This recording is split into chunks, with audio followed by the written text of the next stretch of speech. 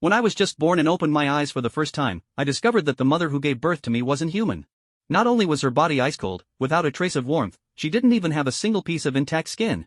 Suddenly, Mother walked up to me and squeezed my throat tightly. "I'm clearly a ghost, how could you be human?" Feeling my throat getting tighter and tighter, I instinctively cried out, "Mother!" before passing out. When I opened my eyes again, darkness had fallen. After adjusting for a moment, I began to observe my surroundings. I was lying in bed, white candles lit all around the room, and my skin-painting ghost mother sat at the foot of the bed, staring straight at me. But for some reason, I felt her gaze seemed somewhat complex. This skin-painting mother didn't kill me, showing she clearly had some feeling for me. But what should I do next? Just as I was thinking of a solution, Ghost Mother reached out and handed me a transparent jade bottle shaped like a milk bottle, except it wasn't filled with milk, but blood. I hesitated for just a second, and she shoved the jade bottle into my mouth, watching me drink with a gloomy face. I gritted my teeth, drinking it might not kill me, but not drinking definitely would. With no choice, I took the jade bottle and began sucking hard. Thankfully, this stuff had no taste, and even had a hint of sweetness. When the skin-painting ghost saw this, a moment of warmth flickered in her previously ice-cold eyes. After I finished drinking, she returned to her cold demeanor. While I felt my body growing increasingly cold, my consciousness gradually dimming. The skin-painting mother just stood by the bed, silently watching me until my body changed from soft white to light and weightless. When I woke up again, daylight had already broken. The previously pale white candles in the room had all turned red. I heard two women talking nearby. After listening for a while, I realized one was Mother, and the other should be the wet nurse Mother had found for me. I instinctively turned around and saw the wet nurse in a pink dress with her back to me, while Mother had already put on human skin, transforming into a human character, her voice no longer cold but full of tenderness. "By the way, Madame Lou, something big happened in town last night." "Oh? What happened?" The wet nurse lowered her voice. "I heard ghosts entered our town last night, right at the Hu family's ancient mansion, killing several people." After hearing this, Mother frowned slightly. "Doesn't our town have the Earth God installed? How dare ghosts enter our Huangliang town? Not to mention that's the Hu family's ancient mansion, full of their ancestors. That's unknown, but it's a very vicious ghost. Everyone in that area has fled. I heard the town mayor and others have gone to invite Master Ma." Upon hearing this, Mother seemed to relax. "With Master Ma here, there's nothing to worry about." "Alright, I'm going to the shop now. Little White is in your care. Don't worry, Madame Lou, I'll take good care of him." After the skin-painting mother finished speaking, she walked out of the room, while I closed my eyes and continued pretending to sleep. After a while, I pretended to just wake up and began wailing loudly. Wet Nurse Huang Yi hurried over to pick me up, calmed me down first, then filled my hungry stomach. "Let's go, little one. The weather is nice today. Yi will take you out for a walk." After saying this, Huang Yi carried me out the door. This was my first time leaving home since crossing over, so I naturally opened my eyes wide, carefully observing this world. I saw 6 or 7 peach trees planted in the courtyard. My room was on the right side of the yard, the main hall was directly opposite the gate, and the room on the left side of the yard was locked tight, with no knowledge of what was inside. The weather was nice, the sun warming my body pleasantly. Before long, I fell asleep again. When I woke up again, I was back in the bedroom. Wet Nurse Huang Yi wasn't by my side. I waited for a little while, as if gathering my strength, then slowly sat up on the bed. Next, I began crawling on the bed using both hands and feet. Apart from some initial awkwardness, there was no problem afterward. After I could crawl, I tried to see if I could stand up. I failed after several attempts. Seeing this, I summoned the system in my mind. Name, Lubai Identity, Human Vitality, 0.3 plus Spirit, 0.5 plus Attribute Points, 0.1. This was the panel that appeared in my mind when I crossed over. Every day after waking up, I could get 0.1 Attribute Points. It seems that adding more points to Vitality to make my body stronger should allow me to walk. Then I can escape from here. As for the skin-painting ghost saying I was born from her, I didn't quite believe it. How could a ghost give birth to a human? After experimenting, I lay back on the bed and began trying to pronounce words. As a result, I found that besides being able to call Mother, I could only babble "abie." Perhaps my fussing was heard by Huang Yi outside. She pushed the door open and came in, filling my stomach again. Until evening, after eating my fill and sleeping, then waking up to eat again, I saw my dear mother once more. Huang Yi had already left the house, and with no outsiders present, Mother swallowed her human skin. She was now sitting at the desk, seemingly reading a book.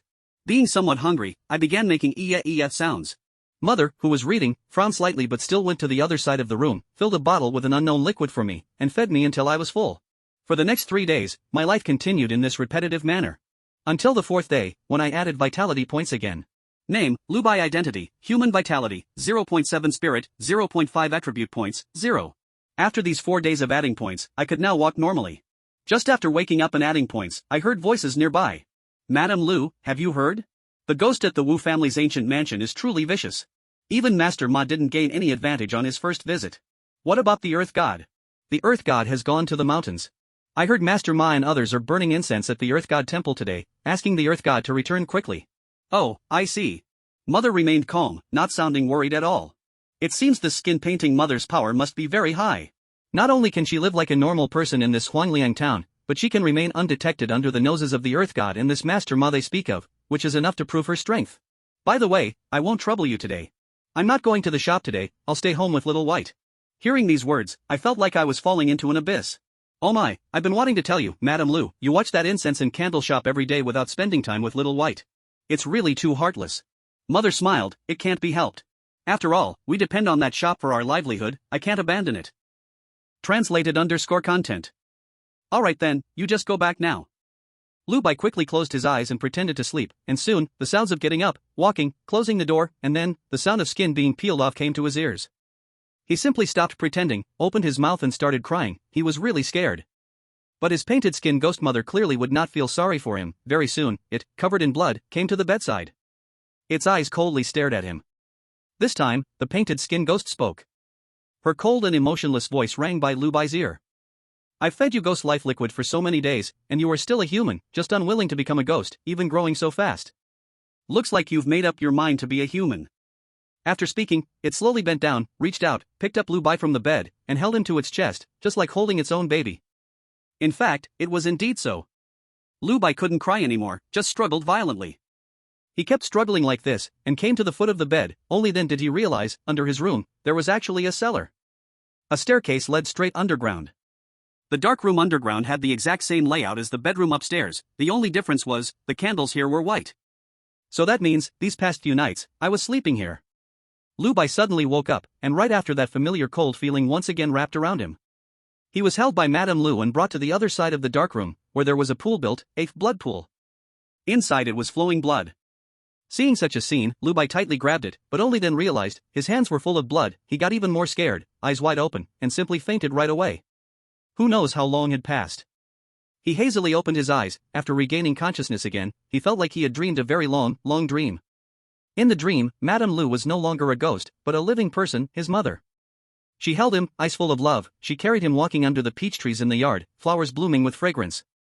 Lu Bai himself was giggling non-stop, mouth constantly calling Mom. He was dazed for quite a while. He saw Madame Lu coming up from underground, only this time she was finally no longer in that bloody appearance, she had put on human skin, very beautiful. Seeing such a beautiful mother, Lu Bai felt much better in his heart. Recalling the scenes in the dream, he subconsciously opened his mouth and in a childish voice said, Mom. Madame Lu's figure trembled slightly, did not speak, and also did not respond. Chapter 4, Running Away, It's Today. Lu Bai felt that after waking up this time, his body seemed unusually tired, he didn't even drink the damned ghost life liquid, just fell asleep right away. And the same thing kept happening for several days in a row. But luckily, Madame Lu also didn't make him drink the ghost life liquid again. Instead, she called Huang Yi over, letting her stay and accompany him day and night. Lu Bai heard his own mother talking to Huang Yi, saying the shop was busy, she would be staying at the shop these few days. Originally for Lu Bai, this situation was very good. But after only a few days, Huang Yi couldn't take it anymore. Because Lu Bai was growing way too fast. In just a few days, not even 1-year-old Lu Bai had grown as big as a 2 or 3-year-old kid. His strength was also huge, sometimes Huang Yi almost couldn't hold down his hands. Of course, that wasn't the most important thing, the main thing was Lu Bai started growing teeth, and not like normal kids, lower front teeth first then upper, but all his teeth came out at once. After being bitten a few times accidentally, she no longer dared to feed Lu Bai milk. And it was on that day, Madame Lu came back and looked at Lu Bai lying on the bed, stared for a long time, until Lu Bai felt creeped out, then she said to Huang Yi, no need to feed milk anymore, just cook rice porridge for him. Originally seeing such a strange baby, Huang Yi didn't dare to come again. But there was no way, Lun Yangzi had given too much. So she decided to stay and watch for a few more days. During this time, Lu Bai was not idle either, apart from adding 0.1 attribute points to his vitality every day, whenever he had time, he began to adapt to his small body. From initially being unstable on his feet, he now ran and jumped with ease, performing actions many adults couldn't do, all effortlessly for him. As for speaking, Lu Bai had tried a few times and found he could say some basic words, complex sentences still required several attempts, but he could manage. There was no other option, his vitality points were there after all. Name, Lu Bai. Identity, human. Vitality, 1.6. Spirit, 0.5. Attribute points, 0. An adult's vitality is 1, and Lu Bai was already at 1.6, proving his body was growing rapidly. Having made up his mind to run, he must succeed at once. Such an opportunity could not be given a second chance. Lu Bai had been looking for such an opportunity, but after so many calm days, he couldn't help but feel something. Was this painted skin ghost mother not planning to kill him anymore? There was no way. People are just so petty. Even if they had suffered before, as long as someone offers a little sweetness, they become addicted. On this day, Lu Bai, just awake, heard his dear mother speaking with Huang Yi. Lu Nyangzi, I heard that the ghost in the Hu family ancient house hasn't been solved yet. Even the earth deity went and got nothing. Is that true? They were outside the door, so they didn't know Lu Bai had already woken up. It's true, and the range is still expanding. Someone has seen its figure on Springwater Street. Your shop, isn't it not far from there? What about you? Yeah, I have no choice. I'm preparing to open for the last day today. If that ghost isn't resolved by tomorrow, I won't dare to go to the shop. Might as well stay at home. Not good. It's going to stay at home and not go to the shop. This immediately reminded Lu Bai of his last encounter. It was just like this last time, when it said it wouldn't go to the shop and took him to that blood pool underground. After that time, Lu Bai had been listless for 3 to 4 days before recovering. Could it be that it saw he still hadn't turned into a ghost and wanted to continue? No way, run. I must run, today must be the day to escape. If I don't run now, I might really be played to death by it. Outside the door, soon their goodbye voices echoed. The painted skin ghost left for her incense shop. Huang Yi returned.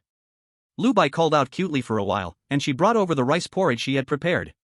Because he decided to escape today, Lu Bai ate the porridge clean without leaving a single drop. After eating, Huang Yi patted Lu Bai's little head and praised him several times before taking the wooden bowl to the kitchen. Now. As soon as Huang Yi left, Lu Bai, who was originally leaning on the bed, pushed with both hands and jumped up, landing silently. If anyone had seen this scene, they would probably be so shocked they couldn't speak. No other reason, it was just too bizarre. A tiny infant could perform such a motion. After landing, Lu Bai skillfully put on his shoes. He feared the painted skin ghost mother might sense his departure, so he didn't dare to prepare any food or supplies. But he knew where she kept her money. He hurried to the dressing table, gripped the edge of the table with both hands, and jumped up onto the table. He pulled open the makeup box under the bronze mirror and indeed found 4 or 5 pieces of broken silver inside. About to leave, Lu Bai didn't think to leave anything behind. He grabbed all of it and stuffed it into his chest, then carefully closed it. He went to the door, first peeking out to assess the situation, confirming that Huang Yi was still busy humming a tune in the kitchen. Without any hesitation, he darted out along the wall. Crossing the door he had never stepped through before, for a moment, Lu Bai felt the air was fresher. This is the taste of freedom. Once he crossed this door, as long as he escaped the control of the painted skin ghost, with his ability to add points to his panel every day, isn't the world his to roam, like a fish leaping over the vast sea, or a bird soaring high in the sky? At that time, find a safe place, hide for a few years, and he wouldn't even have to wait until he turned an adult. Just at 10 years old, he could sweep away all evil spirits. After the brief joy, Lu Bai began to assess the surroundings. Lu Nyangzi's house seemed to have been built on the edge of this Huangliang town, with a dirt road stretching east-west at the gate, full of pits and bumps. Opposite was another house, but judging from the surrounding wall, it appeared much more dilapidated. Lu Bai didn't dare to approach carelessly, and after a moment's hesitation, he walked westward. The dirt roads on both sides were similar, and he was unfamiliar with the layout of Huangliang town. He could only leave it to fate. A baby running on the road was already a strange sight, and with the dimming sky, it became even more eerie. Lu Bai knew this, so he dared only walk along the edge of the wall. After walking along the east-west dirt road, he arrived at another north-south dirt road. Upon reaching this, Lu Bai realized he had reached the edge of the town. Because beside this dirt road was a gently flowing stream, and on the other side of the stream was a continuous thicket of bushes, with no end in sight. This little stream seemed to wrap Huangliang town in the middle. There was no road ahead, so he could only go south or north. Chapter 5 Mother, help, Mother! Anyway, returning the way he came was definitely not possible. That dirt road would lead back to his house. If Huang Yi found out he was missing, she would definitely search everywhere. If he went back rashly, he would probably run into her. So he had no choice but to go somewhere else. Lu Bai walked along the north-south dirt road for a while before spotting another alley with clothes drying in the sun. He was thinking of going down this alley, but as soon as his feet landed on the broken stone pavement, he stopped. Let's walk a bit further. This alley was too close to home, and if he couldn't find the land god temple quickly, it would be troublesome.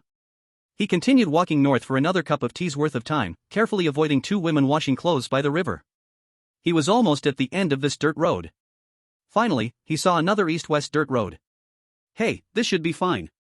Lu Bai stuck to the wall and snuck into Huangliang town. Since he was now near the northernmost part of the town, he had walked for quite a while without seeing a single person. This made him a bit nervous, but soon, when he carefully poked his head through a wooden door of an alley, he immediately felt calm again. Because the land god temple was right across. It made sense, though. Whether it was a land god temple or another type of temple, they were rarely built in the center of the town. They were usually built at the edge. Here too, near the northernmost part of the town, where the population and houses were sparse, it was the perfect place to build a temple. And further north from here was a continuous mountain range. Lu Bai had heard Huang Yi talk about it before. This area was called Old Forest, with mist swirling around, likely full of evil spirits. Placing the land god temple here probably had the purpose of stopping them from descending the mountains to harm the town. Lu Bai comforted himself while cautiously looking around.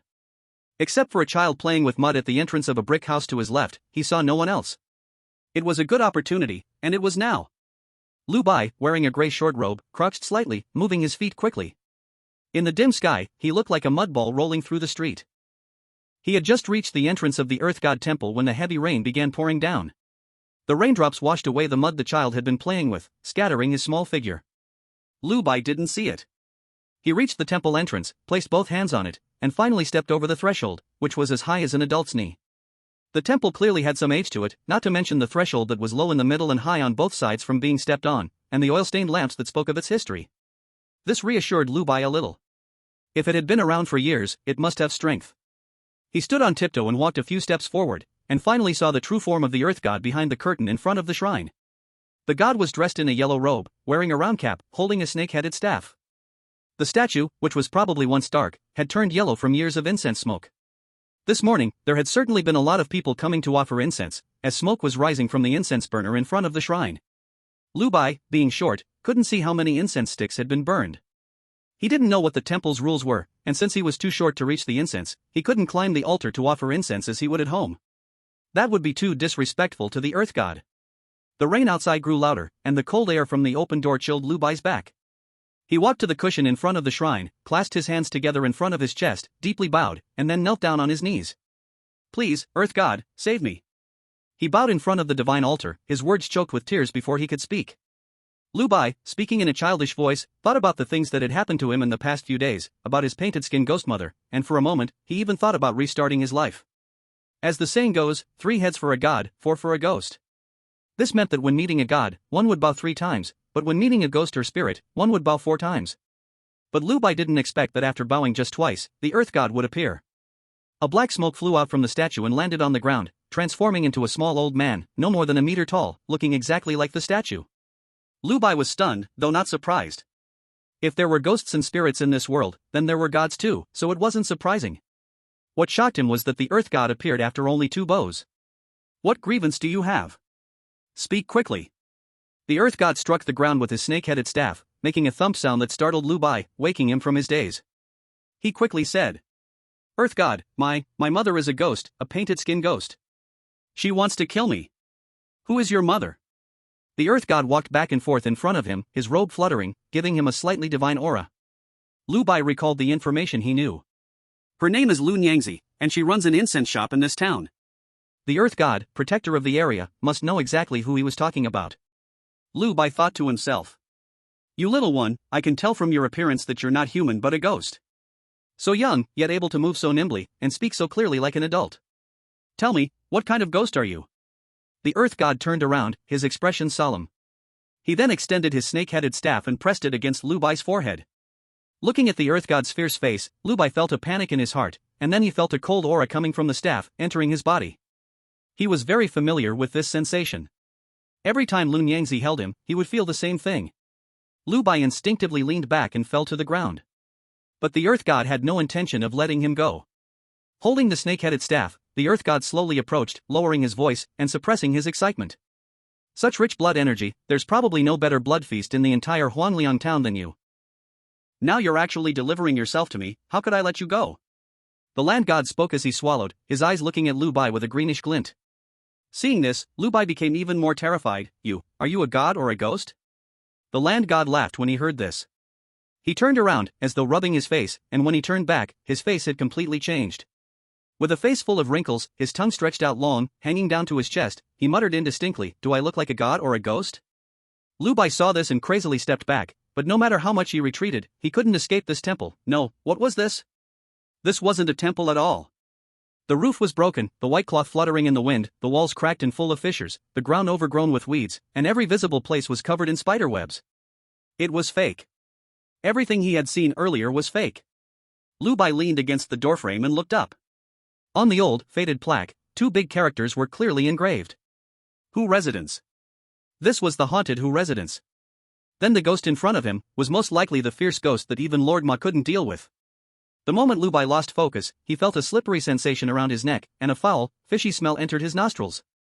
He suddenly looked down, and the hanging ghost's tongue was already wrapped around his neck, about to strangle him. Seeing this, he could only scream desperately, "Mother, help, mother!" Except for the skinning ghost mother who wanted to kill him, he didn't know who else to call. But as soon as his voice fell, he noticed that the hanging ghost, which had been leaning forward, suddenly looked up at the door. He turned his head to look as well. Through the curtain of rain outside, a young beautiful woman dressed in a plain long skirt and short jacket, holding an oil paper umbrella with one hand, slowly walked into the Hu family's old house. Chapter 6, The Een Walker. Lu Bai's mother arrived under the eaves, closed the oil paper umbrella, and shook off the rainwater before leaning it against the wall. She was calm and unhurried, with no rush or fluster. The hanging ghost became somewhat flustered when it saw her. "Who are you? Are you his mother?" It couldn't tell if this composed and beautiful woman in front of it was the Een Walker or the ghost mentioned by the child. In its eyes, she was just a person. A regular person. But at this moment, could an ordinary person dare to walk into this old house and face it directly? Lu Bai's mother lightly rotated her right wrist. Though she looked delicate, as if just tired from holding the umbrella, she spoke with a calm expression and casual tone. "I thought Lord Ma couldn't even handle wandering souls, but it turns out it's just a meddlesome evil spirit that wandered in, so that's normal." The hanging ghost was more anxious after it saw through her background. It looked down at the child it had entangled, retracted its tongue, and then spoke. "I didn't expect that this little Huangliang town still hides a Een Walker who gathers 5 energies. But you've raised a good son." "Oh?" Maybe hearing someone praise her precious son, Lu Bai's mother finally looked down at Lu Bai and smiled lightly. "How so?" Lu Bai felt as if he had fallen into an ice cave, his spine turning cold. The hanging ghost said, "The child is so noisy. With such a strong mother, he doesn't believe you're just a ghost, he even said you're a painted skin ghost. It's truly laughable." The hanging ghost laughed as it said this, he. Lu Bai just leaned against the doorframe, watching these two ghosts talk nonsense. Lu Bai's mother slowly took a few steps closer. The hanging ghost became more flustered, started to retreat, but still kept talking. "What if I gather the 5 energies? The sun is not up, the rain continues, the yang energy is dissipated, and I'm still on my turf. You dare act?" Lu Bai's mother didn't speak, just slightly furrowed her brows, as if she was a little displeased. But as soon as she furrowed her brows, the hanging ghost realized it couldn't move, and even its thoughts became extremely stiff. What kind of power is this? It could only stare as this stunningly beautiful woman leaned close, then split open her scalp and smiled, saying, "My son never lies. Because I really am a skin-painting ghost." After speaking, her scalp closed again, turning from a terrifying monster into a peerless beauty. But right after, the hanging ghost shattered like a mirror, piece by piece. When it hit the ground, it turned into 1 blue and 3 white, 4 pearls. In Lu Bai's eyes, this ghost who couldn't even be defeated by Master Ma, was actually killed by my mother? And with just a face-to-face moment, not even seeing any action, it died? What kind of power does my skin-painting ghost mother really have? Pick it up. Cold words sounded in Lu Bai's ears. He was stunned at first, then reacted, hurried forward and picked up the 4 pearls, cold in his hand. He walked to Lady Lu's side, held them in both hands, and handed them to her. Lady Lu sneered, said nothing, her eyes full of contempt, and turned to walk toward the door. Lu Bai hesitated for 0.01 seconds in place, then immediately chose to follow. He had failed to escape, and she even came to save him. How could he run again? Even if he couldn't escape. He couldn't even see through the illusion the hanging ghost cast, but the same ghost couldn't last even a moment in front of her. So why should he escape? Maybe he had just stepped out of the house and she already knew. Lady Lu arrived at the doorway, picked up the oil paper umbrella placed beside, and opened it. Without saying a word, she walked into the curtain of rain. Lu Bai hurriedly jumped over the ditch under the eaves, came to her side, hesitated slightly, but still held onto her skirt. Originally, Lu Bai wanted to shamelessly hold her hand, but looked up and found he wasn't tall enough. Helplessly, he could only hold her skirt. Lady Lu's steps weren't big, but every step made Lu Bai, with short legs and arms, run 2 steps to catch up. But walking, unknowingly, Lady Lu slightly slowed her pace. Lu Bai didn't need to run so hard to keep up. It was raining heavily, a child playing outside forgot to return home, the mother went out with an umbrella to fetch him. This kind of thing in Huanliang town was very common. All the way back to that muddy dirt road where the Lu family lived, from far away Lu Bai saw Huang Yi holding an umbrella, anxiously waiting at the door. But when she saw Lu Bai walking steadily back, holding Lady Lu's skirt, she instinctively opened her mouth wide. Young master can walk? Not even 1 year old, and can walk, and so steadily, is this even human? When they got closer, Lady Lu smiled and explained, Xiaobai was playing and ran off by himself without telling you. It's fine now, don't worry, you go back first. Oh okay. Seeing such a strange scene, Huang Yi also felt she should go back and take a breather. Only as she was about to leave, Lady Lu seemed to remember, and said, what happened today, remember not to tell others. Huang Yi nodded, I understand, Lady Lu, don't worry. After speaking, she turned and left, not even seeing Lu Bai's pleading eyes. Though Lu Bai didn't know why his skin-painting ghost mother wanted to hide in Huanliang town and didn't harm anyone. But he knew, in front of outsiders, she was Lady Lu. Only in front of him would she become that skin-painting ghost. So at this moment Lu Bai wanted Huang Yi to stay. If she stayed, Lady Lu wouldn't act on him so quickly. If he could delay a little, he could struggle a few more times. Things had come to this, all that should be exposed was already exposed. With Lady Lu's wisdom, she surely already knew he wasn't an ordinary baby. So no matter how he behaved, it didn't matter anymore. But now Huang Yi had left, Lu Bai could only grit his teeth and follow behind Lady Lu home. At the doorstep, Lu Nyangzi put away the oiled paper umbrella. Lu Bai no longer had any reason to pull on her skirt, so Lu Bai directly hugged her little leg, crying and wailing, snot and tears all over his face. Mother, I thought I would never see you again, woo woo woo. That hanging ghost was so scary. When its tongue was wrapped around my neck, woo, I couldn't breathe anymore. Lu Bai kept talking, while Lu Nyangzi, just back home, froze for a moment, even showing a slight look of confusion on her face. But soon, she regained her indifferent expression. She raised her leg and shook it a few times in disgust, but Lu Bai held on too tightly, unable to shake him off. So, she shed her skin. Lu Bai was holding the human skin, while she walked into the house. Everything was so horrifying, yet so reasonable. Seeing her cold demeanor, Lu Bai knew that crying further wouldn't have much of an effect. So, he could only bear it and wiped away his tears, looking at the human skin in his hands, still struggling to drag it into the house. Inside the house, the bloodied Lu Nyangzi was already sitting by the coffee table, holding a cup of floral tea and sipping it. She then looked at Lu Bai by the door and waved her hand. Lu Bai, understanding the hint, ran over and stood beside her. Lu Nyangzi raised her hand, gently caressing the back of his head, just like a mother gently stroking her child's head. This time, her words were not cold, but softly whispered, "You, who exactly are you?" To this soul-searching question, Lu Bai remained silent for a while.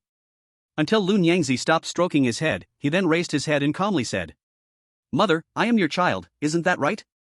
Chapter 7, The Ghost with Painted Skin's Incense Shop. Lu Nyangzi asked a question she already knew the answer to. Lu Bai answered her with the answer and also asked a question she already knew the answer to.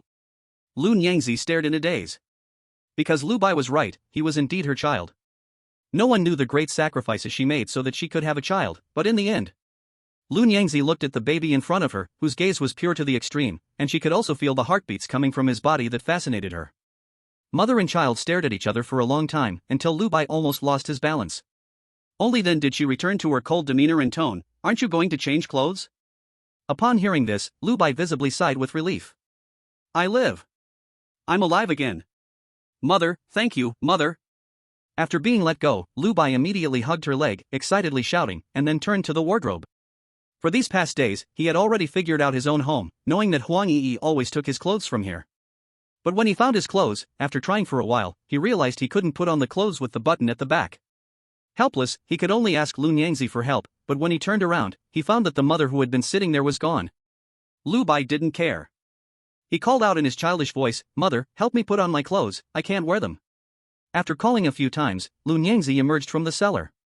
Compared to earlier, she had put on the human skin again and no longer exposed her true form. She looked at Lu Bai, who couldn't even put on his clothes, frowning in displeasure, but she didn't say anything and came over to help him fasten the buttons from the back. Lu Bai sighed again with relief.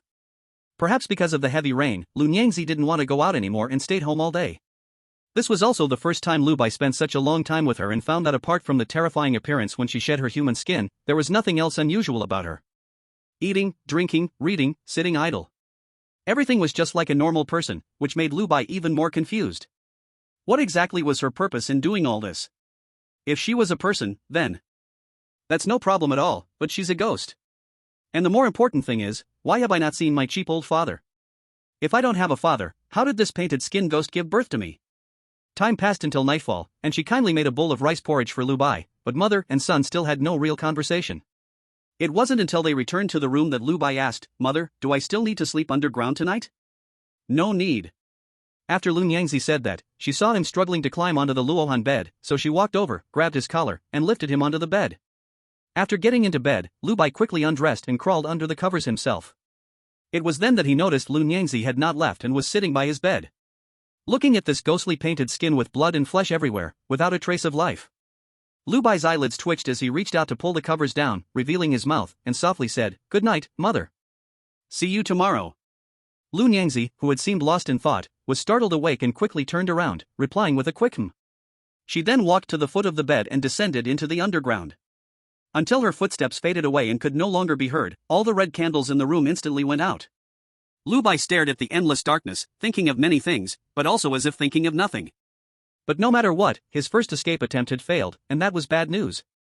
The good news was that Lun Yangzi seemed to have no intention of harming him for the time being, and as for the reason, Lu Bai had his suspicions. The next day, when he woke up, it was already dim outside, and he called up his status panel. Name, Lu Bai. Identity, human. Qi and blood, 1.7. Spirituality, 0.6. Attribute points, 0.1. At a glance, he immediately noticed that his spirituality had increased by 0.1, from 0.5 yesterday to 0.6 today. And correspondingly, his Qi and blood also increased by 0.1. But he clearly hadn't added any points. Did this mean these attributes were gained naturally from growth? But he was just an infant, and having half the spirituality of an adult was already quite absurd. What kind of growth could make it continue to increase? Let alone the Qi and blood points. Lu Bai was puzzled, so he added the extra 0.1 attribute point to Qi and blood and didn't think much more about it. After getting up, he reached under the pillow and fished out 3 beads, 1 green and 2 white. The beads, 1 was missing. He hurriedly flipped the pillow and lifted the bedding, but couldn't find it anywhere. Just then, Lun Yangzi happened to emerge from the underground, and Lu Bai asked, "Mother, one of the beads you gave me is missing, a white one." Lun Yangzi didn't even look at him and replied, "You ate it." "I ate it?" Before Lu Bai could respond, she had already opened the door and left, most likely to prepare breakfast. Lu Bai stayed on the bed, stretching out his hand to look at it. So, does this mean the beads, which are transformed from evil spirits, can be absorbed by people?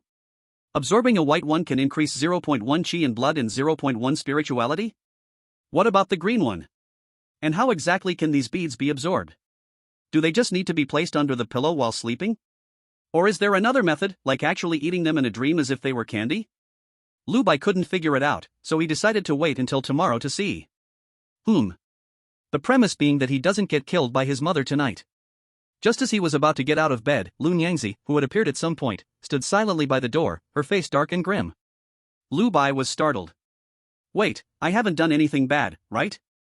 The escape attempt yesterday, shouldn't that be in the past now? Is something wrong? Mother?"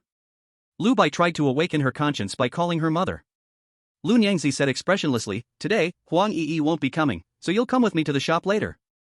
After saying that, she didn't wait for Lu Bai's response and turned to leave. She wasn't asking, she was giving orders. Lu Bai still had a smile on his face. Once she left, he finally reacted and happily jumped out of bed. "Great, mother! You can finally stay with me." The words were cloying, but everything was for survival, nothing shameful about it. After breakfast, just as Lu Bai was about to head out, Lady Lu sneered coldly from behind. "You want to go out alone again, and scare other folks half to death, make them think you're some evil spirit too?" Lu Bai shivered. This was the first time Lady Lu had spoken so many words to him. "But I'm a living person, how could I be as eerie as your painted skin ghost self?" Lu Bai turned his head, a dumb and ignorant smile on his face. "Then what should I do?" "I'll listen to you, mother." Lady Lu didn't reply.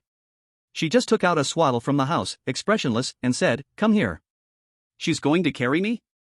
Lu Bai was a bit stunned, but that didn't stop him from stepping forward and squatting on the stone steps. He was wrapped up in the swaddle by Lady Lu, then strapped onto her back. Her body was still icy cold, but without shedding her human skin, Lu Bai felt much better. He was barely dazed, and Lady Lu was already carrying him out the door. This was the first time in Lu Bai's conscious memory being carried by someone. Her body was soft, her steps uneven, but it felt very comforting. No wonder little children, no matter how naughty, fall asleep the moment they are carried by their parents. In that moment, Lu Bai didn't feel the killing intent on her anymore. Instead, he felt an odd peace. He originally wanted to see what this town was like, but they hadn't walked far before he dozed off. Who knows how long passed. When he woke up again, he found himself inside a shop that sold incense and candles. In his ears was a man's wailing, "Lady Lu, my old mother suffered too much. She ate bitterness her whole life, and after death someone even peeled off her skin." Lu Bai instantly sobered. SK skinned? Isn't that the trick of a painted skin ghost?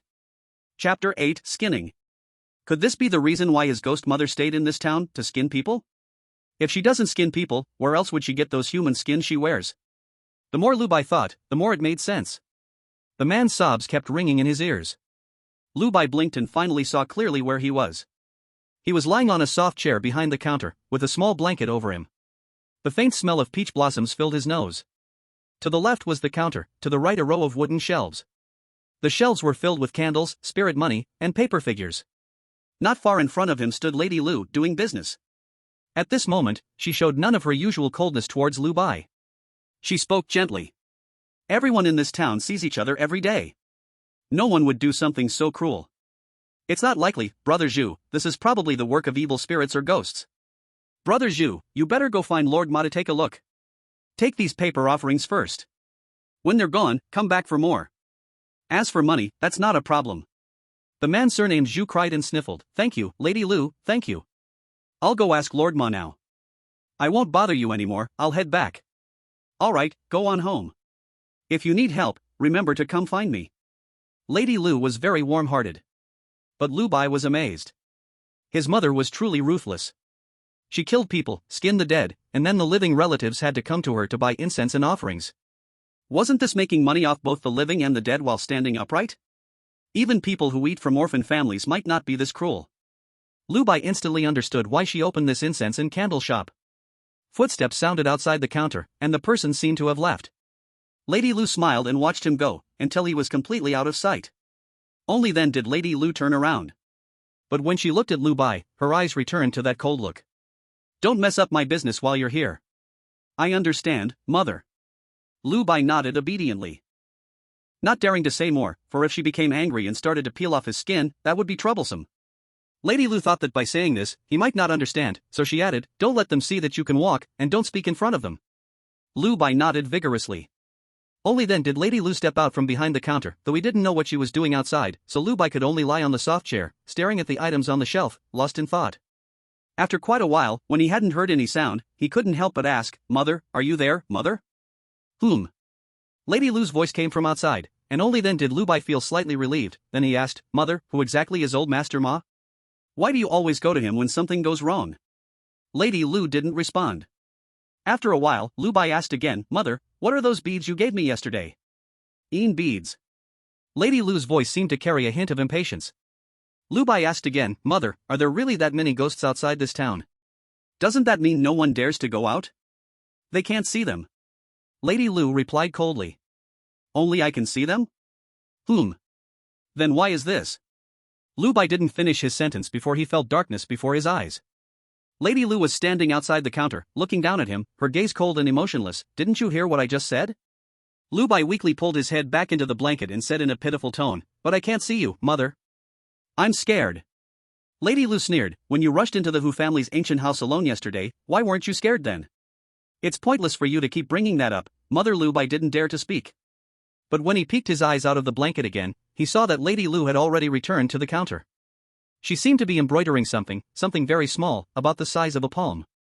Lu Bai had achieved his purpose of testing and no longer provoked her. He just silently stared at the profile of Lady Lu. Neither of them spoke, but the quiet was soon broken by loud voices from outside the door. "Lady Lu, Lady Lu." Hearing the nanny Huang Yi's voice, Lu Bai felt a bit of familiarity. After all, it was the first voice he heard when he traveled to this world. "What is it? You're married and have children now, yet you still act like a young girl." Lady Lu's face showed a smile. "Ah, Lady Lu, you're saying this again." Huang Yi complained before leaning her upper body on the counter, about to speak. But when she saw Lu Bai lying on the soft chair, staring at her with big eyes, she suddenly choked and swallowed all the words she wanted to say. Lady Lu turned her head and gave her a glare. Lu Bai looked innocent. The first didn't do anything at all. "Ignore him, let's talk outside." Soon, Huang Yi's voice came, lowered, Lady Lu, you don't know, the ghost in the Hu family's ancient house, it's gone. What? Gone? Wasn't it the earth god who dealt with it? Lady Lu's surprised voice rang out. TSK, the way you're acting, even the Oscar-winning actors would bow to you if Lu Bai hadn't seen it with his own eyes, he probably would have been deceived by Lady Lu. Yes, old Master Ma thought so too.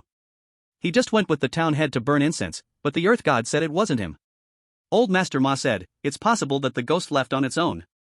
Huang Yi's voice fluctuated, clearly mastering the art of gossiping. That's good, otherwise my shop would be about to close. Lady Lu seemed to let out a sigh of relief.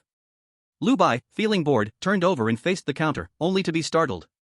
A straw doll, about the size of a palm, was sitting inside. When it noticed Lu Bai's gaze, it blinked and smiled. Who wouldn't be scared by this? Lu Bai was about to speak, but the straw doll raised one finger to its lips, signaling for silence. It had only 4 fingers on each hand, though. Made a few gestures. Lu Bai didn't understand anything.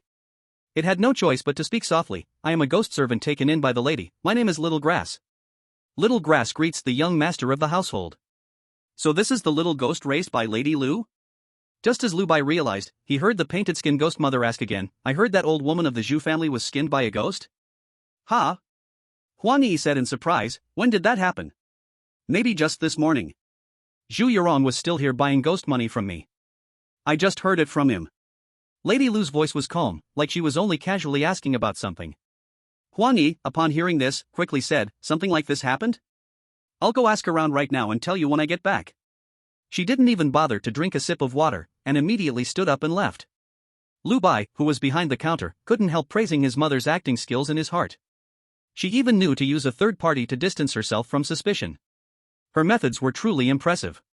But with that Lord Ma's means, even if he really found his way to this painted skin ghost mother, it would only mean his own death. After all, the hanging ghost that Lord Ma couldn't handle didn't even last a second in front of Lady Lu.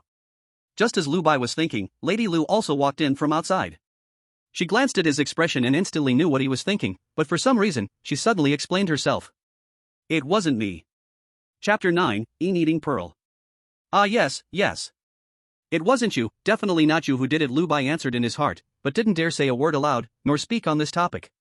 He only nodded hard, showing an approving posture.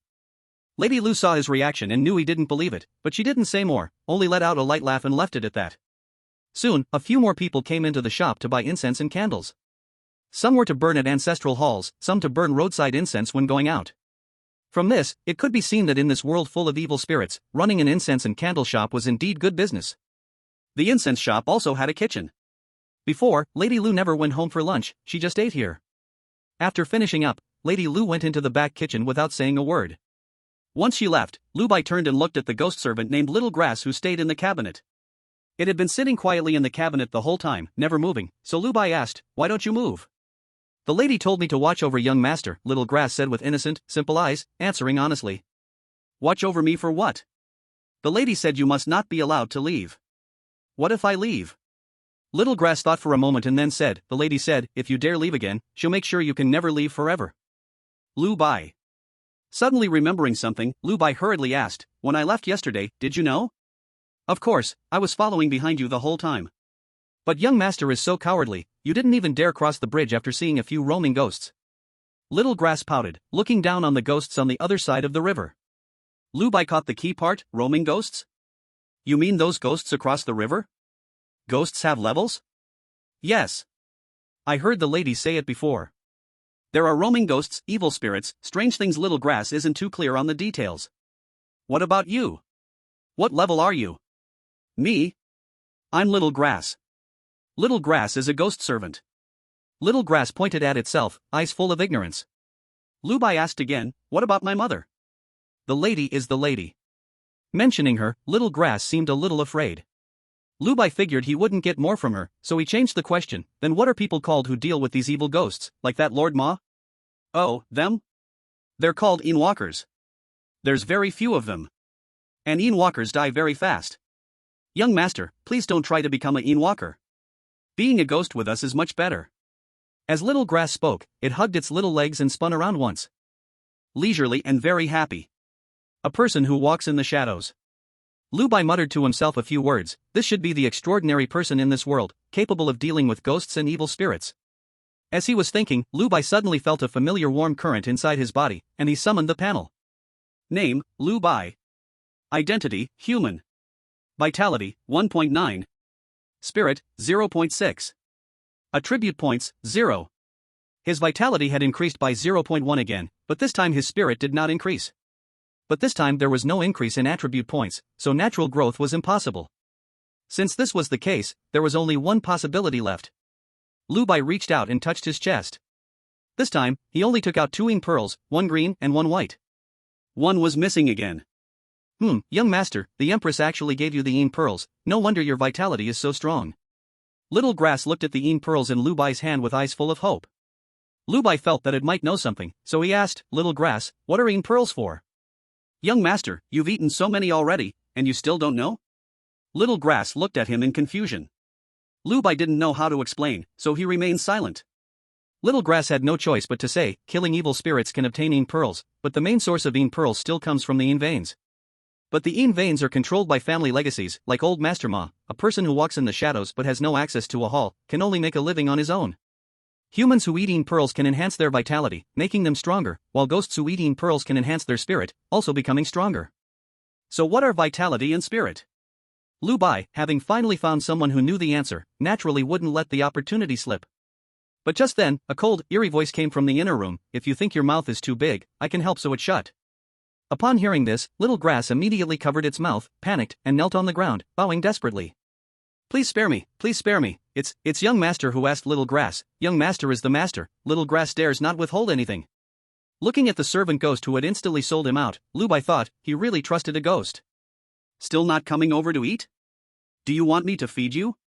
When Lu Bai heard this, he hurriedly shoved the yin pearls back into his chest, braced himself with his hands on the soft chair, jumped off the ground, and trotted with his little short legs, stumbling toward the inner room. Passing through the double opening back door, as he arrived at the corridor, he could smell a faint peach blossom fragrance again. The kitchen was at the end of the corridor, but there was also a room to the right of the corridor, the door tightly closed. Lu Bai guessed that this should be Lun Yangzi's room, but he didn't dare to open the door to look. Instead, he skipped to the back hall. In just a short time, Lun Yangzi had already prepared 2 dishes and a soup. She ate white rice, while Lu Bai still had rice porridge. As usual, he couldn't climb onto the table, so he had to let Lun Yangzi lift him and let him stand on the stool at the 8 Immortals table. Mother, next time you can let me eat rice too, my teeth are almost fully grown. Lu Bai tapped his mouth, speaking in a soft voice. While eating, Lun Yangzi paused for a moment, seemingly thinking of something, and asked, how much longer until you reach the size of a 5 or 6-year-old?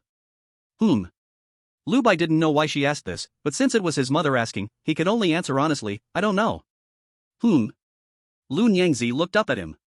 Lu Bai quickly explained, I really don't know, maybe, perhaps, it'll be about 10 days or a month. Lun Yangzi said and didn't speak further. Lu Bai took small bites of the stir-fried cabbage and rice porridge on the table. Just as he was about to speak, Lun Yangzi calmly said, I don't like children who talk while eating, what do you think? Lu Bai quickly nodded. Seeing this, Lun Yangzi's lips slightly curled up, but she quickly suppressed it. It was a rare smile. After lunch, the soft chair where Lu Bai usually slept became Lun Yangzi's exclusive chair. As for him, he was wrapped in a swaddle by Lun Yangzi. He was stuffed into the cabinet under the counter, and went to be with the ghost servant, Little Grass. Lu Bai tried to resist, but when Lun Yang gave him a look, he understood and wisely kept quiet. It wasn't until Lun Yang had rested well that he was once again taken out and placed on the soft chair. Exhausted, Lu Bai immediately fell asleep, and in his hazy state, it seemed like he heard Huang Yi coming to gossip. But he was simply too tired to gather the energy to listen, so he just gave up. Days passed like this, and the first thing Lu Bai did every morning after waking up was to add a little energy to his blood. The last thing he did every night before sleeping was to say to the painted skin ghost, "Good night, mother, see you tomorrow." In this way, his life seemed fulfilling. Meanwhile, he also noticed that after he absorbed the white ink bead, the green ink bead showed no signs of reacting at all. No matter what he did, he couldn't absorb it. But he still wore it every day, never asking questions, because it was something his mother gave him, and he had to keep it close. After nearly 10 days, Lu Bai, who had originally looked like a 2 or 3-year-old, now appeared to be about 4 or 5 years old. One evening, as Lu Bai was packing things with Lun Yang, preparing to head home, suddenly, an old man, covered in blood, burst in, panting heavily. With every breath he took, 2 streams of white mist sprayed from his nose. His entire body was constantly emitting white steam. His blood and energy were boiling.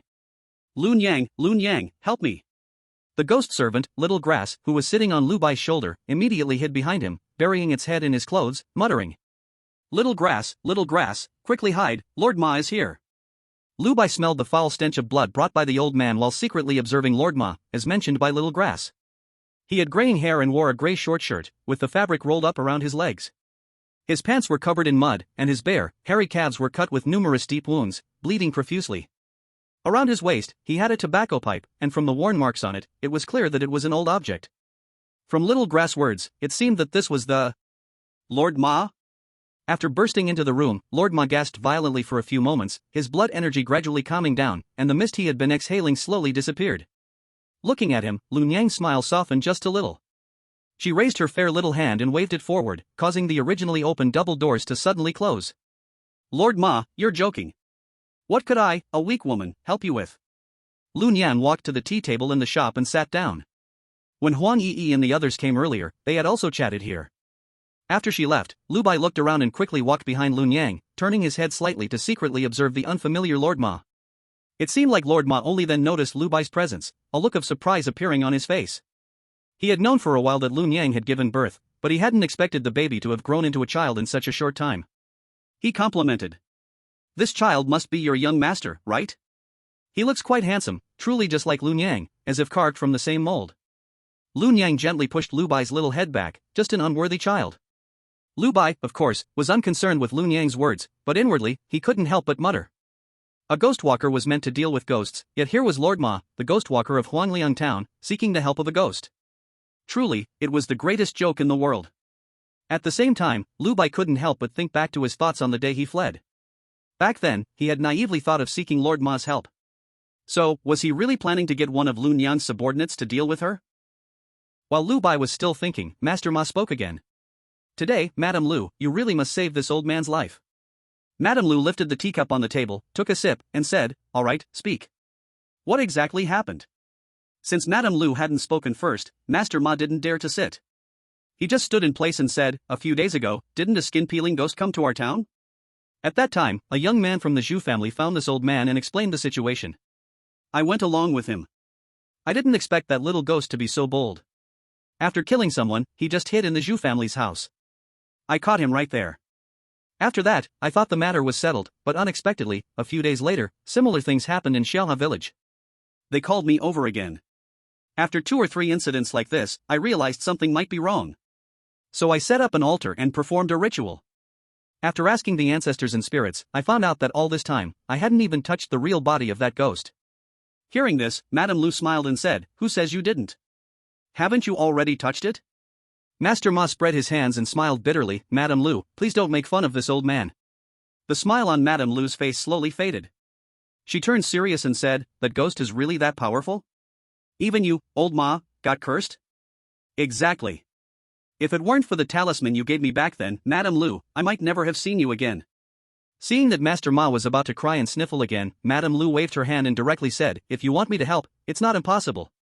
Master Ma's eyes lit up and he said joyfully, Madame Lu, just say the word, I'll do anything. Madame Lu gave a scornful laugh, crossed her legs, reached out and pushed Lu Bai over, and said, I'll deal with the skin-peeling ghost for you.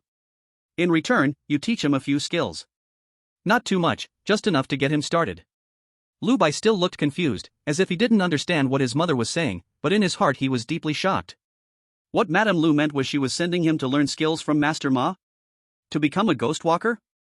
The little grass behind him also muttered, it's over, young master is going to become a ghost walker. Ghost walkers die fast. Before the rice in the fields is harvested, ghost walkers get replaced several times. Master Ma just glanced at Lu Bai and said, with Madame Lu's great skills, you don't need an old man like me. My skills are all women's tricks, not suitable for a man like him, Madame Lu said lightly. Hearing this, Master Ma looked Lu Bai over again. Seeing that Madame Lu wasn't joking, he hesitated and nodded, all right, I have no objections. I'll follow Madame Lu's arrangements. Madame Lu picked up her teacup, and Master Ma immediately bowed and took his leave.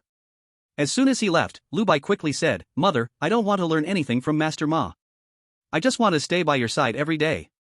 Hearing this, Madame Lu's eyes softened a little, but she said, now you're not afraid I'll eat you? Damn it.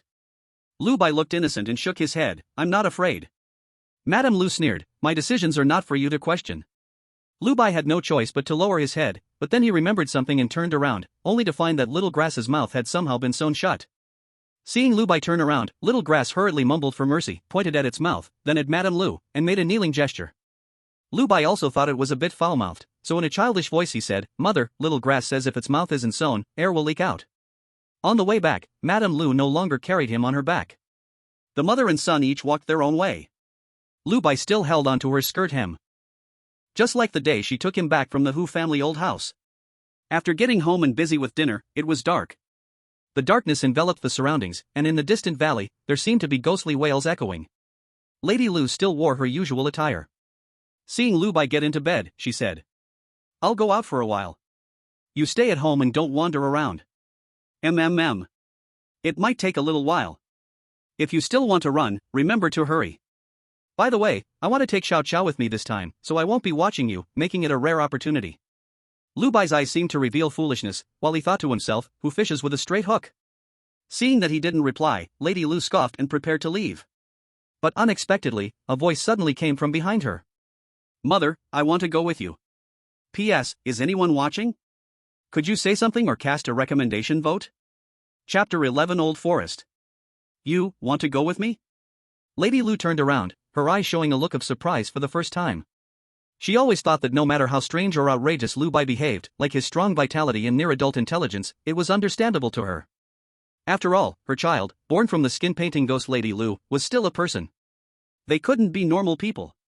So, during this time, she always felt like she had Lu Bai completely under control. She knew Lu Bai was timid and naturally afraid of death. That was also why he often thought of running away. But now, this kid actually said he wanted to follow her? Lu Bai nodded vigorously. Lady Lu asked again, "Do you know what I'm going to do?" "I know." Lu Bai, sitting on the bed with his little legs hugged, said softly, "Mother is going to kill that skin-peeling ghost." "You know that and still want to go?" Lady Lu felt she was becoming a bit overbearing. "Is this a common problem after becoming a mother?" "I want to go." Lu Bai confirmed once more. "Tell me why you want to go, but don't say something like you can't bear to leave me or anything." Lady Lu said dismissively. Upon hearing this question, Lu Bai straightened his posture and looked directly into his mother's eyes, softly saying, "Mother wants to send me to learn skills from Lord Ma. Mother does this for my own good, so I will eventually have to go through these things. Instead of waiting to passively accept it in the future, I'd rather follow my mother now to get used to it in advance." Lady Lu looked at her somewhat overly mature child, her eyes showing a hint of complexity, but she didn't try to persuade him anymore. "Then let's go. But I must say, I won't take care of you, so if you happen to die outside, don't blame me." "All right then," Lu Bai said, rolling out of bed, putting on his shoes, and running to Lady Lu's side, familiarly grabbing her skirt. Tonight's moon was exceptionally bright, and the whole Huangliang town looked like it was draped in a light veil. This scene was completely at odds with Lu Bai's imagination of a dark night filled with ghosts and killings. The mother and son quietly left the house, Lady Lu carrying a small cloth bundle on her back, like a mother and child returning home. Arriving at the dirt road outside the door, Lady Lu walked straight westward. Lu Bai had experience. Last time he took this path, this was the direction out of town. So, the skin-peeling ghost was outside the town and hadn't come in yet. Lu Bai suddenly noticed that on this quiet street, there were actually no footsteps but his own. Lady Lu walked on the ground silently. Amid the occasional cries of children and barking dogs, Lu Bai followed Lady Lu to the small river in the west. Last time he went this far, he saw the evil spirits on the opposite bank of the river, which made him retreat. Now, returning to the same place, Lu Bai tightened his grip on the skirt. Just as he stepped onto the small wooden bridge, he saw those things again that he had seen last time.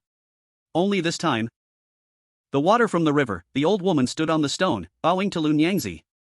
On the opposite bank of the river, the beautiful snake woman did the same. And the old trunk with a human face was also shaking its drooping willow branches, and from the distant bushes, there seemed to be a sound of calling, saying, "Your Majesty, Your Majesty." Lu Bai looked at this scene, a bit stunned, but soon could understand it. "I told you, young master, there is no need to be afraid, they are all here seeking Your Majesty's protection." The little grass that hadn't been seen for a while suddenly poked its head out from the cloth bag on Lu Nyangzi's back and then jumped onto Lu Bai's shoulder. "So, they are all on our side?" At this moment, when Lu Bai looked at them again, he felt a sense of familiarity. But Lu Nyangzi said nothing, just kept walking forward. In many places, Lu Bai clearly saw no path, but when Lu Nyangzi took a step forward, those plants actually parted, making way for her. The little grass sat on Lu Bai's shoulder and explained in a low voice, "The Chow Chow tree is helping Your Majesty clear the way. Back in the day, Your Majesty." Before the little grass could finish, it found that its mouth was half closed, so scared that it quickly shut up. When we enter the old forest, if you can keep quiet, then keep quiet. Don't you understand this principle? Lun Yangzi's cold voice rang out.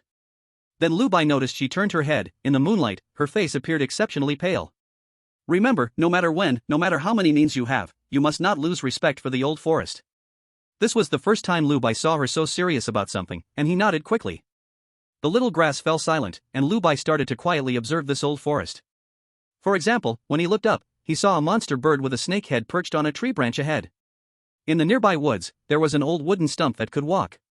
On a small dirt mound sat a severed hand that walked with its index and middle fingers. In the distance, on a hillside, there appeared to be a wolf that could walk upright. This was all very strange to Lu Bai. On ordinary days, he wouldn't dare to come here. Only now, under Lun Yangzi's influence, could he observe so openly. Soon, he heard the little grass's voice again, but this time it was very quiet. Young master, do you see that wolf standing on the hill over there? That is the king of this old forest, called Baisai. It's said that 1 in 10,000 wolves can produce a Baisai. This thing is extremely cunning. I can tell you, it is deceitful, it doesn't fear your majesty at all. The little grass's voice faded again, and when Lu Bai turned to look, he saw its mouth had already been sewn shut. Without any further sounds, only the "oh" at its sound echoed through the old forest. Lu Bai followed Lun Yangzi, taking careful steps behind her, while also calling up the panel to take a look. Name, Lu Bai. Identity, human. Vitality, 2.7. Spirituality, 0.7. Attribute points, 0.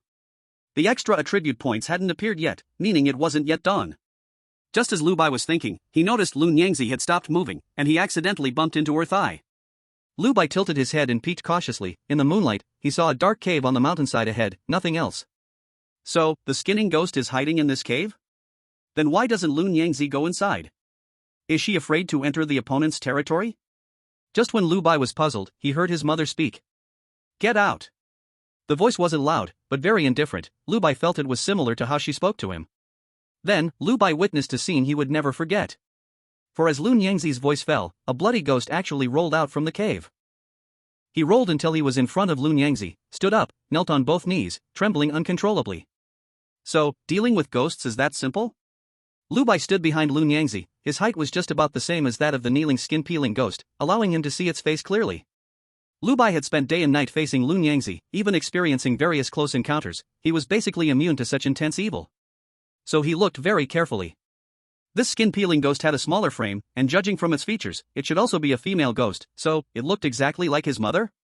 It was just a skin peeling and a painted skin? Are you worthy of imitating me? Lun Yangzi spoke again, but her accompanying action was, she raised her leg and stepped on the skin-peeling ghost's forehead, driving it directly to the ground. Lun Yangzi didn't even bend her waist. She glanced around the wilderness, sneering. Tell those old turtles behind you, no need to hide, my painted skin is right here in Huangliang town. If you aren't afraid of losing your lousy hats, then feel free to come. After saying this, she was about to turn around, but seemed to remember something and said again. By the way, if you dare send such things to disgust me again next time. After saying this, she stepped down with her right foot, and the skin-peeling ghost that was whimpering directly had its head crushed. I will personally go find them. Immediately, this skin-peeling ghost turned into 16 pearls, 2 red and 4 green. This was the first time Lu Bai saw red-een pearls. But when Lun Yangzi put her weight into it, she even crushed the een pearls into pieces. Seeing this, Lu Bai knew his mother was really angry this time. So on the way back, Lun Yangzi walked very fast, showing no intention of waiting for Lu Bai at all. Fortunately, Lu Bai, whose vital energy was almost that of 3 adults, barely managed to keep up. However, he was lost in thought about what Lun Yangzi had just said. The skin-peeling ghost must have been sent by someone to test if Lun Yangzi was hiding here. But what did they want with his mother? And judging from his mother's words, she shouldn't be afraid of them. The premise was that she hadn't been boasting, but he didn't think she was that kind of person, Lu Bai thought in his heart. They walked this way until near the town. When Lun Yangzi seemed to calm down, she turned to look at the breathless Lu Bai and said coldly, Aren't you curious why you can see these evil ghosts, while others cannot? Lu Bai was slightly taken aback, then nodded. Lun Yangzi raised her hand and gave Lu Bai a heavy slap on the back of his head. How heavy was this slap? Lu Bai staggered, almost seeing his great-grandmother. Just as he steadied himself and wanted to ask, he felt his whole body turning ice-cold. The cold spread quickly, directly from the back of his head to his entire head, then to his chest, and when this feeling reached his hands, Lu Bai finally saw that his originally white and tender hands had turned deep green. Moreover, his previously exquisitely trimmed nails were rapidly growing long, curling inward, turning his hands into claws. But if it was like this, then what about his body and head now? Lu Bai quickly hugged his head with both hands, they still felt icy and slippery. He opened his mouth to call out mother. As a result, the sound he made was no longer that soft voice but had become extremely sharp and piercing. He suddenly looked up at Lun Yangzi. To find that when Lun Yangzi looked at him again, her expression was filled with love instead of the earlier coldness and indifference. It was just like the dream Lu Bai had while worshipping at the blood pool in the Lu family's underground. Lun Yangzi slightly squatted down, reaching out to gently touch Lu Bai's forehead. In a soft voice, she said, "Xiao Bai, be good, call me mother." No. Lu Bai stepped back in disbelief, for just now he had seen his current appearance in Lun Yangzi's clear eyes. His face was ashen, his eyes were blood red, with large, pointed ears, and even his originally black and soft hair had turned into a small tuft of yellow on top. What is this? This is a monster. This is a ghost, this is not me. I am also a ghost. He muttered to himself, suddenly waking up, and summoned his own panel. Name, Lu Bai. Identity, Ghost Baby. Ghost Body, 1. Attribute points, 0.1. The panel that once showed human had now changed to Ghost Baby. So, even the panel doesn't recognize me as a person anymore? It makes sense, how could a child born of a ghost be human? Lu Bai looked up again and found that Lun Yangzi's previously loving gaze had turned cold once more. Yet in her cold eyes, Lu Bai noticed a hint of pain? Could my earlier words have hurt her? Looking at her, Lu Bai didn't know what to say, not even how to face her. You really want to be human, right? Fine, I will satisfy you. Lun Yangzi looked at him and, coldly finishing her words, suddenly struck a fist against her own chest. Facing the hanging ghost and the skinning ghost, Lun Yangzi surprisingly spat out a mouthful of blood. But her face showed no change, the blood she spat didn't even touch the ground. She extended her hand to draw a few obscure symbols, then pointed. The blood fell onto Lu Bai's head. The next moment, Lu Bai felt the coldness and discomfort in his body gradually fade away, his long nails returned to normal, and his hands became delicate and fair again. He looked at the panel once more. Name, Lu Bai. Identity, human. Vitality, 2.7. Spirit, 0.7. Attribute points, 0.1. The panel returned to normal, but what was unusual was that next to the human panel, an extra box appeared. The data displayed was that of the earlier Ghost Baby. But unlike before, the Ghost Baby panel was locked with two intersecting blood-red iron chains. Even the numbers above were dull and lifeless. So, this is the effect of Lun Yangzi's earlier mouthful of blood? She sealed her own ghost body to let herself become a human without worry? By the time Lu Bai reacted, she had already walked far away. After a moment of hesitation, in just this short moment, the trees around him once again closed in, turning into a dense forest. Lu Bai had no other choice but to get up and walk quickly, catching up to Lun Yangzi's side once more. Yet this time, no matter how he reached out, even when it looked like he had grabbed the hem of Lun Yangzi's skirt, what he held in his hand, however, was emptiness. Empty and hollow. Lu Bai opened his mouth, wanting to call mother, but felt it was his fault first, so even shouting wouldn't guarantee a response. Thus, the word mother lodged in his throat like a piece of phlegm, neither going up nor down. It wasn't until he reached the doorstep that Lu Bai finally shouted, which also served as a question. He asked, "Mother, where is my father?" Chapter 13, Burning the Stove. Please continue reading. Lun Yangzi seemed not to have heard, showing no concern as she walked straight past the door. Lu Bai remained at the doorway, watching the door swing open and shut because it had been closed too forcefully. At this moment, there seemed to be one good news and one bad news. The good news was that Lun Yangzi really wouldn't kill him again. Really? After all, he had said such excessive words today, and still, she hadn't made a move, so she most likely truly wouldn't act again. The bad news was, it seemed she was completely disappointed in him. Otherwise, why wouldn't she respond to such a question I asked? After all, I'm curious about who my father is, shouldn't she at least say something? At this point, Lu Bai realized that if he wanted to grow up smoothly in this world, he had to. It's not possible without the protection of Lun Yangzi. As for hugging a big leg, relying on family background, or living off others, Lu Bai doesn't care at all. After all, being born into this world is also a skill. After randomly comforting himself for a while, Lu Bai finally entered the house. When he got home, Lun Yangzi's figure was already nowhere to be seen, probably gone underground. He fought against his drowsiness and began to tidy up by himself. By the time he was undressing and getting into bed, he was so dizzy with sleep. But when he lay in bed and tucked himself in, he still couldn't help but look at the bedside, at the spot where Lun Yangzi would appear every night. He looked for a long time but didn't wait for her familiar figure to show up. He then shrank his head back into the blanket and quietly said, "Good night, dear mother, see you tomorrow." When his breathing calmed down and he fell asleep completely, the bloody Lun Yangzi appeared by his bedside, just as she had every night, looking at him with a complex gaze. At times cold, at times gentle, it also mixed with regret and pride? She watched for a long time, and finally, perhaps hearing Lu Bai's breathing becoming heavier, she hesitated for a moment before lifting the blanket for him. Lu Bai lay curled up, and Lu Nyangzi noticed his hands were pressed together as if holding something. After a slight hesitation, Lu Nyangzi gently tapped his forehead, and his hands naturally opened. A greening pearl fell out from within. Lu Nyangzi was taken aback, for she suddenly remembered that this seemed to be the only thing she had given to Lu Bai. The next day, as soon as Lu Bai woke up, he began to grope around in bed, and after a while, he finally found the pristine greening pearl in the corner. Seeing this, he carefully tucked it back into his chest.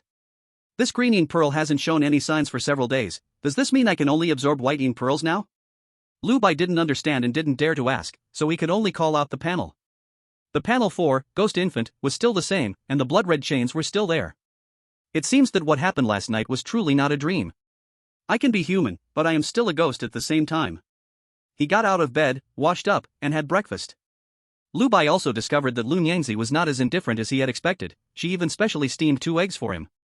It seems she really is a mother. I told you, how could she be angry with her own son? Lu Bai happily finished eating, but suddenly he heard Lu Nyangzi's voice. In a while, Ma Lao-san will come to pick you up. When you get to his place, remember to learn more skills. Especially the rules of walking in the shadows. You must remember what he teaches. Skills may take time to learn, but you need to understand the rules. Lu Bai nodded vigorously. I'll remember, mother. And Lu Nyangzi thought about Lu Bai's character, and as she was doing her hair, she turned around and said ominously, last time you should have seen how Ma Lao-san behaved in front of me. Since that's the case, you must not show off your identity in front of him, or else, haha. Lu Bai immediately sat up straight and said loudly, don't worry, mother, I'm not that kind of person. Lu Nyangzi turned back, but she then heard Lu Bai mumbling behind her, if Ma Lao dares to be fierce with me, I will beat him up. Lu Nyangzi's hands paused. Noticing the change, Lu Bai quickly ran out. He had somewhat figured out Lu Nyangzi's character, which was that she would disguise herself as an ordinary person in front of outsiders. So, if he finished and ran quickly, that would be right. But unexpectedly, just as he rushed out of the yard, he bumped into someone. Ow. Ma Lao hurriedly held his abdomen, gasping, then looked down to see the little calf that had bumped into him. With just one glance, he scolded, damn, you better not burn your body to a crisp. After saying this, he directly reached out to grip the back of Lu Bai's neck. Lu Bai naturally recognized who this person was at once, and recalling Lu Nyangzi's warning, So he didn't struggle and let the old Mr. Ma take charge. Lu Bai only felt that the strength of old Mr. Ma was great. After lifting him up, he began to knead his muscles and bones all over. Even when Lu Nyangzi came out, he didn't stop. From top to bottom, until he finished squeezing his feet, he finally put him down. As soon as he landed, Lu Bai immediately ran behind Lu Nyangzi, hugging her thigh and only daring to peek out. It was just like when he first went to kindergarten, unwilling to be separated from his parents. Old Mr. Ma seemed to be in a dilemma for a moment and finally said, may I ask Lu Nyangyang, why is your young master's furnace burning so hot? He is still young, and his spirit cannot keep up. This could harm his body. It's fine, he can handle it. Lu Nyangzi said lightly. Hiding behind, Lu Bai automatically ignored Lu Nyangzi's indifference. He was just thinking about what old Mr. Ma said. Burning the furnace, spirit, harming the body, so this means I have too much energy but my spirit cannot keep up? Damn. Indeed, without a master leading the way, blindly practicing will lead to trouble. Since Lu Nyangzi, the mother, said so, old Mr. Ma nodded and didn't say anything more. Alright, then Lu Nyangzi, I will take this young master away for now. Wait a minute. After Lu Nyangzi finished speaking, she turned back to the house. When she came out again, she had a neatly folded bundle on her shoulder and a small, exquisite pouch in her hand. She handed the pouch over with both hands and said, somewhat formally, thank you. Treated so seriously, old Mr. Ma hurriedly accepted it with both hands, opened the pouch to take a look, and his hand trembled. Lu Nengyan, this is too precious. Just accept it and keep it safe. After that, Lu Nyangzi glanced down at Lu Bai, threw the bundle into his hands, and said, aren't you going over yet? Only then did Lu Bai put on the bundle filled with clothes. With a reluctant posture, he came to the side of old Mr. Ma. Seeing his appearance, Lu Nyangzi's lips moved, but in the end, she didn't say anything and turned to go back inside. Alright, let's go, it's not like we can't come back, no need to make a fuss. Without Lu Nyangzi, old Mr. Ma seemed to change his demeanor. Lu Bai didn't say much, suppressing the corners of his mouth that wanted to rise, feeling very wronged as he stepped out. It wasn't until he reached the eastern crossroads that he discovered that old Mr. Ma had come in a carriage. The carriage was old, and the horse pulling it was also an old one. Once old Mr. Ma helped him into the carriage, Lu Bai realized that he wasn't the only one going to learn skills. Inside the carriage, there were already two people. They were both young boys, sitting on either side of the carriage. The boy on the left had a sturdy build and a square face. Upon seeing Lu Bai come in, he instinctively rubbed his hands together and squeezed out a shy smile. The boy on the right was tall, expressionless, and looked quite indifferent.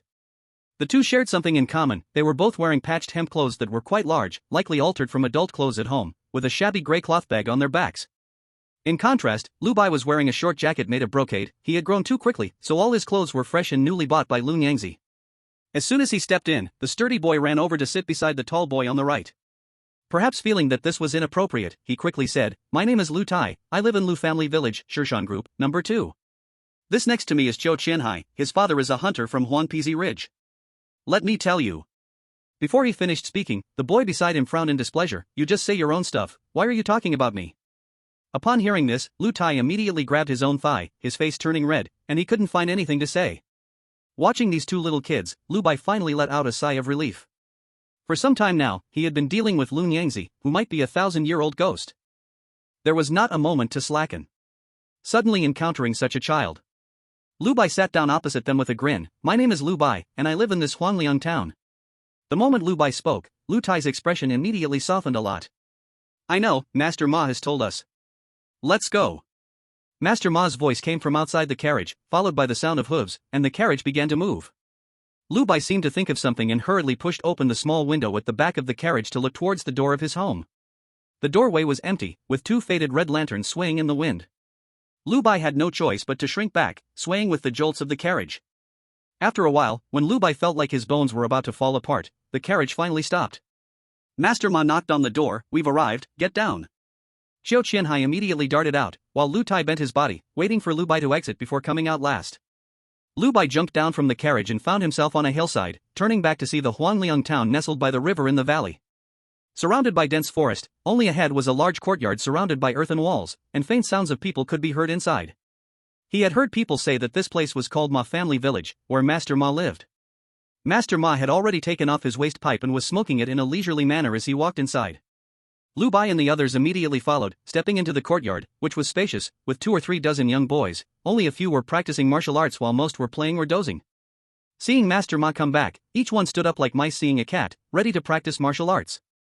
Master Ma called out, "Lu Zi," and a tall boy ran over quickly. "You take these two to get familiar with the place and arrange a place to stay." "Lu Bai, come with me." "Okay, Master Ma." Upon hearing this, Lu Zi didn't even look at Lu Tai and Zhou Qianhai. Those two, dressed plainly, were clearly villagers, while the small, elegantly dressed Lu Bai caught his attention. Lu Bai followed closely behind Master Ma, smelling the pungent tobacco, and went straight into the living room on the right side of the courtyard. Inside the room, apart from a few tables and chairs, and a few wooden posts for practicing martial arts, there was nothing else. Both sat down, and Master Ma went to close the door, immediately darkening the room. Lu Bai thought to himself that Master Ma must have kept him back to discuss some secret ways. Soon, after taking a puff of smoke, Master Ma began to speak. "Hey, kid, are you really your mother's child? I remember Lun Yang had not even a year since giving birth. How have you grown so big?" Master Ma leaned slightly forward, glaring. Lu Bai, who had been eagerly waiting, was stunned. "I guess not, you should be Lun Yang's eldest son, the one born last year should be your younger brother," Master Ma said to himself. Lu Bai fell silent. This was fine, saving him from having to explain much, but why was Master Ma so different from what he imagined? Isn't he a ghost whisperer? Why is he so curious about these gossips? By the way, kid, where are you really from? And why hasn't your dad ever shown up? How could he let such a beautiful woman as your mother come to our town to make a living? TSK, really ruthless. Master Ma took another puff of smoke, shaking his head as if very regretful. Lu Bai looked at Master Ma in the dim light, his eyes difficult to read, and felt it was time to teach him a lesson so he wouldn't just say anything. He spoke quietly, "I'm not really sure, I'll ask my mother next time I go back." Master Ma heard this and dropped his pipe in shock, quickly waving his hands. "No, old man, cough cough, I just said that, little Bai, you mustn't tell your mother." "Ah? Why?" Lu Bai's eyes revealed ignorance. Master Ma couldn't explain. "In short, you just can't say. It's none of your business for adults." "Oh." Lu Bai nodded. "My mother asked me to come to Lord Ma to learn skills." Upon hearing this, Lord Ma finally came to his senses, coughed, picked up the old pipe again, and asked, "Little Bai, how many yin pearls did your mother give you? Aren't you afraid it will burn you?" Lu Bai immediately perked up, blinked, and raised 3 fingers. "My mother only gave me 3, all white." "Ha, 3 white ones can make your furnace so lively?" You've almost eaten 2 or 3 green ones, haven't you? Lord Ma sneered, this is related to your life force. If you don't tell the truth, don't blame me if something happens. But what I said is really the truth. Lu Bai's little face fell. Well, I did eat a lot of white pearls, almost more than 20. One white yin pearl can increase 0.1 of chi blood, and now my chi blood is close to 3, so it's normal to say I've eaten more than 20. Indeed. TSK, burning the furnace alone, and the spiritual energy can't keep up. No wonder all those wandering souls and wild ghosts keep crashing into my cart along the way. Ah. Lu Bai showed a clueless expression. Lord Ma tapped his pipe on the sole of his shoe and said, let's put it this way, if you walk in the old woods, in the eyes of those evil spirits, you would be like the 2 big, cough cough cough on the chests of those women in Blood Food Lane. Halfway through his words, Lord Ma realized he said something wrong and quickly changed his words, just like the lanterns lit at night, very bright. Lu Bai immediately recalled what the hanged ghost at the Hu family mansion had said and asked, in their eyes, I'm high-quality blood food, right? You know it yourself. Lord Ma glared, and then added, anyway, I really don't understand why your mother only burns your furnace and doesn't raise spiritual energy. Lu Bai frowned, Lord Ma, what you keep saying about the furnace and spiritual energy, what exactly are they? Lord Ma was also a bit shocked, stunned for a moment, and said, hasn't your mother told you? My mother told me to ask you. Lu Bai lied, for Lord Ma wouldn't dare to ask Lun Yangzi in front of her. This so-called furnace is actually your body. Everyone's body is a furnace. Burning the furnace refers to your chi blood. The more vigorous your chi blood, the more fiercely your furnace burns. Lord Ma truly did not doubt anymore and began to explain seriously. This much was similar to what Lu Bai had guessed, so he asked again, then what about spiritual energy? Lord Ma was like an old smoker, just a few sentences later, he was stuffing tobacco into the pipe again. This is like chi blood, everyone is born with spiritual energy. If a person's chi blood is much higher than their spiritual energy, they will end up like you are now. Don't think that you have no problems now, if this continues for a while longer, it will deplete your essence. If a young person loses their essence, it's going to be difficult for the whole life. Lord Ma shook his head, clucking a few times. Holding the smoking rod in his left hand, he rubbed his thumb and index finger together with his right hand to light the dry tobacco. He happily took a puff, exhaling smoke, and continued before Lu Bai could ask, but the opposite of your condition is, if a person's spiritual energy is much higher than their chi blood, what do you think will happen? What will happen? Lu Bai leaned in, asking curiously, as he really didn't know. Lord Ma chuckled, do you think so many ghosts and evil spirits came to be? You mean, they are humans turned into ghosts? Lu Bai's little eyes were filled with astonishment, this news was indeed beyond his expectations. If that's the case, then mother. Most of them are, but some are naturally nurtured. Lord Ma took a puff of the dry tobacco and continued, but if both are high, then you can be like this old man. A walking spirit? Lu Bai asked. Exactly. I have a panel to allocate points. Both spirituality and vitality can be enhanced, but others do not have a panel. Lu Bai asked again, if vitality can absorb the yin pearl to improve, then what about spirituality? How can I enhance my spirituality? Master Ma looked deeply at the child in front of him. Other children at his age could talk normally, which was already impressive. How could any child be like him, lively and smart? Master Ma felt that even many adults did not have his sharp thoughts. If it weren't for the clear feeling that he was alive, Master Ma might have doubted whether he was a ghost. So is this really true that dragons give birth to dragons and phoenixes give birth to phoenixes? It seemed to indeed be like that, unlike those mud-legged folks outside, who were born knowing only to face the loam and turn their backs to the sky. It's simple, as long as you stay with those evil spirits and ghosts, your spirituality will increase on its own. So, resolving the evil and bizarre can gain yin pearls to enhance one's vitality, and also improve one's spirituality in the process? Lu Bai gradually clarified the cultivation system of this world. Exactly. Master Ma nodded, otherwise, do you think I really want to deal with those ghostly things? It's all because I have no choice. By the way, I heard my mother mention something called yin veins? Lu Bai remembered what Xiao Qiao had said halfway last time. Yin veins, huh? Those things are controlled by the powerful families. But with your family's background, you might indeed get a little benefit. Whether it was due to the small pouch given by Lun Yang, or Master Ma was truly in a good mood, whatever Lu Bai asked now, he spoke freely. Do you know the levels of yin pearls? Based on his experience, Lu Bai roughly knew that yin pearls had 3 levels, white, blue, and red, but he didn't know anything beyond that. So instead of guessing himself, it was better to listen to Master Ma explain. He shook his head, looking confused. Master Ma grew tired of the banter and continued, yin pearls are divided into 4 levels, black, white, blue, and red. The white, blue, and red yin pearls are useful to us, but the black yin pearl, when you see it, you should run as far away as possible. How should I say this? It's very sinister. Once you get tainted by it, you'll become neither human nor ghost, your body will start to rot, and your memory will become fuzzy. It's like catching a plague. This was vital information, so Lu Bai listened intently, nodding repeatedly. Killing the bizarre and evil spirits can obtain Yin pearls, but most Yin pearls come from Yin veins. Of course, Yin veins don't just produce Yin pearls, evil spirits and bizarre things come from them too. Master Ma said while exhaling a long puff of smoke, generations have passed down tales that these Yin veins brought about the bizarre, it's truly difficult. So, Master Ma, do you know where there are Yin veins? Lu Bai was curious about this. I know. North of our Huangliang town, after passing Huangpizi Ridge and Xiangxiazi Ridge, deeper in that old forest, there's a Yin vein, but now it's guarded by a few families from Blood Food City. If you have nothing to do, don't go that way. They won't care who your mother is, it's deadly. As Master Ma spoke, he seemed to remember something, his eyes dimmed, and his cheer faded. You've traveled all day today, so take a good rest first. In the morning, I'll take you to nurture your spirituality. Your vitality is enough, once your spirituality catches up a bit, I'll start a furnace for you. After Master Ma finished speaking, he waved his hand, go on, go on. Lu Bai obediently turned around, but when he reached the door, he finally realized, where am I going? Look at my memory. Master Ma slapped his forehead. Originally, there was a house for you all to live separately, but after the new year, a mountain-moving monster came and collapsed that house. It's being rebuilt now, it'll take a few more days. You'll just have to squeeze in with them for now. Stay for a few days. They live in that big house opposite me. You'll know when you go over. Okay. With no other choice, Lu Bai had to carry his big bag and push the door open to leave. As soon as he stepped outside, he realized that all the people who had filled the courtyard were gone, crammed into the big room across the way. He walked through the yard and arrived at the door of that room. Before he could step in, he could already hear cheers coming from inside. Someone is fighting? He squeezed in but couldn't see anyone yet, he was nearly suffocated by the horrible smell. The stench of feet, sweat, and decay all mixed together, invading his nostrils, a foul odor that was unbearable. Good, Gulauhe truly is Gulauhe, stealing peaches like a monkey, ha. The cheering voices of the boys caught Lu Bai's attention. He looked up and saw Lu Tai, who had come over with him, curled up on the ground, clutching his groin and howling in pain. Facing him was a dark-skinned boy, looking quite proud.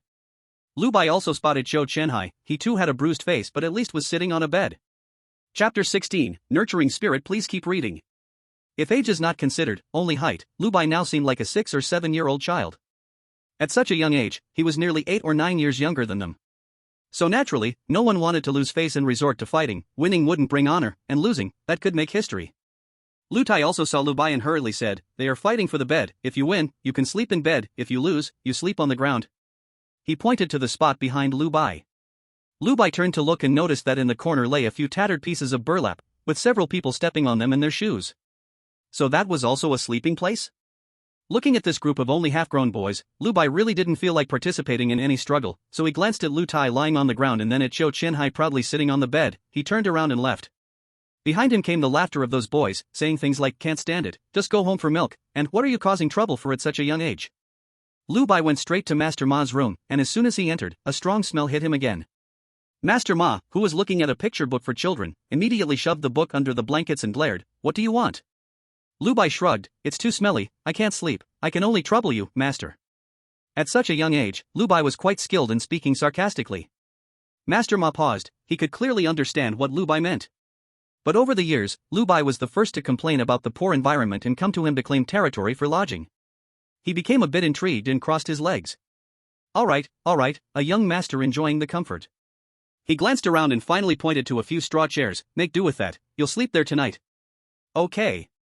Lu Bai didn't fuss too much, well, mainly because he couldn't bear to sleep on Master Ma's bed. The quilt was covered in mold spots, black dots, how could he dare to sleep there? But by the next day, when those half-grown boys were in the courtyard happily punching and kicking, they suddenly saw Lu Bai swaggering out from Master Ma's room. One by one, their eyes widened in disbelief, forgetting to fight. They truly thought Lu Bai had been scared away yesterday afternoon, going home to find his mother, but now it seemed, he had gone to stay with Master Ma? Who on earth was this young master? In the past, anyone who dared to approach Master Ma's room would get a good beating. But now, this person was even allowed to spend the night inside? Suddenly, their gazes toward Lu Bai were filled with curiosity. Soon, Master Ma walked over and glared at them, saying, not practicing, huh? If you're not practicing, then get lost, you bunch of worthless brats. Seeing this tyrant Master Ma, Lu Bai naturally recalled his timid appearance when he begged for help in front of Lun Yang. But this thought could only remain in his mind, he couldn't say it out loud, as he still depended on him to cultivate his spirit. So, under everyone's watchful eyes, Lu Bai, the young master who had spent a night in Master Ma's room, was led out by Master Ma. Witnessing this scene, the boys practicing their punches couldn't help but speculate. Who the heck is this kid's family? Could he be Master Ma's illegitimate son? No, I heard from the new guy Lu Tai that this person is from the town. Right, isn't De Huang going home tomorrow? Just ask him and you'll find out. Lu Bai followed Master Ma out of the courtyard and headed straight down a narrow path to the west. Go this way. Master Ma still held onto his old smoking pipe, reminding him, once we enter the old forest, try not to talk if you can avoid it. And if you must speak, do it quietly, do you understand? They were going into the mountains again. Last time it was with the painted skin ghost mother, and this time it was with Master Ma. Lu Bai nodded vigorously. Also, if you hear someone call your name after entering the mountains, don't look back, and definitely don't respond, because it might be a deadly seductress. Lu Bai thought of what he had seen across the river in the town. And, once we get into the old forest, don't just sit down anywhere. If you must, sit on the ground, but never on old stumps. Last year, there was a boy from Shirley Poo who studied boxing with me. He didn't listen and sat on an old stump after entering the mountains, and ended up having his guts pulled out by that ghostly thing. I couldn't save him, even though I blew smoke into that old stump and killed it in the end, he was still dead. Master Ma spoke quickly, as if he wanted to finish all his warnings before stepping into the forest. In fact, it was true, once he stepped into the woods, his mouth shut tight. Lu Bai followed closely behind, and at that moment, he felt as if the entire forest had come alive. Immediately, countless gazes fell on him. Master Ma let out a hey, and said, now you know how intense your furnace is burning, right? If you don't bring some spirit to quench the fire, I bet you'll have evil spirits crawling into your bed at night. Lu Bai did not respond, his eyes shone brightly as he scanned his surroundings. Moving stones, mice that could walk, and even though there was no wind, several willow trees were still twisting their branches. Master Ma, are there really this many evil spirits in the wild? Lu Bai couldn't help but ask. Not exactly, it's just that there's a yin vein not far from here, so the evil spirits are a bit rampant. Alright, that thing should be enough. As he spoke, Master Ma took a big step forward, and at that moment, Lu Bai felt a scorching wind blowing beside him. Master Ma strode into a nearby thicket and threw a punch at a bundle of hair that was struggling wildly on the ground. The bundle of hair stopped moving, and then Master Ma took the smoking pipe from his waist, took a puff, and exhaled smoke. This time, the smoke did not disperse but turned into a long white chain, locking directly onto that bundle of hair. Come here. He waved Lu Bai over. Lu Bai trotted over, feeling that something was off. Lie down and hold it. Huh? What do you mean, huh? Do you still want to cultivate your spirit? This is what can save your life now. Master Ma glared at him. No. Lu Bai looked stunned, I thought you meant to find a place rich in spirit and just stay there, but this? Lu Bai wanted to say that rather than holding on to this thing. I'm better off going back to hug my ghostly mother with her painted skin. However, this is also the point that puzzled him. If really living with evil spirits every day could increase spirituality, then my spirituality should be very high. But how could that be? Could it be that mother has sealed her ghostly energy? Lu Bai could only guess this way. Do you really believe your young master is fated? There are indeed such places, inside the yin vein, for example. If you have the ability, let your mother take you to find a yin vein. It's unclear if Lu Bai's words angered old Master Ma, but after saying this with a sneer, he glared and added. I only have this one method, if you like it, use it. Lu Bai looked at the bundle of dirty, messy hair on the ground, which emitted a foul odor, and finally lay down reluctantly. Chapter 17, The Hair of the Mother and Daughter. Please continue reading. Lu Bai's petite body lay on the ground, reluctantly hugging the foul-smelling bundle of hair. It felt cold to the touch, slippery, and a little sticky. It made one feel very uncomfortable. But as soon as he hugged it, Lu Bai felt a coolness in his chest. This breath rushed straight to his lungs. It felt like a cool river rushing in on a scorching 40-degree day. So, my body really has a problem, only this can relieve it? Lu Bai slowly opened his eyes, only to find this disgusting thing actually coiling around his body like an octopus. Scared. He was so frightened that he quickly tugged at it, but found he couldn't pull it off no matter how hard he tried. Alright, I'm holding it, it won't take your life. Old Master Ma leaned against an old locust tree nearby, waving his hand impatiently. He still held that old drawing book in his arms, which Lu Bai had tried to peek at several times last night but couldn't see what was drawn on it. Old Master Ma only said it was his unique secret technique, not to be shared, and if Lu Bai wanted to learn it, he would have to pay more.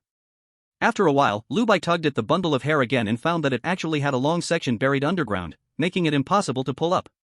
No wonder old Master Ma wanted him to lie down. What exactly is this thing? Lu Bai asked curiously. Old Master Ma looked at the drawing book, not even lifting his head, and said, "It's called the hair of the mother and daughter. They say it grows where a female infant is buried, but whether it's true or not is unclear." Lu Bai shivered, only feeling cooler in his arms. He didn't know how long it had been, but he fell asleep in a daze and was kicked awake by Old Master Ma. After waking up, he scrambled up. To his surprise, the strange thing had already disappeared, and he felt a bit cooler in his body. He quickly summoned his panel. Name, Lu Bai. Identity, human. Vitality, 2.9. Spirituality, 0.9. Attribute points, 0. His original spirituality was 0.7. This morning, Lu Bai added that extra 0.1 attribute point to his spirituality. Logically, that spirituality should be 0.8, but now it's actually 0.9. So that extra 0.1 explains a lot. This thing. Its effect is surprisingly good. Let's go, it's time to head back. Old Master Ma said, knocking his pipe against the old locust tree to knock off the unsmoked tobacco before turning to leave. Lu Bai glanced at the sky, it was still noon, and he quickly followed. Compared to before, his tone was obviously much more eager this time. Old Master Ma, the day is still early, why don't we come back again this afternoon? Ha, you're so young, and you still don't want your life? Today, I'll teach you one more lesson, moderation, everything needs moderation. Too much is as bad as not enough. Whether it's the pearl you swallowed earlier or the spirituality you're nurturing now, both are excessive, never be greedy. The old and the young returned to the courtyard on the hillside, it was still morning. Old Master Ma was in the middle of eating when suddenly a donkey cart came from outside. The one driving the cart was a woman, her appearance not much different from that of a man. In the village, there were mostly such people. She said someone in a house on Bear Blind Mountain was troubled. They had asked their ancestors for help, but it was still useless. They were pleading for Master Ma to save them. When Master Ma heard this, he stopped eating, climbed onto that person's donkey cart, and followed them. The youths in the dining hall saw this scene and one of them said, "These years, running here and there, our village has truly troubled Master Ma." "Yeah, I remember when my aunt was possessed, she came to find Master Ma. He had just returned home, barely sat down, and my father followed him to our house. And when my grandma turned into a ghost, Master Ma was beaten so badly by her that his bottom got sore, yet he didn't charge an extra penny." More and more voices echoed among the crowd. Lu Bai also felt that Master Ma was a good person. Perhaps this was why his mother wanted to keep him around? But just then, a voice suddenly rang out from the corner. "Ha, every time he takes action, he has received money. Just like us learning skills here, doesn't everyone give him some incense and offerings? Otherwise, could he teach us for free?" Upon hearing this voice, Lu Bai turned to look. The youth was sitting in the corner, slightly tilting his head, very arrogant. Beside him sat another boy who looked somewhat similar. Guessing they were two brothers. And was he also looking at me? Does he recognize me? Lu Bai felt confused, thought for a moment, and couldn't recall any memory related to him. The boy continued, "Moreover, do you really think he solves problems for us? Isn't it for the pearl and his own spirit?" When he spoke, it made the other youth seem foolish, as if only he alone was awake, and thus no one else spoke again. After lunch, the sixth boy, who had received Master Ma's instructions in advance, called Lu Bai, Zhou Qianhai, and Lu Tai to teach them the boxing stance. This boxing stance was learned by Master Ma from an old bear on Bear Blind Mountain after 81 years of observation. Its power is immense, each time we practice, it boosts our vitality. As Lu Zi demonstrated while explaining, the surrounding youths cheered. Master Ma isn't even 60 years old, he started watching while still in his mother's womb. Lu Zi ignored them, threw a punch in their direction, and they all scattered. Lu Bai was the smallest among them, making him feel very out of place. Although everyone was curious about his identity, no one dared to approach and ask. Young people always care about their pride, approaching to ask would seem like they were trying to flatter him. Lu Bai didn't know their thoughts, he just felt the boxing stance was too simple. After practicing a few times, he learned it, then went to a corner to practice alone. Zhou Qianhai was imitating perfectly, but Lu Tai, after several rounds, still punched like he was scratching an itch, lacking form and substance. After teaching a few more times, Lu Zi lost interest and told Lu Tai to learn from Zhou Qianhai. Lu Bai quietly watched everything like an onlooker and remained silent. For example, those two enlightened youths from noon were now surrounded by several younger boys, passionately discussing. They were pointing out the layout of the entire Huangliang town, saying this was not good, that was not good, and that the entire feng shui situation had problems. Young master, young master." A familiar voice suddenly came from the wall. Lu Bai turned to look and saw Xiao Chao struggling to climb up the wall. "Xiao Chao. Why are you here? Where's my mother?" Lu Bai instinctively asked. "Mother didn't come, she sent me." She wants me to come and keep you company for half a day every day, to nurture your spirit. After finishing, Xiao Chao jumped down and perched on Lu Bai's shoulder. No matter if I am human or ghost, my mother truly loves me, Lu Bai quietly sighed in his heart. So, for the time that followed, Little Grass sat on Lu Bai's shoulder, watching him practice boxing. Others could not see Little Grass. Of course, except for people like Master Ma, who walked in shadows. Little Grass had been here all afternoon, chattering in Lu Bai's ear for a full 2 hours. It seemed like it wanted to say everything it had not said before, all in one breath. And from its constant chatter, Lu Bai heard some other things. For example, the ancestors of this world could truly protect people, and they were honored in the family ancestral hall. Whenever something happened to the family, they would go to the ancestral hall to burn incense and pay respects to their ancestors. Usually, for common issues like being haunted or being touched by wandering spirits, this could solve the problem. It was said that in certain prominent ancestral halls, even the remains of ancestors could be used as weapons, and they had remarkable effects against ordinary evil spirits. But only descendants of the family could use them. If taken by someone without blood relations, they would not only be useless but could bring disaster. In addition, there were not only Master Ma as a shadow walker in Huangliang town, there was also an old woman in Wangjiatan, a bald old Taoist on Kuyu Mountain, and a madman in the graveyard of Shirley Slope, all of whom were shadow walkers. However, compared to them, only Master Ma was willing to help the common people. As evening approached, Little Grass suddenly jumped off Lu Bai's shoulder and squeezed out the window while quickly shouting, "Master Ma is back, Little Grass, run! Young Master, see you tomorrow." Sure enough, not long after Little Grass left, Master Ma returned, still looking vigorous as ever, and after scolding in the yard, he went straight to his room and fell asleep. It seemed that doing ghostly work consumed a lot of energy.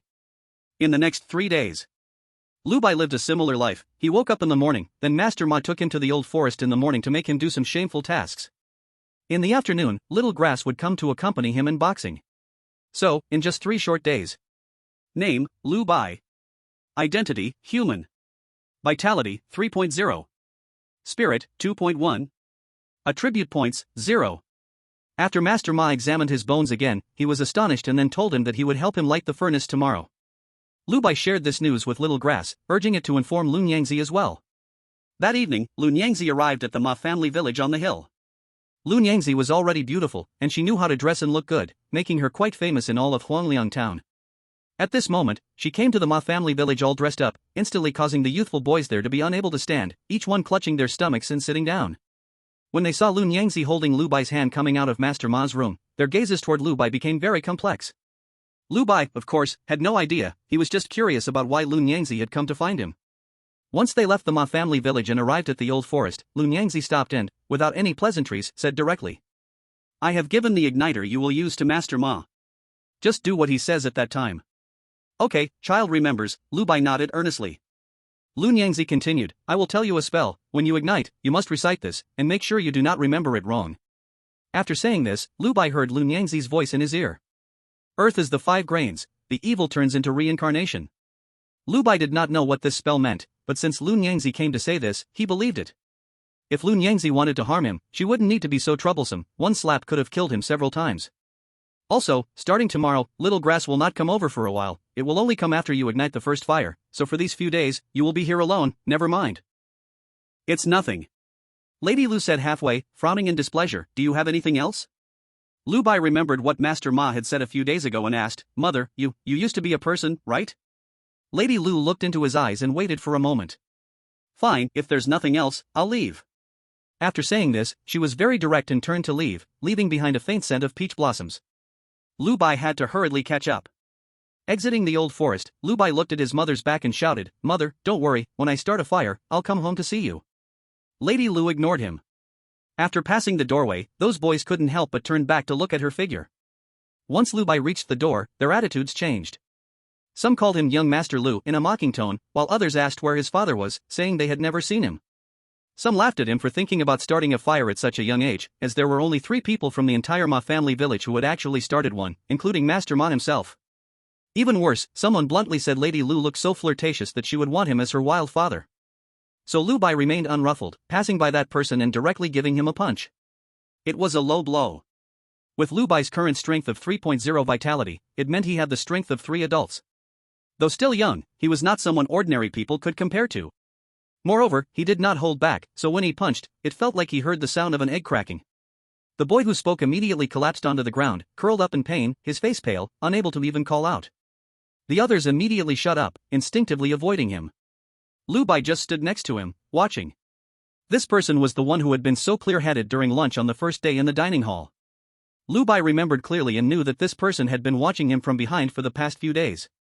Later, he asked Little Grass, who said it had seen this person before. This person often came to their shop to buy incense and candles. So when Lu Bai heard him say those words just now, he knew this person was definitely not joking. If you are not convinced, you can go directly to find my mother. Lu Bai squatted down and quietly said beside him. The commotion quickly attracted Master Ma from the house. He came over, glanced at the situation, and said, "First, carry Wang Zhu to put on the medicine. Lu Bai, come with me." With Master Ma speaking, those boys immediately sprang into action. Lu Bai followed Master Ma into the house. "What happened? I remember you didn't talk to him either?" Master Ma felt there must be a reason behind Lu Bai's behavior. Lu Bai answered frankly, "He wants to be my father." Master Ma's expression changed immediately, and without saying a word, he went out. Soon, his voice was heard in the courtyard. "Hey, you, pack up Wang Zhu's things, he can go home now." "Right, he never needs to come back again." Chapter 19, Starting the Fire. Please keep reading. Wang Zhu was quickly sent away by his brother, and the storm calmed down soon after. However, the boys' speculations about Lu Bai's identity only grew, yet they dared only to whisper among themselves and never spoke openly. Lu Bai couldn't be bothered by these things. That night, in Wang family village, several people were gathered in the ancestral hall, among them an old woman with silver hair sitting in the central grand chair, playing with 2 walnuts in her hands. She had a needle hanging between her eyebrows and looked solemnly at the boy kneeling before her, asking in a deep voice, "Wang Zhu, now in front of our ancestors, you answer again, what you just said was the truth?" Wang Zhu bowed heavily again, sobbing as he said, "Ancestors above, I dare not speak half a lie. I really just made a joke, and that kid from the Lu family punched me." Later, when that Ma Laosan found out, I hadn't even had time to apply medicine, and he sent me back home. Wang Zhu spoke pitifully, tears streaming down his face as he spoke. Once he finished, a thin-lipped middle-aged woman immediately gritted her teeth and said, "That bastard from the Lu family is really too ruthless. We often patronize his business, and why don't we call the villagers to smash his shop? That widow from the Lu family clearly looks down on our village folks."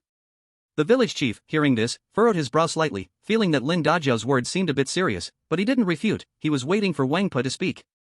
"Wang Zhu got beaten, that's not a big deal." Wang Pa squinted her slanted eyes and said in a deep voice, "The point is that Ma Laosan actually sent Wang Zhu home over such a small matter." As soon as the village chief heard this, his heart sank, as he too worried about this matter. What worried him was that the Lu family had some other background. Just as he thought Wang Pa was also considering this, he heard her say, "Wang Zhu is at least half my nephew. Ma Laosan's actions really show he doesn't take me, Wang Pa, seriously." Wang Zhu's mother, Lin Dajiao, immediately reacted, echoing, "That's right, aunt. That Lu kid isn't just beating Zhu, he's hitting your face. And Ma Laosan too, he hasn't taken you seriously at all." As Lin Dajiao spoke more, Wang Po's face grew darker. In the end, she played with the 2 walnuts in her hand and said, "Seems like I haven't gone out for too long. This Huanliang town only knows Ma Laosan and doesn't recognize me, Wang Pa." After finishing, she slightly lowered her head. "Zhu, you tell me what's going on with that Lu bastard?" The next day, after Lu Baijia finished with his practice, Master Ma carried a cloth bag and took him to a room he had never been to before. This house was built at the corner of the village, normally with the doors tightly locked. As all the boys were doing their morning exercises, Lu Bai followed Master Ma into this small room. For a moment, those boys couldn't help but widen their eyes. Even Lu Zi looked a bit shocked. They didn't expect Lu Bai's words about starting a fire yesterday to actually be true, but to them, how old is Lu Bai? He had only been practicing for a few days, and he could start a fire? My goodness. Lu Tai, who also entered, had gotten friendly with everyone and learned some slang. Xiao Qianhai stole a few glances and became more serious with his practice. Once inside, Master Ma noticed the disappointment in Lu Bai's eyes, and he exclaimed, closing the door, "What do you think this place is?" Lu Bai simply replied, "It's not like this, anyway." Because in the room was only a scratched 8 immortals table in the center, with only 2 chairs placed beside it. It didn't look like a place for starting a fire at all. "You just watch carefully," Master Ma said, nodding proudly. He went to the corner of the room and felt around for a bit, suddenly grabbing an iron ring and yanking it hard. A cellar appeared in front of Lu Bai. "The real skill is down here." Master Ma went down first to light a torch, and once it brightened, Lu Bai followed down the wooden stairs. This cellar matched Lu Bai's imagination. The walls were lined with old items, saws, knives, dust brooms, burial clothes, and so on. The floor had a twitching mat, and in the corner, there was a pile of clutter that looked very much like the wild things in an old forest. Come here, sit well. Master Ma pointed at the twitching mat in front of him. During this time, Lu Bai had seen so many strange things, a simple twitching mat no longer surprised him. But when he sat down, surprisingly, a pair of hands stretched out from under the mat and rested on his legs. This made him shiver all of a sudden. Take off your jacket and show your upper body. Hearing Master Ma's instructions, Lu Bai obediently did as told. Very soon, he continued speaking. Originally, to light the fire, we needed ashes from your own ancestors, but I saw that your Lu family doesn't seem to have any ancestors left in town, so I planned to let you eat a bit of 100 family meal in a hurry. But unexpectedly, your mother actually found your ancestors' ashes yesterday, which makes it much easier. While taking off his clothes, Lu Bai asked, why are the ancestors' ashes better? Is there a reason for it? Ha! Once the fire is lit, and you become a walker in the dark, then for the rest of your life you'll have to fight evil spirits and ghosts. Without the protection of your ancestors, do you think you can survive? While speaking, Master Ma poured a box of ashes into a porcelain crucible, then took out a small bottle of blood from a cloth pouch. As soon as he opened it, a strong and thick smell of blood filled the whole cellar. Well, turns out you're really from a big family, tsk tisk tsk, even this kind of thing you have. Master Ma shook his head and poured the blood into the porcelain crucible, then used a pestle to mix the blood and ashes together. When Lu Bai finished undressing, Master Ma had already picked up a brand new wolf hair brush from the side. Every person is born with 3 life flames, one on each shoulder and one on the top of the head. These flames are naturally extinguished at birth. Lighting the fire means using the primer to stir your blood and energy, then use this to ignite your life flames. People with weak blood and energy can't light the flames. While Master Ma was speaking, his hand kept moving. He dipped the wolf hair brush in the mix of blood and ashes, first dotting a spot on Lu Bai's lower back, then suddenly drew a line upward. The stroke followed along his spine, reaching the back of his head. That stroke was cold at first, then suddenly turned hot. There was even a burning feeling. He remembered what Lady Lu had told him earlier, and quickly started silently reciting the incantation. In his ear, Master Ma's voice came again. As the saying goes, when the life flame burns, ghosts and monsters flee. Once the flame is lit, ordinary wandering ghosts like those in the old forest wouldn't dare to come near you. As for the 3 flames, everyone starts by lighting the right shoulder flame first, then the left, and finally the one on the head. Lu Bai didn't know why, but he just felt his whole body burning hot. Then Master Ma kept drawing on his shoulder. At first it felt nice, but soon it got hotter and hotter. Lu Bai even felt like his whole body was going to be burned through. He desperately needed a vent to release all this fire and heat from inside him. Chapter 20, 3 Flames, please keep reading. Master Ma was still drawing on Lu Bai's shoulder, and he kept talking. Actually, there's a taboo in lighting the furnace and starting the fire. What taboo? Lu Bai felt like the skin on his back was burned off, the pain was intense.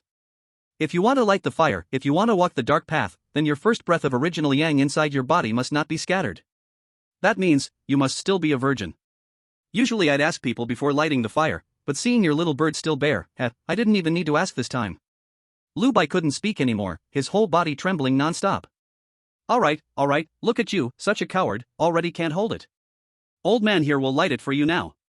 Master Ma spoke as he finished drawing the last bit of blood ash.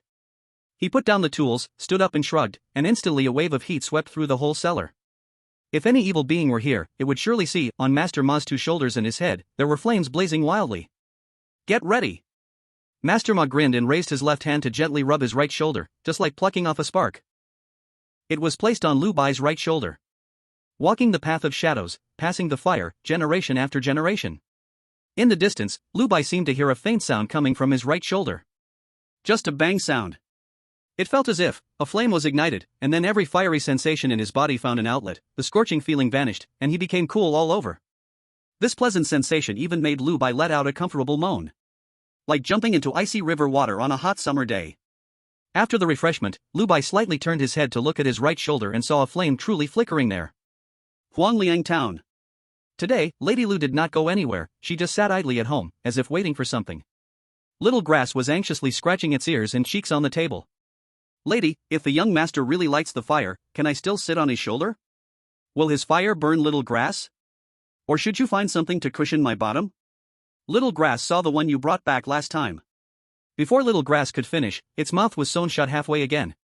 It hurriedly covered its mouth and had to sit by the table, swinging its legs, silent. But this silence only lasted for a few breaths before it quietly asked, Lady, are you worried that the young man, being a ghost child, cannot ignite the life fire? Or are you worried that if he lights the life fire, it will directly burn him to death? Hearing this, Lady Lu's figure trembled subtly, but she coldly laughed and said, "If he dies, he dies, what does it have to do with me?" Ha, humans. Little Grass rolled its eyes. Lady, you are just pretending to be tough. Little Grass doesn't believe it. On the day the young man left with Lord Ma, you stood behind the door alone for half an hour and didn't want to come back. That night, you even secretly shed tears, mmm. Little Grass struggled violently, but its mouth was completely sealed this time, afraid it wouldn't be unsealed for 3 days. The flickering flame was so close, it seemed any closer would singe his eyebrows. Don't worry, this life fire can only burn evil spirits, it won't burn you, Lord Ma said casually, looking quite relaxed and satisfied. But what if I am an evil spirit? Lu Bai didn't dare to say this, only asked, Lord Ma, will this life fire keep burning like this? Ha, do you have that much vitality to burn? The 3 fires only ignited 1 flame, it can burn for about half a tea time, you should consider yourself lucky. Lu Bai sensed again that with his life fire ignited, he seemed to feel no consumption at all. Could this be the effect of chanting that incantation? Otherwise, he hadn't felt anything unusual. Lu Bai scratched his head, and with a thought, he watched the flame on his shoulder extinguish, and the boiling qi and blood in his body gradually calmed down. He called out the panel. Name, Lu Bai. Identity, human. Realm, 3 fires. Vitality, 3.2. Spirituality, 2.2. Attribute points, 0. Both vitality and spirituality increased slightly, besides that, there was this new realm. 3 fires. While putting on his clothes, Lu Bai turned and asked, Lord Ma, is there no other means in this 3 fires realm? You can ignite life fire yourself and drive away other ghostly beings, that counts as 1, but nothing else? Lord Ma took off his old pipe from his waist. Look, you're getting anxious, I told you not to rush. First, let me share some taboos, remember them well. Lu Bai perked up his ears. First and most importantly, during the time you light the life fire, if you hear someone from behind calling your name or tapping your shoulder, you absolutely must not turn back, Lord Ma said seriously. Lu Bai listened attentively. I know this, if I turn around, the life fire will be blown out by a ghost. Hey, not bad at all. If this life fire goes out, trying to relight it will be 1,000 times harder, and without the life fire, that ghost will most likely be able to devour you. Old Master Ma grinned widely and said, as for the second point, actually, it won't help you much. What? Old Master Ma had already lit his smoking pipe and enjoyed a puff before saying, don't sleep with women, maintain your pure yang, and your life fire will grow stronger. However, you are the only child in your family, so it's impossible not to pass on the family line. But I advise you, even if you want to pass on the family line, wait a bit, so your life fire can be stronger. After all, once you break pure yang, your life fire will be at its end. When your life fire is strong, the path ahead will be easier. Lu Bai nodded, I know this. Young people should be cautious about desire. Tisk, just hearing that shows you've studied. Then what about you, old Master Ma? When did you break your pure yang? Lu Bai asked curiously. Old Master Ma widened his eyes, raising his brows, break pure yang? Ha! I'm 58 years old this year, and my life fire is burning stronger and stronger. In the entire Blood Food City, who can compare to me? So he was an old virgin. Lu Bai quickly clasped his fists to show respect. Old Master Ma is impressive, Old Master Ma is mighty. But after saying that, Lu Bai thought of something and asked again, besides not sleeping with women, what about dreaming at night? That doesn't count, right? That doesn't count. Old Master Ma looked at the little brat in surprise. Then what if it's like this? Lu Bai extended his small hand, joining his thumbs and index fingers, and moved them up and down. Old Master Ma slapped the back of his head, scolding, who taught you these things at such a young age? Goodness, are you becoming a spirit? Lu Bai quickly shrank his neck, as if he had accidentally revealed too much. But it wasn't right not to ask clearly. What if he grew up a bit, and what if his blood was high, right? Go, get out of here. Upon hearing this, Lu Bai turned around to climb up the stairs but heard Old Master Ma say behind him. If you want to ask about techniques, you need to ask your mother when you get home. I only handle kindling, the rest, you must learn your family teachings. Tonight, I'll send you back home. As for the other question, of course, that doesn't count. Otherwise, do you think how I've lived these decades? Chapter 21, Light 3 Incense Sticks, Sincere Heart, Spiritual Response, please continue reading. Morning. Wang Zhu's family arrived early at Wang Po's house. On the 8 Immortals table in the middle of the hall, a bowl of rice was already placed, with 3 incense sticks inserted on top and a small paper figure pressed under the bowl. As soon as he entered, Wang Zhu felt a cold breeze blowing behind him, and he became even more excited. He was already fantasizing about Wang Pa acting, causing Lu Bai to suffer immensely. Then, he quietly approached the Lu family and said to the round-bottomed, peach-like Lun Yang, you wouldn't want Lu Bai to suffer so much, would you? Just thinking of this made Wang Zhu feel overwhelmed, and he hurriedly bent down, afraid Wang Po would notice something wrong. Lin Dajiao continuously murmured, cut off the lineage? Want to cut off my lineage? May you all die. Wang father approached Wang Pa, looking at the items on the table with some worry and said, Aunt, it won't lead to someone's death, right? Look at you, being so timid.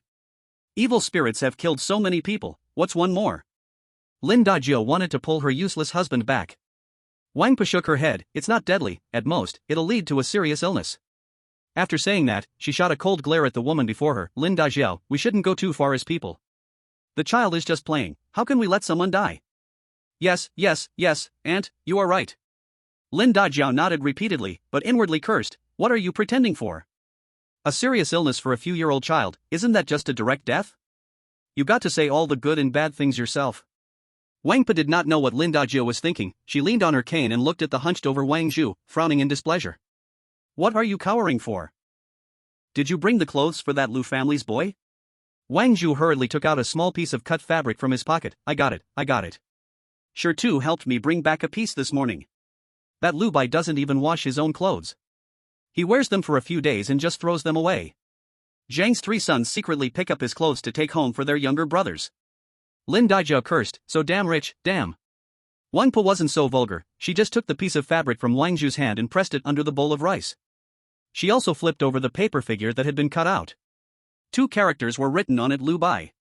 Seeing this, Lin Dajiao whispered to Wang Zhu, Zhuzi, from now on, you must learn skills from Auntie. Once you master the skills, if anyone dares to disrespect you, you can kill them. After thinking all night yesterday, Lin Dajiao finally understood. This Wang Po was not stepping up because her own Zhuzi was beaten, she just felt that old master ma slapped her face, and that's why she wanted to take revenge. What a ruthless old woman, even her own family's lineage being cut off was just a small matter. Her trivial face was what she considered a big deal. Come, kneel down in front of me. Wang Pa said as she lit 3 sticks of incense on the table. Wang Zhu obediently knelt down in front of the 8 immortals table. You didn't bring the Lu family's boy's birth date, so the effect might be a bit less. Zhuzi, remember, sincerity brings power. After Wang Pa finished speaking, she gently pressed down on his head and said, come, bow down, apologize to them first to avoid harming your virtue. Lu Bai came out from the small room and arrived in the yard, looking at the young boys practicing martial arts. Lu Zi had ignited his fire, and that tall, skinny boy over there, who looked like a thin bamboo pole, was also practicing. He had ignited his fire too.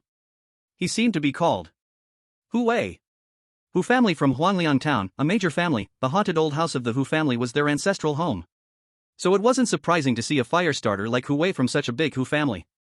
Besides those 2, was there no one else? And as a person who had ignited his fire, when he walked past these young boys, it made them all envious.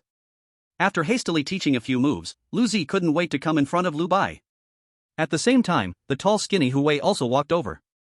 Junior brother Lu. Lu Zi grinned and said, we all learned skills from Master Ma. I enrolled the earliest, and old Hu was second, so we call each other senior brothers. Lu Bai rolled his eyes, finding this thing interesting, and cupped his fist toward the 2 boys, cutely calling out, I met the senior brother and second senior brother. This address immediately made Lu Zi and Hu Wei beam with delight. Junior brother, you're too polite. You're too polite. Hu Wei raised an eyebrow, now I'm finally not the youngest anymore. Some boys in patched hemp clothes gathered curiously nearby, still sweating. Lu Zi turned around and shouted, if you have time for this, you might as well practice martial arts and find Master Ma to ignite your fire earlier. Only then did the boys disperse in a rush. Seeing this, Hu Wei frowned and said, if you can't afford the Yin Pearl and have poor talent, you won't ignite fire even if you practice martial arts your whole life. Lu Zi sighed upon hearing this, that's true, but we should at least give them some hope. Lu Bai understood now that practicing martial arts was just comforting themselves. He looked again at the yard, where his companion, Xiao Qianhai, was practicing hard, and Lu Tai was mimicking him beside. Yet even with a million punches, without external help, it remained the same. Whether in his past life or this one, it seemed this fate was destined from the very beginning. After meeting the senior brothers, Lu Zi gave Lu Bai a pendant made from wild boar's teeth, while Hu Wei gave Lu Bai a small piece of tiger bone as a welcoming gift. The wild boar tooth pendant was useless and merely a handmade decoration. After all, the 6th child also came from the village, and his family had no background. But the small piece of tiger bone given by Hu Wei was indeed a good thing, carrying it with him could help ignite his life fire. Truly worthy of the wealthy Hu family. In the cellar, Master Ma looked at the remaining 2 drops of blood, his eyes shining. Good stuff, good stuff. What exactly is the origin of the Lu family? To actually use this Pichio blood to light a fire for a little kid, TSK. Master Ma had not yet left the cellar when Lu Bai returned to his room. Coincidentally, the painting book he often looked at was on the table, as if it had not been closed properly due to his hurried departure in the morning. Lu Bai hesitated for a moment but decided to take a look. Just to take a glance, to see what kind of spell Master Ma wanted to add money for. So Lu Bai casually flipped open a page of the painting book, and it depicted a man lying on the bed with a woman sitting cross-legged above. So, this expensive painting book is actually this kind of thing? This old man is so shameless. With a creak, the door opened, and Master Ma walked in. He saw his precious painting book on the table, and remembered that he had closed it before leaving, but now it was open. Sitting in the chair in front of the table was a little kid. The little kid saw the painting book. Master Ma's face was normal as he walked in, reaching out to lift Lu Bai down from the chair. Let's go, I will send you home now. Chapter 22, Eradicating the Roots. Seeking readers? Master Ma was probably feeling shy. Because Lu Bai noticed that until he got onto the carriage at the door, Master Ma hadn't said a word. His face was as red as a monkey's backside, and he acted hastily, as if he couldn't wait for Lu Bai to leave. As soon as the wheels rolled, they were basically entering the old forest. Master Ma focused on driving, and Lu Bai remembered the instructions, not speaking. But it wasn't long before Lu Bai discovered a problem. Compared to the previous visit, the road this time seemed much smoother. There was no more jolting sound that made them bump around. Lu Bai suddenly thought of what Master Ma had said last time, about himself being high-quality blood food, those wandering souls and wild ghosts desperately crashing into the carriage.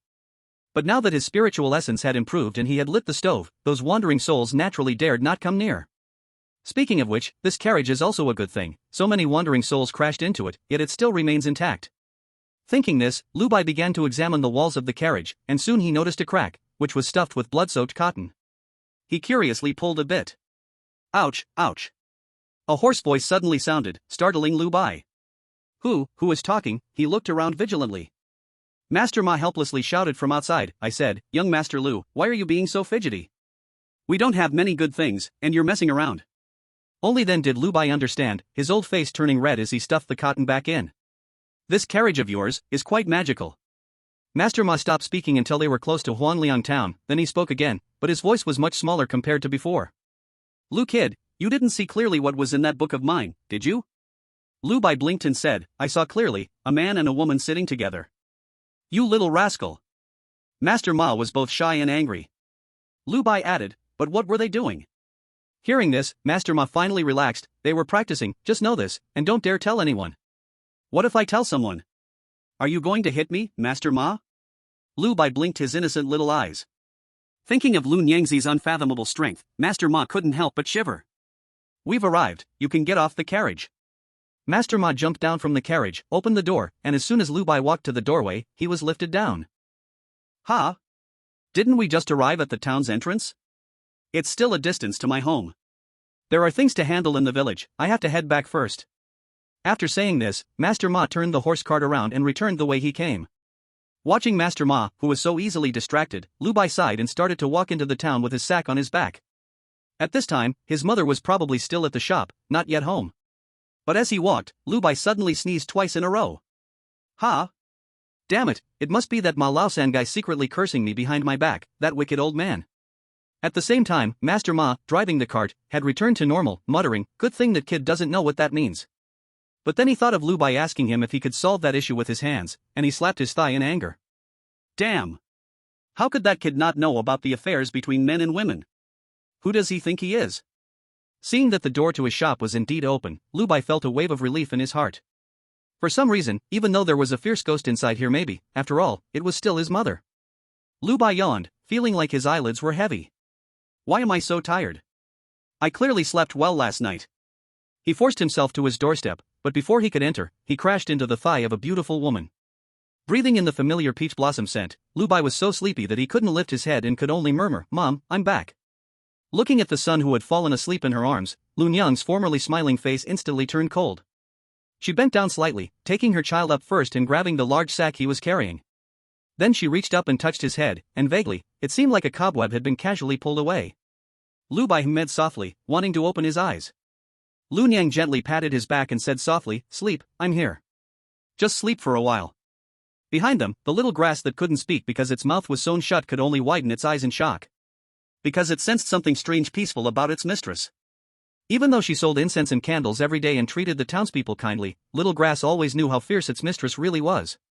If it wasn't mistaken, there was still a piece of land in Qingzhou, 300 miles without a soul. And in that city, with hundreds of thousands of lives, those were all the proud works of its mistress. And now, it seemed someone had taken a shot at its mistress's child? That the child that its mistress had given up a realm to have? Thinking of this, Little Grass couldn't help but shiver. Someone was thinking about harming the mistress's child, how could she remain calm? You watch here, I'll go out for a bit. Master Ma drove his cart, humming a little tune, slowly moving along the mountain road. But suddenly, he discovered that the old horse could not move. He felt as if he were falling into an ice pit and instinctively wanted to ignite the 3 flames of his life. The life flames also frozen? Then, right in front of him, he saw a beautiful woman in a red dress, holding a child in her arms. A child who had just gotten off his cart not long ago. No way, he wouldn't really tell his mom that I bullied him, would he? Master Ma suddenly had this thought in his heart. Good thing you personally brought him back, Lun Yang's cold words echoed in his ears. Master Ma was confused, he wanted to speak but found he couldn't say a word. In the next moment, he felt the world spin, and when he came to, he found himself at. This is Wangjia village? Old Lady Wang's territory, but this looking at the back of the woman in the red dress, Master Ma's eyes widened in shock, unable to speak. What kind of ghostly technique is this?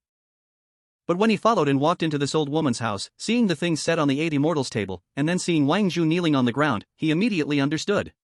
He didn't hesitate at all, nor did he care about the saying that there is gold under a man's knee. He simply weakened his legs and knelt down. Lady Lu seemed to be unaware. Lu Bai seemed to be awakened from a dream, slowly opening his eyes, and his mother was right in front of him, making his restless heart relax. Then he realized that this place seemed not to be his home, and at the same time, he heard Lady Lu's cold voice in his ears. It's been so long, yet I haven't taught you any principles. Today, I'll teach you one. To cut the grass, you must remove the roots. Chapter 23, The Painted Skin Ghost Teaches His Child. Please continue reading. Wang Zhu never expected that the beautiful woman with the red candle he had been thinking about would have such terrifying power. Even his most admired old aunt had to kneel before Lady Lu at this moment. Who exactly are you? Wang Pa trembled and asked as she heard Lady Lu's words about cutting the grass and removing the roots. But Lady Lu seemed to not hear her at all. She placed Lu Bai on the ground and then took his little hand, pointing at Wang Zhu in front of them, saying, Do you think mother doesn't know what he is thinking? It's just that he is too weak, so weak that I don't even have the qualifications to pay attention to him. What mother didn't expect was that you would act against him back then. But the way you acted was not right. If you decide to take action against someone, you must be prepared to cut the grass and remove the roots, otherwise, it's best not to act at all. Do you understand? Although Lu Bai was not fully awake, the situation forced him to gather his spirit. I remember, son, he nodded vigorously. And then, Wang Zhu was gone. He disappeared in a physical sense, just like that, vanishing into thin air in front of Lu Bai. Lady Lu led him to Lin Dajiao this time, and she did not say anything to Lu Bai but looked at Lin Dajiao and said, As mothers, I understand your methods. So you can surely understand mine, right? Then Lu Bai watched as Wang Zhu's parents also disappeared without a trace. Finally, Lady Lu took Lu Bai's hand and came to Wang Pa. Why did mother tell you to cut the grass and remove the roots? Because if you don't cut the grass and remove the roots, if you hit the small one, the big one will come for you, if you hit the big one, the old one will come, and that's very troublesome. So rather than waiting for them to come to bother you one by one, it's better to solve it all at once. Wang Pa listened to this great principle, trying hard to open her mouth as if she wanted to speak, but in the end, she couldn't make any sound and had already disappeared. Seeing this situation, Lu Bai finally understood what was happening. He hit Wang Zhu, and Lord Ma sent Wang Zhu home, so Wang Zhu found the adults in his family to act against him. So it was no wonder he felt so tired and sleepy on the way home. Thinking about this, he couldn't help but feel cold sweat on his back. When he acted against Wang Zhu earlier, he had thought that there would certainly be consequences. But he thought that at most, Wang Zhu would call someone to come and hit him, and then he would just hit a few more people. He never expected that Wang Zhu could be so ruthless. Learning from this lesson, Lu Bai looked at the disappearing Wang Pa. He also completely remembered Lady Lu's teachings. Seeing his expression, Lady Lu knew he had understood, and then said, Now mother will teach you a second principle. The spring breeze blows and life returns. After saying this, she reached out and grabbed, immediately pulling out a small incense figurine from the burning incense burner on the altar. This incense figurine was squeezed in Lady Lu's hand, pleading desperately, Your Highness, please spare my life, please spare my life. The voice was exactly the same as that of Wang Pa just now. Seeing this situation, even Lord Ma, who was kneeling behind, changed his expression because he had not realized that Wang Pa had such a life-saving method. If he were to act, he would really let her escape.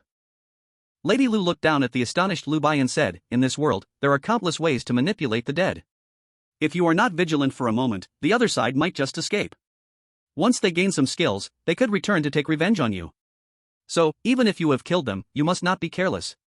As she spoke, she gently crushed the small figure made of incense that was transformed from Granny Wang, erasing the last trace of its presence. Just when Lord Ma thought the matter was finally coming to an end, Lady Lu said, "Now, the third principle is quite similar to the first two. If you cut the grass but do not eliminate the roots, the spring breeze will bring it back to life." After saying this, she slowly turned to face the entire Wang family village. Lord Ma, filled with fear, could not help but say, "Your Highness, this cannot be." How could he not understand what Lady Lu intended to do now? But there were dozens of households in the Wang family village, with hundreds of people. How could this be possible? Lady Lu slowly lowered her head to look at the kneeling Ma San, her eyes devoid of any emotion. Are you teaching me how to do things?" Facing Lady Lu, who looked at him as if he were a dead man, Lord Ma opened his mouth but ultimately did not speak again. He couldn't sacrifice his life for others, he couldn't do that. When Lu Bai woke up again, it was already deep into the night. Looking at the clock, he realized it was now the early hours of the second day. Name, Lu Bai. Identity, human. Realm, 3 fires. Vitality, 3.2. Spirit, 2.2. Attribute points, 0.1. Seeing that his vitality and spirit only differed by 1 attribute point, Lu Bai thought for a bit and added that 0.1 point to spirit. Vitality could be temporarily increased by absorbing in beads, but acquiring spirit was much trickier. It was better to increase it on his own. Unable to sleep, he sat up in bed. Before long, all the red candles in the room lit up, and Lady Lu emerged from the underground. At that moment, she no longer wore a human skin and was covered in a bloody appearance. She sat down at the bedside, and the mother and son just looked at each other. Lu Bai did not forget the purpose of his return and asked, "Mother, is there anything in our home, that Lord Ma calls art? He said he cannot teach me and that I should come back and ask you." "There is." Lu Bai's eyes immediately lit up. Lady Lu asked, "Do you know where art comes from?" Lu Bai thought for a moment and tentatively replied, "Created by those who walk among the dead?" "Yes." Lady Lu nodded. "All arts are created by those who walk among the dead, and each art created by a person is the most suitable for themselves. So, what my mother means is, if you want to walk the path of the dead, you must create your own art from the very beginning. In this way, everything about you will be best suited for you. Do you understand?" "But I don't know what art is." Lu Bai lowered his head, looking a bit wronged. Lady Lu was very patient this time. Strictly speaking, the realm of 3 fires does not involve the category of art, it is merely a simple application of your life fire. "Come, ignite your life fire." Lu Bai obediently focused his mind, and with a light sound, an invisible life fire ignited on his right shoulder. The small grass, which had been eavesdropping on their conversation, was immediately scared and ran underground, shouting, "The small grass will be burned to death. The small grass will be burned to death." Lu Bai had also heard from Lord Ma that evil spirits fear life fire the most. But at that moment, Lu Bai ignited the life fire, while Lady Lu, the skin-wearing ghost, showed no fear at all. Instead, she even reached out her hand to touch Lu Bai's life fire and burned it a bit, making a crackling sound. "The temperature is barely enough. Come, place your hand over the life fire, mother will teach you how to draw fire." Regarding his mother, Lu Bai naturally trusted her unconditionally. So he obediently placed his left hand over his right shoulder, which felt slightly hot. It felt like warming by the fire, without burning the hands. Imagine holding a clump of sand, and then slowly pulling your hand out, so that your hand can be stained with the fire of life. Yes. Lu Bai looked at his slowly withdrawing left hand, and to his amazement, it truly had a layer of flame on it. It looked magical, but when his thoughts wavered, the fire of life on his hand was extinguished. "Put it out there, this is a kind of skill, like Ma Lao-san, those who walk in the shadows, most likely they would treat it like a treasure and not share it, then give it a loud name, like flame palm or soul-severing hand." Lun Yangzi's eyes were filled with disdain. "Actually, it all boils down to this. I've told you all the methods, whether you can comprehend a skill depends on your own ability. You don't need to worry about the fire of life burning too much and hurting your foundation. When opening the furnace, recite their family's mantra, you can burn it for a whole day without a problem." Lun Yangzi seemed to recall something, her gaze filled with even more contempt. Lu Bai was thinking about who Lun Yangzi referred to as their family, but he had to admit, that mantra was indeed amazing. "Alright, you can ponder it slowly." After saying this, Lun Yangzi stood up and walked towards the ground below. Seeing this, Lu Bai remembered the question he was curious about earlier and quickly asked, "Mother, you were originally human and also walked in the shadows, right?" Lun Yangzi didn't stop, turning back to ask coldly, "What does that have to do with you?" After she left, the candle went out, and the room was once again wrapped in darkness. Lu Bai had no choice but to lie back down, his eyes wide open. After a long while, he slowly closed his eyes and whispered, "Good night, mother. See you tomorrow."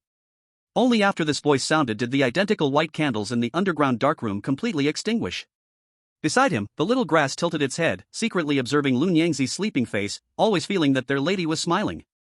In the following dozen days, Lun Yangzi didn't let Lu Bai return to the Ma family village, nor did she let him go to the incense shop, just making him stay at home to ponder his skills. And Lu Bai's fire of life continued to burn all day. At first, for the first 2 days, it made his waist sore, his back hurt, and his legs cramp. But afterward, Lun Yangzi gave him a white shadow pearl every day, and he felt much better. The 0.1 increase in vitality every day made the loss from burning the fire of life nearly negligible. After more than 10 days, Lu Bai really grasped some insights. After all, playing with fire all day, even the dumbest could come up with some tricks. On another day, Lu Bai stood in the yard, smelling the fragrance of the withered flowers in full bloom, while a fire ignited on his right shoulder. Then, he slowly walked forward. Without any visible movement, sparks ignited in the places he passed. He walked all the way to the door of the yard, then looked back at his masterpiece along the way and nodded in satisfaction. With this trick, at least he didn't have to worry too much about those evil spirits sneak attacking him from behind. After pausing for a moment, just as he was about to try the next skill, he suddenly saw Lun Yangzi's figure appearing behind him, her face as dark as water. "I've been good these days, I haven't annoyed her at all." Lu Bai instinctively thought this, and immediately sweetly called out, "Mother! Are you taking me to the shop? I haven't seen Little Grass for a long time." For the past few days, while Lu Bai had been lighting fires at home, Little Grass hadn't even dared to go home, only hiding in the shop to sleep. "No, Ma Laosan will come to pick you up later, you go to him, I have something to attend to." After finishing her words, Lun Yangzi walked into the house. Lu Bai felt that something was off and quickly followed to ask, "What happened, mother? Are you okay?" Perhaps sensing Lu Bai's sincere concern, Lun Yangzi slightly slowed her pace. "Aunt Huang has had an accident." "Aunt Huang?" Lu Bai immediately realized it was Huang Yi, the one who fed him when he first crossed over. As the saying goes, whoever provides milk is like a mother. Lu Bai felt that he had grown up thanks to all the milk she had given him, so he was naturally very concerned about her, and eagerly asked, "What happened to her?" Lun Yangzi stopped as she entered the room, turned around, and at that moment, the skin on her head cracked open, turning her whole head into a bloody mess. Even having seen so much, Lu Bai was scared and took a step back at this scene. "She has been possessed, her spirit is too strong, she has become a ghost," Lun Yangzi said softly. "What?" Lu Bai instinctively exclaimed at these words. He thought of Aunt Huang, who had been gentle, kind, and had a soft, beautiful voice. "She has actually become a ghost?" "Yes, she is coming for me. I will go out for a while, don't run around. Old Ma-san will be here soon." Once Lun Yangzi finished speaking, she didn't explain further and went straight underground. After that, she didn't come back out, and Lu Bai didn't know where she had gone. Could there be another path underground? He didn't know, so he could only pack his belongings first, taking a few pieces of clothing. He also made sure to keep the only greening pearl safe, and hung the wild boar tusk pendant that Lu Zi had given him around his neck. As for the tiger bone given by Hu Wei, Lu Bai always kept it with him because it was useful to him. He only waited at home for a short time, and soon heard the sound of wheels rolling over the road and then suddenly stopping outside the door. Lu Bai carried his backpack and walked out. Before he even saw anyone, he heard old Ma's strong voice. "Oh, my little young master, to come pick you up, I almost ran my old horse to death." In fact, he wasn't lying. When he didn't see anyone but heard Lun Yangzi's cold voice, he immediately set off without stopping. Along the way, even his usually cherished old horse received several whips from him. Now he still felt a pang of pain in his heart. Lu Bai arrived at the door, locked it, and lightly jumped onto the carriage. Old Ma sniffed, sensing the strong aura of life fire on Lu Bai, and shook his head while clicking his tongue. "No wonder you come from a wealthy family." Lu Bai didn't indulge his words. "My mother is still at home." Old Ma quickly shut his mouth and called into the house, "Madam, young master, I'm taking him away now." After saying this, he didn't turn the carriage around but went straight ahead, along the north-south dirt road, out of town. The carriage moved along the mountain path, and perhaps because they were far away, the fire of gossip in Old Ma's heart burned fiercely again. "Hey, Lu kid, why do you have your mother's surname? Are you one of those illegitimate children from a rich family? Or did your family fall from grace? But there's no Lu family in Blood Food City, did you come from somewhere else?" Listening to Old Ma's chatter outside the carriage, Lu Bai could only say, "Old Ma, are you still reading the painting book? It's almost falling apart. When you have time, go to the alleys in Blood Food City and look for those women who have fallen on hard times." Outside the carriage, Old Ma fell silent, but after a long while, he muttered angrily. "Little brat, what do you know?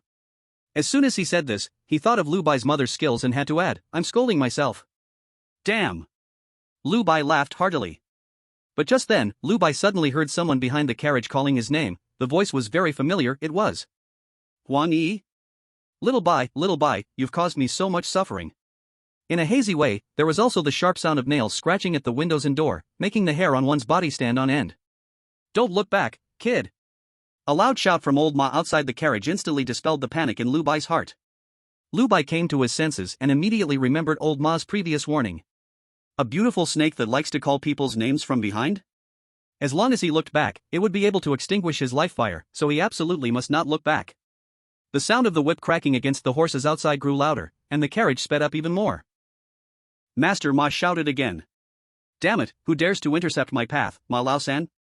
You must be tired of living.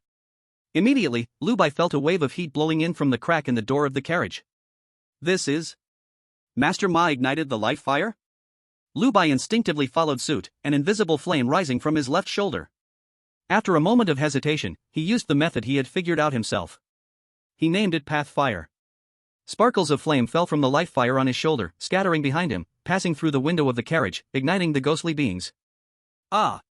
A heart-wrenching scream echoed from outside the window, and then Lu Bai seemed to hear something fall from the window. The chilling sensation gradually faded away. Up front, Master Ma pushed open the carriage door, his tiger-like eyes wide open. Damn it, was it you who acted just now? Lu Bai extinguished the life fire on his shoulder. No. Master Ma looked at Lu Bai's calm expression and eventually gave a thumbs up, as expected of someone from a wealthy family. After all, the art that Lu Bai had just used was beyond his understanding. But the effect? Considering his decades of experience in the shadowy realm, it must be extremely useful. An ability that can directly attack the ghostly beings behind him, how could it not be useful? After driving away that ghostly being, the next part of the journey went much more smoothly. Of course, this also had to do with Master Ma occasionally igniting a life fire. With the experience from the last time, he was now treating Lu Bai as if he might disappear if he held him too tightly. After all, what was loaded in this carriage was not just some brat, it was his life. They returned safely to the Ma family village on the hillside, and Master Ma sighed in relief as both of them got off the carriage. Old Ma consciously headed to the stable. Lu Bai took another look at the back of the carriage, seeing indeed there were a dozen long scratch marks on the window, very fresh. It seemed they were left by the unknown ghostly being that attacked the carriage. Entering the village, Master Ma pointed to the two newly built houses next to his room. You will live there from now on, with Liuzi and the others. Liuzi! Master Ma called loudly. Coming. Liuzi ran out from the newly built house, a cheerful smile on his face. Lu Bai looked at the house, then at Master Ma. When he left before, it was still a pile of ruins. Now, just over 10 days later, 2 houses were built. This must have been a rush job overnight. Noticing the expression on his face, Master Ma's eyes widened with threat. Lu Bai then understood that Master Ma was afraid he would find out some of his dark secrets, so he hastily found someone to build this house. Little junior brother, come with me, this new house is much better. Liuzi said with a laugh. Hearing their voices, the boys in the yard who were training also paused. The looks they gave Lu Bai became increasingly complex. After all, in these days, there had been many rumors in the yard, saying that Wang Zhu was sent back because of him, even claiming that the deaths in Wang's village were done by him. In short, the tale spread like wildfire, but were only believed within the yard. Outside, no one was willing to believe it. Lu Nyangzi, she was famous for her kindness in the town, she wouldn't do such things. As for the incident in Wang's village, it was clear that it was caused by Wang Pa herself attracting evil spirits, causing misfortune for the villagers. Looking at this new home, Lu Bai was also delighted, no longer having to smell the foul stench from Master Ma's room. Inside the house, there was still a communal sleeping area, but everything was new. The sleeping area was on the left side near the entrance, with 3 sets of bedding. Among them, the set in the corner was noticeably smaller, clearly prepared specifically for Lu Bai. Hu Wei was sitting at the tea table on the right side of the entrance, holding a book he was looking at. Seeing Lu Bai walk in, he rarely showed a hint of a smile. You should thank your senior brother, he went to the town early to help you prepare your bedding, just waiting for your return. Oh? Lu Bai turned around in surprise to glance at Lu Zi. The latter scratched his head, feeling a bit awkward as he said, Hu Shitty, why bring this up? This is what I should do as your senior brother. Hu Wei smiled and said nothing, turning back to continue reading. However, Lu Bai sensed a hint of something else in their conversation. If he guessed correctly, Lu Zi was trying to ingratiate himself, not really ingratiate but trying to maintain a good relationship. He didn't bother to care, thanked them, and after putting his clothes in the closet, he went to the door to practice boxing. In reality, he was silently pondering the words spoken by Lady Lu before she left. how Huang Yi had hit a ghost and turned into one, yet Lady Lu said this was aimed at her. Who was targeting her?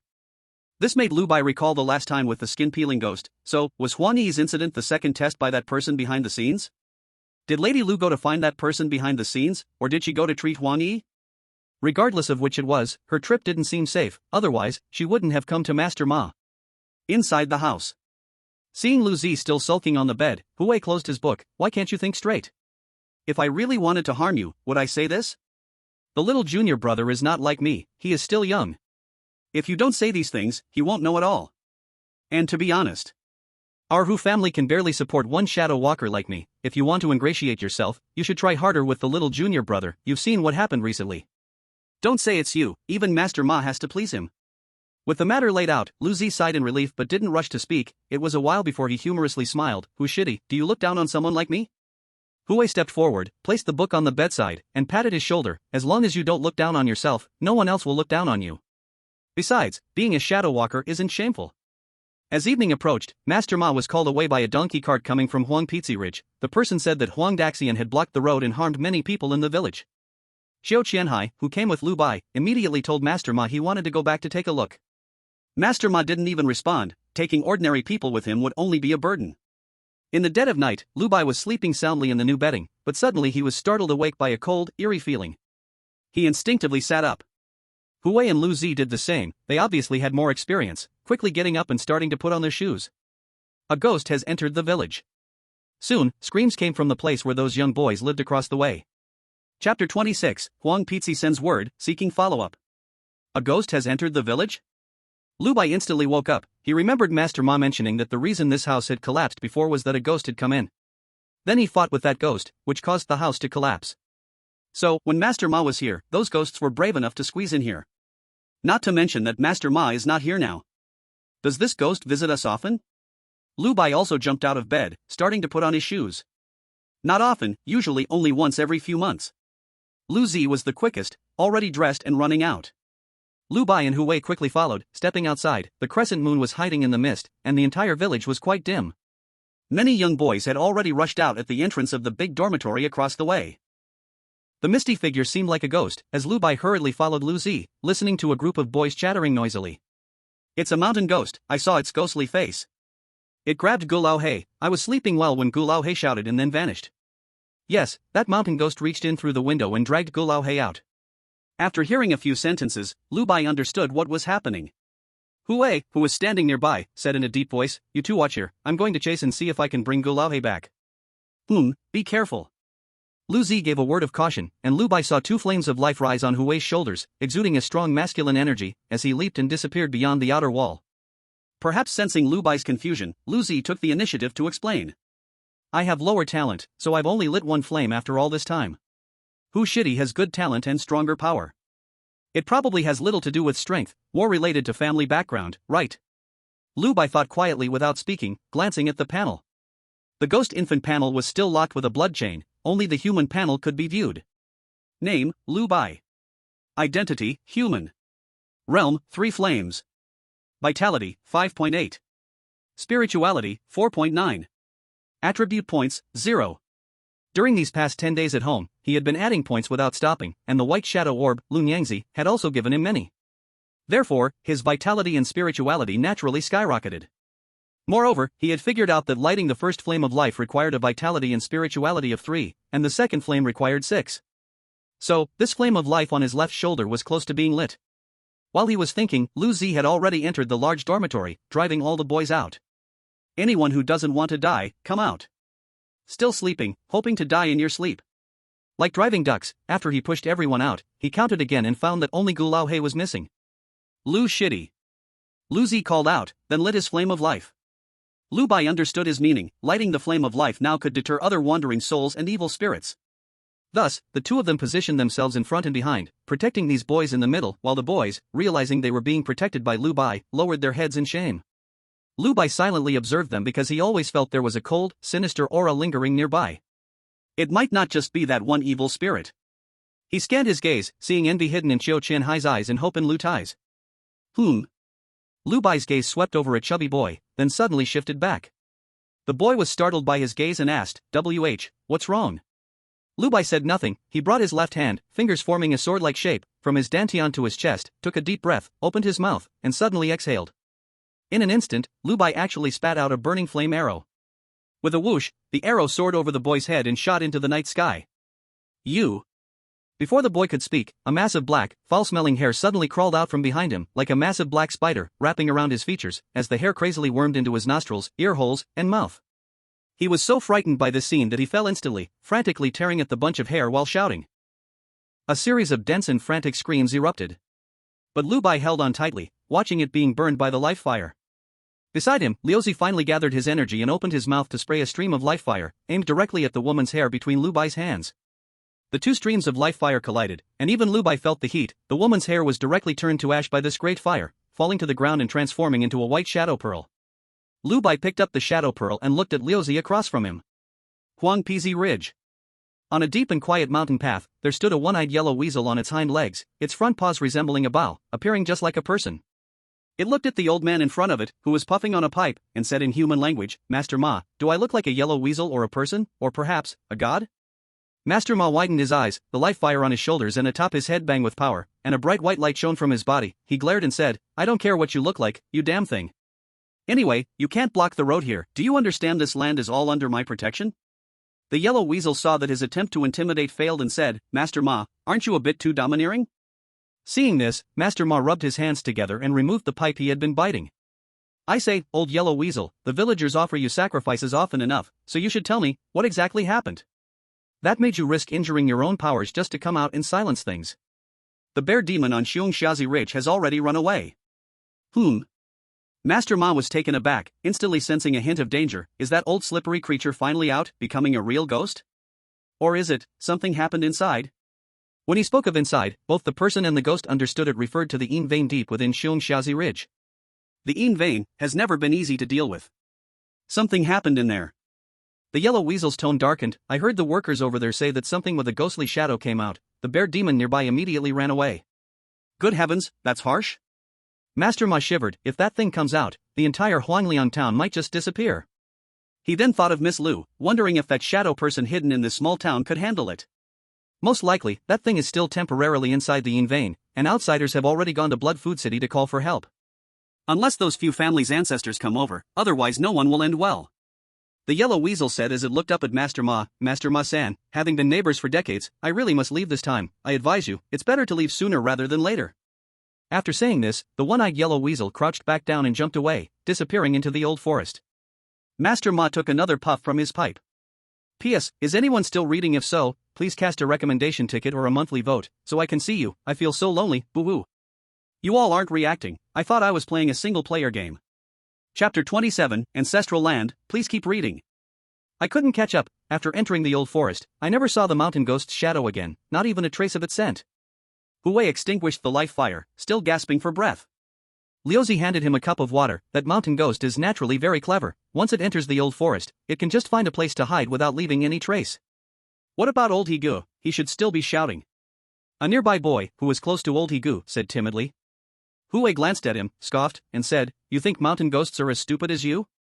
You, surnamed Hu. The young man was full of youthful passion. Although he knew Hu had already lit the fire, he wasn't afraid at all.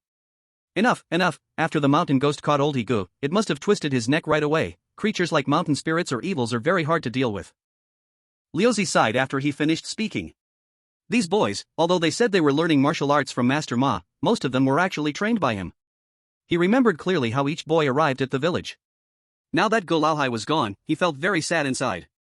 How about you guys? Are you alright? Hu saw that the Huang family kid was still shivering on the ground, so he knew it was not peaceful here either. Yes, and we encountered a female ghost, but me and my junior brother dealt with her together. Following this, Liuzi detailed what had just happened, saying he didn't discover anything, and that the female ghost was handled solely by Lu Bai. After hearing this, Hu looked at the little brat beside him in surprise. Junior brother, you really are something. Lu Bai smiled smugly. Liuzi praised him so earnestly because Lu Bai had given him the white ghost pearl that the female ghost had transformed into. This item, Lu Bai didn't lack, he had plenty of them. Well, at least he didn't lack them now. In the following time, these young boys didn't dare to run around, they all sat quietly in the middle of the courtyard. Lu Bai and the other two occasionally lit a fire to keep the wandering souls outside the village at bay. Until the next morning, as the sun rose in the east, bringing back warmth, those ghosts returned to the old forest. Master Ma also returned at this time. Lu Bai had never seen him look so worn. Every time he returned before, he was only somewhat tired. But this time it wasn't fatigue, it was as if he had lost his soul, with messy hair like a bird's nest and bloodshot eyes. Seeing the courtyard full of boys, he glanced over and immediately knew someone was missing. All the boys cast hopeful gazes at him, seeking a glimmer of protection. At this, Master Ma rubbed his face, sighed heavily, and said, "Everyone, pack your things. In a bit, line up by the village, and I'll send you back first." This. Before Liuzi could say anything, Master Ma had already walked back to his room. Just as he was about to close the door, he peeked out again and called, "Lu Bai, come here for a moment." Lu Bai nodded. He was curious about what had happened, and the voice beside him was Liuzi saying, "Junior brother, ask him."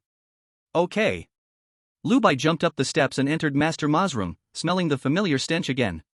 "Close the door and speak." Master Ma sat on his bed, not even lighting his favorite pipe. Only when he heard the sound of Lu Bai closing the door did he seem to wake up, asking, "Where did your mother go?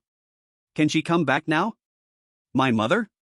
Lu Bai hesitated for a moment, then said, "My Aunt Huang has become a ghost. My mother must be looking for a way to help her return." "A person who has become a ghost can turn back?" Master Ma immediately stood up, his voice laced with shock. Can't they?" Lu Bai didn't understand and felt a bit awkward. After a bit of stimulus, Master Ma finally perked up, sitting down again to fill his pipe with tobacco. Seeing this, Lu Bai asked, "Did something big happen?" Master Ma rubbed his thumb and index finger together to light the pipe, saying, "A fierce evil spirit has emerged from the Yin veins. If nothing unexpected occurs, our entire Huanliang town will be in danger." Lu Bai's face stiffened. His mother didn't tell me about this. And she just had to leave at this time. Suddenly, Lu Bai's desire to stay by Lun Yangzi's side was stronger than ever. Only by being next to Lun Yangzi could he feel enough security. "But I can't contact my mother right now." Lu Bai recalled carefully and found no similar memories. "Don't worry, there's still some time. Besides, if anything really happens, your mother will have noticed."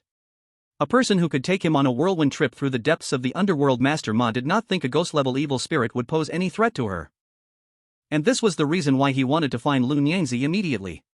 "Then you just follow me for a while, let's first take these melons back." From what that old yellow weasel said, all the evil spirits in this old forest should move, and at this time, Master Ma couldn't let Lu Bai leave his sight. Otherwise, if the previous incident happened again, Master Ma couldn't withstand Lun Yangzi's wrath. So, for the entire day, Lu Bai sat in Master Ma's cart, following him around the villages near Huanliang town. He also discovered that Master Ma still had some skills. For example, this old horse had run all morning and was almost exhausted. He fed it some yellow beans soaked in urine, and after eating it, the old horse was quick on its feet again. After running around all day, Lu Bai felt like his bones were about to fall apart. Finally, after delivering a boy from Lu family village, it was just him and Master Ma left in the entire Ma family village. "Master Ma, there should be fewer evil spirits in the town, right? Why don't you live in the town, and still stay in this wilderness?" Normally, Lu Bai wouldn't mind, but this time he couldn't help but ask. Master Ma continued to smoke his dry tobacco, blowing out a long plume of smoke, and didn't explain much, only saying, "This is my ancestral land, my power is stronger here. Let's go, we'll hide in that cellar. If one comes, we'll fight one, if two come, we'll fight two." Lu Bai followed behind him, looking at his status panel. Name, Lu Bai.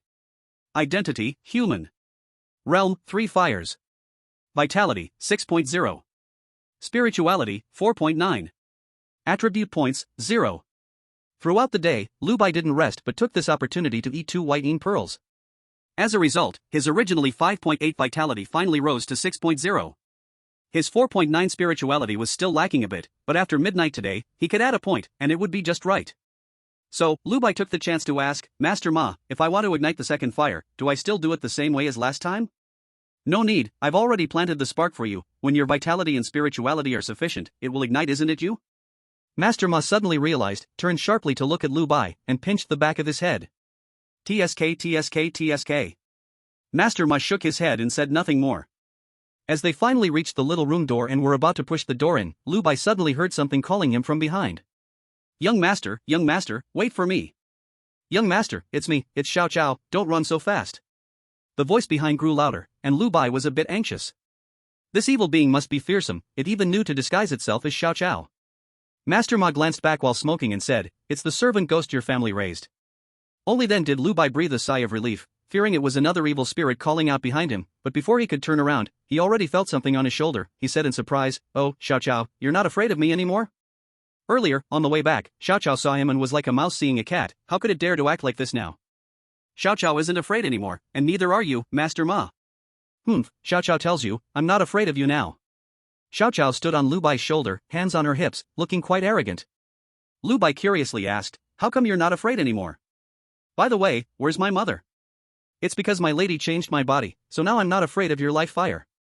After saying that, Xiao Xiao quickly sat down, leaned over to Lu Bai's ear, and spoke softly. My lady asked Xiao Xiao to tell young master that you don't need to worry, she knows everything. Beside them, Master Ma let out a long sigh upon hearing this. In his eyes, with Lun Yangzi's words, his life was preserved. Master Ma, why are you sighing? This is what I told my young master, you have the face to eavesdrop, absolutely shameless. Meeting someone like you, even a little grass feels embarrassed. Little grass said as it scratched its own face with a finger. When old Master Ma heard this, he was furious, but he didn't dare to say anything reckless. This thing was not comparable to Lu Bai, it could easily say some nasty words in front of Lun Yang, and in the end, he would be the one to suffer. While the two were talking, they had already arrived in the cellar. It still looked the same as when Lu Bai lit the fire earlier, with wriggling mats on the ground and various old items hanging on the walls. I didn't expect, old Master Ma, that you actually have some good stuff. Little grass said as it jumped down from Lu Bai's shoulder and bounced to the opposite wall, looking at those old items in wonder. Suddenly, it pointed to a rusty saw on the wall and said, take that down and give it to my young master. Old Master Ma's face fell, that was all he had, and it was the best one. If he had known, he wouldn't have called this ghost over and would have run away with the Lu family's boy earlier. Old Master Ma, you started a fire for my young master, so he counts as your half-disciple, yet you can't even give a gift for the first meeting. It's too stingy. Little grass has to tell the lady. Little grass clasped its two short hands in front of its chest, leaned slightly back, putting all its weight on the right foot, then gently stomped its left foot, looking quite proud. Seeing this, old Master Ma quickly pressed down, fine, I'll give it now. He took down the handsaw from the wall, touched it with pain on his face, and finally, though reluctantly, handed it to Lu Bai. Kid, this is an old heirloom of my Ma family, hundreds of years old. You better cherish it, understood? Lu Bai didn't quite understand, reaching out to take it, absent-mindedly nodding, got it. Getting something good for his young master made Little Grass extremely happy as it bounced back, sitting on Lu Bai's shoulder, pointing out, young master, the quality of this old item is really good, it will last you a long time. This old item, how do you use it? Lu Bai still didn't quite understand. Old Master Ma replied in a deep voice, puffing on his dry smoke, an old item is something that has been around for a long time. The longer it exists, the better the quality, and accordingly, it can hold more of your life fire. So this thing can hold his life fire. Lu Bai subconsciously ignited the life fire on his shoulder. Under old Master Ma's gaze, he didn't put the saw on his shoulder to light it but directly urged the life fire to ignite the saw out of thin air. Damn it, you only lit one life fire and can play with it like this? Is it used this well? Watching the saw burn with flames around, Lu Bai's eyes widened, feeling extremely satisfied. With this thing, if he encounters those ghostly things again, he wouldn't need to reach out to hug them. Taking a puff of smoke, old Wushao, you must know, a riot of evil spirits is just a riot. In the end, you're still this useless. To kill you, this old man just needs to step on you. The sound above disappeared, and Lu Bai only heard a hissing noise. Soon, that cold feeling began to fade away. The Wushao snake left. Little Grass gave Master Ma a thumbs up, and he smiled, but that smile quickly vanished. Now even Lu Bai could feel it, groups of dark beings were coming from all directions, and waves of dark energy were gathering in this Ma family village. Evil spirits, many have come. They were wandering and searching around this yard. Master Ma also had a gloomy face as he said, when they came knocking at our door, one by one they begged like children. Now that they've come together, do they think this old man is afraid of them? Little Grass grabbed Lu Bai's ear and hurriedly said, young master, don't be afraid, Little Grass is here. Lu Bai helplessly pulled it down. Master Ma, with so many evil spirits, even we must avoid their edge. What about the common folks in those villages? They have no way to escape. Master Ma shook his head and said in a deep voice, those places have many ancestral halls, and the old ghosts gathered there are quite powerful. Mountain spirits and evil spirits are also cunning, no one dares to rush in and die, so in the face of villages, they will only encircle. As he spoke, the footsteps in the upper yard grew more and more numerous.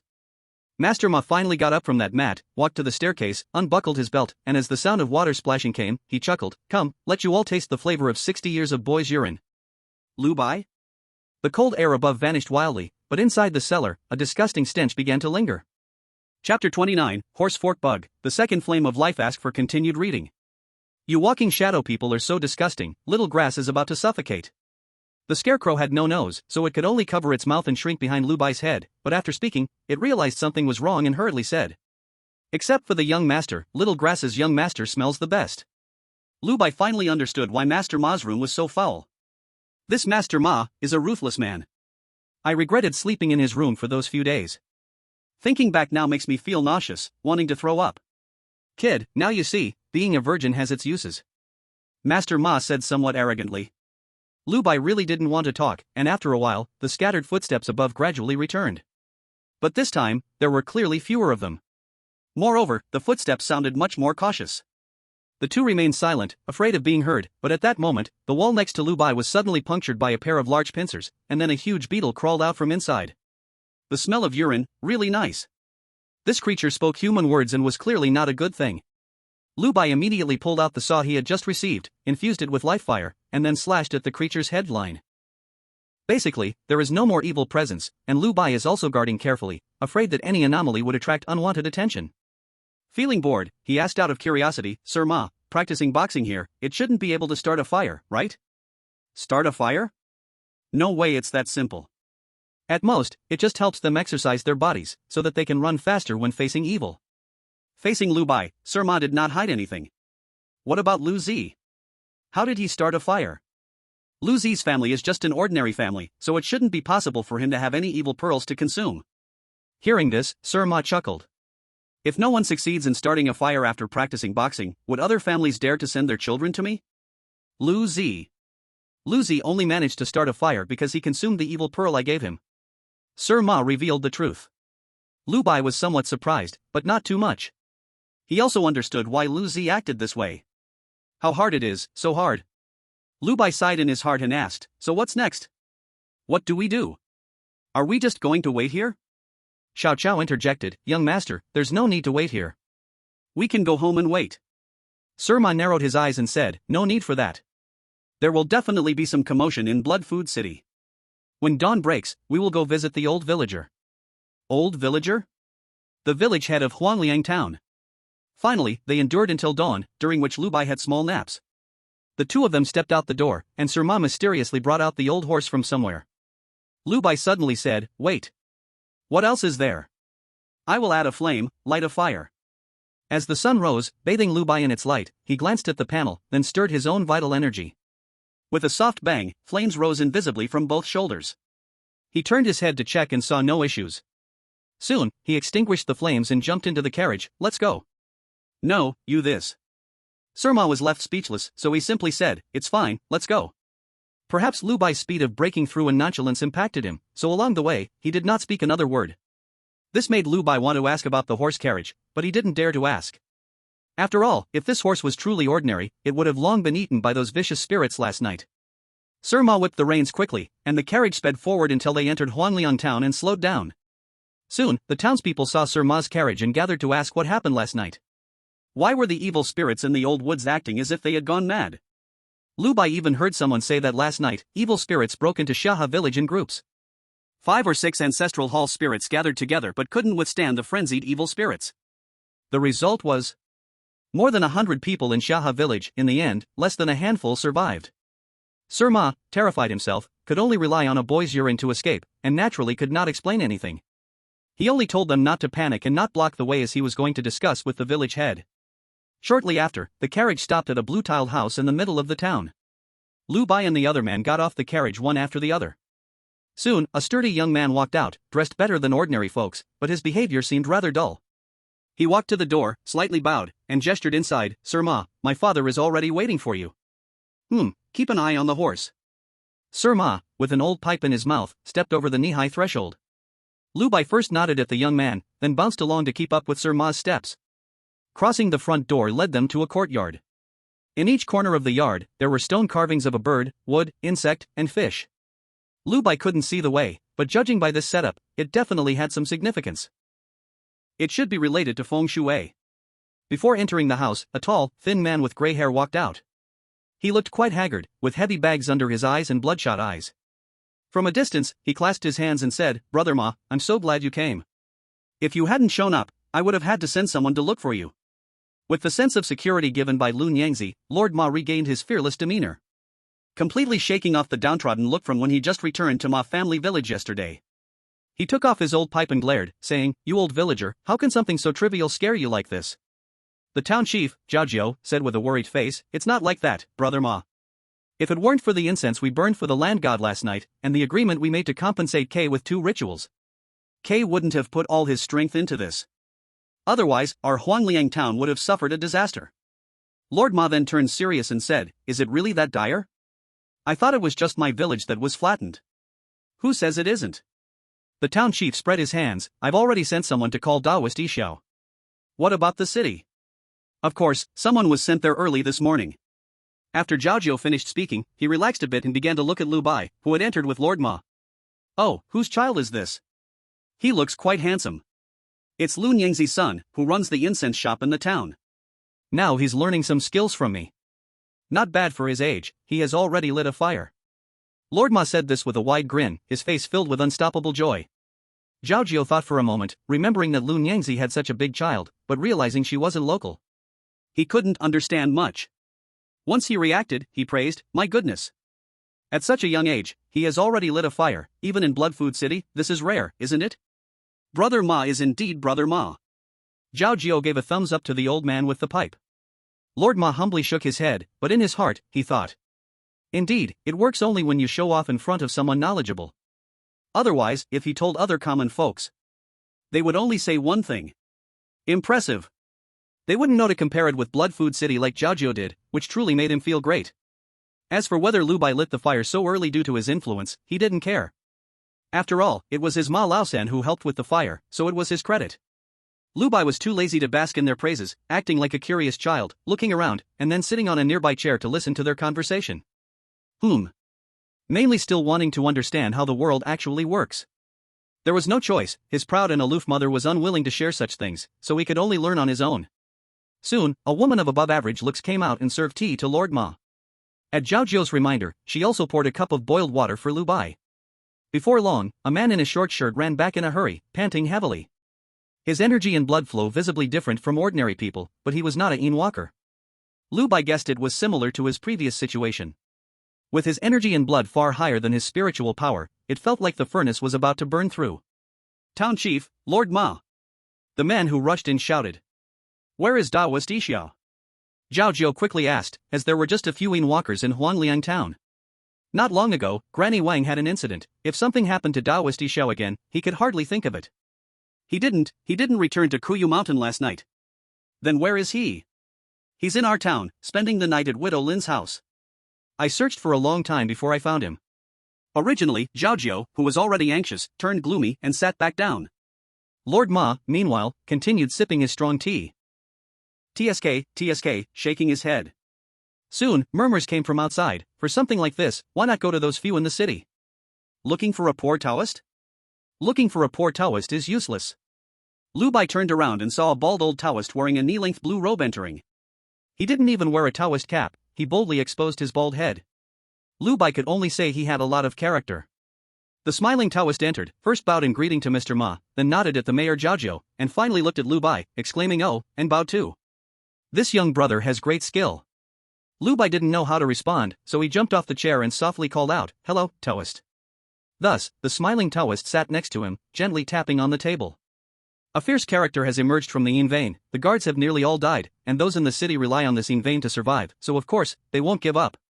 So, we just wait. The smiling Taoist seemed very open-minded. "You all worry about those few ancestors not returning, but you don't need to worry, I can guarantee they will come back, and not just one." His words were very light and confident, instantly giving Mayor Zhao Jiao great security. As for Mr. Ma, one might ask, who could provide more security than Lady Lu?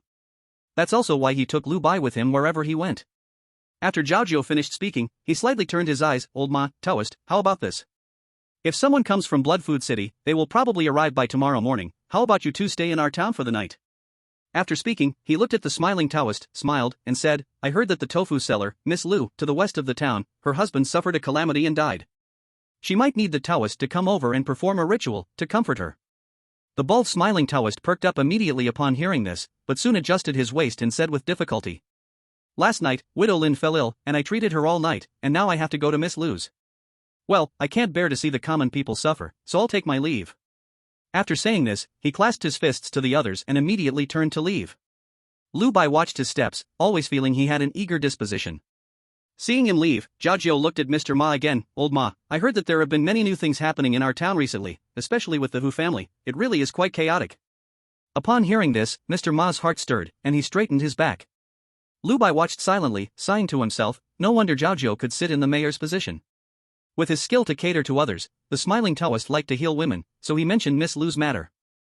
Mr. Ma liked gossip, so he deliberately revealed this little bit. TSK, the tricks are truly deep. Noticing Mr. Ma's gaze, Lu Bai knew he must have been tempted. I want to go home too.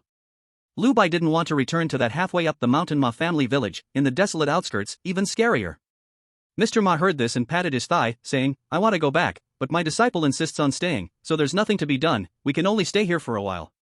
With two souls willing to stay, Jiao's sense of security greatly increased, and he suddenly smiled brightly. Not a bother, not a bother. Plans settled, strategies discussed. Mr. Ma personally took Lu Bai back home, repeatedly instructing him not to wander around, also saying he would come back to wait for him at the door in the evening, then he immediately left. Lu Bai returned home alone, thankful to have Xiao Qiao for company. But being alone was still boring. Listening to Xiao Qiao chat, he soon turned his gaze to the foot of the bed. To outsiders, it looked like an ordinary space. But he knew, there was still a hidden chamber below. An identical room. Lu Bai glanced at the little grass standing on the table telling ghost stories, not flinching, nor showing any fear. He stood up straight and walked directly to the underground room. When Lun Yang was here, he didn't dare to go down, but now that she wasn't around, Lu Bai felt that he could do it again. The little grass quickly realized, hurriedly saying, Young master, where are you going? Lu Bai turned around, with a confused expression, and said, Isn't this my home? What's wrong with me wandering around my own home? The little grass thought about it and realized it was true, but by the time it reacted, Lu Bai had already reached the underground.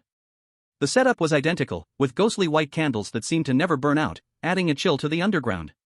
Lu Bai looked around, the blood pool in the corner opposite had dried up, but other than that, there was nothing unusual. He then walked to the nearest wardrobe and opened it. The little grass, following him down, was so frightened that it immediately covered its mouth. Lu Bai also glanced inside and was so scared that he staggered back several steps. Because inside the wardrobe, it wasn't clothes, it was human skin, 2 pieces of human skin. At this moment, perhaps because Lu Bai opened the wardrobe, it woke them up. The human skin opened its eyes.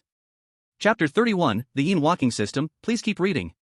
As everyone knows, before human skin is worn, its face cannot be clearly seen. Lu Bai could only judge that these 2 pieces of human skin were both female based on the clothes hanging on them.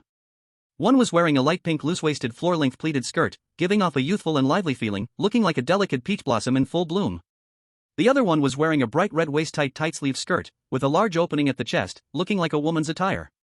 Not to mention the human skin, even these 2 outfits, Lu Bai had never seen Lun Yang wear. At this moment, he looked at the 2 pieces of human skin, and they also stared back at him. Why are you looking for me? The red-dressed human skin's eyes were cold, but the voice sounded a little seductive. It gave off a very strange feeling. Lu Bai quickly reacted and hurriedly said, I miss my mother, that's why I came down to take a look. Then why did you open my wardrobe?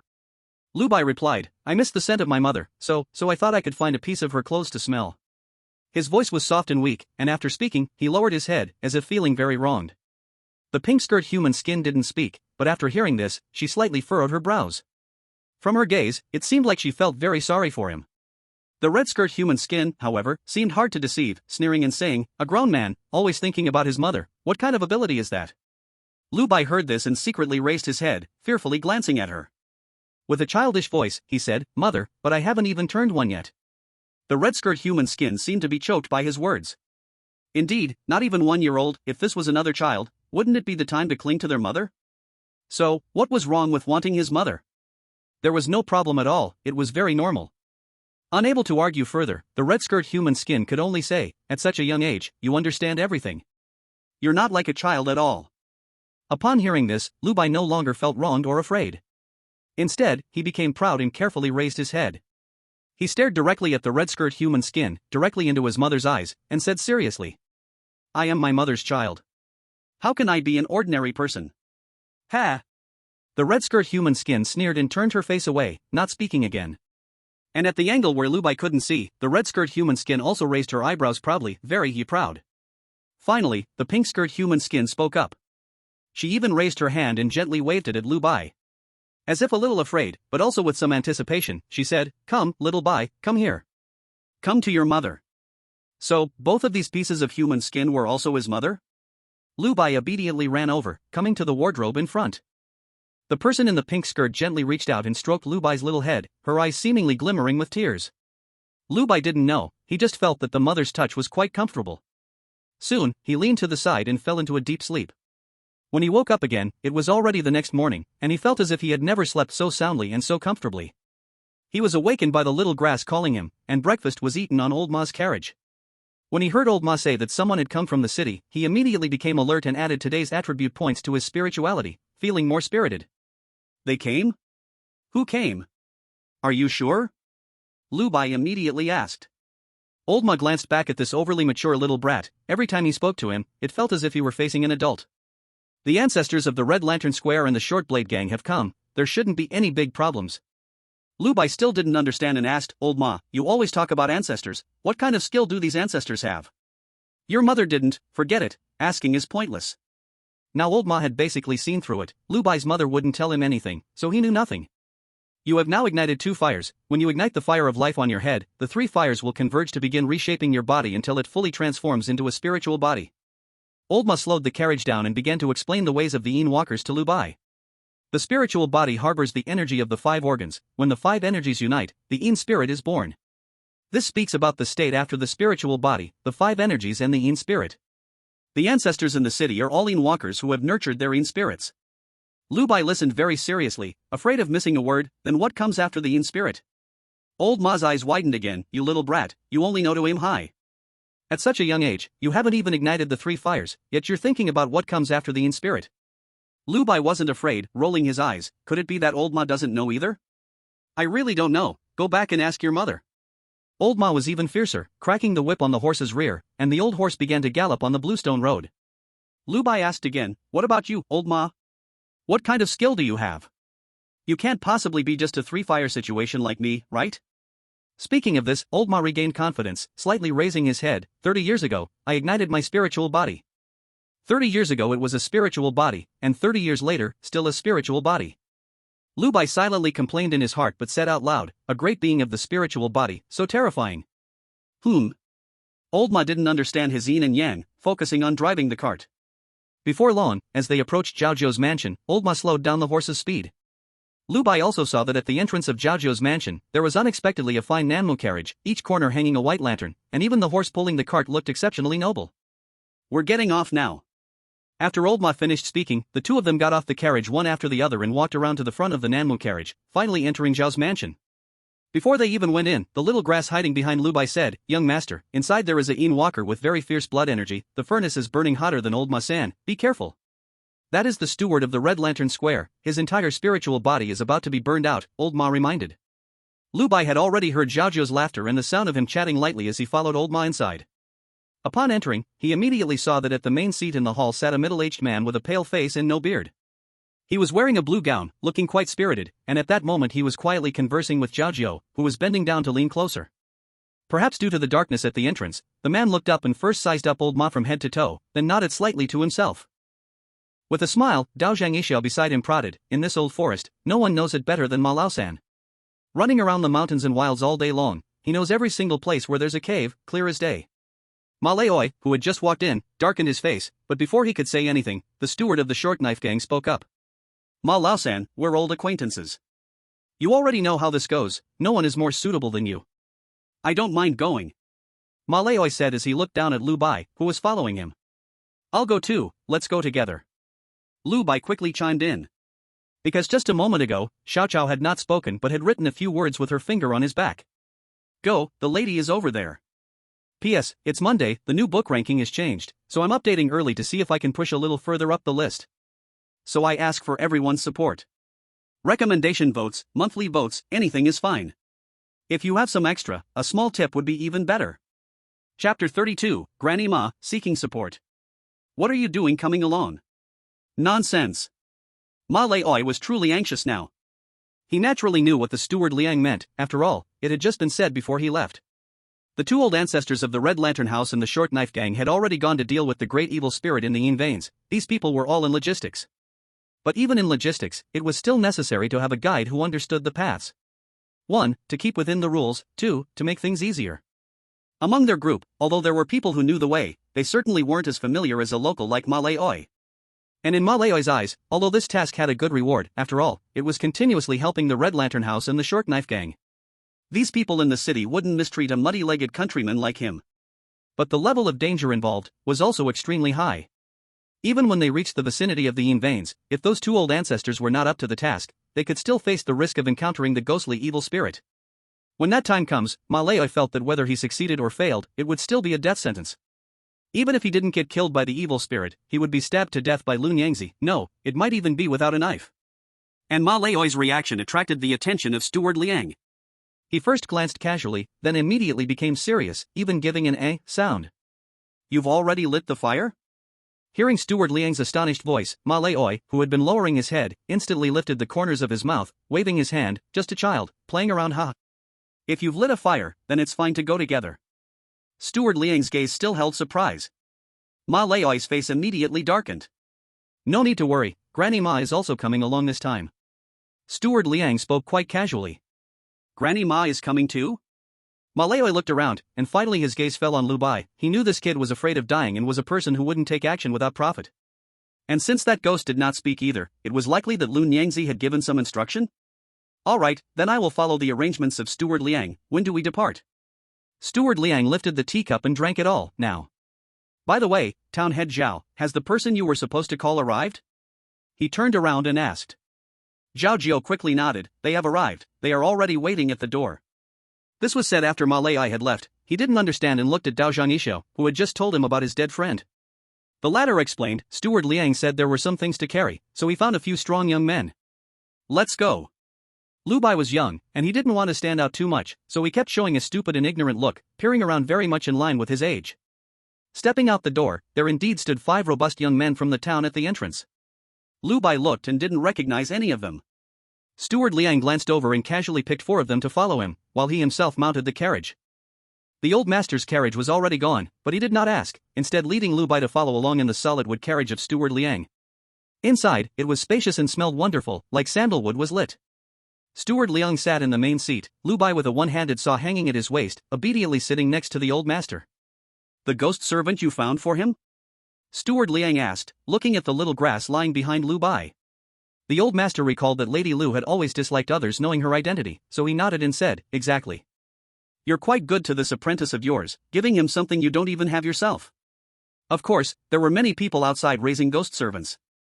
After all, having a ghost servant could help deal with evil spirits, and not to mention, having a malevolent spirit following you year-round would always increase your own spirituality. But this situation only applied to children of large families. Because only they had the vital energy to keep up.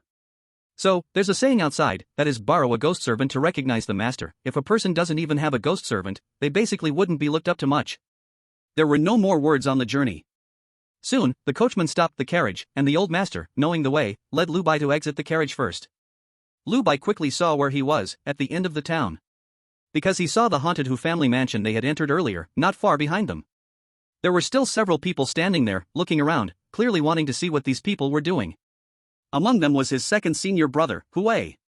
In front of them, several men in formal clothes were standing together, with green short jackets on top and brown base long shirts underneath, wearing black round hats on their heads. But what truly caught Lu Bai's attention was the 4-cornered canopy sedan made of hardwood by the small river bridge. Next to the sedan stood a hunchbacked old woman with white hair, her face full of wrinkles, and her contrasting eyes sweeping around.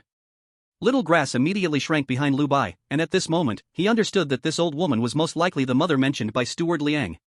Sure enough, the old master pulled Lu Bai over to this old woman. The old master rarely bent down to bow. The boy has met mother. So it's the 3rd son of the Ma family. This time I trouble you to lead the way for mother. The old woman smiled and extended her claw-like left hand, touching the old master's head. The old master wasn't at all displeased, even smiling happily. Mother, it's settled. Steward Liang slightly inclined his body as well.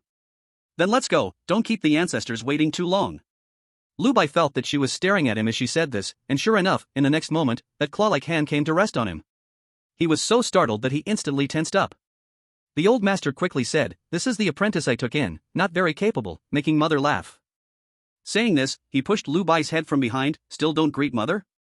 Lu Bai understood the old master's meaning, bent down to dodge mother's hand, and then in a baby voice, shouted, "This boy Lu Bai greets mother." Lu Bai dodged, and mother did not insist on getting a better look. "Your apprentice? Not bad, not bad. At such a young age he can already light 2 lamps, very good talent, born to walk the dark path. You've worked hard, third ma." The old woman praised. "Hey, this boy is quite diligent too." The old master grinned widely.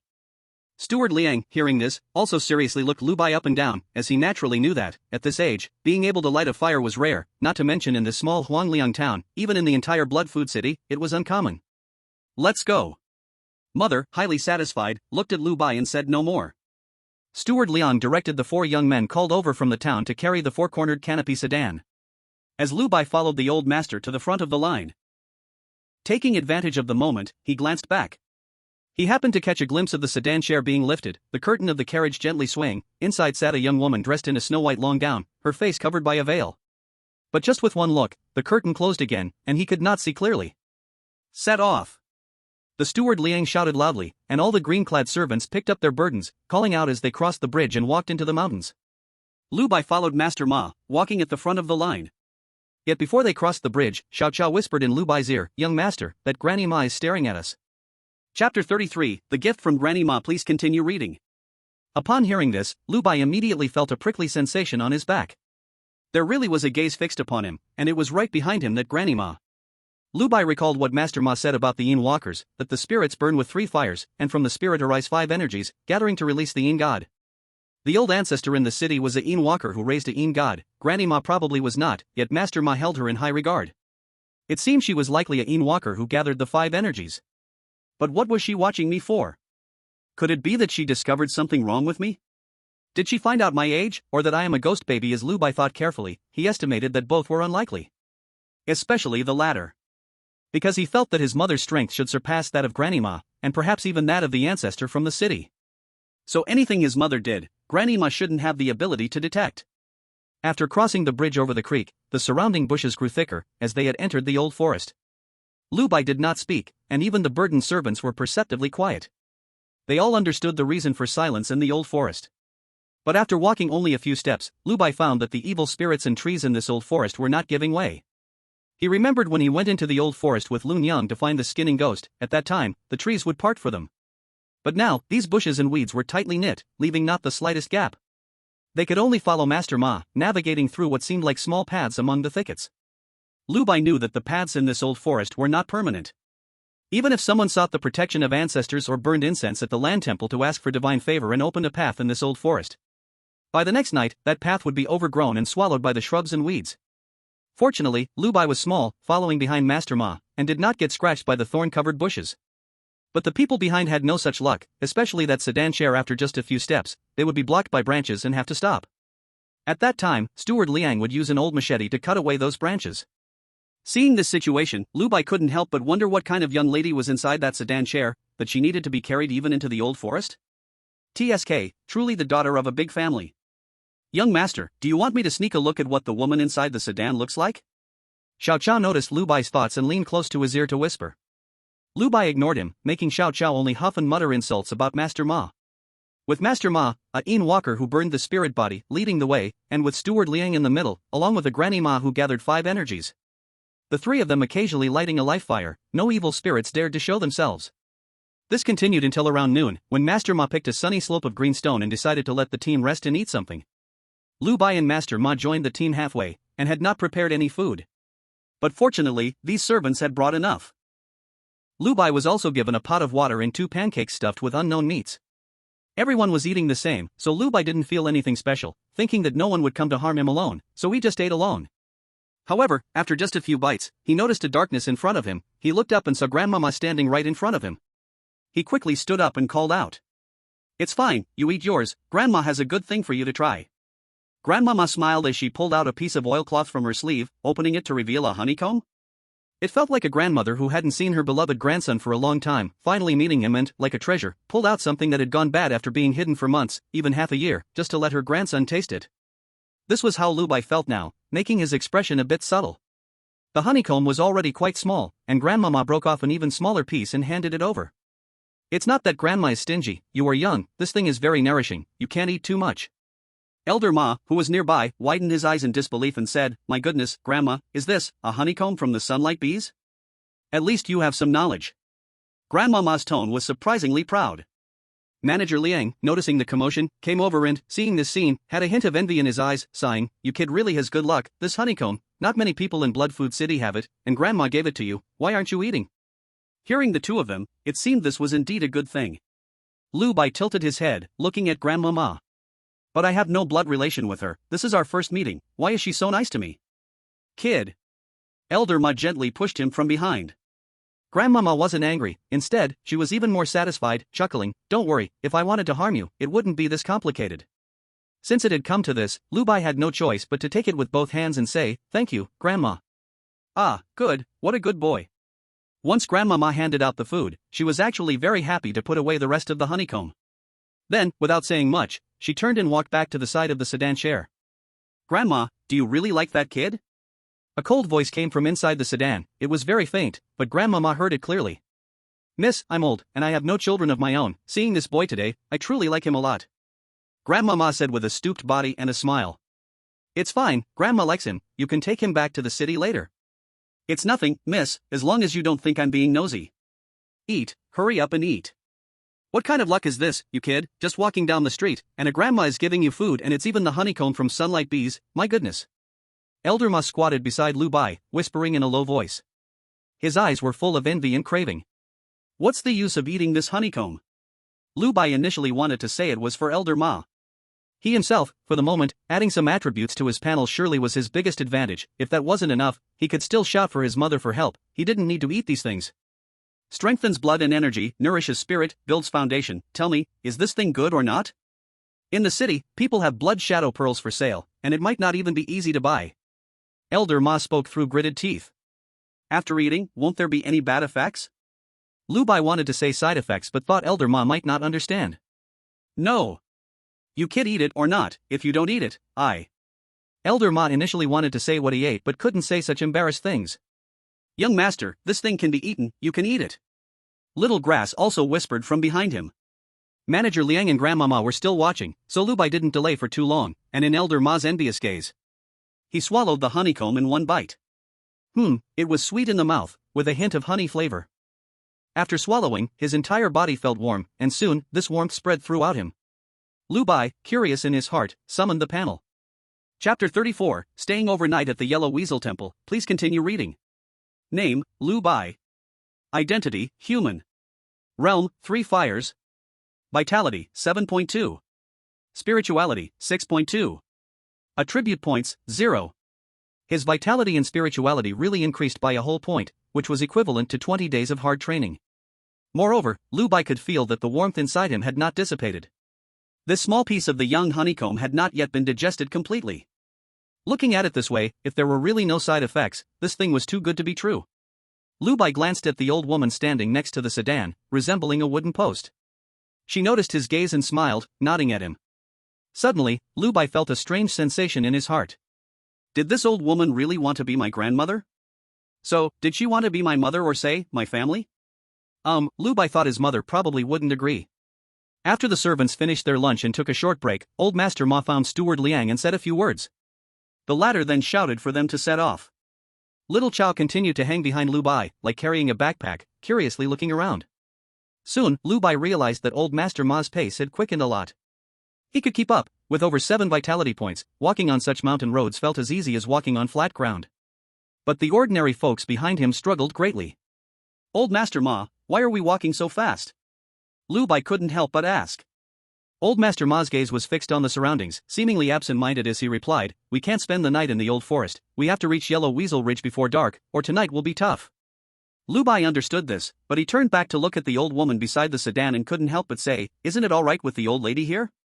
Before giving her something, he called her old woman, but after giving it, he called her old lady. Old Master Ma thought to himself, but said aloud, Boy, remember, people who walk the shadowy paths have their limits, but the evils in the old forest can't be killed off. Not to mention gathering 5 spirits, even those ancient ancestors who raise shadow spirits wouldn't dare to spend the night in the old forest casually. Lu Bai replied with an O and took note seriously. These were rules learned through life and death experiences by predecessors in the shadowy path. He had to remember them clearly. Learning from the experiences of others means taking fewer detours. The key is experience, not lessons. As they walked, Lu Bai hopped and skipped, witnessing many things he had never seen before. For example, two bees sharing one head. A mountain peak with two heads. Or a stone with a beautiful woman's bottom. Lu Bai admitted he stared at old Master Ma several times upon seeing this. Until he noticed old Master Ma's old face turned as red as a woman's chest, Lu Bai finally stopped. This guy, TSK. They walked easily, but those ordinary folks found it very painful. Especially the 4 villagers from Huangliang town carrying the sedan. Every time they climbed uphill, it was a scene of great suffering. Lu Bai secretly turned back to look a few times, each time only seeing the sedan curtain swaying, vaguely making out a woman in a white dress inside, but nothing clearer than that. After rushing and slowing down all the way, they finally reached Yellow Weasel Ridge before it was completely dark. The path widened, and Lu Bai noticed that there were scattered houses built on this hillside. The one who entered with him, Qiu Qianhai, was from this Yellow Weasel Ridge. Lu Bai had heard Liuzi say a few words, mentioning that those living on Yellow Weasel Ridge were all hunters. Each family had some skill. Not everyone is in the shadows. Just know a little bit. And the reason they dared to build a house here was because of the protection they found by worshipping a spirit called Yellow Skin. Old Yellow Skin has left. Master Ma looked at the small temple by the roadside ahead, his words carrying some sentiment. Master Ma had a good relationship with it? Lu Bai asked. We've fought several times. After Master Ma finished speaking, he strode over, while the servants behind him were so exhausted they swayed, but they still managed to follow along. Lu Bai walked behind Master Ma and entered the dark little temple. It was similar to the earth temple he saw last time, transformed from the hanging ghost, as immediately upon entering, there was the altar. On the altar were the statues of deities, with offerings before it. Above the incense burner, there were 3 sticks of incense burnt halfway, clearly indicating that someone had recently come here to offer prayers. Lu Bai looked up, and in the dim light, through the swirling smoke, he saw the clay statue of the deity. The deity was a yellow skin that stood upright like a human, with one eye being its most distinctive feature. Lu Bai only glanced a few times, and the manager Liang and Granny Ma had already arrived behind him. Lift it in, place it inside gently, Manager Liang directed the 4 villagers, as they lifted the sedan chair to place it behind the altar. Outside, those servants also unloaded the cargo, lying on the ground and groaning. The commotion here quickly attracted the attention of the villagers on the mountain, with many already coming down, shouting to drive them away. Manager Liang glanced at Master Ma. When the latter walked out, the villagers fell silent. Lu Bai looked around and followed him out. 2 villagers approached, and Lu Bai noticed a familiar-faced Qiu Qianhai, who was now following a middle-aged man who bore some resemblance to him. Master Ma spoke a few words to that man, who kept nodding, bending over repeatedly. Lu Bai walked over, not knowing what Master Ma had said to him. That middle-aged man saw the finely crafted child in a brocade jacket walking over and quickly bent over, cupping his hands and calling out in a heavy accent, "Greetings, young master." After saying that, he pressed down on Qiu Qianhai's head, rebuking, "Hey, why are you still standing there? Hurry up and greet him." Qiu Qianhai looked at the child who had come over to learn martial arts with him. His expression was quite complex. Lu Bai opened his mouth, but before he could say anything, Qiu Qianhai had already bent down. Seeing this, Lu Bai realized there was still a thick barrier between them. This thing seemed to exist from the moment one was born. The middle-aged man took Qiu Qianhai's arm and ran back home, saying, "Let's go, we need to fetch firewood for the gentleman and bring back the wild boar meat cured before the new year." As he spoke, he leaned closer to Qiu Qianhai, whispering, "If you serve the gentleman well, who knows, maybe someone from the city will take you there." Perhaps that statement was too exaggerated. He changed his words, "If that doesn't work, just give us a few shadow pearls. Maybe they'll be enough to light your fire." Hearing this, Qiu Qianhai's previously low spirits suddenly lifted, and his steps unconsciously quickened. Watching his figure, Lu Bai ultimately said nothing.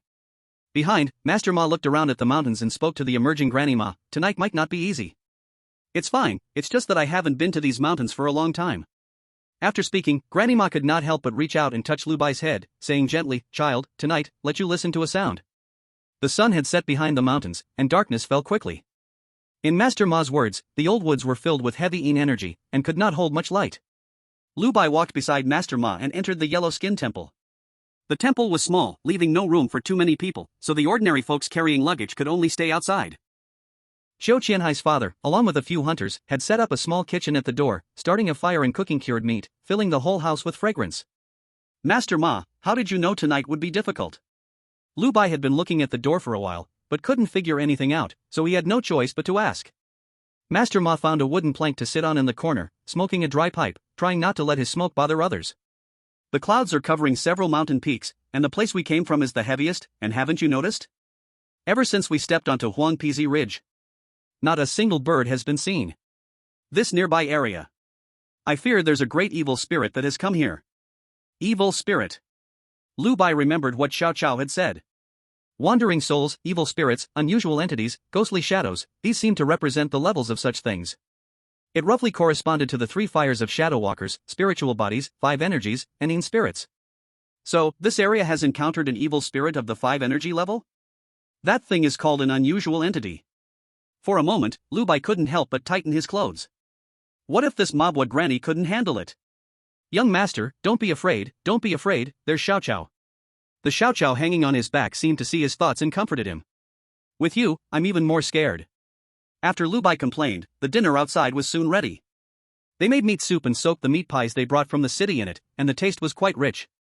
Lu Bai enjoyed a hearty meal, during which he also saw the food given to the woman in the sedan chair, all delivered by Mabwa Granny. Indeed, a young lady cannot be seen by others. Just as he was watching, he noticed Mabwa Granny walking towards him again. She reached into her sleeve, felt around, and pulled out a white yin pearl. Here, child, after eating well, eat this too, so you can grow up faster.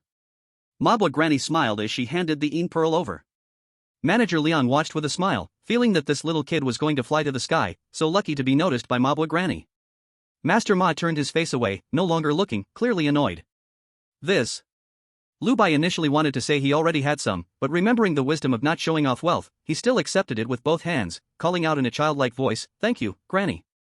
Oh dear.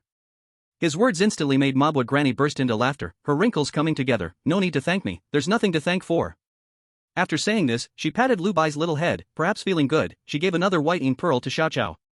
Immediately, Xiao Chao thanked her repeatedly, eyes squinting with joy. Once everyone finished eating, the sky outside had completely darkened. Except for the light from the bonfire, there was no other brightness. The whole sky was covered with dark clouds. Lu Bai noticed that on the altar of that god, someone had placed a bowl of meat soup, probably renting the place for shelter, paying for accommodation. Not long after it got dark, the wind began to blow outside. It was so strong that it could make one unsteady on their feet. At this time, Mabwa Granny spoke up. I wondered what was going on, it turns out it was coming for me. After saying this, she stood up from beside the sedan chair, still hunching her back. You two keep watch over the young lady, I'm going out to check on that, old buddy. She said this to Master Ma and Manager Liang, and after she finished, both of them walked over. Lu Bai continued to stay in the corner, and when Mabwa Granny went outside, she smiled at him, showing the few teeth she had left. It's going to rain heavily soon, you all go into the temple to hide, just leave your things here. Mabwa Granny also spoke to the servants outside. As the outside moved, Lu Bai hurriedly ran to stand behind the shrine, arriving next to Master Ma. Those servants carrying loads had been working all day, smelling strongly of sweat, and Lu Bai didn't want to stay with them. Just as he arrived next to the sedan chair, he suddenly smelled a faint fragrance. Unlike the peach blossom scent that Miss Lu liked, this fragrance seemed artificially blended. Although it was pleasant, it carried a hint of worldly aura. Lu Bai squatted on the ground, listening to the sound of servants coming in. Not long after his grandmother went out, it started to rain. The raindrops were heavy, hitting the roof like someone knocking on the door. Those servants who had been talking suddenly fell silent. Suddenly, a wave of heat came from behind. He turned his head and caught a glimpse of the steward Liang, who had started a fire. 3 flames were lit, dissipating much of the yin energy. But at that moment, the servants in front of the altar suddenly screamed. A ghost! The big root has turned into a ghost. Before they could say more, the fiery steward Liang strode out, and Lu Bai took the chance to stick his head out to take a look. He discovered that besides the surrounding servants, there was actually another servant in front of the altar. He was half kneeling, his face turned backward, the back of his head was at the front, and the flesh on top was constantly shifting. Faintly, the outlines of a human face could be seen. A living person turned into a ghost. This was the first time Lu Bai had seen such a scene with his own eyes, and he couldn't help but feel a bit shocked, retreating a few steps until he bumped into the handle of the sedan chair. However, Steward Liang showed no fear, walking straight up and using the flames to grab the servant who had just turned into a ghost. He gripped the ghost's neck with both hands, and the ghost twisted madly under the scorching flames. Yet, Steward Liang paid no mind. He opened his mouth wide, and his entire head seemed to ignite with flames, forming an even larger head made of flames. The head devoured the ghost. The ghost then fell silent, transforming into a white yin pearl that dropped to the ground. Steward Liang bent down to pick it up, putting it safely away, then turned to the servants, solemnly saying, "Don't run around tonight. If you go outside this temple, I cannot save you." At that moment, a chilling aura swept through the entire Huangpizi temple, and Lu Bai felt a cold shiver. Then, the voice of Grandmama drifted in from outside. You chopped off my tail in that old waterhole back then, why are you seeking revenge now? But after all these years, you, green-headed duck, seem to have made no progress. Soon, a raspy duck voice replied, you haven't dared to come to our old forest for decades, I thought you had been buried in the ground. So it's that thing. Master Ma's voice sounded in Lu Bai's ear, full of understanding. He turned around, just as Steward Liang gave him a puzzled look, and Master Ma explained, that fierce ghost I heard the elders mention was born in an old waterhole west of Shelha village. It's far from the town, and this ghost rarely comes here, so things have been alright. I didn't expect it to have a grudge with Grandmama. Old waterhole. Do you still have an old waterhole around here? Steward Liang sounded somewhat surprised. What exactly is an old waterhole? Lu Bai asked, confused. Steward Liang said, an old waterhole, let's just say it's very eerie, all kinds of ghostly things could be inside, and it's what the shadow people fear the most. So Grandma. Lu Bai felt worried, he was afraid of dying, and when that time came, he thought he would definitely be calling for his mother. Though he didn't know if Miss Lu could hear him, he would certainly shout. Don't worry, that ghost is not a match for Grandma. A cold voice floated from inside the sedan chair. So it turns out this person can speak, I thought they were mute. Lu Bai silently complained. Steward Liang hurriedly bowed toward the sedan chair, with what the young lady said, this old servant can rest assured. The woman inside the sedan gave a slight hem and then fell silent. However, just this slight delay, the wind outside had already started to howl. Raindrops beat against the roof in waves, as if they wanted to lift the roof off. Besides this cold atmosphere that comes in waves, there are also rolling heat waves mixed in. Clearly, Granny Ma and that ghostly thing have already fought. Granny Ma lit the life fire. But soon, several beams of light emerged outside, some red, some yellow, all very beautiful. Granny is angry. Manager Liang suddenly lowered his voice, even with a hint of surprise.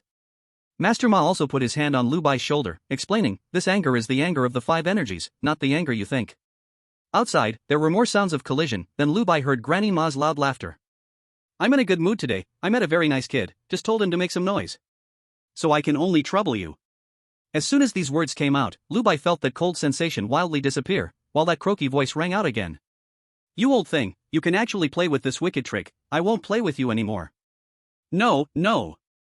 Granny, spare my life, Granny, spare my life. In just the blink of an eye, the ghost's attitude changed. Beside him, Master Ma's voice rang out, this ghostly thing in the old woods is mostly like this. When it can gain the upper hand, it acts like it's the king of the world. Once it sees it can't win, it changes its attitude. Boy, you must remember, when facing evil spirits, never hold back. With this ghost putting on a demonstration before him, Lu Bai naturally understood, he nodded, and suddenly saw a huge light brighten outside. It was as bright as day. Kid, listen carefully. Granny Ma's laughing voice sounded from outside, followed by a tremendous noise. Boom. Like thunder in a drought-stricken field. The sound spread far in the valley, and a vibration came up from underfoot. The roof above them also dropped dust as it rustled down. Damn it, it's not much different from a ground dragon turning over. A hint of envy flashed in Master Ma's eyes. Hey, don't forget who this is, it's Granny Ma. Manager Liang spoke with pride in his words. This power. Lu Bai also gained a clearer understanding of this gathering of five energies and the walking shadows. The strength is very strong, very strong. But if a walking shadow gathering five energies has this strength, then what about if his mother gives it her all? Lu Bai couldn't help but have such doubts in his heart. And after the sound, the cold atmosphere completely vanished, but at the same time, Granny Ma's life fire also seemed to extinguish. The warm feeling was gone as well. Outside, besides that enormous sound still echoing in the distant mountains, there was no other noise. This Granny Ma, could it be that something really happened? Just when Lu Bai was curious, a little grass suddenly poked his back, and he leaned his head out, just in time to see a hunched old woman walking back from outside. She was dripping with water, breathing slightly heavily, leaving clear footprints where she walked. In Lu Bai's eyes, this originally small and hunched Granny Ma seemed to be even more bent over. As soon as she returned, Lu Bai heard a relieved sound. Even Master Ma and Manager Liang behind him were like this.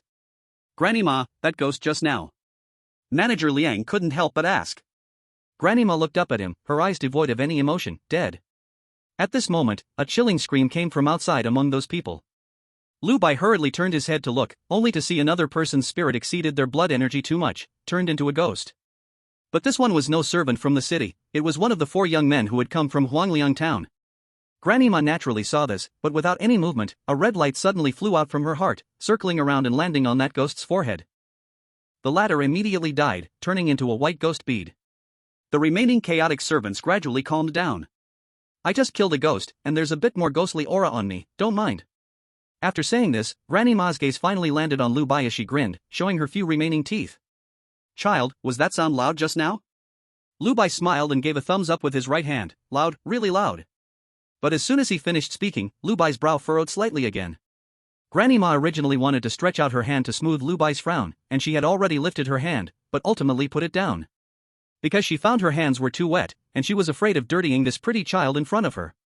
What's wrong? Granny Ma asked. Lu Bai's brow was still furrowed. He lowered his head and spoke as if he were a bit sad, but it seems like Granny is hurt. Well, in this life, everything relies on acting. Upon hearing this, Granny Ma's originally stiff expression froze on her face. After pausing for a moment, she smiled, creating even more wrinkles. My grandson knows how to care for his granny, don't worry, it's just a little ghostly thing, it can't hurt me. This time, Granny Ma really laughed, and she laughed very happily. Master Ma thought to himself, what a sharp-witted person, while Manager Liang was considering whether he should befriend this child in advance. After Granny Ma finished speaking, she became talkative again, bending down to look at Lu Bai and explaining, there's no way around it, this fight is necessary. If this fight is not fought, more ghostly things will come. The news in this old forest is actually very well informed. The moment I stepped in, all my old mates from back in the day already knew. But since I fought this battle and won beautifully, those other ghostly things won't dare to act. So, all the way to the Yin Vein, no blind things dared to collide with us, unless they are not afraid of death. Lu Bai nodded repeatedly. I have heard this reasoning before. That great person once said, strike first to avoid 100 hits in return. Alright, then Granny won't say anymore. Granny Ma smiled even more happily, and with a wave of her hand, the white ghost bead transformed from the soul she just killed fell into her hand. Here, this is for my good grandson. Thank you, Granny. Lu Bai was gradually getting used to Granny Ma's gifts, and besides, he also put in effort. Acting can be tiring too. Master Ma, puffing on his dry tobacco, moved to a corner, with only one thought in his mind. Can calling Granny get me a white ghost bead to eat? Just this. I could call for a lifetime. Lu Bai naturally didn't know Master Ma's thoughts. There was no more conversation that night, and the next day, perhaps due to the heavy rain last night. The sky was bright, and the old forest was enveloped in whiteness like a maiden's bosom, bulging and round. A group of people quickly had breakfast, and led by Master Ma, continued on their journey. But this time, Lu Bai did not see Zhou Qianhai again, and he didn't know what happened to him. Perhaps he was preparing something to ignite. Leaving Huangpizi Ridge and heading north, they arrived at Bear Blind Ridge. On this side, the old trees in the forest were even more abundant, each one striving to reach the sky, as if wanting to pierce the heavens. But all the way, as Granny Ma had said, no blind evil spirits dared to block the way anymore. After walking another day, they once again reached the top of a mountain. Master Ma, walking ahead of Lu Bai, pointed to the rising mountain range ahead and said, the Yin Vein is right there. Chapter 37, I'll ask my mother, please continue reading. Behind them, Manager Liang was already shouting and calling for the servants to stop and take a break. Moving forward, they would directly charge to that Yin Vein's entrance. So, this is the Yin Vein? Lu Bai widened his eyes, looking at the mountain range across from him, high in the middle, lower on both sides, undulating hills, all lush and full of ancient trees. It doesn't seem much different from an ordinary mountain range. How can we tell if there are hidden veins inside?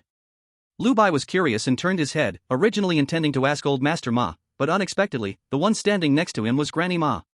Old Master Ma was pushed aside, leaning against a dead tree, smoking a dry pipe. Child, is there a problem?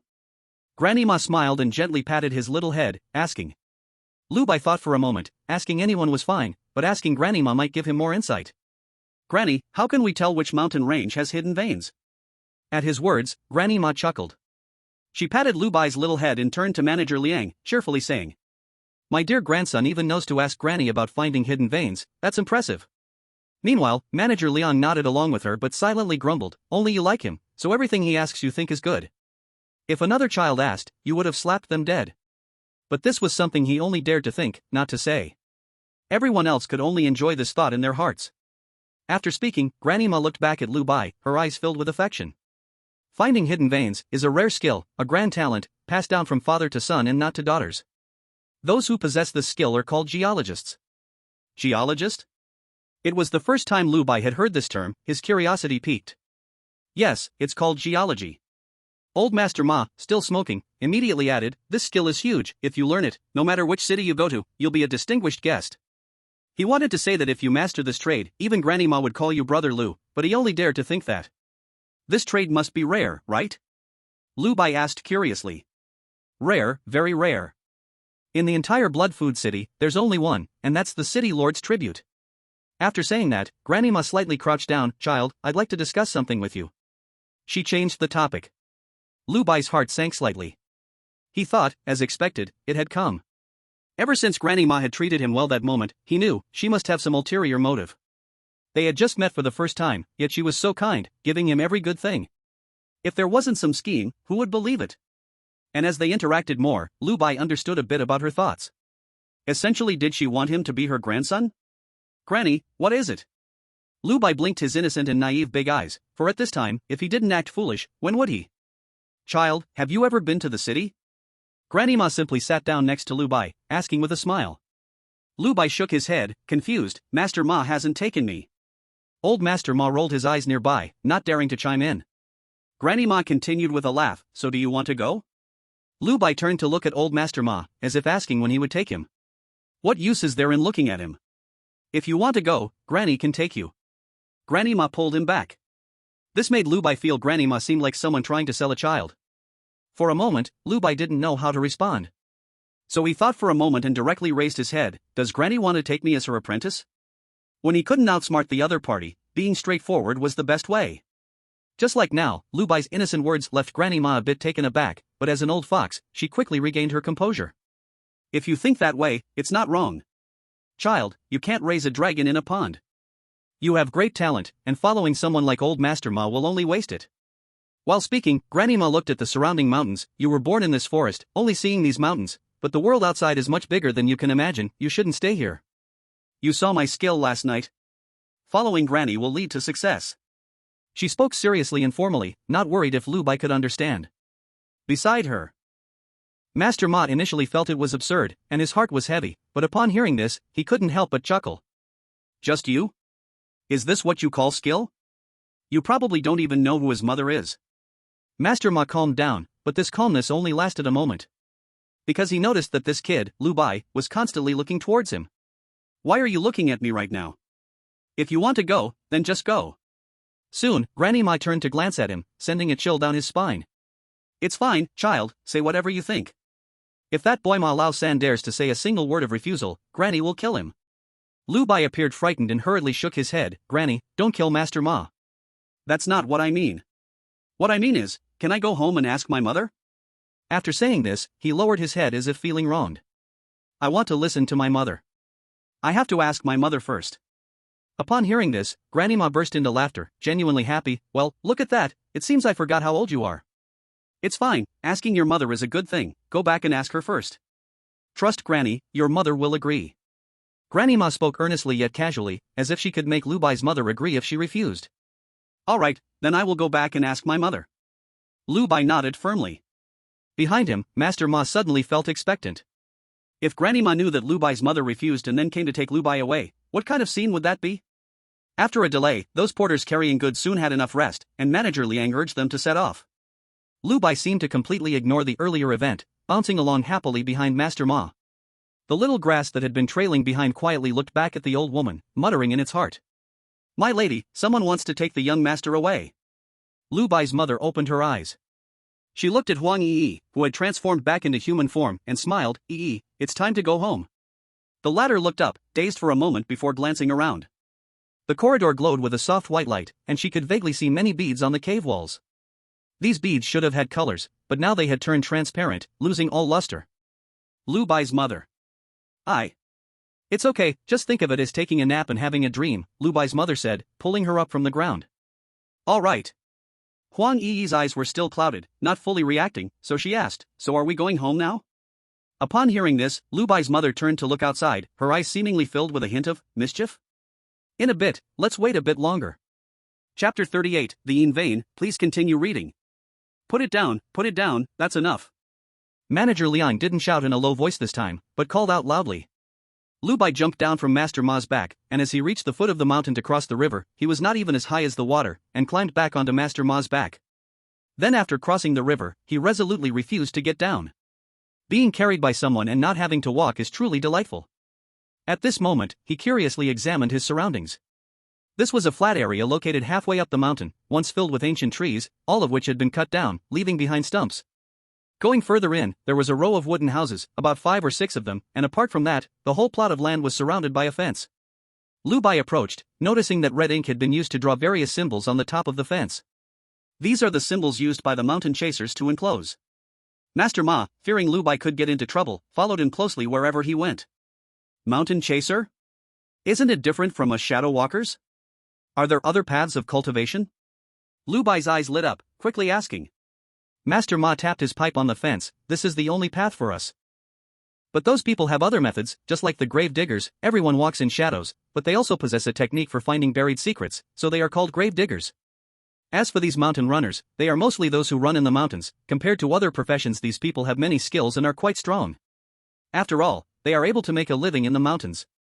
You see, the hunters of Huangpizi Ridge, the reason they dare to live in that haunted place is that years ago, a mountain runner taught them a few tricks.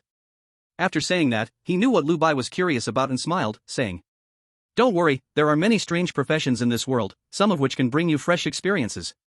Old Master Ma looked around, confirming there was no one nearby, and was just about to say something private. Then he saw Little Grass's head slowly peeking out from Lu Bai's shoulder, sneaky and careful. Old Master Ma's face turned dark. No, Ma Lao-san, hurry up and speak, I'm curious too. If you don't dare to say, I will go to the goddess and speak ill of you. Little Grass, with a dark heart, knew how to boost her own presence. Only then did Old Master Ma continue to say, I've heard there is a profession in big cities. Places like Bloodfood City definitely don't have it. You need to go to a city even larger than Bloodfood City, to the province. In such a city, there is a profession called Koji people. They walk in shadows and practice techniques. Kid, you should understand what I mean, right? Old Master Ma thought Lu Bai understood everything, and just like now, he actually showed a look of disgust. Is this it? Lu Bai? Seeing his surprised expression, Old Master Ma was finally satisfied. No, what are you talking about? Little Grass doesn't understand, hurry up and speak, I beg you. Lu Bai naturally wouldn't say anything, letting Little Grass get anxious, then sulking, and finally cursing Old Master Ma. Let's go, let's also go take a look. Old Master Ma pulled Lu Bai and walked toward Liang Guancher and the others. Previously, they were discussing private matters, and once they entered the room, as an outsider, Old Master Ma naturally had to stay away. But now that they were all out, they could naturally go over to inquire. After all, this was a matter involving a ghost shadow, this wasn't a joke. Liang Guancher, Granny, what's happening here? Old Master Ma asked curiously. Good news. Granny Ma replied, but she was looking at Lu Bai when she spoke. The ancestors have trapped that thing in the vein, and now it's just a matter of time. It should be resolved in about 2 to 3 days. Liang Guancher added. That's good, truly worthy of the ancestors. Old Master Ma immediately followed with a few flattering remarks, which Lu Bai couldn't bear to listen to and began to look around. Then he saw Granny Ma calling a few people to carry the sedan chair to a wooden house, gently lifting the curtain, and the woman who had been hiding entered the wooden house just like that. It was only a moment that she showed up and disappeared. Afterward, Granny Ma also went into that house and did not come out again. Lu Bai, feeling bored, wandered around in the open space, not daring to step outside of the fence. Both Granny Ma and Old Master Ma said that if he left this fence, he might be targeted by the evil spirit. He walked several circles inside the fence but didn't see where the Veins entrance was. But the fence was this big, with the people from the Red Lantern Square and the Short Knife Gang coming and going, the entrance must be inside this fence. Young master, the entrance to the Vein is in the room where that woman just entered. Little Grass suddenly leaned close to Lu Bai's ear and whispered. Oh? To be cautious, Lu Bai didn't look too much, he just acknowledged it, but it's no wonder, the entrance was actually hidden behind a room. No wonder he hadn't discovered it himself. For the next half a day, Lu Bai didn't walk around anymore, but sat on a wooden stump resting with Old Master Ma. Dinner was also taken care of there until night fell. In the old forest around, sounds of oo-at continuously rang out. There were howls of wolves and barks of dogs, as well as whispers of people. Lu Bai secretly glanced around, and vaguely saw many crimson or dark green eyes in this dense forest. It was quite terrifying. At that moment, a scream came from the place where the group of servants were. The dozing Lord Ma opened his eyes instantly. You sit here, I will go take a look. He strode over, and soon returned, but the scream from that side continued. Lu Bai asked what was going on, and Lord Ma said, someone not knowing their place went to urinate and ran next to the fence, got their thing cut off by a horsefly, truly seeking death. After a while, that person was still screaming. Lord Ma cursed in annoyance and went over to give that person a packet of medicine powder. This Lord Ma-san just cares about his face, humph. Xiao Chao muttered, he can't stand seeing that person suffer, so he found an excuse for himself. Oh. Lu Bai heard Xiao Chao praise Lord Ma for the first time. Actually, the lady has said before, she has kept Lord Ma-san alive and saved him several times because she thinks. What does my mother think? The lady said, in this world, there are actually very few foolish shadow walkers like Lord Ma. Lord Ma came back, and Xiao Chao stopped speaking, cursing him a few times for waking her up, then turned over and continued to sleep. Lu Bai also went to sleep, but shortly after, he was suddenly awoken by Lord Ma's slap. Granny is calling for you. Ha?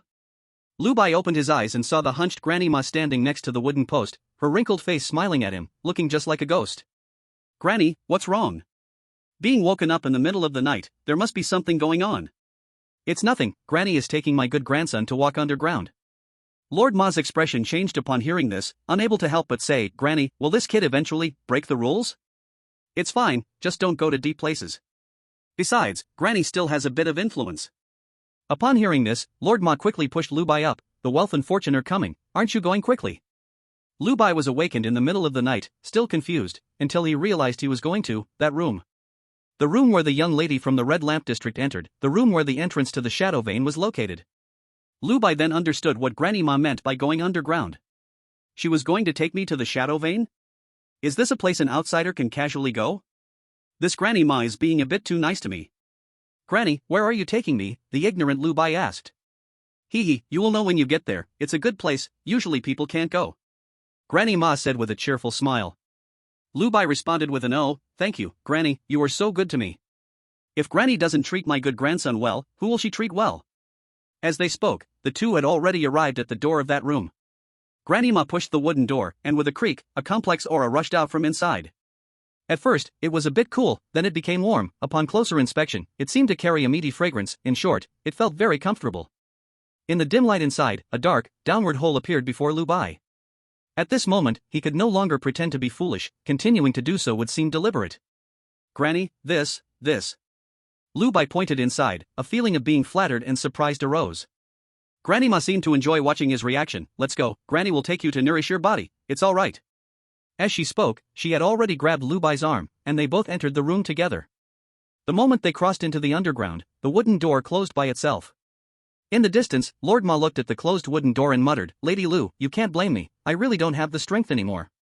Granny, it's so dark. It's fine, Granny is right here. You boldly move forward, just a little more and you will see it. Lu Bai glanced at the panel. Name, Lu Bai. Identity, human. Realm, 3 fire. Vitality, 7.6. Spirit, 6.8. Attribute points, 0.1. It was already the second day, and Lu Bai added this 0.1 attribute point to his vitality, and in just one day's work. After eating the bit of honeycomb given by old Granny Ma, Lu Bai's vitality and spirit were rising rapidly. By the way, he felt that his clothes seemed a bit shorter again. But not too much, for some reason, the growth rate of his body seemed to have slowed down. As he jumped down to the next stone step, he finally saw a faint glimmer of light in front of him, and Lu Bai took this chance to see clearly that he had arrived at a place resembling a mine. This little white light was emitted by the stones on the cave wall. Each stone had only a tiny bit, but together they added up. This is the Yin vein, so beautiful. This is just the beginning, come on, Grandma will take you to a deeper place to see. Old Granny Ma led the way, and Lu Bai naturally followed, curiously looking around at everything as they passed. He also noticed that there were round pits all over the stone wall, as if Yin beads had been taken away. Grandma, are the Yin beads in the Yin vein all grown on these stones? Yes, this is still the shallow area, and they're all white Yin beads, not valuable. Lu Bai looked at the densely packed pits on the stone wall. Each pit represented a white Yin bead that had been dug out. And this was just the white Yin beads. What about the blue Yin beads and red Yin beads deeper in? They all grow on the stone wall. Lu Bai thought of Master Ma and his companions. They had to fight evil spirits for a single white Yin bead, but here they could. Oh, Grandma, there's a white Yin bead on the ground. Lu Bai exclaimed, pointing at the floor. As soon as he stepped on it, he felt something was off. Lifting his foot, he discovered that indeed there was a fish that slipped through the net. Old Granny Ma looked down and smiled, saying, Oh, it really is, my dear grandson is lucky, he can pick up Yin beads just by walking. Saying this, she bent down and reached out to dig it out, and she directly pulled that white Yin bead off from the stone. This is a stone. Here, child, what you pick up is yours. Old Granny Ma handed it over. So Lu Bai walked along, and while walking, he picked up a Yin bead, but for those like Master Ma or even Lu Zi, they had to risk their lives for a single Yin bead. Lu Bai felt a sense that the gap between walkers and walkers was even greater than the gap between humans and dogs. After walking a while longer, Lu Bai found another white bead. But after that, he couldn't find any more. Finding two was lucky for him, looking for more would be a bit impolite. After walking down the passage for a while, it began to slope downwards, and old Grandma chatted with Lu Bai about the secrets of the vein. For example, before this vein was excavated, there were many evil spirits inside. Including this vein, in the deep underground, where the blood beads grow, there were still some terrible evil spirits. The evil spirit with the ghostly shadow they encountered this time had run out from there. Also, like now, walking in this cleared main vein is safe. But some branch veins, which look like abandoned mines, are better left unentered. Inside, there might still be some unclean evil spirits lingering. Alright, let's stop here. If we go further, Grandma will be scolded when she goes back. Old Grandma pulled Lu Bai to stop at the right moment, and vaguely, Lu Bai saw a figure sitting deep inside the cave ahead. Grandma, is there a ghost? Lu Bai asked. Grandma smiled and said, what nonsense, that is the young lady. Ah? It's her? Lu Bai's mind turned slightly, and he asked with curiosity, Granny, what is the young lady here for? Why did she come all the way from the city? Perhaps because Lu Bai was young, Grandma didn't think too much, only stroked his head and said cheerfully, the young lady is here to ignite the fire. Ah? The young lady hasn't ignited the fire yet? Lu Bai was genuinely surprised this time. He always thought that this woman had already kindled the fire. That's right. Grandma squatted down slightly and said, I'll tell you secretly, but you must not let it out. Grandma spoke formally, and Lu Bai nodded earnestly as if he was taking it seriously. But in fact, what Grandma was going to say had long spread throughout the Blood Food City. The young lady has great potential. How great? Well, she has hope of transcending the Yin spirit. Do you know how many people have transcended the Yin spirit in Blood Food City now? Lu Bai shook his head. Grandma raised a finger, just one, our city lord. Lu Bai opened his mouth in surprise. Now the young lady also has this potential, so naturally she must find a better place to ignite the fire, which is why she came to the Yin vein. Since she has such talent, why has she waited until now to ignite the fire? Lu Bai didn't ask further, for if there was something to say, Grandma would have surely said it all at once. But she didn't, which meant that there was indeed something significant that couldn't be discussed with someone like him, an outsider. So Lu Bai chose not to ask. Thus, for the entire day that followed, Lu Bai didn't go out but stayed here watching the woman's silhouette. He didn't move forward, as that would trouble Grandma. But he also discovered that staying in this Yin vein indeed had a somewhat different effect. Chapter 40, The Accompanying Evil of the Yin Vein, seeking to continue reading. Lady Lu, something seems to be coming from behind. Huang Yi was a bit pale, frightened by the sound coming from behind. It was no wonder, after all, the sound was terrifying, one voice following another, like the desperate wails and cries of a person before death. Listening to it sent shivers down one's spine. Lady Lu seemed to find it slightly amusing when she heard this. You consumed their decades of livelihood alone, how could they not be angry? Lady Lu, who are you referring to when you say they? Huang Yi's eyes were filled with fear. Because today's Lady Lu made her feel unfamiliar. Hearing her question, Lady Lu actually thought seriously for a moment before answering, a group of pitiful creatures. Upon hearing this, Huang Yi turned to look again. In her line of sight, the stone walls on both sides of the passage glowed with a dim bloodlight, and deeper inside, nothing was visible. She could only vaguely see some sinister evils, as if obstructed by something deep within this passage, unable to escape. I hadn't noticed it before, but now that you mention it, it does seem a bit noisy. After Lady Lu finished speaking, she gently stomped her foot. Huang Yi felt a loud bang coming from behind her, and immediately all the sounds behind her vanished. She couldn't help but glance at this stunningly beautiful woman beside her and asked, Lady Lu, you are also a Yin walker, right? Lu Bai summoned his own panel. Name, Lu Bai. Identity, human. Realm, 3 fires. Vitality, 7.8. Spirituality, 6.9. Attribute points, 0. After staying here for just one day, both his spirituality and vitality increased by 0.1 each, equivalent to Lu Bai's hard practice for 2 days. And he still succeeded in hard practice every day, definitely gaining 0.1 daily. But what about? Along with it came a chilling aura. Was this an evil spirit? Lu Bai quickly stood up. He remembered Grandma's warning that within the branch of this Yin vein, there actually existed some lurking evil spirits. But they usually stayed in those undeveloped branches, feeding on Yin pearls. Why have they come out now? He was not the only one who noticed the abnormality. Grandma and that young lady also stood up. Damn it, how come there are strange creatures too? Grandma grabbed the young lady's collar and with a swing sent her to Lu Bai's side. Child, you two go first, I'll hold off this thing. After Granny Ma said this, she turned around, her hunched figure bringing her hands together over her lower abdomen, gently pressing down. A phantom staff appeared. Then 4 beams of light shone from her body, flickering around. A strong wave of heat spread through the yin vein. Deeper inside, amidst the swirling blue light, Lu Bai saw a shadow that looked like a person with a cow's head slowly appear. Run! Evil spirits at the monstrous level corresponded to someone like Granny Ma, a master of gathering 5 spirits. What did he, a mere rookie with only 2 flames lit, have to stay for? So, Lu Bai had no hesitation, he turned and ran. As for the young lady? What young lady? What does it have to do with me? He would never do that disgusting hero saving the beauty thing.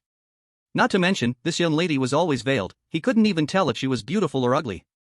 Right now, with his blood energy above 7, his physique already far surpassed that of ordinary people, so naturally he ran fast. But just when he thought he could shake off that young lady, he saw that she was wearing a pair of white boots, and they had many little legs. She didn't move, but those little legs moved quickly, making her look like she was floating. Her speed was also unbelievably swift. Damn it, truly worthy of a wealthy family. Lu Bai cursed in his heart, his feet moved faster, but suddenly, he noticed that the grass behind him had gone silent. Logically, at this time, he should have been shouting non-stop, cursing old Mr. Ma. But now, there was not a single sound. He slowed his steps and suddenly heard a voice from behind, a woman's breathless voice, behind you, behind you. It was that young lady shouting. Lu Bai woke up, only to realize that his back was icy cold. Dirty thing. There must be some dirty thing lurking. Lu Bai, alarmed, did not dare to look back. He lit up the 2 flames of life on his shoulder with a bang. The chill behind him began to retreat. He brought his hands together, and then used the technique he had realized himself. Road fire. Tiny flames of life fell from his shoulder, floating behind him, and in an instant, a sharp cry of misery came from behind him. The cold feeling vanished, warmth returned to his back. Then the grass called out, "Young master, kill it," daring to cover the grass's mouth, making the grass stink. After saying this, the grass didn't even wait for Lu Bai to take action, it had already jumped off his back. By the time Lu Bai turned around, it was already beating a pile of black goo that looked like snot on the ground. Lu Bai drew out the one hand it saw from his waist and slowly approached. "Grass, get out of the way."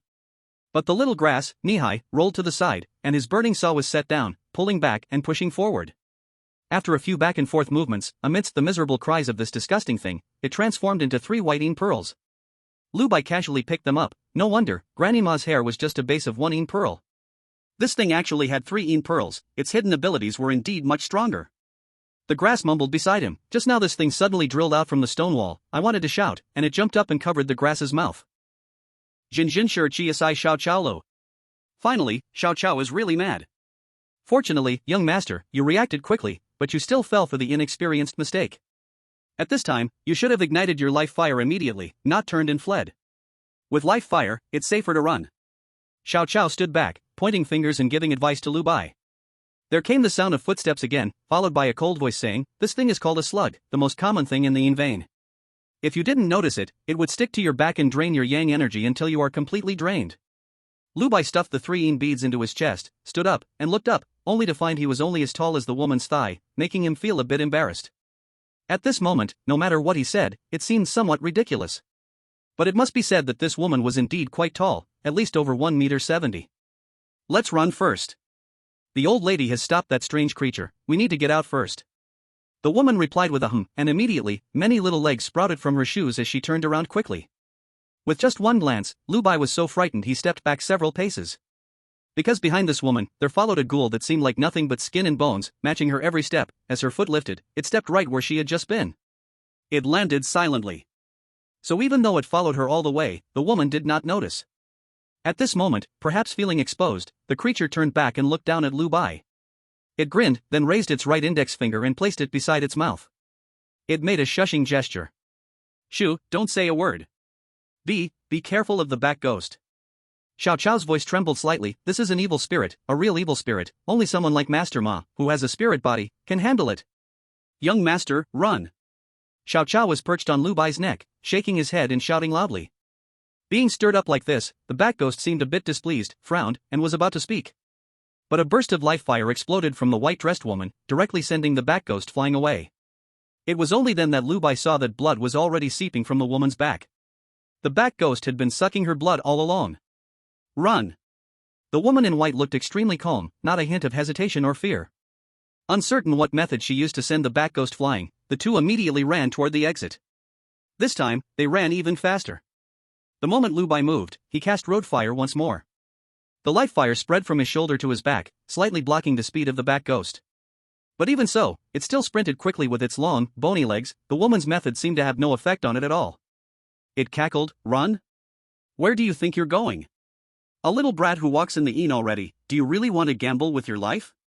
And there's a filthy dog from the Situ family. It's been a long time since I've tasted your Situ family's flavor." The bat ghost spoke as it walked, its voice sounding like furniture scraping against the floor, sending chills down the spine. Behind Lu Bai, Xiao Qiao kept muttering, basically saying stuff like, "Don't hurt my young master." It was also constantly calling out the distance between the bat ghost and Lu Bai. "You damned scarecrow, you're really making me irritated. I'm going to take you over and use your mouth." Annoyed by Xiao Qiao's ranting, the bat ghost let out a roar and charged forward madly. The light fire from Lu Bai burnt a little flesh from its body. Xiao Qiao hurriedly shouted, "Young master, it's charging." Lu Bai had long been prepared, gripping the saw tightly, igniting the light fire, and as he turned, he thrust it forward directly. The bat ghost, which had been charging aggressively, let out a strange scream and jumped aside. Avoid. Immediately chased after the young lady of the Situ family. To ordinary people, a wandering soul is an unsolvable existence, let alone this genuine evil spirit. But that was only for ordinary people. This was the young lady of the Red Lantern district. Just when Lu Bai thought she had other means, he saw the spirit behind her pounce from afar and knock her directly to the ground. "Kill! You hurry up and act!" the woman yelled. Only then did Lu Bai see clearly that while the woman was lying on the ground, she actually held onto the spirit behind her with both hands. On her arms, each was wrapped with a red string. Rather than saying she was holding onto the spirit, it was more accurate to say the red strings had bound it.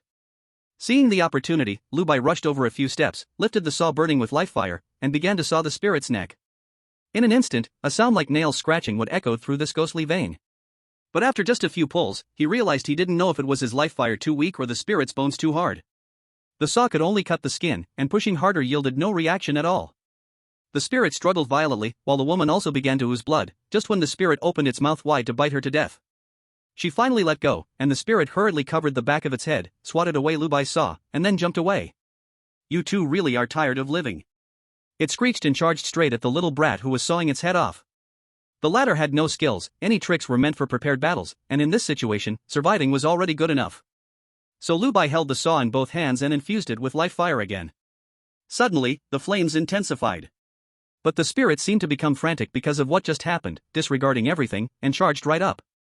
Even enduring the pain from the light fire, it grabbed the saw with both hands, trying to pull Lu Bai over.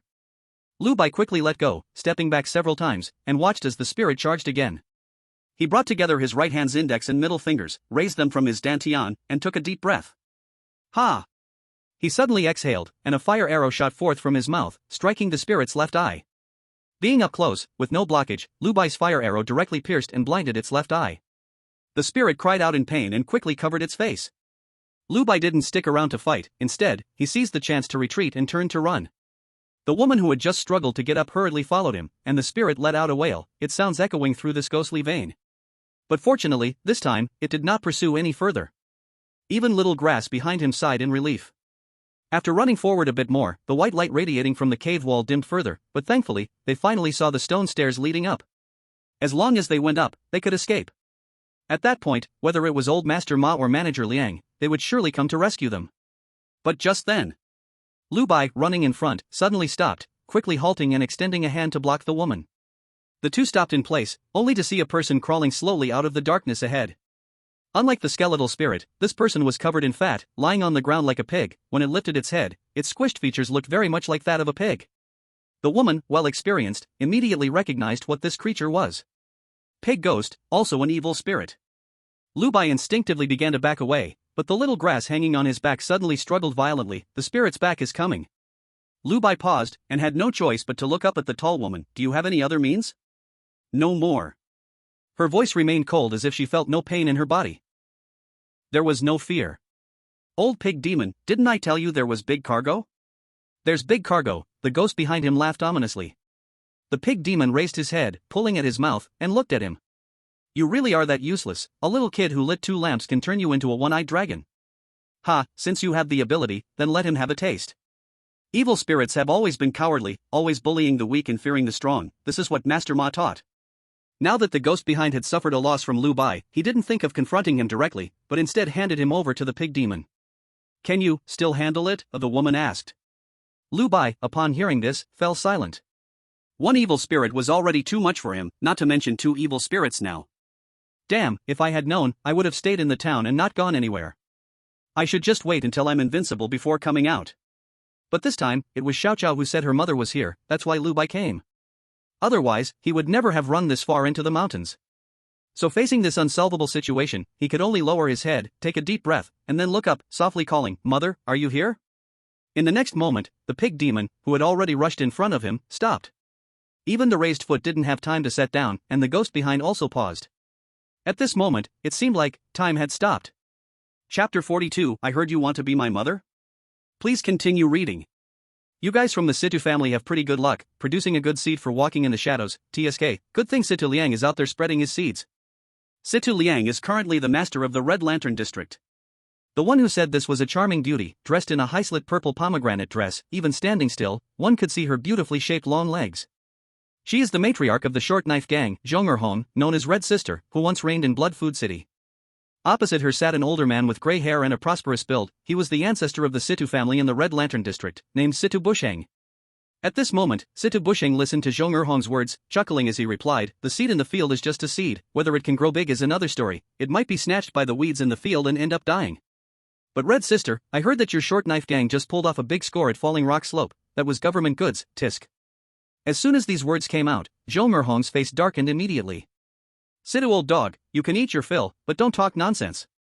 He. Situ Busheng turned around, stopping his words, and looked towards the ghost shadow that they had pinned down with their nail technique.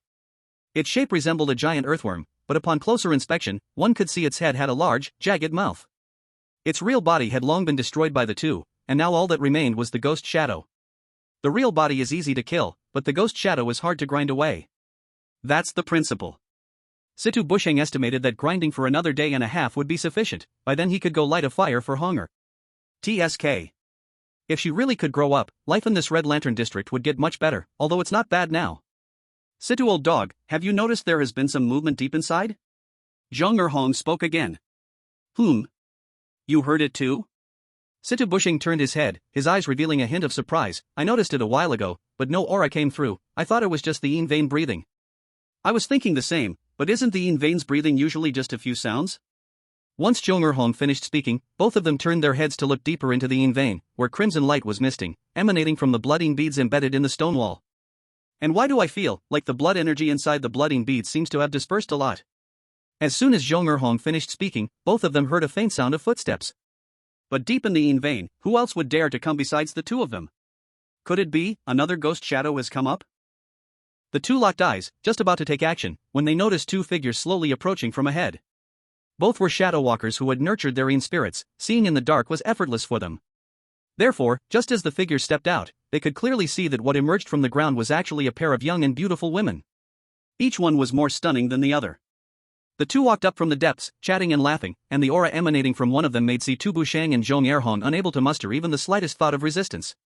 They could only watch helplessly as the two women passed right by them.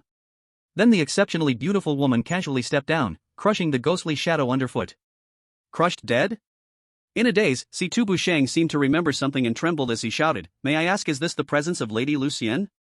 Upon hearing this long-gone title, Lady Lu instinctively stopped, turning to look back. With that one glance, Situ Busheng finally confirmed and joyfully exclaimed, "Lady Lucienne, it's me. I'm Hey Dan." Hey Dan? A glimmer of nostalgia appeared in Lady Lu's eyes. Is that you who used to sweep my threshold every day and steal my offerings? Yes, Lady Lucienne, it's me, it's really me. Situ Busheng, his hair already mostly white, found himself a little choked up as he spoke. After all, if he hadn't stolen those offerings back then, he probably would have starved to death in the haystacks of the grainyard long ago. How could he have imagined that he would become the ancestor of the Red Lantern in today, looking so impressive, commanding respect? Lady Lu took a few steps back. In the middle of the yin veins, where the green and white yin pearls converged, everything around was in chaos. The ground was furrowed with gashes, and the stone walls on both sides had crumbled. Only further ahead could one see an elderly woman crawling forward, her feet shattered as if they had been gnawed on. Only two empty pant legs remained. Her face was clawed and torn by something, and one of her eyes was blinded. Even if Lu Bai were here, he would need a while to recognize that this was his grandmother. Grandmother never expected that what she thought was just a strange creature would unexpectedly break free from the ground halfway through the fight. It was a creature named Cat Ghost. Shadow walkers have their limits. Back at Huang Pizzi Ridge, the ruthless killing of that old companion had already injured grandmother. So when the creature reappeared, she knew she would definitely be seriously wounded today. But unexpectedly, there were two creatures. However, it was fortunate that grandmother fought with all her might and, hey, survived. Though she lost most of her life, at least she had managed to cling to life. No matter how much of her life was gone, as long as she lived, there was still hope. After all, my dear grandson is waiting for me ahead. Grandmother had treated him so well, he would surely be willing to save her, right? He's such a good child, even when given a little treat, he knows to say thank you. Such a good child could never bear to see grandmother suffer without wanting to save her, could he? That's impossible. And even if, hypothetically, he truly did not want to save her, then grandmother would have to save herself. Ha. Thinking of this, grandmother felt a surge of energy and crawled with even more vigor. After all, staying here meant death, but if she could crawl out, she would live. Who wouldn't crawl in that situation? 1 time, 2 times, 3 times, a white pearl. But unfortunately, grandmother can't eat it right now. If she ate it now, it would just flow out of her body. In this dimly lit vein, the places grandmother crawled through left behind a long trail of blood. It looked just like the trail left behind by a slug crawling through. But as she crawled, grandmother felt the surroundings growing darker. No, not darker. She had lain down inside someone else's shadow. But how could there be a shadow here? She struggled to lift her head, and with just one glance, her heart leapt with joy, because she saw her dear grandson walking back toward her from the front. Did he come back on purpose because he saw she didn't keep up? What a good boy. Ma Granny looked upward along his figure, only to find that Lu Bai's right hand was actually raised. Oh no, it wasn't raised, it was being held by someone. Ma Granny, with only one eye left, had her vision narrow and blur, and for a moment she couldn't even see clearly. She turned her head slightly, and only then did she notice the one holding Lu Bai's right hand was a young and beautiful woman. At this moment, the woman slowly lowered her head and seriously asked, "I heard, you want to be my mother?" P.S. Update prompts: Option 1, monthly ticket. Option 2, recommendation ticket. Option 3, a reward of just 2 cents will do, help push up the fan ranking, only 10 more to break through. Chapter 43, Painted Skin Ghost Teaches Her Child, Part 2, please follow the story. There will be a Part 3, don't worry. Hearing this question, Ma Granny was, for a moment, completely confused. This person, who is she? After a while, her slow brain finally remembered, could this woman in front of her be Lu Bai's mother? But wasn't his mother just an ordinary woman in the town? How could she be so beautiful, and even make it here into the vein? Just as she was about to answer, she saw the woman standing up straight again. Madame Lu never intended to hear her answer. Madame Lu slightly turned her head to look at Lu Bai. This time, she wasn't serious, instead, she spoke in an ordinary tone.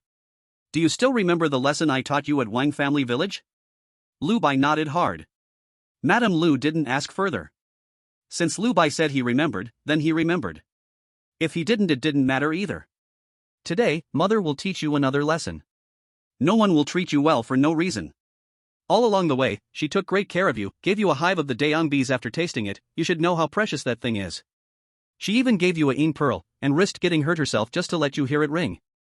Now in this vein, she even risked being scolded, just to bring you inside to have a look. Madame Lu counted each thing one by one, and by the end, even she couldn't help but lower her head and look at that pile of rotten flesh. Looking at it this way, I haven't even treated my son as well as she has treated you.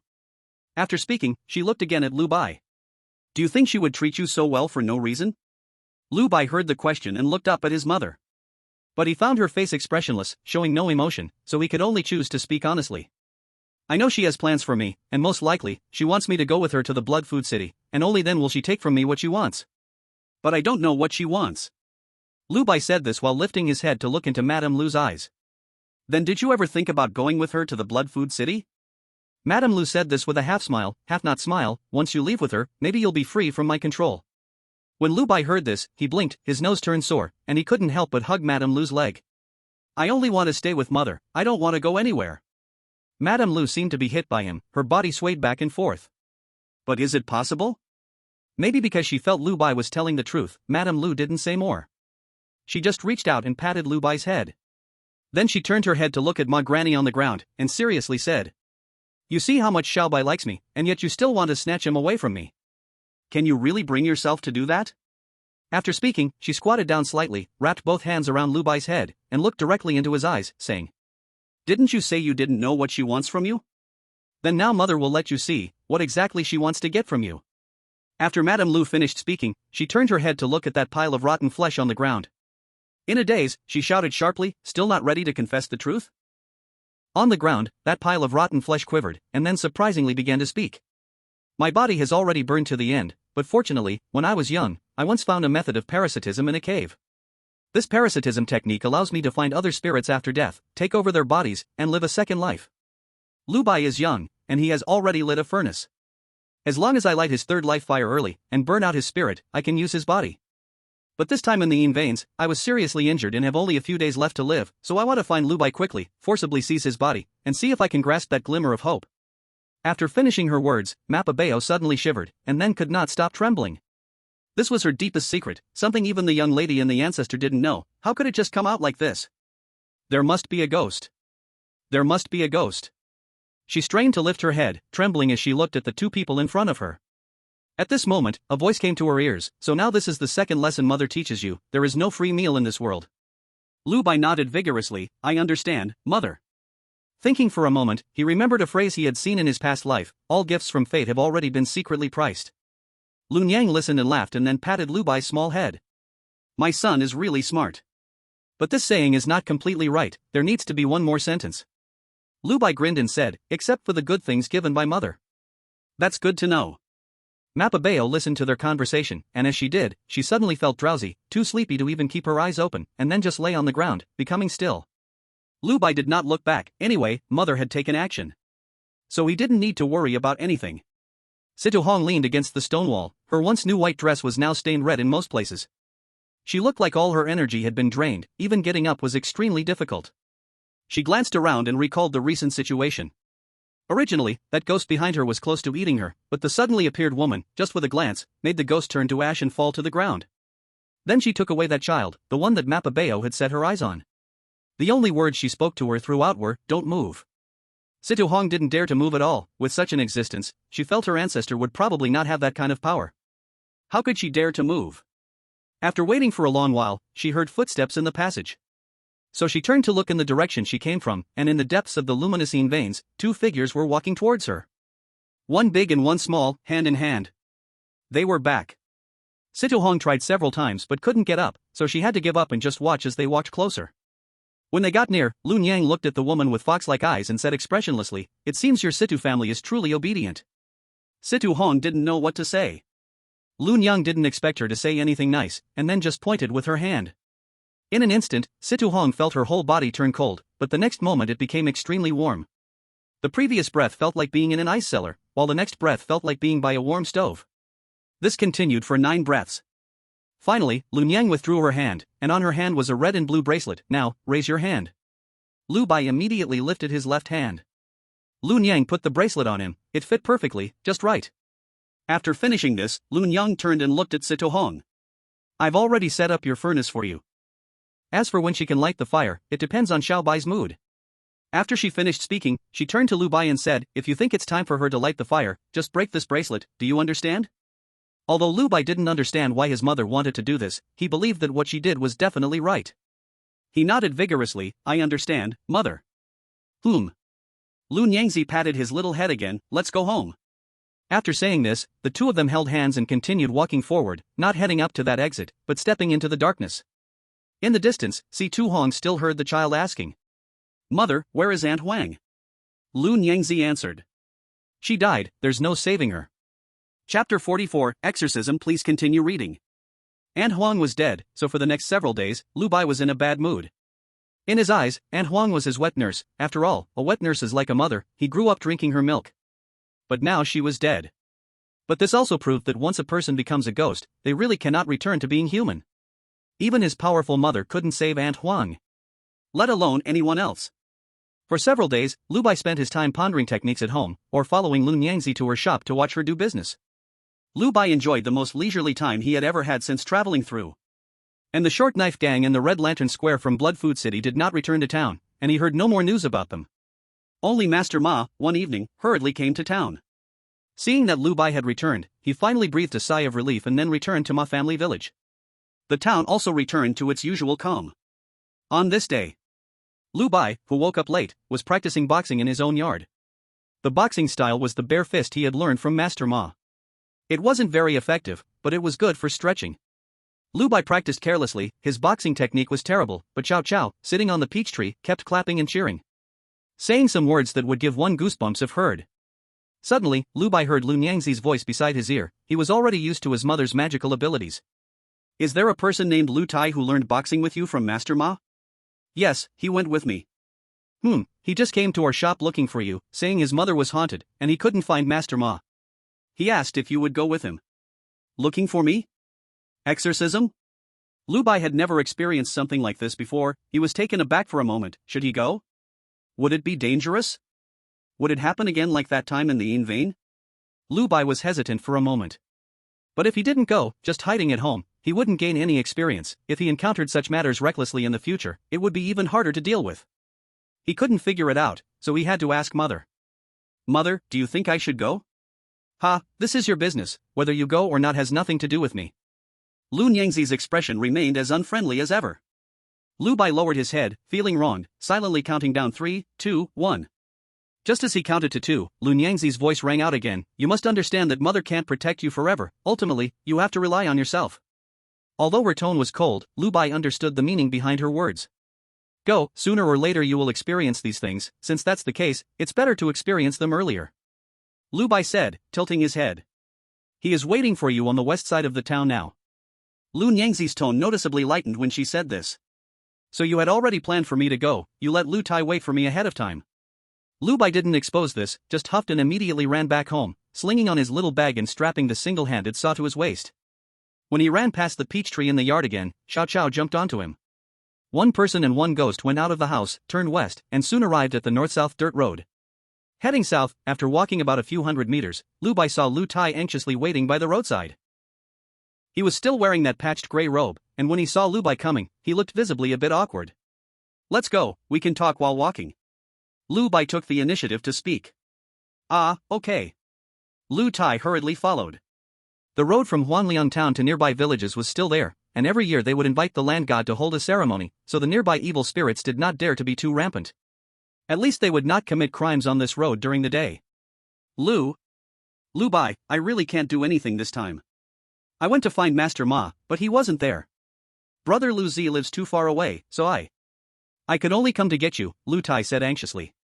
Lu Bai listened and was also a bit confused. Did you not think about looking for Hu Wei? Hu Wei, he's hard to talk to, and I don't have much connection with him. I'm afraid, and their Hu family is very influential in town. Even if I went, I might not be able to see him. From Lu Tai's words, it seemed he acknowledged that he had a connection with Lu Bai. Lu Bai did not deny it and instead asked, so tell me what happened to your mother. When it came to this, Lu Tai became anxious again. Just last night, my mother went to the field to pick bean grass and came back without eating. She said she felt unwell and lay down to sleep. My father just thought she caught a cold and planned to come to town early today to find Dr. Huang for her medicine. But unexpectedly, last night in the middle of the night, she suddenly started talking in her sleep and got up and walked around. My father and I had to hold her down. My father said she was haunted, so early this morning he went to the ancestral hall to ask for help, but when he came back, she was still the same. I had no choice, I went to find Master Ma. Though Lu Tai was anxious, he was still clear in his speech. Lu Bai understood and said, it's okay, I've already lit the fire. Even if I can't solve it, I can at least take a look at your mother. They did not talk much more and quickened their pace, and within half an hour, they arrived at a village built in a small valley. There were not many houses, mostly on the flat land in the middle of the valley, with only a few scattered houses on the mountainsides. Lu Tai's home was on the mountain. Lu Bai followed him and climbed a bit more of the mountain path before finally arriving at a yard. At the door sat a gloomy-looking man, resembling Lu Tai, appearing very honest. Dad, is Mom okay? Lu Tai shouted loudly before entering the house. It's okay, she's still unconscious. You? He was about to ask why Master Ma wasn't called, but then he saw a little boy in brocade clothes follow Lu Tai and paused. Lu Tai hurriedly said, this is Lu Bai, the one I told you about, who practices martial arts with me. Master Ma has already helped him light the fire, he is also a shadow walker. This. Lu Old 3 originally thought Lu Bai was young and about the same age as Lu Tai, but now he looked, how old could he be? Isn't he still at the age of wearing split pants? Lu Bai didn't know what to say either, he just said, Master Ma isn't here, I'll take a look first. Yes, Dad, since Lu Bai is here. Lu Old 3 had no other choice but to go along with it, treating a dead horse as if it were a live horse. Then I'll trouble you, He wanted to call him little brother, but seeing Lu Bai's age, he couldn't bring himself to say it. Lu Bai didn't mind, he had already anticipated this situation before coming. Lu Tai led him into the house. The living room was spacious, but not much furniture was placed, there was only a table and a few chairs, and the walls were already cracked. The room was on the left side. As soon as he entered, Lu Bai felt a chilling aura. It really is haunted. He looked at the woman lying unconscious on the bed, without saying much, he directly lit the life fire. Lu Old 3, who followed him, only heard a soft bang, followed by a wave of heat rushing towards him. This is truly a shadow walker. Lu Old 3 was astonished, while Lu Bai had already walked to the bedside, placing his hands on the invisible life fire. He didn't know how to exorcise evil, but since this person was haunted, to burn oneself with fire, to some extent, could be of some use. He placed his hands above the woman and stirred the flames up and down a few times. Soon, the woman's originally pale face began to turn black, as if something was being forced out. Chapter 45, The Cotton Clothes on the Bamboo. Please continue reading. Indeed. Lu Bai added more fire, and suddenly the woman sat up violently, her face fierce, startling everyone. Lu Bai also took a few steps back. The woman instinctively opened her mouth, and a puff of black smoke was expelled from her lips, then she lay back down, dazed. But this time, her face finally held a hint of color. Lu Laosan hurried forward, shaking her body, yet the woman remained in deep slumber, showing no reaction. Lu Laosan then placed a finger on the tip of her nose to feel her breath, which was normal, and he finally let out a sigh of relief, turning around with worry still on his face. Lord Lu, what should we do? Lu Bai did not know either, but fortunately, the little grass that followed was somewhat useful. It stood on the little cloth bag on Lu Bai's back, revealing a small head. Young master, she should have offended a ghost, and in shock lost her soul. You should light 3 sticks of incense and let the child kneel and try, to see if the ghost is willing to return his mother's soul. The little grass was a ghost servant, considered a type of evil spirit, but it would not harm people. Generally, it wouldn't harm people. And usually, those who don't light the fire cannot see it. Of course, there are special methods, for example, dripping cow tears on one's eyes can allow one to see briefly. You go find 3 sticks of incense. Lu Bai instructed. Hearing this, Lu Laosan quickly replied and went out to find the incense, igniting it and returning with it held in both hands. Lu Bai took it, glanced around, and inserted it into the wall crack at the head of the bed. Come, Lu Tai, kneel in front of the incense and bow 4 times. God 3, Ghost 4, applicable anywhere. Okay. Lu Tai obediently listened, bowing heavily on the spot. Lu Bai watched silently, while little grass perched on his shoulder, looking around. Soon, after the 4 bows, Lu Tai anxiously looked at his mother. But she still lay on the bed, motionless. Lu Bai was puzzled, but little grass quickly spoke. Young master, I found it, just a mere wandering soul, it actually dares to disrespect you, let's go, young master, let's kill it. Little grass held onto Lu Bai's hair, showing a proud attitude. Lu Bai hadn't found it, but it was good that little grass did. That ghost disrespects me, I'll help you get your mother's soul back. Lu Bai said lightly. Lu Laosan was shocked to hear this kid sounded even fiercer than Master Ma. As he reacted, he was about to lead the way, but Lu Bai looked back. Uncle Lu, you stay here to guard, Lu Tai and I will go. All right. Lu Tai quickly got up and led Lu Bai out the door, walking down the mountain. Wrong way, her soul is up the mountain. Little grass pointed out, quickly grabbing Lu Bai's shoulder. Up the mountain. Lu Bai turned around. My mother went to the place down the mountain yesterday, I'll trust you, let's go. Lu Laosan also came out of the door, watching the 2 children running up the mountain, still somewhat worried, but not too much, as he had just witnessed Lu Bai's skills. He was a child, but he was also a real wanderer of the underworld. Upon reaching the mountain, the trees around, although not as dense as an old forest, narrowed the path significantly. Perhaps knowing that his mother was not in serious danger, Lu Tai felt much more relaxed. Lu Bai, do you know Huang Pizzi Ridge?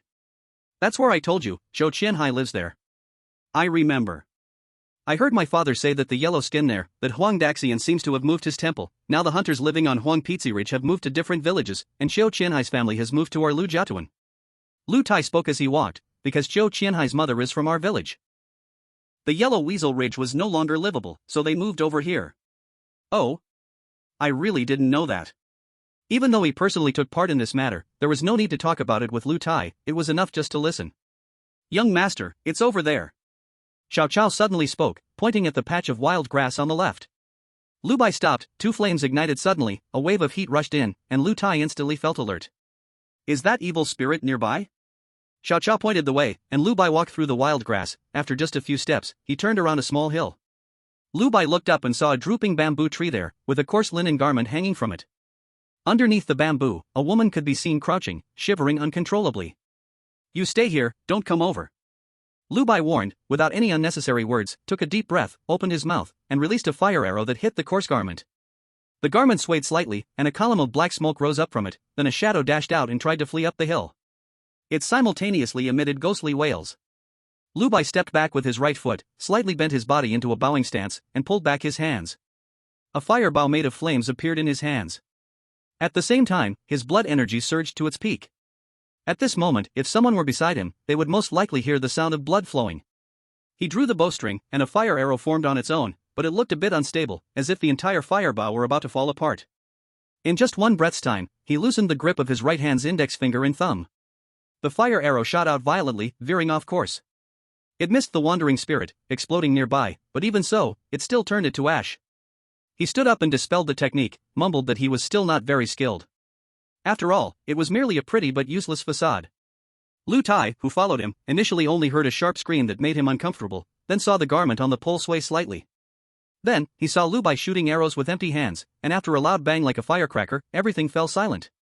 Lu Bai retracted the flames and called out to the woman trapped under the bamboo. She finally regained her senses, thanked Lu Bai, and flew out of the wild grass like an arrow. "All right." Lu Bai turned back. Is this all?" Lu Tai originally thought he would see something he couldn't see before, but now it seemed he was just overthinking it. "You go pick up that stick, and then the clothing hanging from the bamboo, do you see it? Use the stick to poke it, take it home, and burn it, then there won't be any problem." Lu Bai instructed Lu Tai to do the work, while he himself also went to see the place where the wandering spirit had just been destroyed, and finally picked up 2 white een pearls. In the end, after returning to Lu Tai, he thought for a moment and took out 1 een pearl, stuffing it into Lu Tai's hand. This.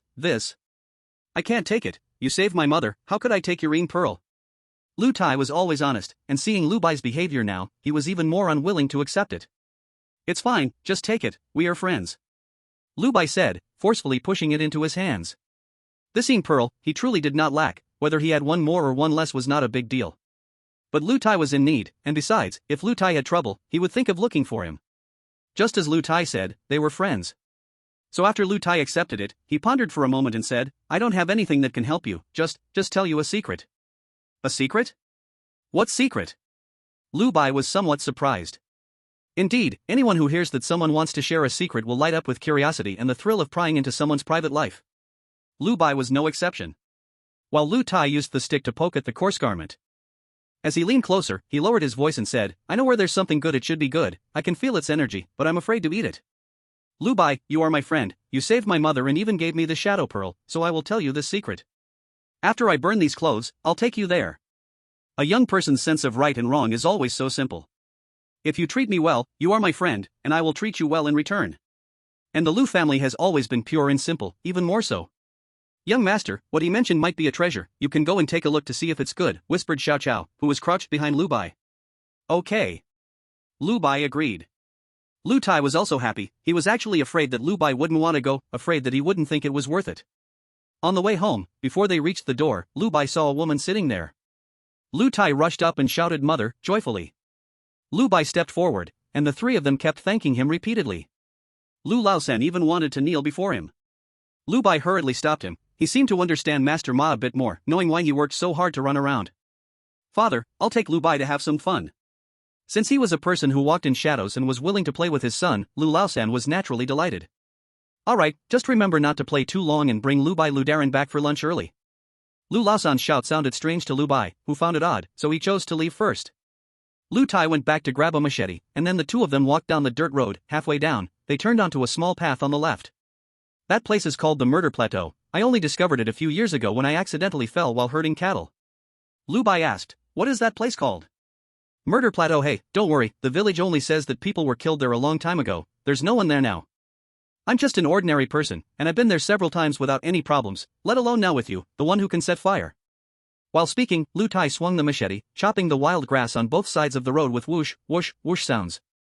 From time to time, he made flashy moves that he thought looked cool. Lu Bai just watched without interrupting, he knew that at this moment, Lu Tai was the knight in his heart. They walked along the small path for a long time. To be safe, Lu Bai ignited a flame every now and then. No matter if there are any dirty things nearby, scaring them off is always good.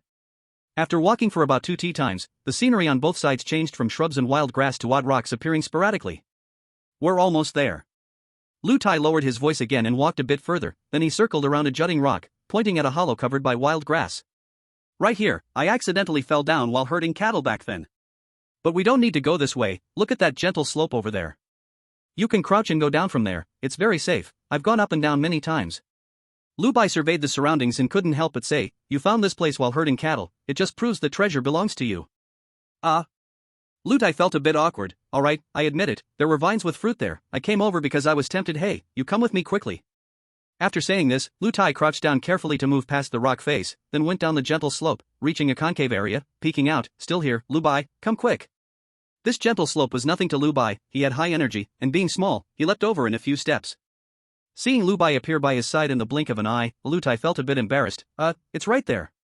He pointed into the stone cave. Although it's called a cave, it was actually a hollow space, stepping in just a few steps leads to the end, and above is the hole he covered with wild grass. Young master, it really is a treasure. Xiao Chao jumped down from Liu Bai's shoulder and ran toward the corner. Lu Bai naturally saw. In this sunken corner of the land, there grew 3 small flowers that looked like coxcombs. When I have no strength, just coming here to smell these flowers can give me energy, Lu Tai said as he squatted beside the small grass and sniffed it. I feel like this should be something good, but I'm also afraid and don't dare to eat it recklessly. The small grass heard him and grumbled in reply, this treasure of the earth must be a good thing. Like that honeycomb of the Dongyang bee that young master ate before, it is actually also a kind of treasure of the earth, and a very good one at that. This blood chicken flower, however, is much worse, and eating it can have bad effects afterwards. What?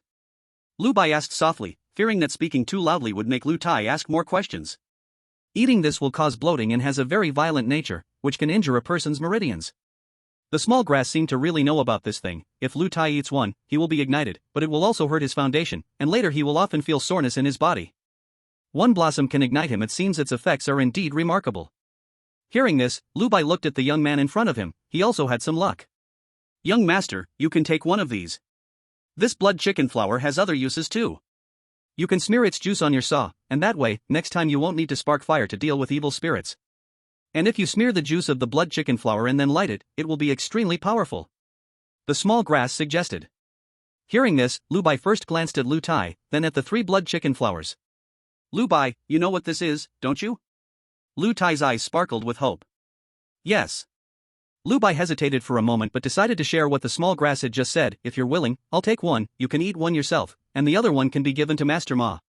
Because this thing it's dangerous to eat, and you will need his help after lighting it too. If you give him one, he will definitely be willing to help you with everything. As soon as Lu Bai finished speaking, Lu Tai nodded vigorously. I'm willing, I definitely am. For ordinary people, nothing is more important than being able to spark a fire. As for the one given to Lu Bai, Lu Tai also found it completely fine. The rest for Master Ma was even more a necessity. Since he needed assistance, it wouldn't be appropriate to not offer any benefit. Then let's pull it out now. Lu Tai said and tried to reach for it. The small grass quickly interjected, you must wrap it in live fire to pull it out. If you just pull it out like that, much of its medicinal properties will be lost. After saying that, Lu Tai couldn't hear anything, so it simply jumped up and punched Lu Tai's knee. The pain caused him to fall to the ground. This grass, how can it still hit people? It's okay, I'll do it. Half an hour later. Before Lu Bai could return to Lu Tai's home, he noticed that there were a few more people in the courtyard. Among them, one figure looked somewhat familiar. In Lu Tai's home waiting was Chiu Qianhai's father, whose name was Chiu Jiu.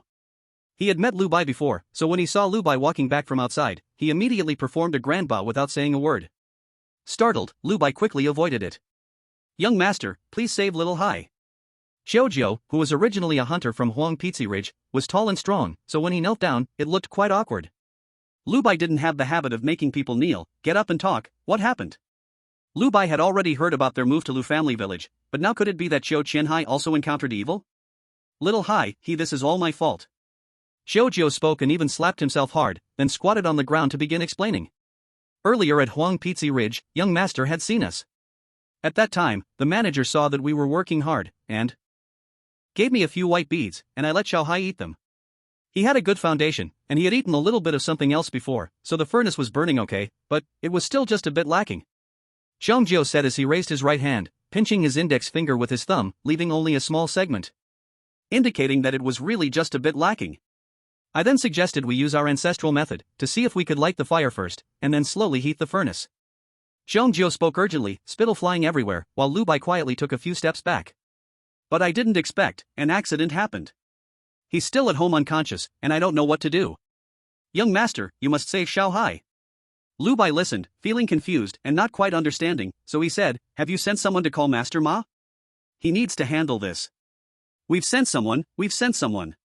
Xiongjiu nodded repeatedly, young master, please go take a look. I'm begging you. Seeing that Xiongjiu was about to bow his head in respect, Lu Bai said, I can only go take a look, I can't guarantee I can solve it. All right. Lu Bai's willingness to take a look made Xiongjiu very happy. Starting the furnace and lighting the fire was originally the business of the shaman, and he was just an ordinary person. Though he knew a little about it, when he really encountered something, he was at a loss. It was urgent, so they left without delay. Just returning, Lu Bai didn't even take a sip of water before following Xiongjiu again, with Lu Tai hurriedly following behind. Xiongjiu's family had just moved in and was temporarily staying at his brother-in-law's house, located in the center of the village. When he invited Lu Bai over, it naturally astonished those Lu families. However, it was fortunate that Lu Lao-san, who followed behind, knew them well and explained a few things, so they all understood. Lu Bai couldn't be bothered with these details. As soon as he stepped into the inner room with Xiongjiu, he felt a warmth in the room. He looked at the makeshift wooden bed, where Qiong Qianhai was lying. The fire on his left shoulder was fierce, but he was completely unconscious, his hair drenched in sweat, and he trembled uncontrollably. Young master, look at this, what should we do? Xiongjiu was anxious, but his anxiety was of no use.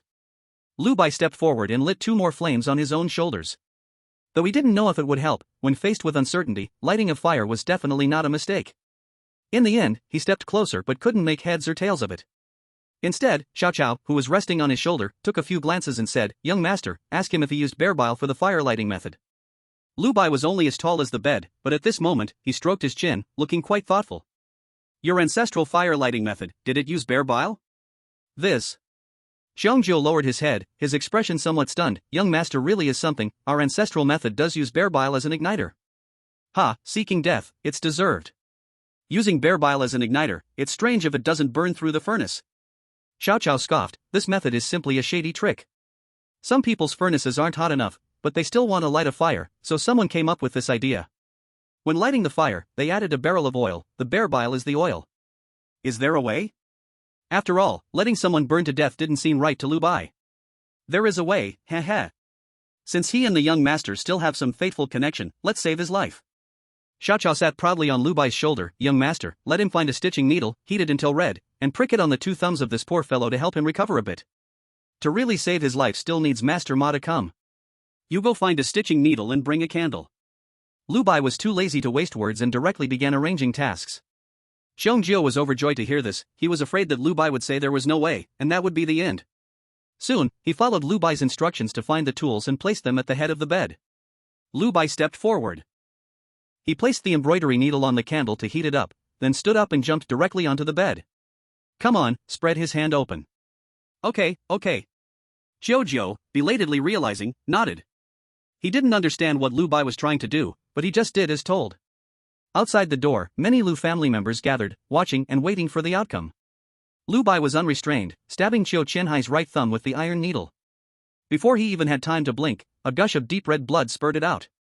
He reacted quickly, jumping off the bed to avoid it, but as a result, it sprayed all over Qiongjiu's head and face. The people outside were also frightened and gasped, but fortunately, after Qiong Qianhai spat out the blood, his body convulsed much less violently. There's a door. Xiongjiu, knowing a bit about such things, saw the situation and understood it was working. Without needing further instruction from Lu Bai, he took Qiong Qianhai's other hand. Lu Bai, even more straightforward, handed him the needle.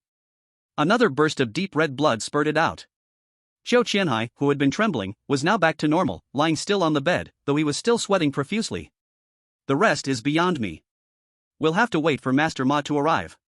Lu Bai stretched lazily and stepped out. The crowd of onlookers parted to make way for him, showing their respect. Lu Bai had barely stood outside for a moment when Master Ma arrived, rushing in with his carriage, moving with authority. Before entering, he was already cursing. A bunch of brainless farmers, do you really think walking the Yin path is such a great thing? Taking up this task, it's a miracle you're not already dead. When he saw Lu Bai, he was momentarily stunned, but quickly nodded. You're quite the restless one. He then entered the room, with Lu Bai following behind him. Master Ma glanced at him, then immediately began scolding Chojo. I already told you families from Huangpeizi Ridge, your method is flawed. But you wouldn't listen. Now look, something's gone wrong. Do you think those mountain guides are just good at tricks? With skills that high, would they still need to dig for food in the mountains? Learning a few useless tricks they didn't want, and you really think you've become a big shot? After a satisfying round of scolding, he took Zhou Qianhai's hand and looked at it. Huh, he said, then turned to look at Lu Bai. You're the one who worked on him, right? You should thank him. Without those 2 needles, your son would have already turned to ashes. Xiaozhou dared not say another word. Hearing Master Ma's words, he immediately knelt down. He bowed deeply to Lu Bai. Thank you, young master, for saving my life. Lu Bai, unaffected, gently avoided the bow, saying, it's nothing, just a small favor. For him, it truly was just a small favor. Xiao Chao then muttered, don't forget to thank me. It was Xiao Chao who came up with the idea. All right. Master Ma snorted coldly, then turned to look at Zhou Qianhai lying on the bed, also lighting his own life flame. Once he lit 3 life flames, it was clear that his power was far beyond Lu Bai's or the others. The whole room instantly felt as if a stove had been lit inside. He stepped forward, placing his hand on Zhou Qianhai and squeezing his limbs. The more he squeezed, the worse Zhou Qianhai's face became. Finally, he turned around, his face dark, and said, if I didn't know that Zhou Qianhai is your son, I'd suspect you're trying to kill him. So much bear gall just poured on him, are you trying to make him die faster? Xiaozhou collapsed to the floor, thinking that Zhou Qianhai was beyond saving. But the next moment, Master Ma spoke again, 2 methods, one is to save his life. I will pull out the fire inside him through the life flame on his shoulder. This way, his fire will be cleared out. However, he will never be able to walk the yin path again. The second is to not draw out the fire, but to direct it to his arm and light it there. However, if we do that arm was ruined, but the good thing is it caught fire. After all, it's a way to become a ghost walker. As soon as he finished speaking, a woman squeezed her way into the crowd, kneeling on the ground and crying, the first one, I choose the first one. I don't want my child to be a ghost walker, I just want him to be well. Xiaozhou realized too late and quickly nodded in agreement. Okay. Master Ma turned around, but just then, Zhou Qianhai, lying in bed, made a sound, Master Ma. Master Ma, burn my left hand, burn it. I want to be a ghost walker. In this life, I must become a ghost walker. The Zhou couple behind him naturally began to persuade him again, and Master Ma laughed, alright, you all fight for it. He himself lit a tobacco pipe and walked over to Lu Bai's side, smoking and sighing without saying much. Although he always said that being a ghost walker was not good, the truth is, for these ordinary people, there really is no better path than being a ghost walker. As long as the fire is lit, they can enter the city and go into those alleys. When those women serve people, they will put in extra effort. As for Lu Bai, seeing this situation, he also felt a lot of emotion in his heart. In this world, for poor families to climb up, it indeed seems like the only way is to become ghost walkers. After a while, Zhou Qianhai's insistence finally convinced his parents. Master Ma, while smoking, walked forward, alright, he's brave, if he can handle it, then don't scream. Saying this, he didn't care whether Zhou Qianhai agreed or not, he directly started to act. Lu Bai also stood up and saw Master Ma using his fire-lit hands to pat Zhou Qianhai a few times, finally placing both hands on his waist and pushing up suddenly. Zhou Qianhai's face immediately turned bright red. Master Ma turned his hands and pushed onto his left hand, and in this way, Zhou Qianhai's left hand visibly swelled, but the redness on his face gradually faded. Alright, bear it, it might hurt a bit. As Master Ma spoke, he took the old pipe out of his mouth and touched Zhou Qianhai's left hand. In an instant, with a bang, his entire left hand burst into bright flames. He let out a scream and immediately sat up, then started shouting.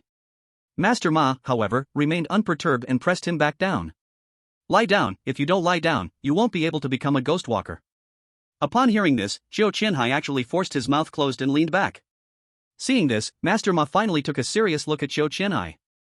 This kid is likely going to have some future. After all, someone who is so harsh on themselves, what can be said about their treatment of others and evil entities? Alright, wait until this fire burns out, and he will be fine. Remember, don't put it out, if you do, his suffering will be for nothing. After Master Ma finished speaking, he smoked his pipe and left the room. Lu Bai, too lazy to stay longer, was about to go out when he suddenly heard Zhou Qianhai's voice from behind. He trembled and yelled, Lu Bai, I Zhou Qianhai owe you a life. After all, he is just a young lad with a bit of flair. Lu Bai paused, unsure of what to say, finally just replied, live well. Following him out, Master Ma called Lu Bai to get in the carriage, saying he would take him home. Lu Bai exchanged a glance with Lu Tai behind him, but Lu Tai looked dumbfounded. Lu Bai had no choice but to say, Lu Tai has something to discuss with you. Him? Master Ma looked back, and only then did Lu Tai react, his eyes somewhat excited, unsure where to place his hands. Okay. Master Ma then led Lu Tai a little way off, and after just a few sentences, Master Ma widened his eyes, cursed damn, and snatched him away, heading straight to Lu Tai's house. At this moment, Lu Bai witnessed Master Ma sprinting with all his might. There's a term for it, what was it, pig rush? Master Ma is almost like this right now. The common folk behind were naturally confused. Lu Bai was too lazy to waste words and directly jumped onto the horse cart. Master Ma was not around, and Lu Bai recalled the oddity of the cart. After all, wherever Master Ma placed it, it remained intact, even on the night of the chaotic evil spirits. Lu Bai hesitated for a few breaths and began to look around the cart. This cart was definitely strange. Even the old horse outside was also odd.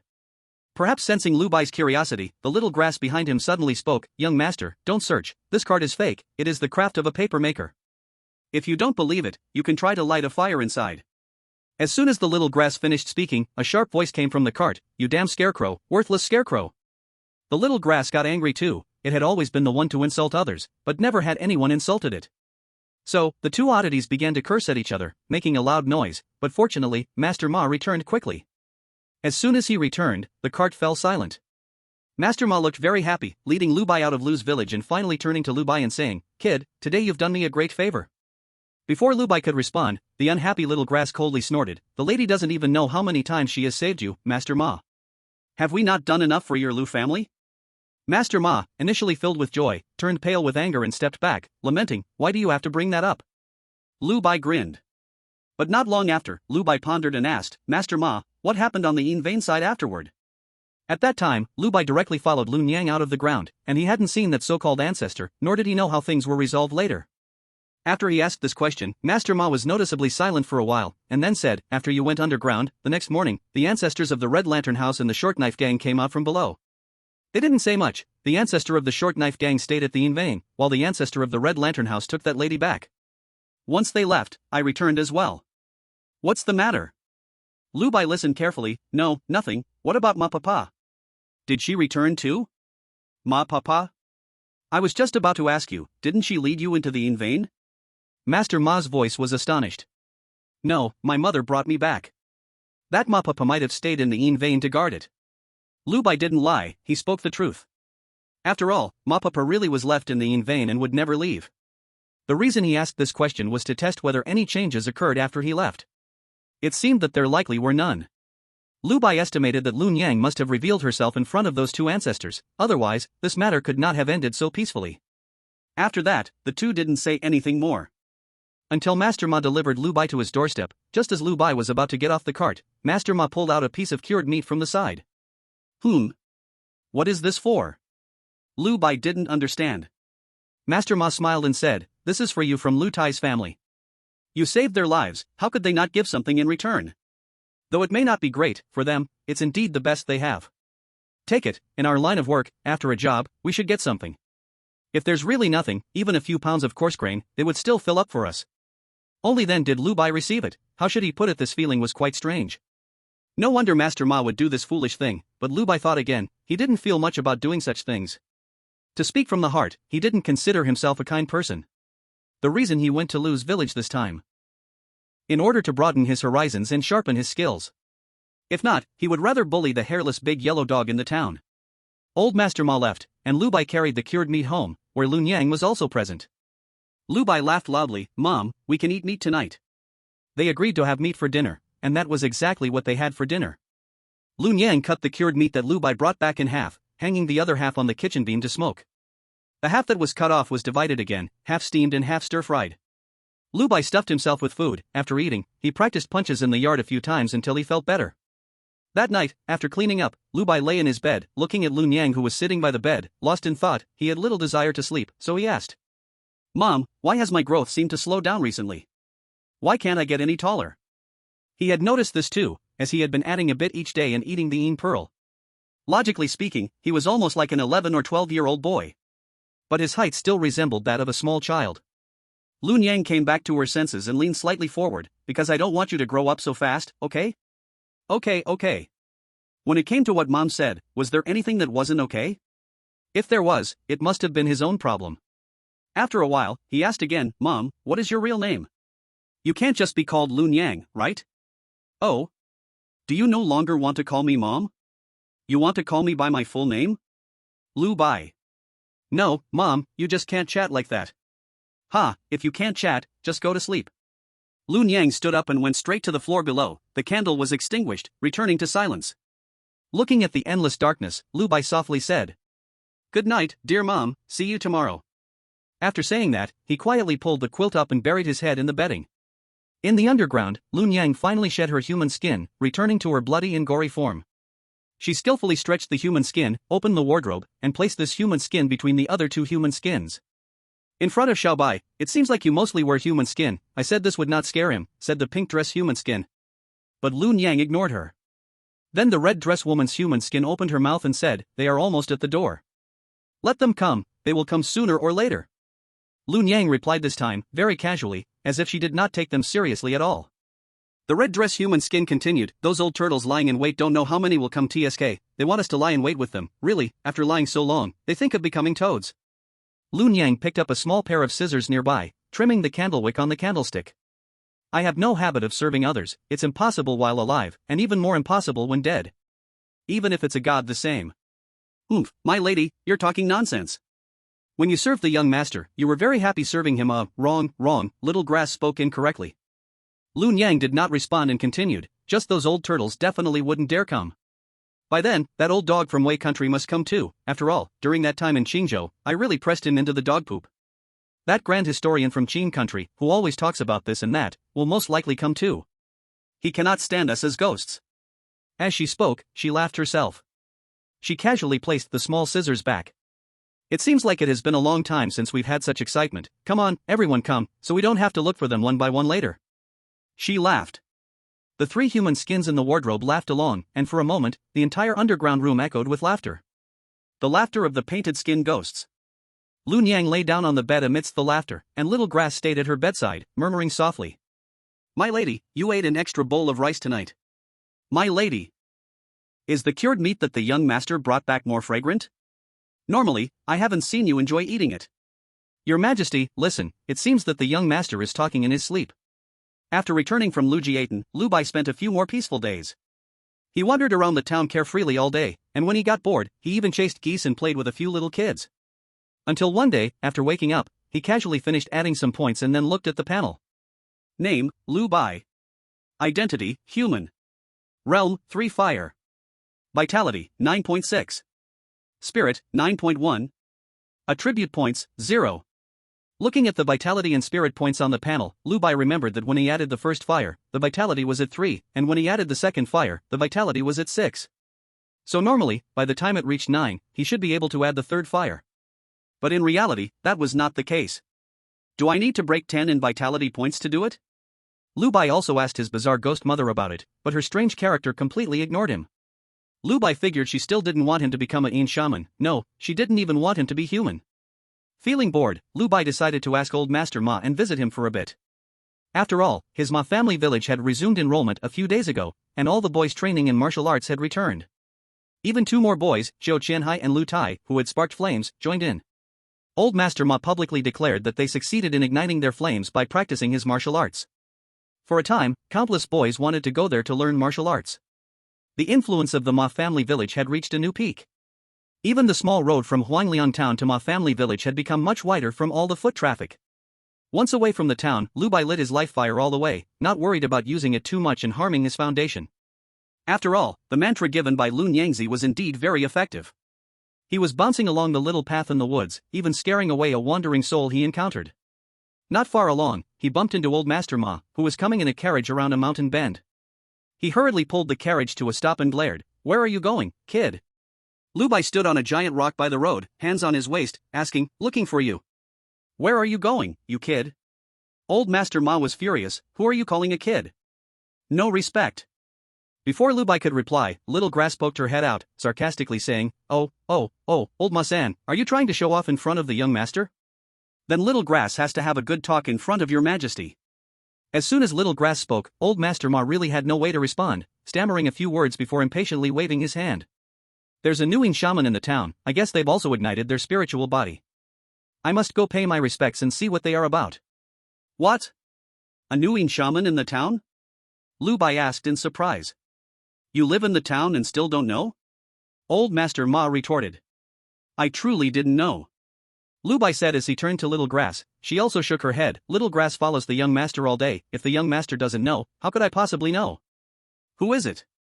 The fortune teller who just moved into Zhu Family Alley, don't you know? Old Master Ma asked. That? Lu Bai thought for a moment. I think I heard people in town mention it. I thought it was Xiao Daoist who moved in, but turns out it's a newcomer from outside. Then let's go. I want to go back with Old Master Ma to take a look. Lu Bai said, nimbly hopping onto the carriage. Old Master Ma cracked the whip, and the paper horse started running. What do you want with me, kid? I want to ask why I haven't ignited the third fire yet. I estimate I am ready. As soon as Lu Bai finished asking, Old Master Ma stretched out his hand and pinched the back of his head. You just need a bit more fire. It is estimated that it will be almost done in about 10 days. When Master Ma said this, his tone was filled with bitterness.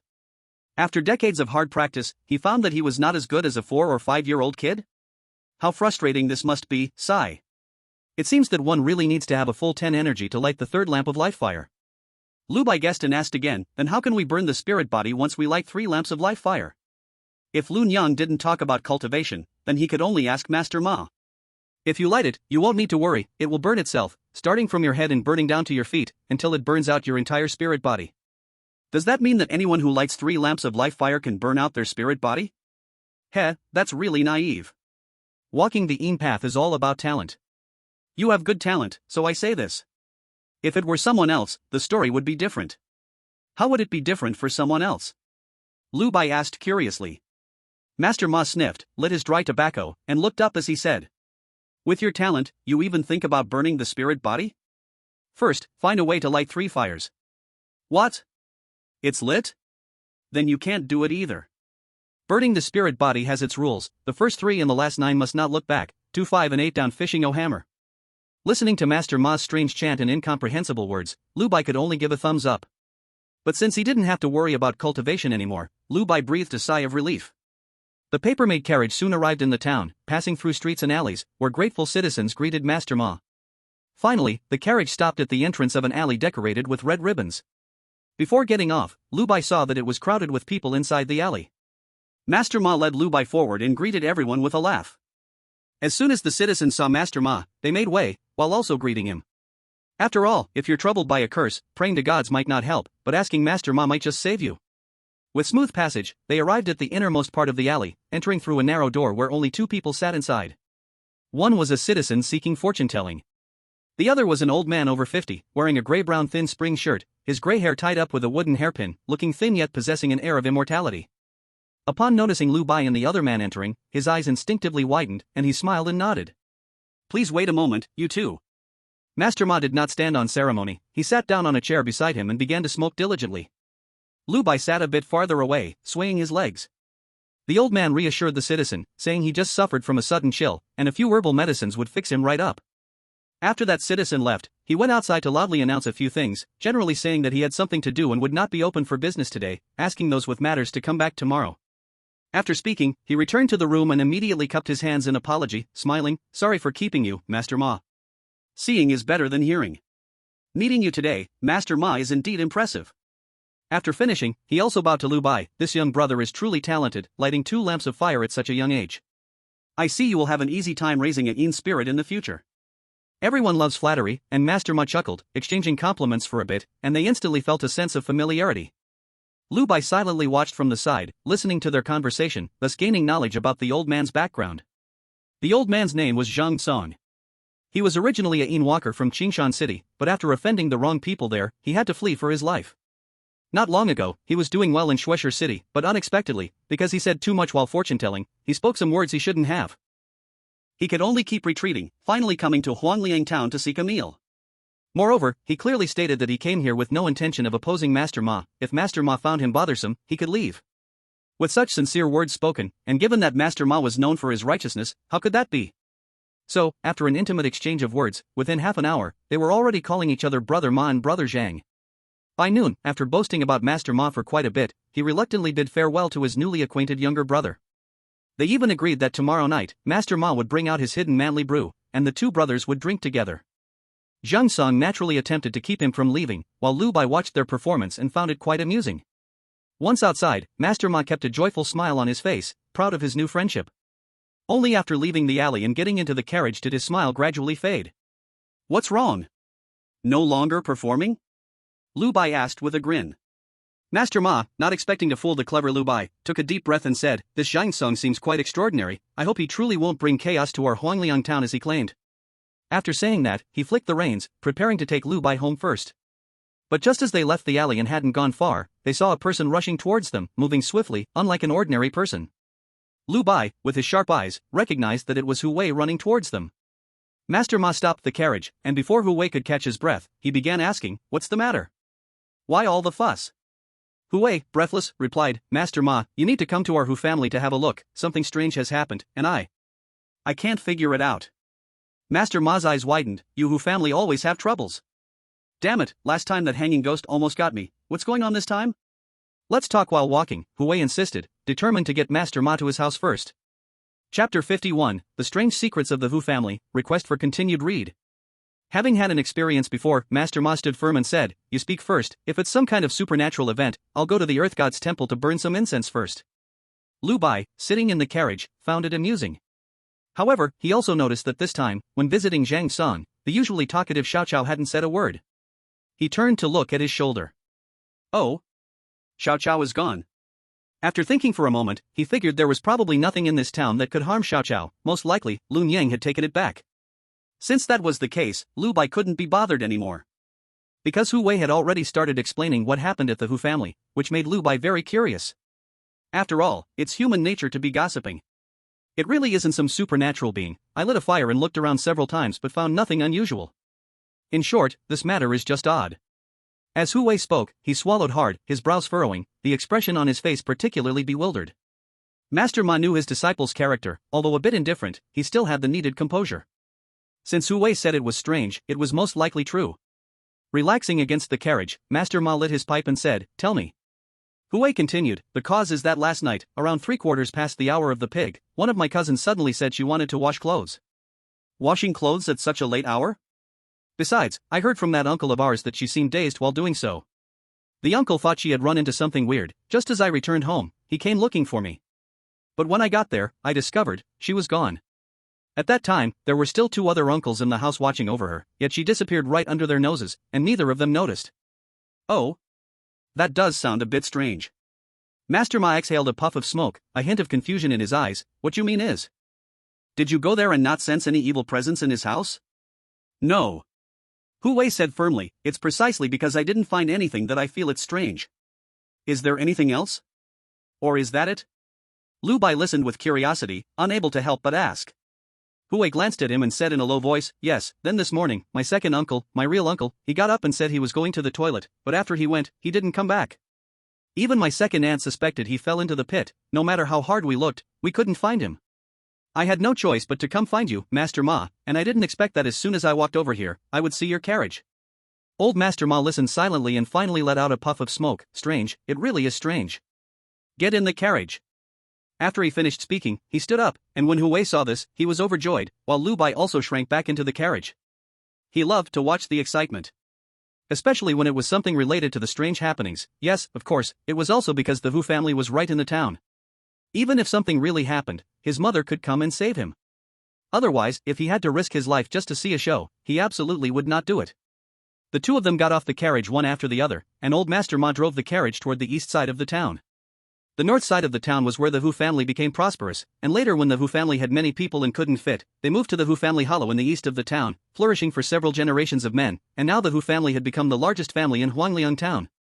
After leaving the town from the east, one could see the houses in the hollow ahead, where all the residents were members of the Hu family, and that's why the townspeople called it Hu Family Hollow.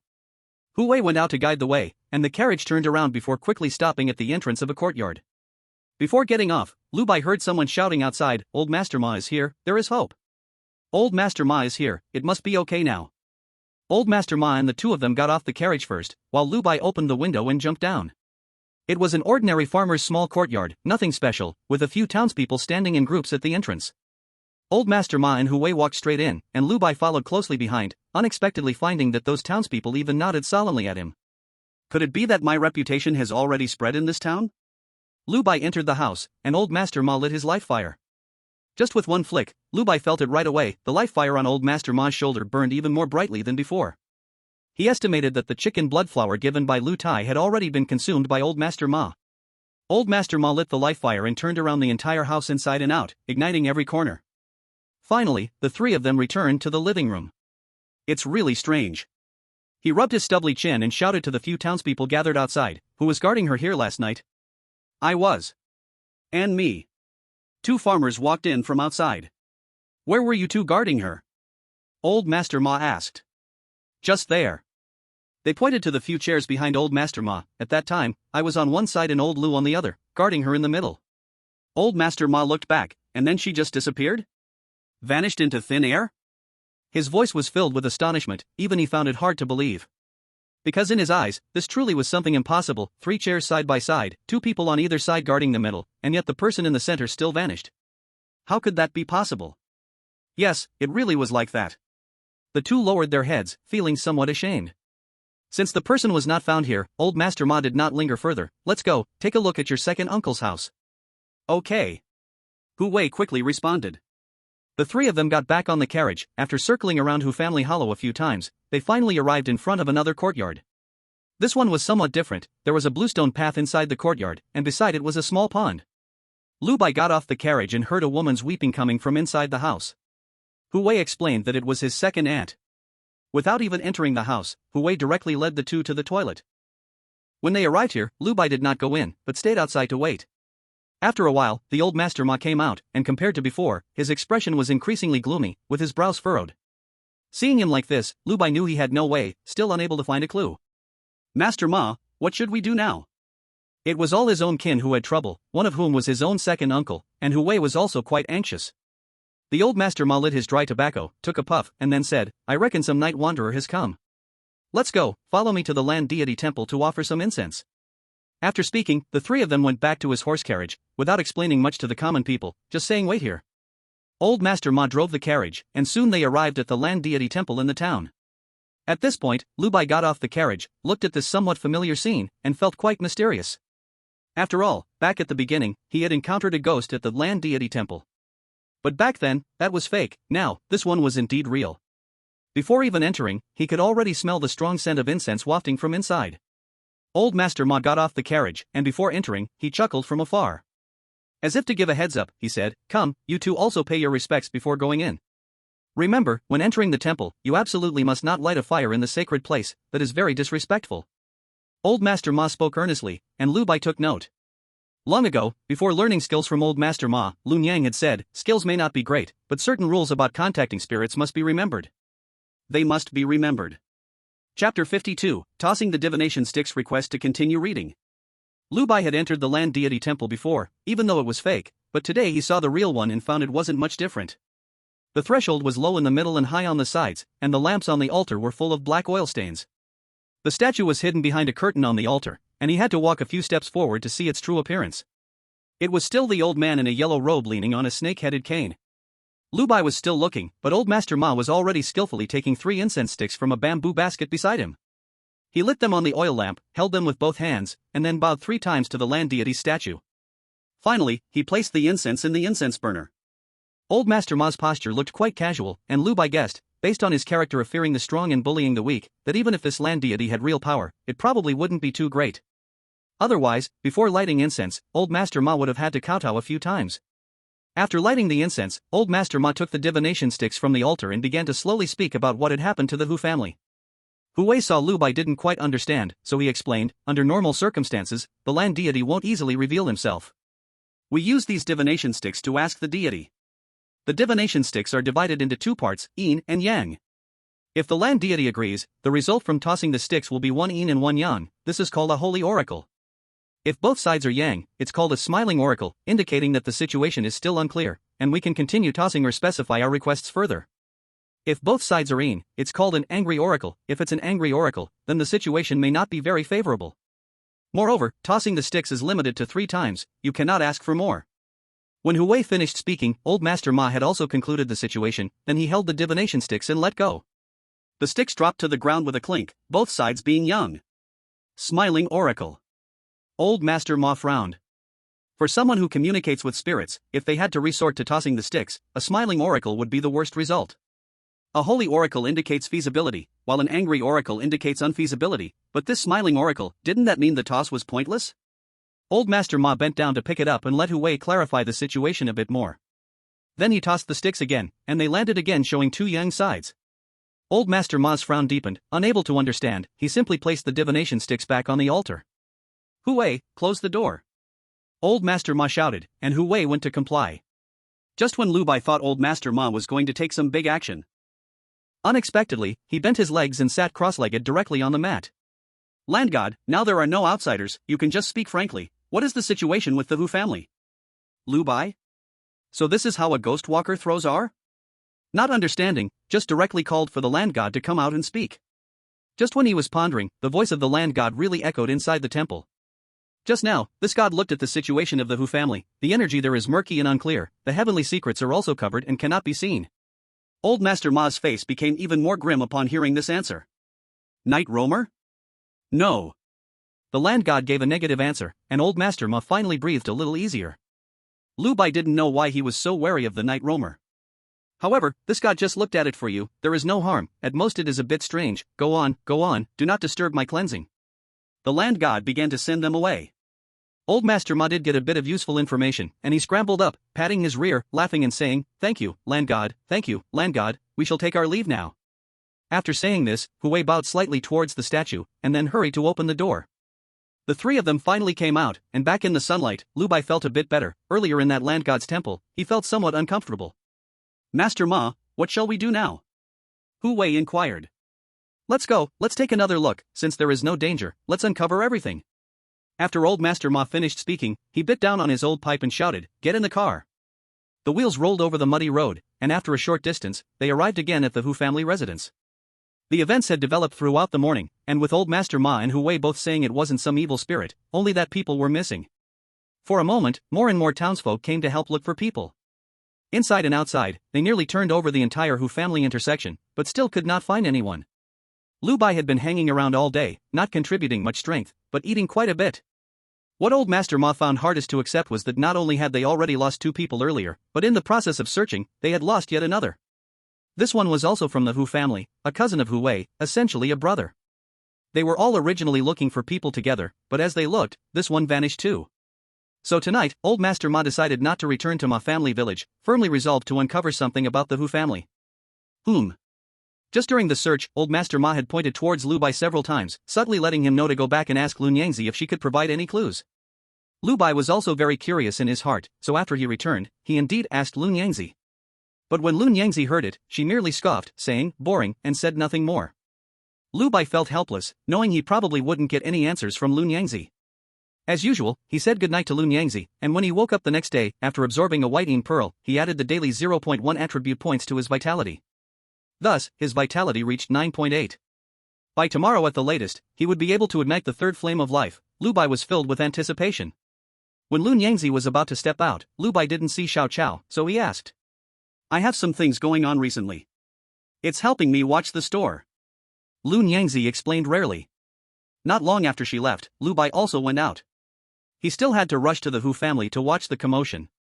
But just as he stepped out, walking in the town, he heard the townsfolk around him talking about the missing person from the Hu family.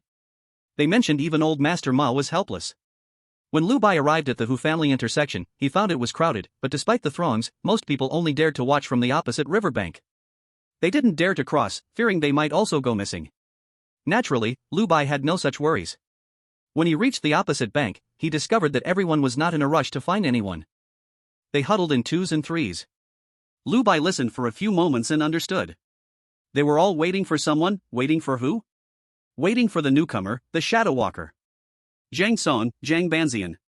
His fortune-telling was accurate, and now that such strange things had happened in the Hu family, even Master Ma had no way to help, so they could only invite Zhang Song to give it a try.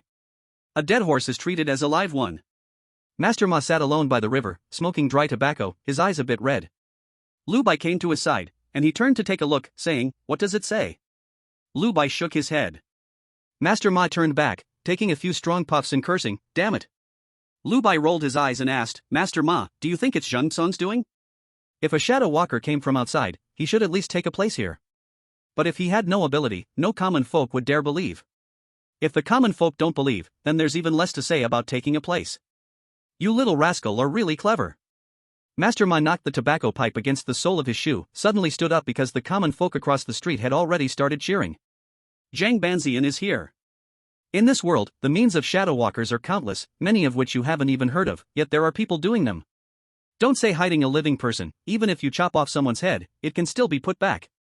For example, in our Chu Kingdom Shangzhou, there are people who drive corpses, but there are rules to driving corpses. Some can even drive living corpses.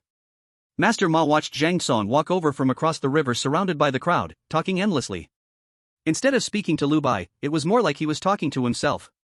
Now, Lu Bai had slightly grasped the situation in this world. For instance, he was currently in the Chu Kingdom, Yunzhou, within the blood food towns Huangliang. Besides the Chu Kingdom, there are also two other powerful nations: the Qin Kingdom and the Wei Kingdom.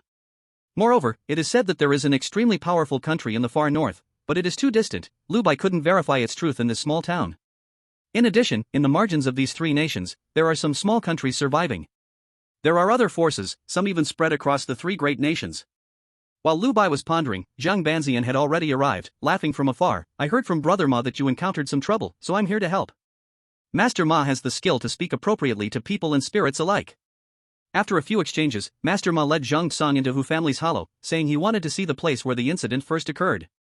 Seeing many people wanting to follow, Master Ma turned and shouted, "My younger brother Zhang is about to take action. His power is tremendous. If something happens later, I can't save you." Zhang Song nodded as well, advising everyone not to follow or there would be trouble. Thus, the ones who truly followed were Lu Bai, Hu Wei, Master Ma, and Zhang Song. They were all shadow walkers, two of whom had burned spiritual bodies. Once lit, even evil spirits would have to take a detour. Hu Wei led the way, and they quickly arrived at the yard from yesterday. Before entering the door, Zhang Song exclaimed, "Oh." Then he sniffed and extended his left hand from his sleeve to calculate a bit. After finishing his calculations, he turned to look at Hu Wei and asked, "How many generations has your Hu family been in Huangliang town?" Hu Wei hadn't expected to be asked this question. He recalled for a moment and said, "We are the 36th generation of the Hu family, starting with the character Kai. If you count back, it has probably been 9 generations. Upon hearing this, Zhang Song nodded while stroking his chin, saying, "No wonder." Master Ma furrowed his brows and asked, "Does Brother Zhang know what's going on now?" Lu Bai caught the hidden meaning in Master Ma's words. He really wanted to say, "Aren't you going to even pretend a little bit?" He walked over and directly said he knew what was going on. Zhang Song nodded. "Indeed, this thing is rare, so it's normal for Brother Ma not to understand." "How so?" Old Ma inquired, and the onlooker Lu Bai also perked up his ears. "House spirit," Zhang Song said in a deep voice. "House spirit?" Old Ma was truly baffled and tentatively asked, "Is the house possessed?" "Brother Ma, you truly are Brother Ma." Zhang Song praised him first and then continued, "This so-called house spirit is a strange being born from the energy of the house. It usually only appears in families with a long lineage. This thing has a quirky nature and often enjoys playing games with people. Before, when I was in Xingshan City, I encountered one while walking with someone in the shadows. That's how I remembered its energy. Brother Ma, take a whiff." As he spoke, Zhang Song sniffed again. "Is there a musty smell in this house?" Not only Old Ma, but Lu Bai also sniffed and found it to be true. This is the smell of the house spirit.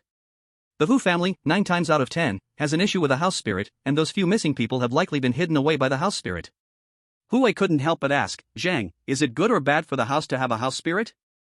Zhang Song heard the worry in his words and laughed. "Don't worry, if a house spirit appears, it means the energy of the family is concentrated over generations.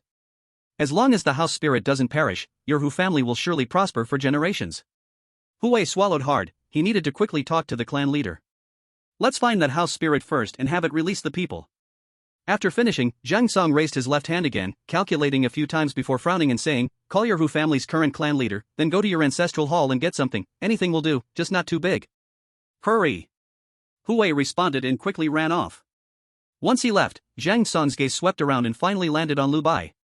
"Brother Ma, this should be your prized disciple, right? I see you take him wherever you go. At such a young age, he's already made his mark. His future is limitless." Zhang Song finished, shaking his head in envy. "Absolutely, absolutely," Old Ma grinned. "Alright, kid, don't wander off later." "I have a good thing to give you soon," Zhang Song said, raising an eyebrow, just like an adult teasing a child. Lu Bai immediately thought of Granny Ma and remembered the lessons taught by Lun Yang. There's no such thing as free food in this world. What else does Zhang Song want to get from me? Lu Bai couldn't figure it out and prepared to wait for the right moment. Anyway, he was in Huanliang town, backed by his mother, so he wasn't afraid of anyone. Not long after, Hu Wei returned with an elderly man leaning on a cane and with a head full of white hair. Master. Master, is that house spirit really true?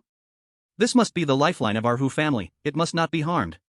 Hu Qian, the clan leader, appeared old but spoke with a strong voice. Elder, just relax. Hu Qian's words were forceful, but Zhang Song did not get angry and remained calm in his speech. He took the oil lamp from Hu Wei's hands, and Hu Wei hurriedly asked, Master, is this thing all right? It's fine, very good. Come on, elder, sit well in this main seat. After calming Hu Qian to sit down, Zhang Song lit the greasy oil lamp. He didn't mind getting his hands dirty holding it. Old Ma was also seeing this for the first time, so he didn't interrupt and just quietly watched from the side. After lighting the oil lamp, Zhang Song placed it beside Hu Qian, then rubbed his hands over the lamp, resulting in a puff of smoke.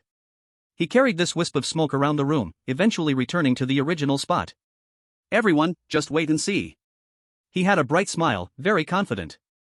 Lu Bai was also intensely curious, unable to help but look around. In just a few breaths, the house suddenly filled with a thick musty smell. Here it comes. The house spirit is coming. Lu Bai's sharp eyes immediately looked toward the left front wall, and suddenly, a fleshy limb squeezed out of that wall. No, it wasn't a limb, it was a chair, seemingly made of flesh and blood. It walked on 4 legs, making ee-ee-ah sounds from its mouth, and even wobbled as it walked. Is this the house spirit? This is Lu Bai's first time seeing such a thing, and he didn't even blink. Old Master Ma looked the same way, but just then, Zhang Song suddenly spoke up, his voice soft and full of love. He said to the house spirit, Did you make a friend from the old woods? Chapter 54, Asking for Directions. Originally wobbling, the house spirit stopped, one corner lifting up, as if it was raising one of its ears. Or maybe its eyes. When it saw the situation clearly, it retreated a few steps, its tail almost completely merging with the wall. No, it should be said to have become one with the wall. Lu Bai had never seen such a thing, and found it very curious, so he tentatively waved his hand. The house spirit, seeing this, actually rolled over to his side and rubbed against his thigh. The 3 of them were astonished, even Lu Bai himself didn't expect this. It's made a friend, named Xiaohua, this game of hide and seek is taught to me by it, and it's so fun. The house spirit gave a definite answer, and now even Lu Bai understood what was going on. This thing seems to have befriended a spirit. Zhang Song quietly asked, Where did you hide those people? Humph, I've said it's hide and seek, how can I tell you? You guys have to find them. The house spirit shrank a little behind Lu Bai. Hey, you smell nice, why don't you play hide and seek with me? Before Lu Bai could respond, Old Master Ma grew anxious and quickly said. No playing, no playing. He won't play with you. If Lu Bai plays hide and seek and gets lost, Lu Niang will surely tear him apart. You old stinky man, I didn't ask you. Old Master Ma was fierce, but the house spirit was fiercer. It didn't speak, and Zhang Song seemed to have run out of ideas, nearly casting a pleading look at Lu Bai. He didn't know why the house spirit was close to Lu Bai, but for now, they could only let Lu Bai give it a try. Lu Bai thought for a moment and tentatively asked, Can you take me to meet your friend? I want to be friends with it too. Sure, sure. That way, the 3 of us can play hide and seek together. The house spirit seemed very excited, charging forward and crashing into the wall. Lu Bai could only watch, wide-eyed. Am I supposed to walk into the wall with you? I can't crash in. Come on, hurry up and follow me, I'll take you to meet Xiaohua. The house spirit poked its head out from the wall. You walk outside, it will wait for you, Zhang Song said quickly. All right.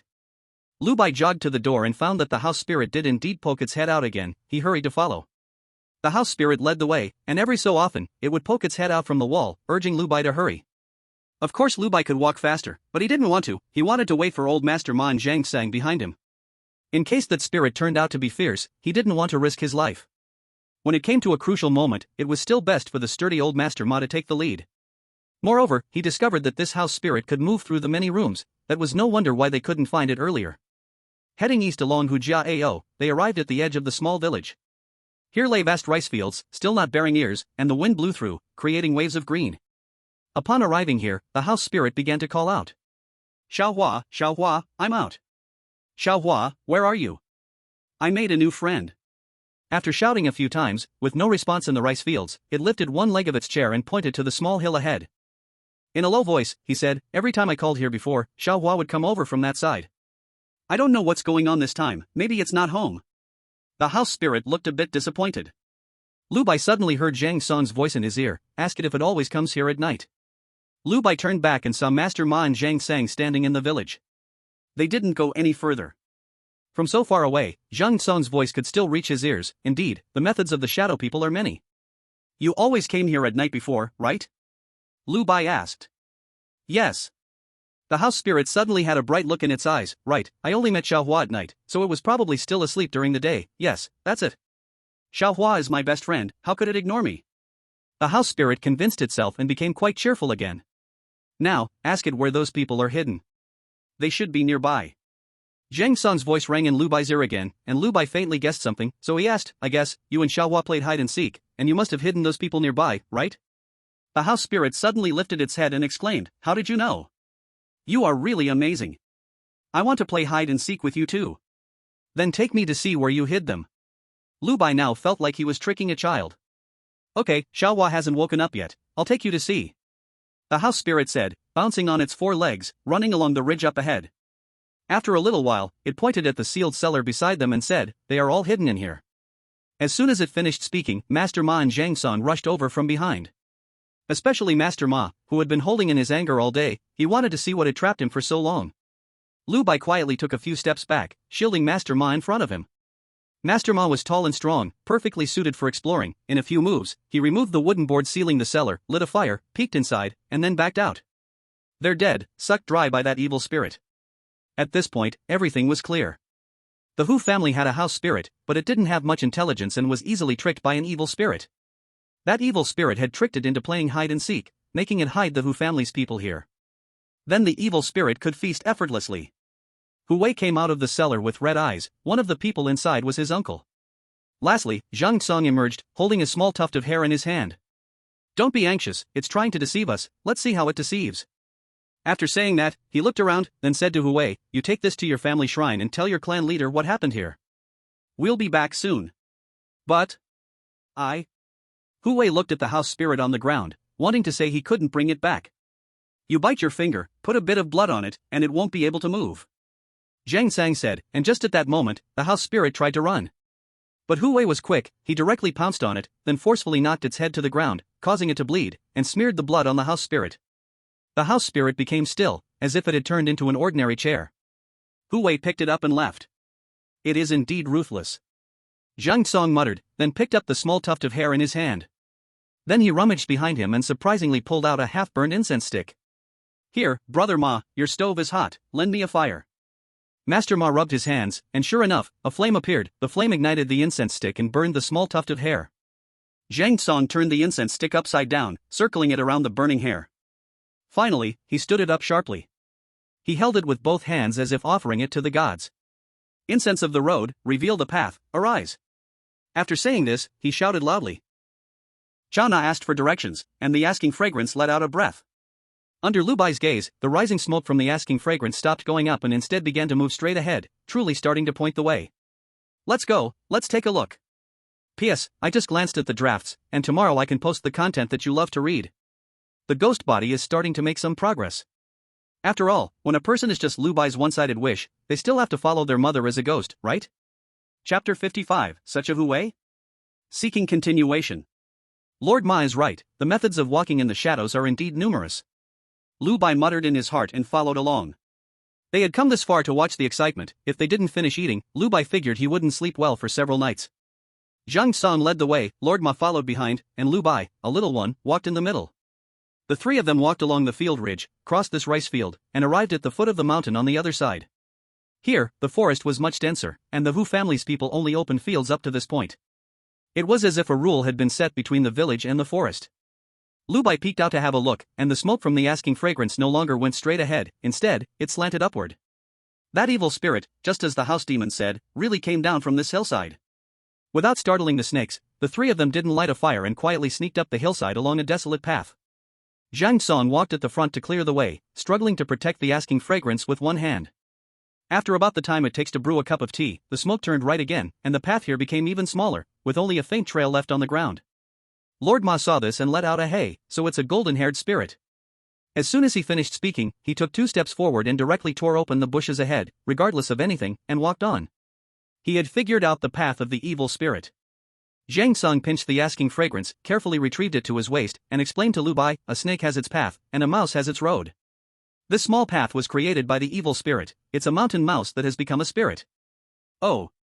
Lu Bai nodded, and ahead, he could already hear Lord Ma's scolding, accompanied by a wave of hot air coming over. Lord Ma had encountered that evil spirit. Lu Bai didn't dare to go forward, but that mountain mouse spirit was set ablaze by Lord Ma's fire and ran for its life. It dashed straight towards them. Fortunately, Lu Bai had Zhang Song in front of him. Without any noticeable movement, as he ignited his life fire, he abruptly reached down and grabbed. Hey, that mountain mouse spirit was lifted up by him with one hand. It must have taken many years to become a spirit. Instead of accumulating some merit, it came to eat people. As Zhang Song spoke, he tossed the mountain mouse spirit into the air. Lord Ma, who had just chased out, quickly took a puff of his dry smoke, inhaled the smoke, and then forcefully exhaled. The smoke gun he blew out was many times stronger than what Lu Bai exhaled. It was thick and flashed through the air. Inun. It is said that it was the evil spirits that killed the people, not the house demon. If you keep arguing, I will have your family's ancestral tablets removed from the shrine. You can go back to Huangliang town. After Hu Qian finished speaking, a chorus of voices followed, saying things like people have died, family is the most important, the house demon is a blessing for the Hu family, and so on. Lu Bai crawled out from the forest and saw that the one crying was the husband of the deceased woman. When Hu Qian saw several people coming down from the mountain, he immediately welcomed them and thanked Zhang Song. I didn't do much, it was all thanks to old brother Ma. Zhang Song naturally gave this opportunity to gain people's hearts to old Master Ma. Hu Qian led the Hu family and expressed gratitude to old Master Ma, showering him with flattering words. He also promised that this year, the Hu family would help solve half of the food supply for Ma village. Old Master Ma was left speechless by this. With the matter settled, they discussed returning to the shrine to deal with the house demon. This was not something old Master Ma was good at, it still had to be Zhang Song to handle it. Lu Bai was just an onlooker, watching the families of the deceased and feeling increasingly the hardships of the world. The lonely and the lonely have their troubles, and families also have their problems. As for those who said sarcastic things, they exist everywhere. After all, the dead were not from their families. Following along, they returned to the Hu family shrine, and it was only here that Lu Bai understood what it meant to be a big family. Just the shrine alone was as large as the home of town mayor Zhao Jiu. Once inside, he found that there were ancestral tablets arranged on both sides and at the front. Lu Bai figured that if the Hu family invited their ancestors, even old Master Ma would be overwhelmed. There was no way, they had too many ancestors. When facing evil spirits, it was better to bring their own ancestors along. Hu Wei was still pressing the house demon down, lying on the ground, not daring to move an inch for fear of accidentally letting it go. That would truly be a regret for 100 deaths. Hu Qian came forward, seeing that the house demon was still intact, he let out a sigh of relief. You need to find 10 young men from your Hu family, preferably those who have never slept with a woman, then let each of them offer half a bowl of blood mixed together. After that, bring me an unused soft brush. Is that okay? Zhang Song instructed. No problem, no problem. Then there is one. Hu Qian pointed to Hu Wei, who was lying on the ground. This kind of thing Hu Wei didn't dare to fake, and he can only blush and say, I've already slept with someone. You foolish boy. Hu Qian exclaimed and raised his cane, making a show of wanting to hit. Now the entire Hu family only had Hu Wei as a ghost walker. But he had surprisingly already slept with a woman, now his life was practically at an end. How could Hu Qian not be angry? Old Master Ma saw something, but he didn't say anything, just held back his laughter, watching Hu Wei endure 2 whacks from Hu Qian. Hu Qian cursed and walked away. Before long, he returned with a basin of fresh blood. Zhang Song told him to place it beside the house demon. He himself took the brush dipped in blood, letting Hu Wei leave, and then covered the entire body of the house demon with blood. Lu Bai watched attentively because this was all experience. In the future, if he encountered a house demon, he would know how to deal with it. By the end, there was still a lot of blood left over, so Zhang Song splashed it all on the body of the house demon. Then he told Hu Qian, wait until it wakes up, it won't be able to run around. At most, it will just wander around the shrine. If you want to have a good relationship with it, let some of your Hu family's children come over to play with it. And don't forget to take it out for a walk on the 1st and 15th of each month. You don't have to go too far, just walk around your Hu family a few circles. Okay, I remember everything. Hu Qian nodded repeatedly. Seeing that Hu Qian was about to offer some kind of reward, Zhang Song said, not so fast, there are still a few matters unresolved. We should finish what we have to do first. After saying this, he looked down at Lu Bai and smiled, let's go, I'll take you to see something. Chapter 56, The Third Life Fire, The Ghost Baby Advances. Seeking follow-up reading. Old Master Ma followed out as well. This time was different from before. Last time he faced the gathering of qi from the old woman, he didn't have any chance to resist. But now, Zhang Song was also a person who burned his spirit body. Everyone was the same, who was afraid of whom? If this guy had any tricks up his sleeve against Lu Bai, it would indeed be a great opportunity to return a favor. The three of them left the ancestral hall. Zhang Song used his left hand to calculate, then looked up and around, as if he was trying to discern the direction. They walked further off course, and soon they had reached the northernmost part of Hu family ditch, where there were hardly any houses left. Zhang Song led them to a cattle pen, saying, "Old brother Ma, keep an eye out, and don't let anyone come near." This was to set a watch. Old Master Ma replied, "Okay." Lu Bai observed closely as Zhang Song rolled up his sleeve to reveal his right arm, which was full of muscle and very strong, filled with a faint white light. He then punched the wall of the cattle pen. With a loud bang, the wall of the cattle pen was smashed open by his punch, creating a large hole. Even the old yellow cow inside shook in fear. Lu Bai's eyes widened as he watched. This ghostly person, if reasoning didn't work, physics might, right? For a moment, Lu Bai felt even more eager to see the effect of burning out the spirit body himself. Zhang Song reached into the hole, rummaging around, and surprisingly pulled out 2 pieces of eggshell. These eggshells were about the size of a fist, split into 2 halves, and appeared not much different from chicken eggshells. "Here, take this back and eat it, it will be good for you," Zhang Song said as he handed the eggshell over. "Lu Bai?" Old Master Ma also turned his head upon hearing the noise. Having seen more, he immediately guessed what was going on upon seeing this item. So the house spirit jumped out from this egg? Zhang Song smiled and nodded, not waiting for Old Master Ma to continue asking. He guessed what he wanted to know and said proactively, "The house spirit is invisible. Now you see it as a chair because it has genuinely possessed it.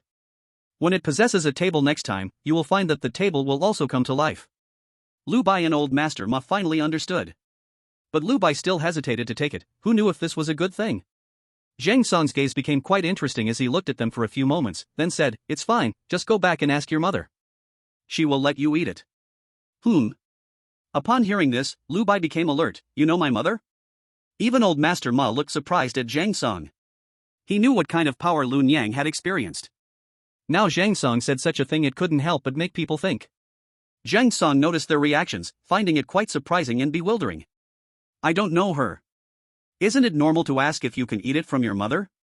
Lu Bai looked at it for a moment before finally reaching out to take it. No matter what, since Zhang Song said so, it meant that Lun Yang probably did know something. After taking the good item, Zhang Song didn't care about the cattle pen he broke.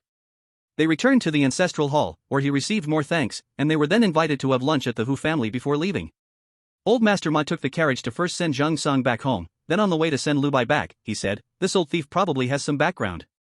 It's not small, you should ask your mother if she knows anything." Okay. Even without Old Master Ma saying it, Lu Bai would think to ask.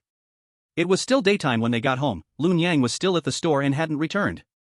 Lu Bai first put away the eggshell from the house spirit, then went to dig out a white yin pearl from under his pillow. After waking up in the morning and absorbing a yin pearl in the morning, his qi and blood had already reached 9.9. After finishing this one, after breaking 10, I can ignite the 3rd flame of life. So, this afternoon, Lu Bai went nowhere and just practiced his boxing in the yard. As the sky began to darken, after finishing a set of boxing moves, he finally felt that his energy was sufficient. Without even returning home, he ignited his flame of life right there in the yard. At first, it was just the 2 flames on his shoulders, flowing smoothly. Normally, after igniting these 2 flames, it would be deemed enough, but today was different. After lighting these 2 flames, he still felt a surge of fire within him that needed release. He took a deep breath, as if holding in a breath, and then suddenly shouted loudly. A soft bang sounded from the top of his small head, and then an even stronger wave of heat spread across the yard. 3 flames of life, achieved. Feeling the warmth radiating from both shoulders and the top of his head, Lu Bai let out a long sigh of relief. With 3 flames of life established, all that remained was to wait for them to slowly burn the spirit. Moreover, he was still a young boy. At his age, he was still ridiculously young. He had plenty of time for his flame of life to burn. Thinking of this, Lu Bai recalled Hu Wei.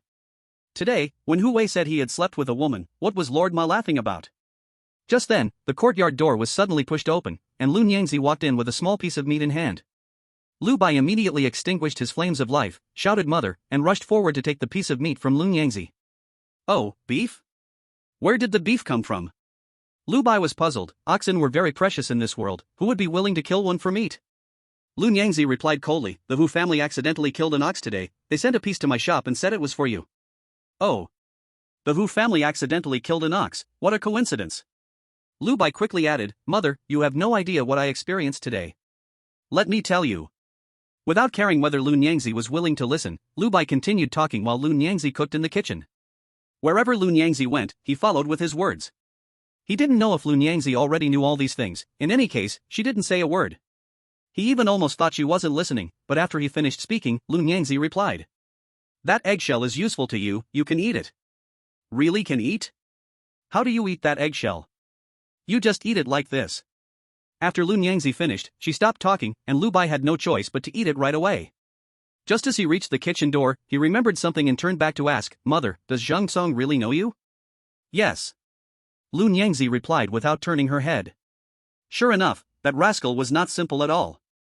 Lu Bai asked again, he shouldn't be from Qingshan City, right? What is his identity? Lu Nyangzi remained silent again. Lu Bai could only purse his lips and return to his room, pulling out the 2 pieces of eggshell. Since Mother said it was edible and useful, what was there to hesitate about? Lu Bai sniffed it at the tip of his nose. There was no fishy smell, which was good, so he took a bite. Crunch! Chewing it in his mouth, he noticed a faint milky fragrance. The taste was really good. Lu Bai swallowed it in big bites, finishing 1 piece in just a few mouthfuls, then onto the other piece, and after finishing both pieces, he didn't feel anything unusual. Just as he was about to get up to ask Lu Nyangzi, as soon as he stood up, he realized his entire skin began to turn a deep blue again. A cold sensation spread throughout his body, this feeling he would never forget in his life. Turning into a ghost. He was about to turn into a ghost again. With the experience and encounters from before, Lu Bai also calmed down a lot. He took a deep breath and watched as his fingernails kept growing longer and his skin gradually turned deep blue. Even his whole body was filled with a tremendous power. This feeling. It was something that wasn't there last time. And besides that, there seemed to be something else strange about me. Lu Bai did not carefully feel the changes in his body but first summoned the panel, as that was the most direct display. Name, Lu Bai. Identity, Ghost Infant. Ghost Body, 2. Attribute points, 0. The ghost body of the Ghost Infant has leveled up. P.S. Some readers asked if I could update 2 chapters together. Of course, I listened to advice, so today there will be no separate chapters, just a double update. Is that enough to heed advice? How about we arrange some recommendation votes and monthly votes? Let's spoil the next chapter's title, Change of Ghost Body. That should be sincere enough, right? Chapter 57, Change of Ghost Body, seeking follow-up reading. Previously, Lu Bai's Ghost Infant panel was locked, and the Ghost Body level was still level 1, but now, after swallowing the shell of this house spirit, it was as if he had temporarily broken free from the shackles and had become a ghost again. So, the ghost is me, and the human is also me, just a different identity form. With the previous experience, Lu Bai was already mentally prepared, as long as he wasn't always a ghost. As long as he could turn back into a human later, then occasionally being a ghost was also something acceptable. In fact, it was even more enjoyable. After all, there are many things that people can't do, but ghosts have no worries about doing them. For example, going into the old forest, a living person must be cautious, but what if I am a ghost? Then it should be the old forest that needs to be cautious. Besides, my mother is a ghost, so it's quite normal for me to be a ghost too. At the beginning, Lu Bai didn't understand what was going on in this world, plus at that time, Lu Mother did indeed show signs and behaviors of wanting to kill him. That's why he couldn't accept this reality. As for now, ghost? Sorry, I can't choose my origin. So after going through a brief discomfort, Lu Bai began to feel the changes in his body. He first thought about looking at his appearance in the copper mirror, but unexpectedly, after raising his leg for just 1 step, he had crossed a distance of 5 or 6 meters. If he hadn't reacted quickly, he would have knocked over the entire dressing table. And with just a little force, he could feel the explosive power inside his fist. So, does this mean that after the increase in ghost body level, both speed and power have increased significantly? I wonder how my strength compares to old Master Ma. Should I take the opportunity to find him for some practice? After all, my mother definitely can't defeat me. I can only try old Master Ma, and Taoist laugh is also okay. Lu Bai was lost in thought as he approached the copper mirror, and he began to vaguely see his appearance. Though not completely green-faced with fangs, he indeed had a green face, and besides that, the small tuft of hair on top of his head still existed. However, it had turned much darker and was no longer yellowish. Perhaps it was because he had grown a little. As for his features, he could only say that it was just barely acceptable. Since he already had a green face, it certainly didn't match with being good-looking. He just didn't know how he would look in the future when he grows up. But the difference was that the nails on his hands didn't seem as long as before, they were no longer curved inwards, and were a bit shorter, making them easier to use. Also, his limbs had grown thicker, and for his back. Lu Bai turned around to take a look. He couldn't see it, but it felt like his bones were slightly protruding. Could it be that he could grow bone wings? Now that he couldn't see it, Lu Bai could only guess randomly. If that's the case, it seems worth looking forward to. Moreover, why do I have this urge to kill and fight? Are ghosts this violent? Or is it just me, the ghost infant, who is so violent? At this moment, he was curiously examining his new body, unaware that right behind him, Lu Mother was watching him with a loving gaze, even trying several times to reach out and touch Lu Bai's head, but held back. Perhaps to her, it was just a simple thought. At this moment, Lu Bai looked like her true son. Lu Bai thought for a while but found nothing extraordinary about himself, like a thick black mist surrounding him. Or maybe vast wasteland wherever he passed, desolation everywhere. Maybe he was just too weak in power. Just as he wondered whether he should go find Master Ma to spar and test his strength now, he noticed the green color on his hands and feet was slowly fading away. The cold feeling on his body also gradually retreated, and warmth filled up his body again. Behind him, Lu Niang's gaze grew colder. Her figure then quickly disappeared. Lu Bai once again summoned the panel. Name, Lu Bai. Identity, Ghost Baby. Ghost Body, 2. Attribute points, 0. The words remained the same, but only at this moment did he notice the two blood-colored chains above the Ghost Baby panel had actually disappeared before, and now were slowly recovering. Until finally, the chains locked the panel, and he turned back from ghost to human again. This transformation process was quick, lasting only 2 or 3 breaths, and his entire body returned to normal. His hands and feet became tender and white again.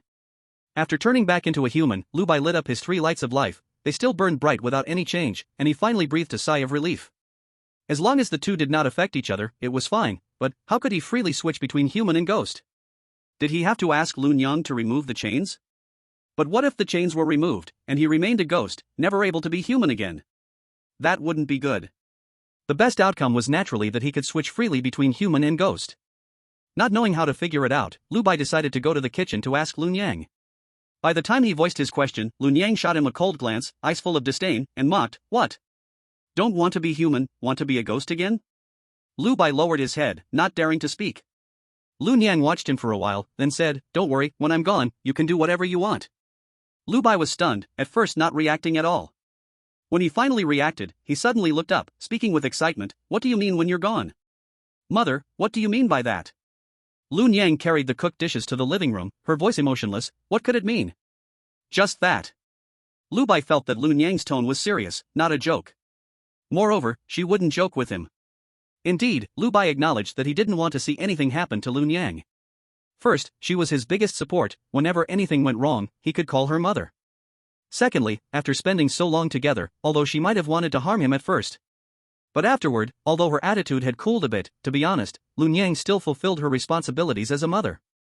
Lu Bai was also human, he certainly had feelings for Lu Niang. Perhaps sensing Lu Bai's low spirits, Lu Niang, who had already entered the room, called out, "You still want me to invite you to dinner, huh?"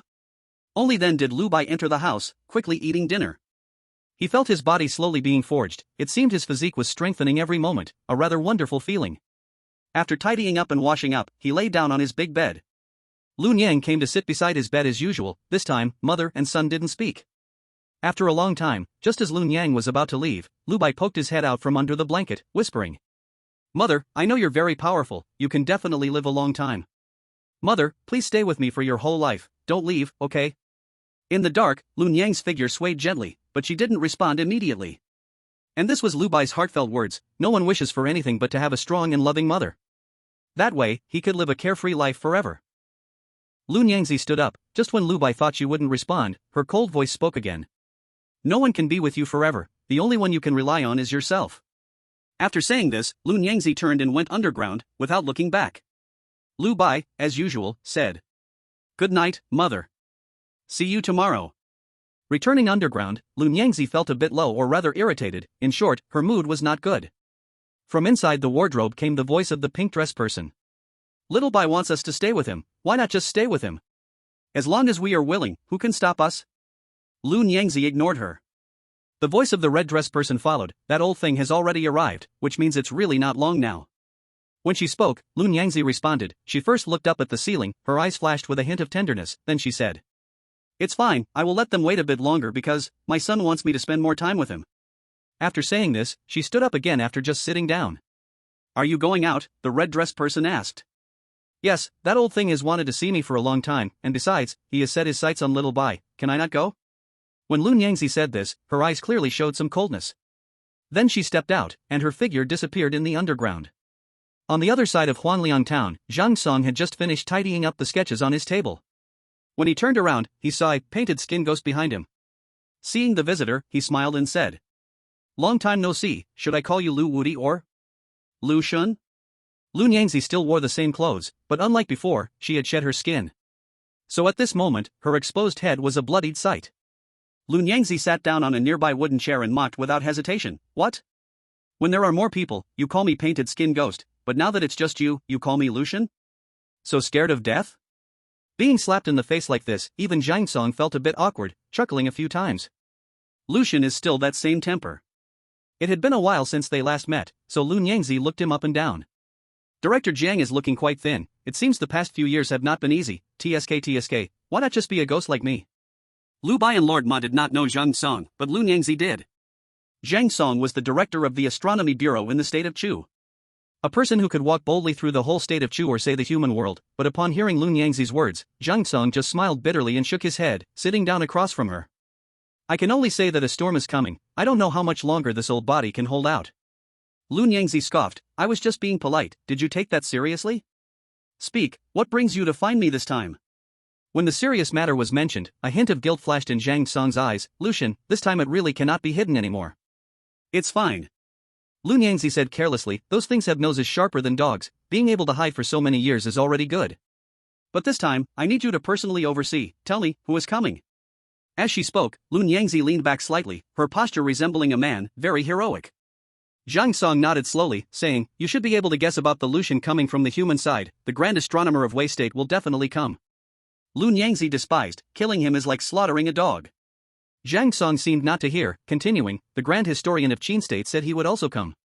These two, Lucian, you should be able to guess as well." Lu Yangzi hummed softly. Zhang Song continued, "The paper umbrellas and the fire and water sect will likely send a few, but they are definitely just here to watch the show, the chances of them taking action are low." A trace of disdain flashed in Lu Yangzi's eyes, then she asked, "What about the West?" When it comes to this, Zhang Song, who had always been calm, now filled his eyes with anger, but at the same time, he became more cautious. At those taboo depths, 3 of the 7 thrones should be coming. The headless ghost on the other side of the Crying Morning Ridge, the water ghost inside the Ghost Lake, and the corpse zombie on Flame Mountain. Everything was pretty much as Lu Yangzi had predicted, so she didn't worry too much and even crossed her legs. "This matter has little to do with you, your job is just to set up the platform. Otherwise, when I flatten the 2 states of Yunxian, don't blame me." Zhang Song nodded, this was precisely why he had hurried over. "Alright, you don't need to worry about anything else. After all, I've troubled you for so many years, our debts are clear." Lu Yangzi still had that carefree attitude. After discussing business, Zhang Song finally breathed a sigh of relief. He looked at Lu Yangzi, wanting to say something but hesitating. "If you have something to say, just say it." Lu Yangzi sneered.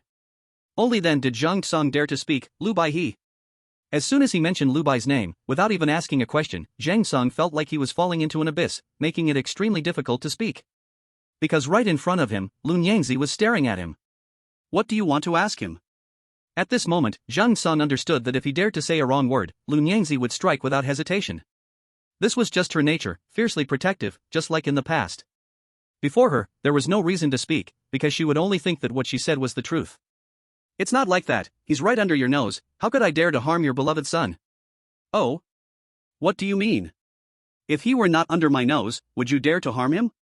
Lu Yangzi tilted her head slightly, looking at him with disdain. Zhang Song smiled bitterly. Seeing his pitiful appearance, Lu Yangzi finally stopped threatening him and contained her aura. After all, even giving something as dark as the Een Lotus Heart to Lu Bai, Lu Yangzi couldn't make things too difficult. The house spirit was born from the gathering of heaven and earth, feeding off human energy. Where would the eggshell come from? Just tricking some ignorant child. Without that oppressive force, Zhang Song finally said, "I just didn't expect that someone like the Lu god could actually give birth to offspring.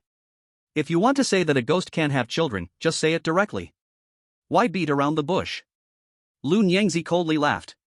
Zhang Song was not embarrassed, he just chuckled. Seeing that everything had been said, Lu Yangzi had no intention of staying any longer and was about to leave. Zhang Song watched and ultimately chose to speak. He wanted to clarify things. "May I ask, who is the father of Lu Bai?" Even though he was the inspector of the Chu kingdom, and had dealings with Lu Yangzi for many years, he still couldn't understand which man could catch Lu Wudi's eye. Hearing this question, Lu Yangzi paused in her tracks.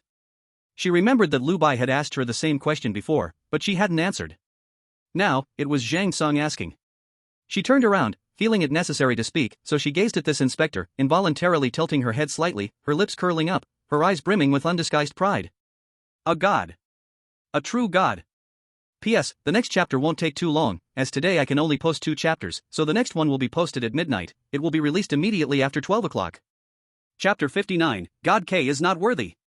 Seeking to read more? After all, when I severed a realm and wandered beyond the domain, I unexpectedly saw a wisp of soul floating in that drifting time and space. If that wasn't a god's indication, what was it? Lun Yangzi could no longer think of who could possess such power to place an ordinary soul beyond the domain. After saying this, Lun Yangzi left, leaving Zhang Song stunned in place, unable to speak for a long time. He knew what kind of person Lun Yangzi was. On such matters, she didn't bother to lie. Since she wasn't lying, it was real. A god's offspring. Zhang Song took a deep breath. A glint of madness flashed in his eyes. He understood. He finally understood everything. He finally knew why those old turtles in the Forbidden Depths invited Lady Lu, wanting her to go and reopen a throne in the Forbidden Depths, and why Lady Lu would refuse. Such matters, in their existence, could hardly be considered a secret. What throne? To put it simply, it was to go serve the god. Even if the god had not awakened yet, how could there be a lack of servants by the god's side? The other party had come 3 times, and Lady Lu had refused 3 times, the last time she even pointed at their noses and yelled at them. How could those self-proclaimed superior throne evildoers endure this? So in their shame and anger, they publicly revealed Lady Lu's position and invited the Grand Minister of Heaven from Wei, the Grand Historian from Qin, and even invited Zhang Song, the Chief Inspector from Chu. They sought to surround and kill Lady Lu. Before today, Zhang Song didn't quite understand why Lady Lu would not agree. Even if she really didn't want to serve that god, once she went, she could act against her heart and still play along. After all, the god hadn't awakened yet, everyone was a throne, and no one could order anyone else around. There was absolutely no need to refuse, or even to yell, leading to the current life and death situation. But now, Zhang Song finally understood. He understood why Lady Lu would not agree, why she was unwilling to go and reopen a throne in that forbidden depth. It was not because she looked down on those old turtles, nor because she did not want to serve the god, but because the god did not deserve it. An existence that could give birth to the offspring of a god would never serve another god. How absurd that would be. For a moment, Zhang Song also began to look forward to that true battle, wondering if the god would descend to the world. He had an unparalleled anticipation. 2 days later. Young master, don't be disheartened. You have only walked the shadow for a little while. Give it some time, and your head will surely shine bright. When that time comes, there's no need to light a lantern for a night walk, your head will be the light. The cheerful voice of Little Grass came from the peach tree. Lu Bai sat cross-legged under the peach tree, trying to see if he could burn the spirit form of his head out. But in the recent results, Little Grass saw that it had not succeeded. His head still could not be burned out, and there was no other shortcut to take. Perhaps there was, but Lady Lu didn't mention it, likely not wanting him to use it. Moreover, after lighting 3 lamps of life fire, Lu Bai was not in such a rush anymore. His spiritual energy and vitality still differed by nearly 1 point, so he used the attribute points he gained in these 2 days on spiritual energy. In this world, if vitality is high, it burns the foundation, if spiritual energy is high, it transforms into a ghost. So he could only advance simultaneously. But fortunately, vitality could still be increased using shadow pearls. You are right. If it didn't burn out, just wait a bit longer. Lu Bai patted his backside and stood up. Little Grass jumped onto his back immediately, flattering him and saying, "Humph, sleeping in the lady's shop for so many days, it's still more comfortable lying on your back, young master." Little Grass, these past few days. Before Lu Bai could finish his question, he was loudly interrupted by Little Grass. "Don't ask. I beg you, don't ask. If the lady finds out Little Grass couldn't help but say it, she will beat me to death, boo-hoo." All right. Lu Bai didn't want Little Grass to die, after all, having it by his side was still a way to relieve boredom, so he didn't press too hard. "Then, young master, where shall we play today?" Lu Bai didn't reply, but led it directly into a small alley decorated with red flowers. Compared to before, there were evidently fewer people here. After all, how could common folk come every day just to have their fortunes told? Moreover, fortune-telling also costs money. As Lu Bai walked through the crowd, the adults all greeted him, calling him young Master Lu with smiles. Such a small town could not hide too many things. Often, within a day, a piece of news could circulate several times in this town. Especially on rainy days when people couldn't work. So much time has passed, and Lu Bai's lighting of the stove has long spread through Huangliang town. At first, the townsfolk were quite surprised, but as they saw more, they found that although Lu Bai lit a fire, he was really not much different from their own kids, just idly chasing dogs and ducks, and they gradually came to treat it with a normal heart. It was only at this time that Lu Bai understood why Lu Nyangzi told him not to grow up so quickly. If you want to be a person, you must be a good one, not a monster that everyone fears. Entering the house, Lu Bai casually sat down on the adjacent chair, watching Zhang Banzian telling fortunes for people. Since he knew that Zhang was strange and even recognized his mother, he figured he could only try to discover things on his own since Lu Nyangzi did not speak. So these days, whenever Lu Bai had nothing to do, he would come here to sit and see if he could find anything out. As soon as Zhang Song saw him come in, he laughed and said, "Little Bai, you're here so early, are you going to learn fortune-telling from me again?" Lu Bai rolled his eyes. "Not learning, my mom won't let me learn from you." Seeing that the fortune-teller had already walked out, Lu Bai whispered, "Mom said this stuff shortens your life, she won't let me learn, and I don't want to live a short life. And she also said, sometimes knowing too much leads to more worries. It's better to know a little less." Zhang Song's eyes widened when he heard this. Short life? How is that a short life? Don't think that just because my hair is white, I'm actually not even 30 yet. The little grass behind Lu Bai laughed heartily. Lu Bai couldn't help but giggle as well. Is this programmer really in his 20s but looks like he's over 40? Not even 30 and looks like he's 50? Just then another townsfolk walked in, smiling and greeting. Zhang Banzian is teasing young Master Lu again. Yes, Zhang Song replied with a laugh, otherwise, sitting here all day would be too boring. Huang Shang, you don't need a fortune, I've already made it clear to you about your matter. You can only move your ancestral grave, that place has bad feng shui and is cursed, there's no other way. Huang Shang's face immediately turned ugly upon hearing this, and he didn't even sit down. Moving a grave means finding a feng shui master to choose a new site, then set a date, find people, move the coffin, and so on. It all adds up to a lot of money. They were all ordinary folks, their daily lives were already so tough, how could they have spare money for this? Thanks, Zhang Banzian. Huang Shang bowed inside as he turned to leave. Zhang Song turned back to Lu Bai and asked with a smile, "Want to learn?" "I'll teach you." Lu Bai rolled his eyes. "Sure, but you go ask my mom first." "If you can convince her, I'll learn right away." "Then forget it, I have plenty of disciples, I don't need you." Zhang Song waved his hand and turned back to continue telling fortunes for the coming townsfolk. Lu Bai watched for a while, feeling bored without finding anything useful, so he just patted his butt and left. Exiting Zhang Song's alley, he had only taken a few steps when... Oh? It's Hu Wei again. What a coincidence. No, it's not a coincidence, he must be here looking for me. Lu Bai walked up and called out, "Senior brother Hu." Hu Wei jested with a smile, "You've now lit 3 life fires, I've only lit 2. Shouldn't I be the one to call you Lu Shixiong?" "Alright, then call me," Xiao Chao chimed in. Hu Wei's expression froze, his face darkened. The ghost Lu Shidi raised is great in many ways, but his mouth is sharp, often leaving Master Ma speechless. Lu Bai pushed Xiao Chao's head back and smiled, asking, "Senior brother Hu, do you have something to find me for?" Hu Wei replied with an aha and moved a little closer, whispering, "Master Ma dug up a superb mountain essence yesterday and got some good stuff. He's planning to make a pot of soup to invite us over for a meal. He wants to know if you're going." "Of course, why wouldn't I go?" Lu Bai replied immediately, "I love free food and drink the most." Besides, Lu Bai hadn't been to Ma's village for quite a few days. It's quite strange to miss someone, so here's a chance to go see them. "Okay, for dinner tonight, just come over on time." Hu Wei said this and was about to turn around and leave. Lu Bai hurried after him. "Why wait until tonight? We can go now." I have a bit of business to do at home. "I can only go in the afternoon." "Lu Shidi, if you have nothing on, you can go first." Hu Wei looked a bit awkward. Lu Bai looked him up and down and noticed dew on his pant legs, guessing he really had just come back from Ma family village. "All right then. Do you need my help with anything?" Lu Bai asked politely. But to his surprise, Hu Wei looked alarmed and quickly waved his hand. No, Lu Shidi, you mustn't come." "Fine, okay." Seeing Hu Wei almost flee in panic, Lu Bai thought he could ask Elder Ma when he gets to Ma family village. "Xiao Chao, go back and tell my mother that I went to find Elder Ma." "Humph, Xiao Chao won't go." Young master only wants to go play and doesn't take Xiao Chao. The little girl on Lu Bai's back turned her face away, looking quite proud. Besides, young master, you saying it here doesn't mean mother can't hear. That seems true. Mother, Elder Ma is treating guests, so I'm going to have a nice meal. Lu Bai attempted to say, then listened closely. Soon, he heard Lu Nyang's icy words ringing in his ears. "Get lost." "Understood." Lu Bai responded readily while inwardly complaining, truly a mother. The road to Ma family village was familiar to Lu Bai. As more people traveled this way recently, the path had become much wider, and those wandering souls and evil spirits no longer dared to linger nearby. Lu Bai hurried along with 3 lanterns lit, and soon arrived near Ma family village. From afar, he could already hear the sounds of punching and kicking coming from inside the village. When he reached the entrance and took a look, wow, there were at least half more people than when he learned to box. The one teaching boxing was still Liuzi. Seeing Lu Bai approach, he was very happy, so he asked the boys to stop and called Lu Bai Lu Shixiang. These boys had heard stories about Ma family village, so they were not unfamiliar with this little kid Shixiang.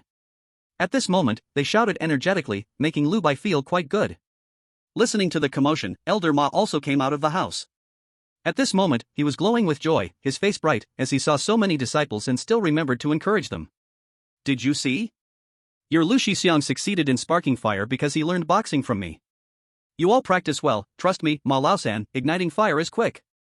Elder Ma's voice was loud, and his chest pounded with a thump. Lu Bai couldn't stand his deceit and entered the room where the few senior brothers lived. After Lu Tai sparked a fire, he moved over here. But he wasn't here at the moment. After looking around, Lu Bai found him in the kitchen, tending to a boiling pot, like he was stewing something. Lu Bai guessed this was the good food for tonight. When Lu Tai saw him, he was very happy. Noticing Lu Bai's gaze, he leaned closer and said quietly, Master Ma dug up a spirit-grade astragalus on Xiongxiazi Ridge, and after that, he specifically went to Huangshui Ditch to kill that yellow flower snake, which is why he made this soup. It's a great tonic, Lu Bai Lu Shixiang, you should eat more tonight. Lu Tai was already an apprentice, but since Lu Bai had entered earlier, he should call in Shixiang. Okay. Lu Bai smelled the strong aroma and guessed that if he ate this, perhaps it would brighten his mind? Making a spirit body was indeed difficult. After leaving, Lu Bai went to find Elder Ma, thinking he could ask Hu Wei what was going on. But unexpectedly, as soon as he asked, Master Ma couldn't stop laughing. He was even laughing crazily, slapping his thigh as he laughed. Lu Bai? After he laughed for a while, Master Ma finally stopped and said, remember at the Hu family temple, Zhang Song mentioned he wanted to find a few young boys? I remember. Didn't Hu Wei say back then that he slept with a woman, and then Hu Qian beat him a few times? I remember. Lu Bai truly remembered. He noticed that Master Ma's expression was a bit strange back then, but he didn't know why. That kid didn't sleep with a woman at all. If he really did, could his life fire still be so weak? Master Ma said this and started laughing again. Lu Bai also understood, so Hu Wei really just slept with a woman. You said it well, exactly. This morning, I told him what it really means to sleep with a woman, and he got so angry that he ran home. Master Ma found it funnier the more he thought about it. Once Lu Bai understood, he couldn't help but laugh. He didn't expect Hu Wei didn't even understand this. After figuring this out, Lu Bai left and wandered around Ma family village, soon reaching evening. Hu Wei also returned from Huangliang town, and even brought a small jug of wine for Master Ma, who smiled broadly upon seeing it. After dark, the young men practicing boxing returned to their rooms to sleep, while the few of them who walked in shadows came to the dining hall, lit candles, and began to share food. No one was polite, and no one exchanged a word. Anyway, there was plenty of soup and meat. The main thing was to eat heartily. After Lu Bai had a few mouthfuls of hot soup, he felt warmth spread through his body. Even ordinary hot soup probably had this effect. After the meal, Lu Bai was satisfied. They were still eating, while Master Ma drank a few cups of wine, becoming red in the face and neck. Lu Bai looked around and finally noticed something was off. Liu Zai, Hu Wei, Lu Tai, and himself were all there, but someone was missing. But one was missing. Where is Jiu Qianhai? Didn't he light a candle too? Lu Bai asked. Lu Tai immediately responded, he came here not long ago, went into Blood Food City, saying he wanted to find a way in the city. Blood Food City. Lu Bai thought that he had never been there himself. Drunk Master Ma glanced at him, nodded, and said, just so happens I have a batch of mountain goods to deliver to the city tomorrow. You haven't been yet, why not go with me for a look? But as soon as he finished speaking, Master Ma sobered up and shivered. He even slapped himself directly. What was I thinking, getting myself involved with this young master? But unfortunately, Lu Bai's thoughts had already become lively. Suddenly, his head seemed to feel a bit different. It felt like it was getting very hot. P.S. I was thinking of posting one chapter, but then I thought, to make it more enjoyable for readers, I might as well post it all at once. It's the last week on the new book list. Please support with monthly votes and recommendation votes, to see if we can rank a bit higher. Begging for support. Chapter 61, Spirit Body, out. Seeking reads. Wait, my head is about to burn up. Lu Bai hurriedly shouted, then with a bang, he ignited his 3 life flames. A wave of heat swept through the hall. Seeing the flames on his shoulders and head, Hu Wei and the others looked at him with envy. As his 3 life flames ignited, his head finally showed a slight change. How to say it, the simplest feeling was that it became a bit brighter. It felt like it was glowing. At that moment, Lu Bai suddenly felt incredibly sharp, as if all his senses were magnified several times. In the dim hall, he could even see a cobweb in the corner opposite, where a spider was catching a long-legged mosquito.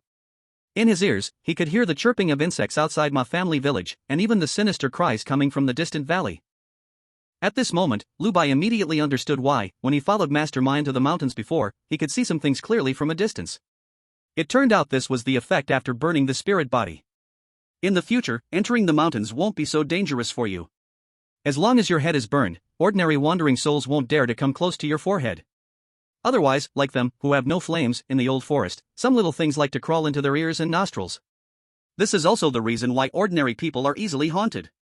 Seeing Lu Bai burned out the spirit body, even if it was just a head, Master Ma was quite happy. Congratulations, junior brother Lu. Lu Zi immediately lifted a bowl of soup. Lu Tai and Hui also understood. With Lu Bai happy, they laughed and refilled their bowls, and Master Ma jokingly scolded, "You little rascal," before raising his wine cup. The few of them clinked their cups and then drank heartily. It was hard to tell if they were truly drunk or really didn't want to take Lu Bai to the city. In any case, not long after, Master Ma collapsed on the table, unconscious. Lu Zi and Hui dragged him back to his bed together.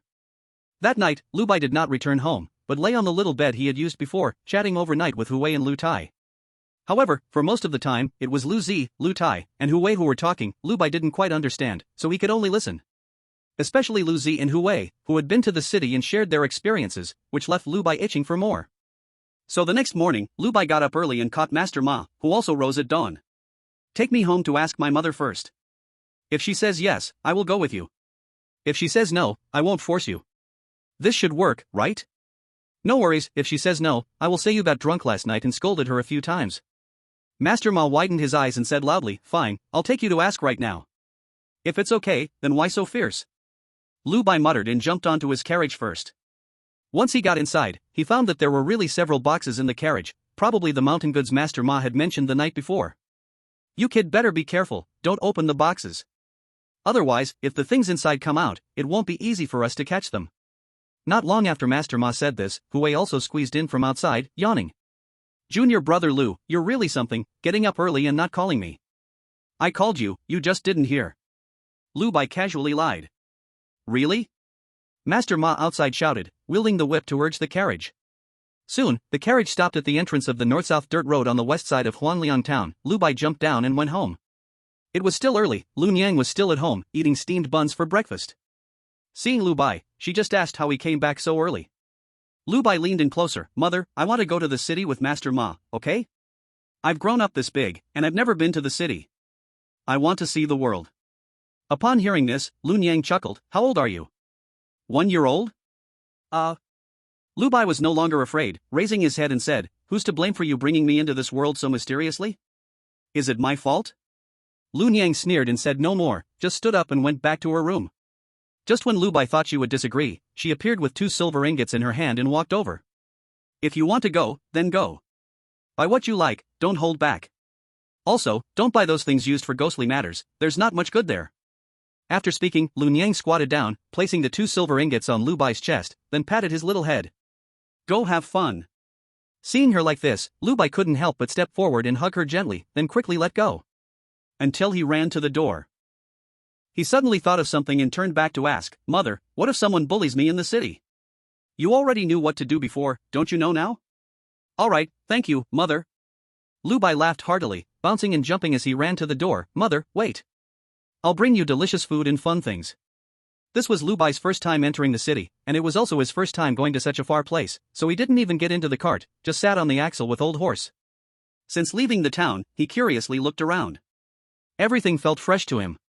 The Blood Food City was to the east of Huangliang town. After leaving Huangliang town, on the hillside outside Hujiobeo, there was a mountain road, and you would enter the city from there. The cart was fake, so there was no need to rush, and Old Horse hummed a little tune he heard somewhere. Lu Bai used his enhanced vision after burning the spirit, unable to see enough, even excitedly tapping Old Horse's thigh whenever he spotted something interesting. "Old Horse, look over there. It seems like there's a giant eagle with a human head flying on that mountain." "You little brat, stop pointing nonsense, that's a treasure raised by the mountain god. And over there, look. There's a big snake on that tree. That's just an old lazy snake, if you don't bother it, it won't bother you. Keep looking, keep looking. If it comes over, no pearl is enough to get rid of it." Only then did Lu Bai calm down. As the cart traveled along the mountain road, he saw many things he had never seen before. But after seeing so many, they actually seemed similar. The oddities in the old woods were mostly alike, except for some special places. For example, the old water pit that Lu Zi told him about last night, and the soul hollow that Hu Wei talked about, those places were truly strange. After a while, Lu Bai asked Old Horse about the situation inside Blood Food City.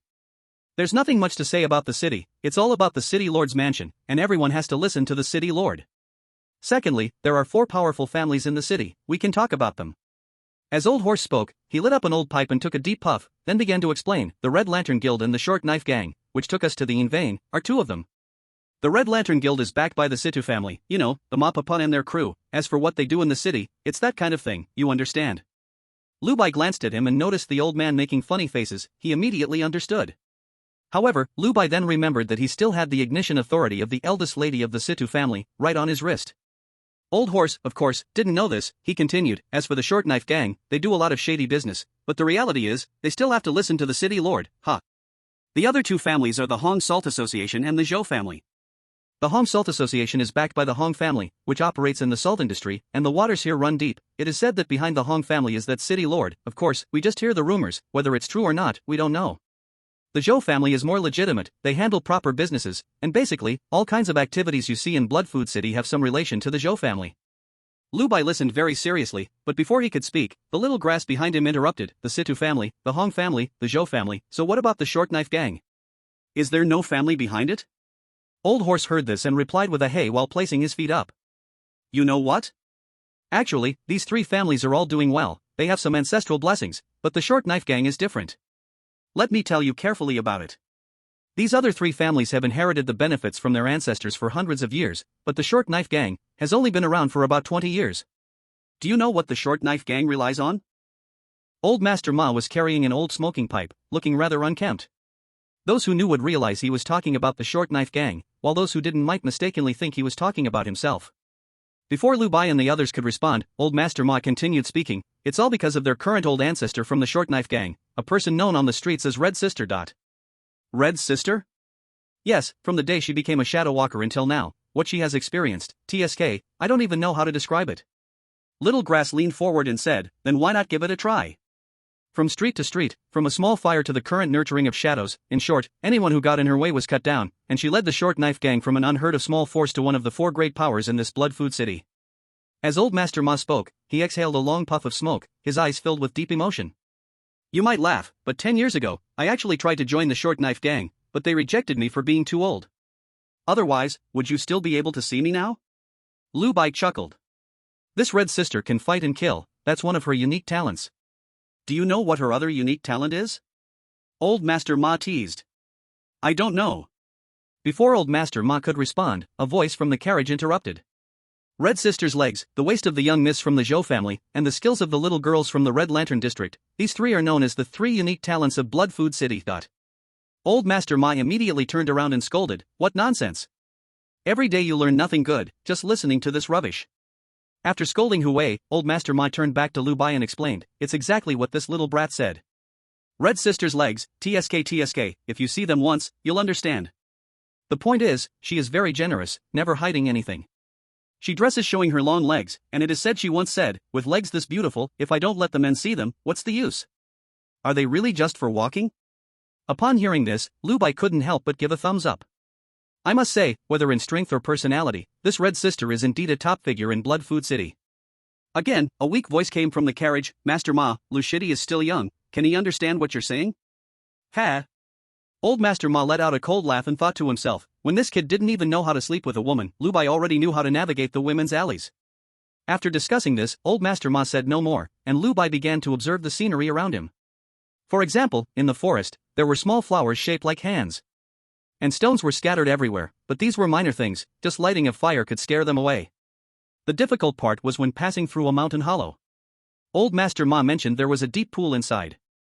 There was a molted giant water snake in the water. If he caught that thing, he wouldn't be able to handle it. After some travel, they stopped for a meal in a spacious area, and Old Master Ma said they wouldn't reach Blood Food City until tomorrow. Tonight they would stay at a place called Whooping Mountain.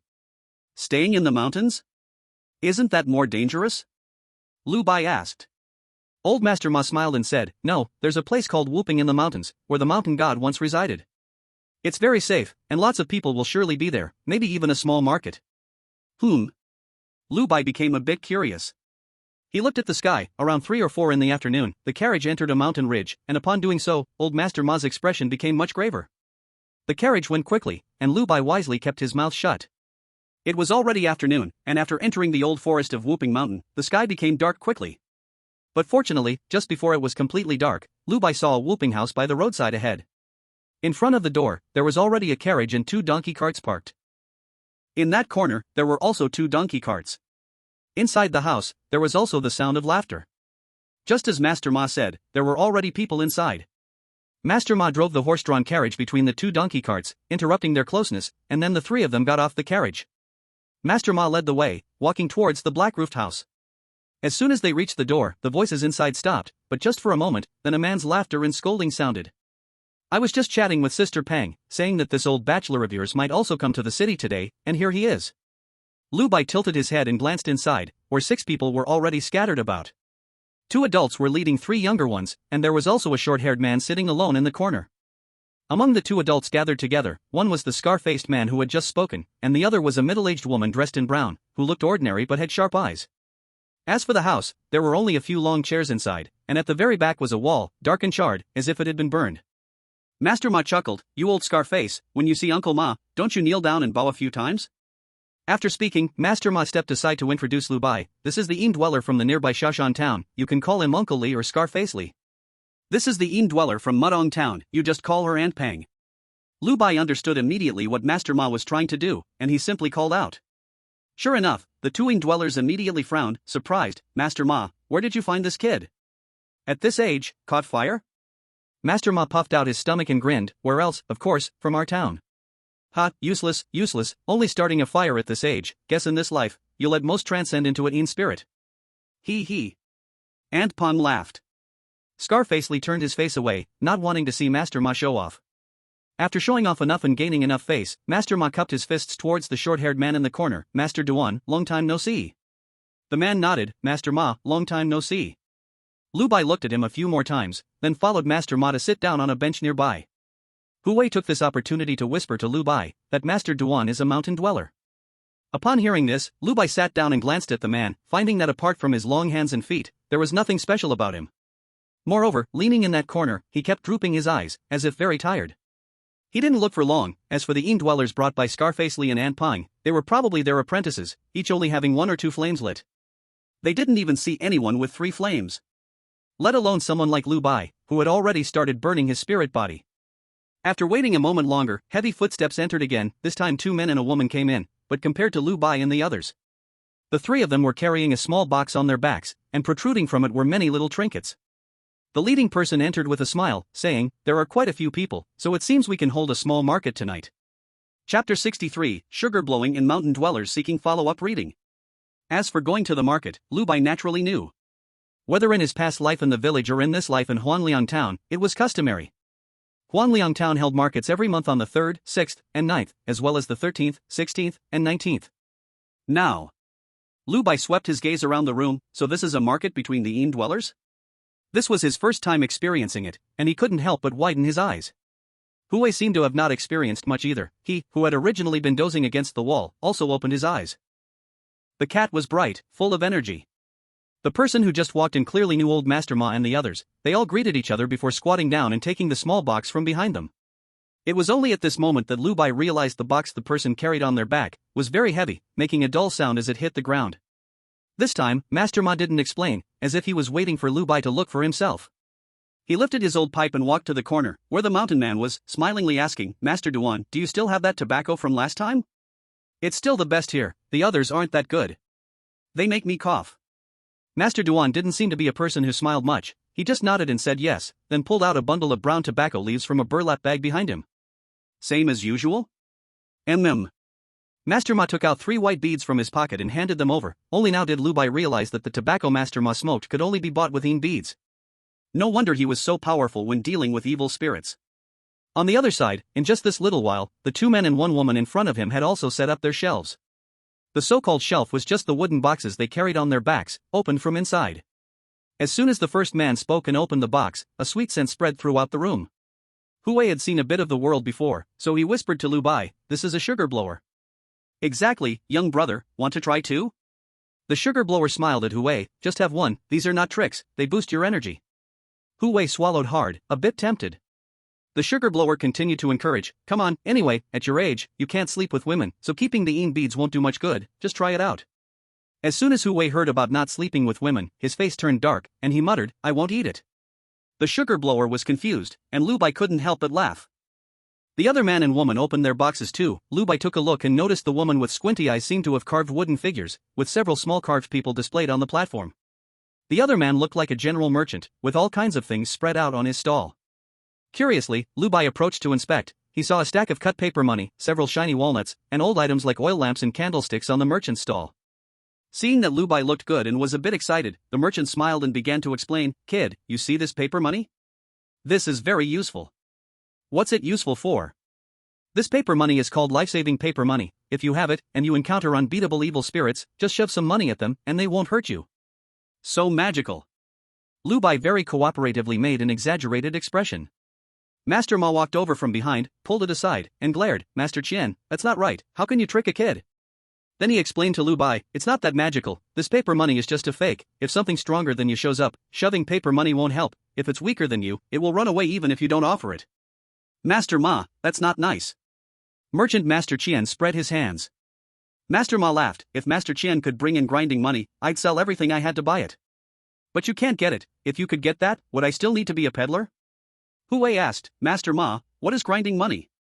It's money that can make ghosts grind. If you have that thing, once you use it, ghosts will listen to you, and you can make them do whatever you want. Merchant Master Qian continued the explanation. Hearing this, Lu Bai turned back to look, and Xiao Qiao cooperatively said, no need for grinding money, as long as you ask Xiao Qiao to do something. Little grass just does whatever. You are a ghost, not the same. The merchant waved his hand, giving no further explanation. Master Ma was joking as well, then he came to the candy blower and said, Master Lu, make 2 sugar figurines for my 2 good disciples to taste. Alright. Master Ma is generous, haha. With business coming in, the candy blower immediately perked up and started working. To blow a sugar figurine, the front part is not hard, but the blowing part is difficult.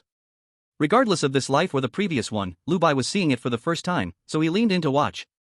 Master Lu first pulled out a small pot from the bottom of his box and added some sugar frosting. After doing this, he took out a small black ball from below and lit it under the small stove. As the flickering flames danced, a sweet smell instantly spread throughout the room. The remaining students of Pangu and Li Daoba also perked up, looking hopefully at their master. Master Lu, the candy blower, was very understanding, stirring gently with a small stick, making the sweetness even more pronounced. In the end, Master Ma, Pangu, and Li Daoba's disciples each got a sugar figurine.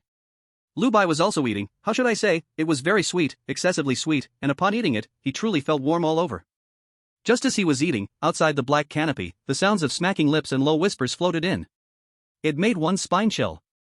Master Lu, your skill is truly impressive.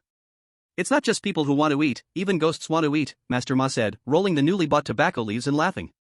That's natural, how can one's family skills be lacking? After Master Lu said this, he ignited his life fire, and the wave of heat came, making the cold feeling fade a lot. Yet, there were still several footsteps coming and going outside the room. Master Lu smiled and said, Master Ma, it seems you still need to come, my fire, after all, is still not strong enough. All right. Such a small matter, Master Ma did not refuse, then he shrugged his shoulders, 3 life fires rose from him, and immediately, the flames on Master Lu's shoulders seemed to be somewhat suppressed. Lu Bai immediately understood that among this group of people, Master Ma was most likely the strongest one. After all, 60 years of being an old virgin chicken cannot be for nothing. The subsequent events were simple, Master Ma ignited the fire, and the evil spirits were scared away. Pangu bought a wooden carving from the sculpted girl, and the price was not cheap, costing several white pearls. Li Daoba bought several packets of yellow medicinal powder from the merchant, not knowing what effects it had. Everyone had gains that night. As for the night, a house full of walkers gathered together, even without lighting a fire, they could make those blind evil spirits detour. On the second day, just as dawn broke, a group shouted and set off. Everyone was heading to the city, so naturally, they all walked together. When they originally left Huangliang town, there were only Lu Bai and the 3 of them, but after one night, it had become a convoy. However, Lu Bai also noticed that most of the travelers had horse carts or donkey carts. But Master Duan, who was climbing the mountain, was different, he was measuring the distance from Whooping Mountain to Blood Food City with 2 feet. Chapter 64, Blood Food City, please continue reading. I don't know if it was because there were more walkers gathering together, making it safer, or if the road from Whooping Mountain to Blood Food City was originally safe. In any case, after leaving Whooping, the group traveled in haste. They seemed not to worry about these mountain spirits and evil spirits at all. Lu Bai still sat on the cart's yoke, curiously looking around. Until around the time of the snake hour, the convoy came out of Whooping Mountain, emerging from a narrow mountain crevice, and suddenly, the view opened up. A vast, endless plain appeared before Lu Bai. On the plain, there was a vast expanse of green, filled with ripening rice. At this moment, the rice had yet to bloom, and the wind blew, creating waves in the greenery, a breathtaking sight. Right in front of the road, a magnificent city could be seen, and Lu Bai quietly took a peek with bright, curious eyes. His vision suddenly became clear. The walls of Bloodfood City were about 10 meters high.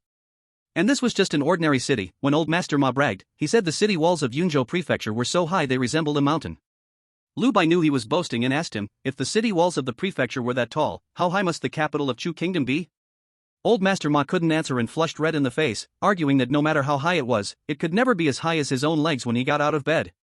When Lu Bai heard this, he jumped and kicked him, then walked away.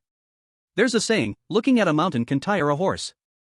Now, to Lu Bai, looking at the city was similar. He could clearly see Bloodfood City, but it still took him more than half an hour to get to it. Old Master Ma, living inside the city, isn't it much safer? We wouldn't have to worry about demons and ghostly things, Lu Bai asked curiously. It's safer compared to those villages, Old Master Ma replied while driving the carriage. But it's not entirely so because most of the demons in the city are human transformations, and once the first ghost appears, often a whole batch follows. It's quite strange. But at least when we go out, we don't have to worry, Hu Wei shouted from inside the carriage. Old Master Ma scoffed, then why doesn't your Hu family save some money and buy a house in the city? Then you could live inside Bloodfood City. Can't afford it, can't afford it. But Hu Wei was just expressing his thoughts. For the ordinary people of Huangliang Town, they really couldn't afford a house in the city. However, Hu Wei was a shadow walker. With a few white pearls, he could easily get a place to stay in the city.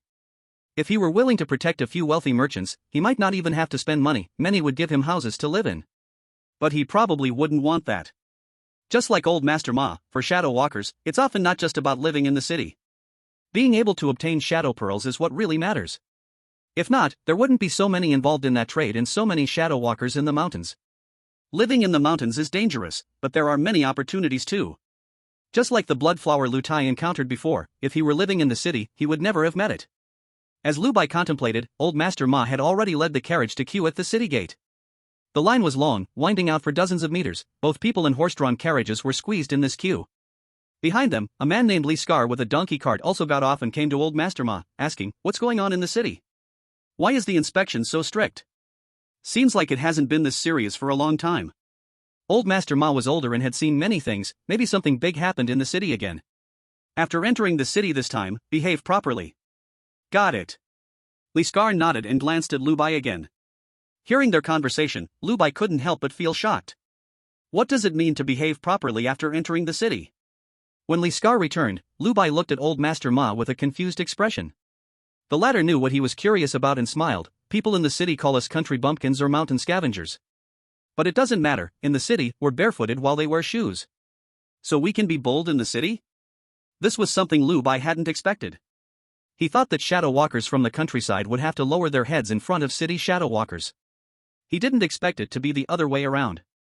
Moreover, those in the city haven't experienced as much as we have. They aren't like us, who risk our lives every day, which means they aren't as tough in a fight. Old Master Ma took a puff of his dry smoke, feeling quite proud. As for you. Old Master Ma recalled something and glanced at Lu Bai. He lowered his voice and said, "Call your mother, and you can walk through the entire Bloodfood City without fear." Lu Bai rolled his eyes. "I'm not the kind of person who bullies others with my power." "Ah, right.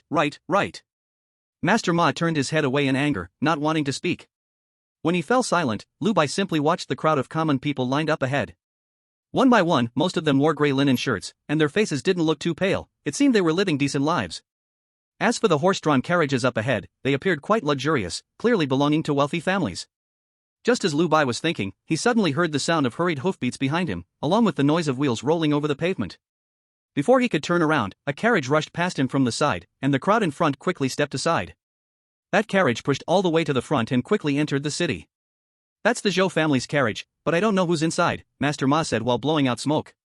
The Zhou family, one of the 4 big families in Bloodfood City, Lu Bai naturally remembered. After this little episode, nothing else happened, and they waited a long time to finally arrive at the city gate.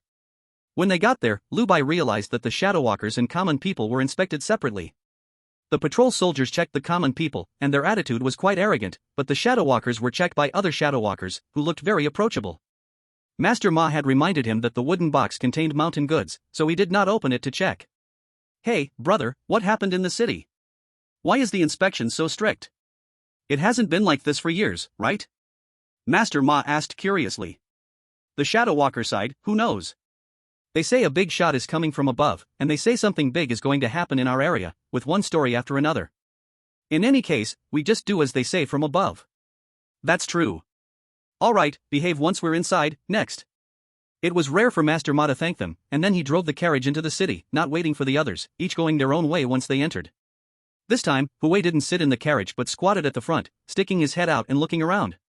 After Lu Bai glanced a few times, he lost interest. How should he put it? This city was very different from what he had imagined. He thought it would be a bustling town, with crowds of people, everyone dressed beautifully, and the houses along the road would be exquisitely decorated. But in reality, while it wasn't completely opposite, it was utterly unrelated to what he had imagined. Perhaps the provincial capital would be different. He could only comfort himself this way. Master Ma glanced at the sky. It's getting late, let's take you two out for a meal first, and in the afternoon, I'll take you two to explore properly. After speaking, he turned to Lu Bai and said, I don't know what you're disappointed about coming to the city for the first time. Wait until tonight, I'll take you to experience the realm of the shadow walkers. Upon hearing this, Hui immediately realized and excitedly said, Master Ma, do you mean there's a ghost market tonight? Master Ma chuckled, otherwise, what do you think all these shadow walkers are rushing into the city for?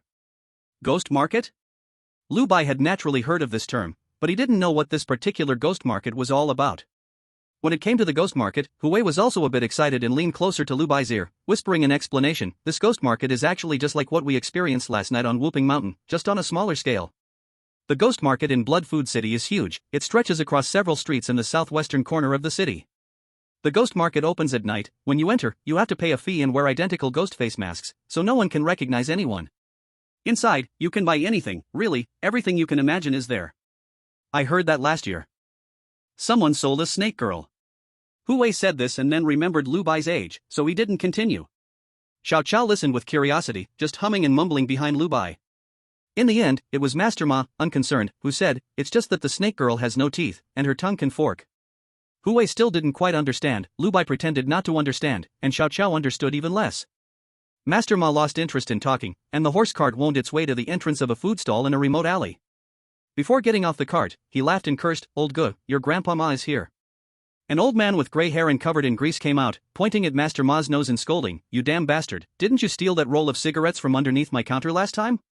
Damn it, I searched for 3 days and couldn't find it. Hui explained to Lu Bai, this old Gu came from our town, and he and Master Ma are childhood friends. Every time we go to the city, we stop here to rest. In fact, the three of them had eaten a meal here at noon. Master Ma didn't even pay, finishing the meal and leaving without a care amidst old Ge's scolding.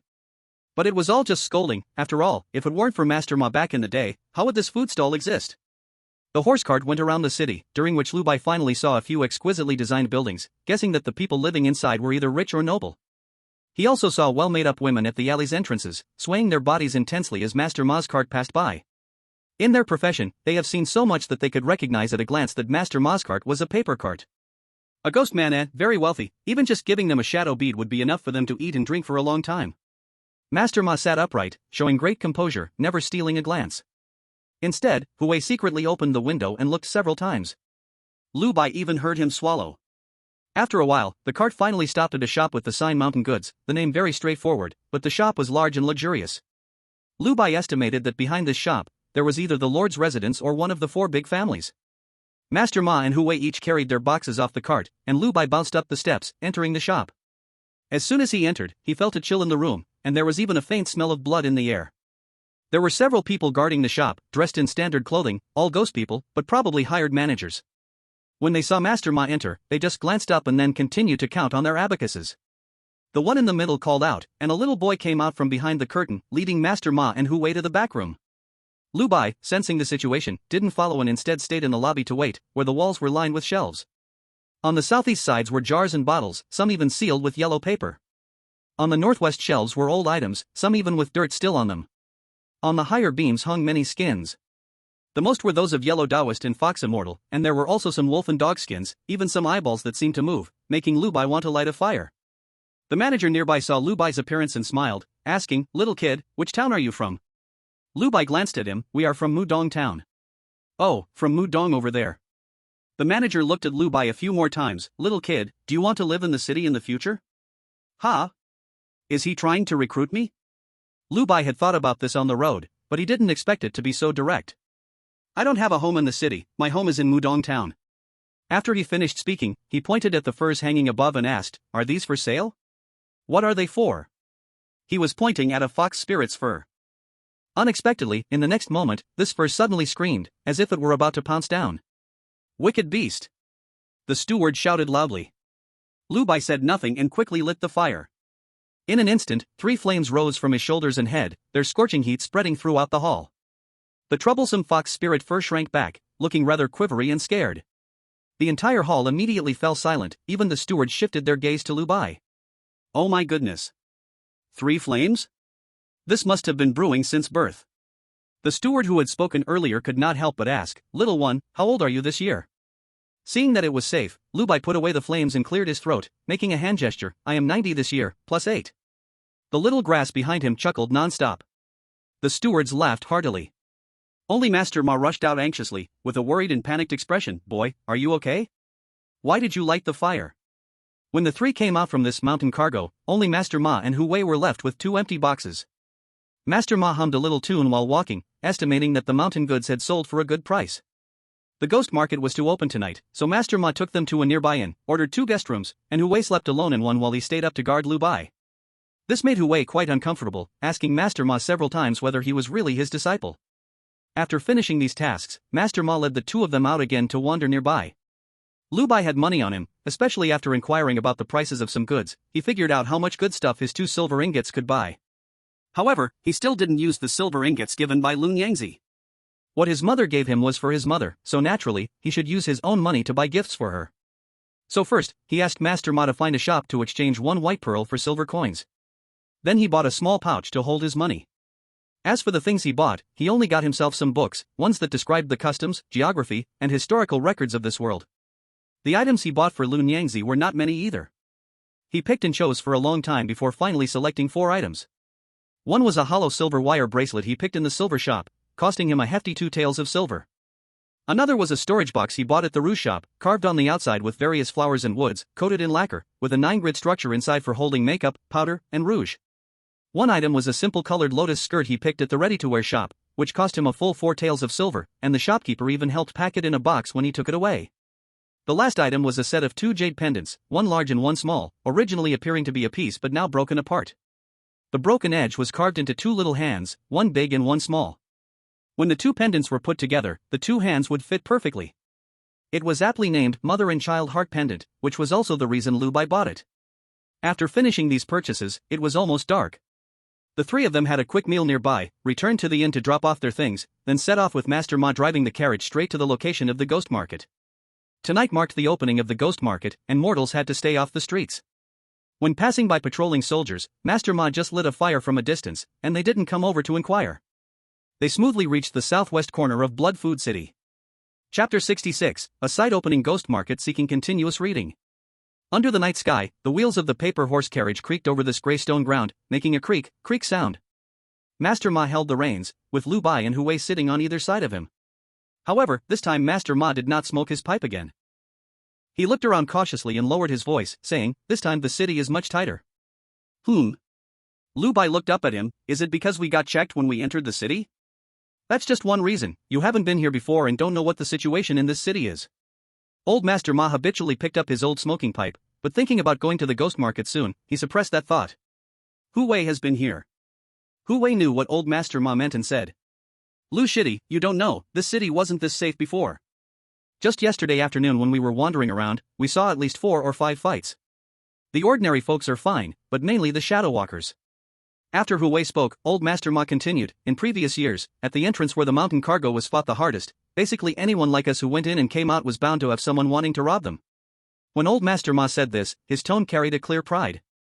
It seemed he still had some skills and probably hadn't been robbed too many times. Secondly, about the ghost market, it's safe inside the ghost market, so the fiercest fights occur on the way in and out. As he spoke, old Master Ma pointed with his smoking pipe at a carriage running down the street beside them. "Look at people going to the ghost market like now, they all have a pile of pearls on them. If they don't rob them now, when will they? Also, when coming out of the ghost market, the shadow walkers either have nice treasures they bought or still have the pearls they brought. Doing this job can let you rest for half a year. After finishing, Old Master Ma clicked his tongue a few times, shaking his head to himself. Lu Bai listened and asked, Old Master Ma, have you done this kind of work? Old Ma-san must have done it. With his temperament, he surely has done it many times. Little Grass immediately answered. Old Master Ma smiled slyly, I don't rob from others, but if someone robs from me, I can't blame myself. But this time it's much safer. You might not have noticed, but in this city, there are people from the Lord's mansion watching everywhere, as if they're afraid even the slightest problem might occur. Hu Wei said softly. There might really be some big shot visiting our blood food city. Old Master Ma said this, finally biting down on his old smoking pipe. Even if he didn't light it, it was nice to smell. I can't be bothered, anyway, this is a good thing for us shadow walkers who don't want to stir up trouble. While the three were talking, ahead at the alley's entrance, light was already shining. The carriage turned a corner, and they saw the alley lit up like day, with a noisy clamor that sounded extremely lively. At the alley entrance, a small stall was set up, likely the place Hu Wei mentioned for payment. Old Master Ma's carriage only stopped for a moment, and they saw a carriage and a donkey cart go down the east-west street. But after the shadow walkers got off the car, both vehicles turned into paper horses and paper donkeys. The shadow walkers picked them up, paid with shadow pearls, and then received 2 masks to wear on their faces before going into the alley.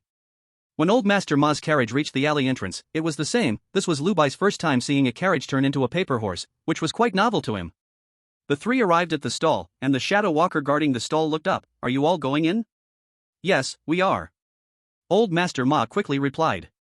5 white pearls. 5? Why so expensive? Old Master Ma instinctively raised his voice. The guard didn't look up and said, Isn't this always the price? Where's the expense? 1 for the shadow walker, 2 for the spirit. This made Old Master Ma, who didn't have a spirit, blush, and he reluctantly took out 5 white pearls to hand over. The guard took them and handed over 4 masks, 3 of which were ghost faces, and 1 small one was a human face mask. Humans wear ghost masks, and ghosts wear human masks. Humans dress as ghosts, and ghosts dress as humans. Lu Bai followed Old Master Ma's example and put on a mask. Suddenly, it felt like he had put on an extra layer of clothes, but the scene in front of him had not changed at all. He quickly glanced at the old man Ma beside him, unable to see his face or sense his breath. Even the clothes he wore seemed to transform into a loose gray robe that enveloped his entire body in his sight. This mask is a bit magical. No wonder there are countless tricks used by those who walk in shadows. I wonder if there are masks that can see through things. From behind came the voice of Xiao Chao, young master, quickly look at what I have turned into. I see you have become a ghost. Lu Bai turned around and saw that Xiao Chao, who was lying behind him, had transformed into a little black dog. Lu Bai couldn't help but laugh.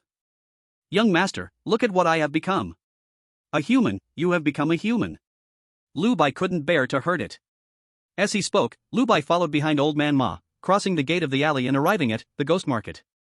He heard Old Man Ma's voice beside him. The ghost market has always been hosted in turn by the 4 great families. I wonder which family is hosting this time. Lu Bai ignored him because he was already captivated by the scene before him. On both sides of the street, the houses were lined up, each one exquisitely designed with new materials, and hanging from the eaves were big red lanterns one after another. The people walking on the street were not humans, but wandering ghosts. Everyone wore the same mask, and their large gray robes were identical, walking along this street filled with red light, making it truly feel like a ghost market. Lu Bai widened his eyes. This world was indeed quite strange. On his shoulder, Xiao Chao, who was unaware that it had already turned into a little dog, stood up straight and curiously looked around. Perhaps because Lu Bai had brought along a shadow walker, as soon as they entered, they attracted the attention of many nearby. Let's go, let's take a look. Old Man Ma cheerfully exclaimed. Lu Bai hurriedly followed. This place was not one to lose sight of, as a moment's distraction could lead to losing one's way. After walking a little further, Lu Bai discovered that there were not only shops on both sides of the street but also many shadow walkers setting up stalls on the street. A piece of tattered cloth laid on the ground, and whatever they didn't need was placed on top, making it a store. There were even trades like the sugar blower that he saw yesterday. Barbers, oil sellers, saddle makers, knife sharpeners, paper horse workshops, and more. Everything was there, making Lu Bai's eyes dazzle. He didn't understand what many stalls were selling. Just as he was engrossed in looking, Xiao Chao tugged at Lu Bai's clothes. Young master, quickly look over there. Lu Bai lowered his head and saw a little mud figure pushing a large mud ball, running forward. As it ran, it shouted, Let me through, let me through. All you kind big brothers and sisters, please give way. Today you let me through, tomorrow you will have a fortune rolling in. That appearance was just like a dung beetle. Nearby shadow walkers laughed upon seeing it, and Lu Bai did the same. At that moment, the large mud ball broke open, and from inside jumped out a shadow walker, who laughed and bowed to everyone. A small trick, please don't find it laughable. If anyone is interested, come and take a look at my mud figures. The mud is from the soul dirt I dug from the mud pond, the kind that works 10 times harder. Don't miss it if you pass by. The trick was fresh and immediately attracted nearby shadow walkers to gather around. However, Old Man Ma quickly pulled Lu Bai away, whispering, "Places like this are the favorite of those thieves. Soon, there will definitely be many people losing things here." Hu Wei explained to Lu Bai, "Thieves in busy streets are called thieves. Shadow walkers can also have such businesses, and they even have factions." He was saying this when he suddenly heard shouting from ahead. "The initial soul oil sent from the prefecture is here, only this one. If you want it, come quickly." As soon as Master Ma heard this, his eyes lit up immediately, and his breathing became rapid. "Let's go. We should also go." This time, the shout was not from the street vendors but from a store by the roadside, which had a stone lion sitting at the entrance. A sign hung above, "Ghost Goods House." "This is the shop of the Short Knife Gang," Master Ma said, as if he was a regular at this ghost market, knowing many of the items inside like the back of his hand. Lu Bai remembered that Master Ma mentioned on the way here that the Short Knife Gang had the wildest ways. At this moment, after the shopkeeper of the Ghost Goods House shouted, many nearby shadow walkers immediately squeezed over. There were far more people than those who went to watch the fun at the clay figurine shop earlier. "Master Ma, is this thing very useful?" Hu Wei asked out of confusion.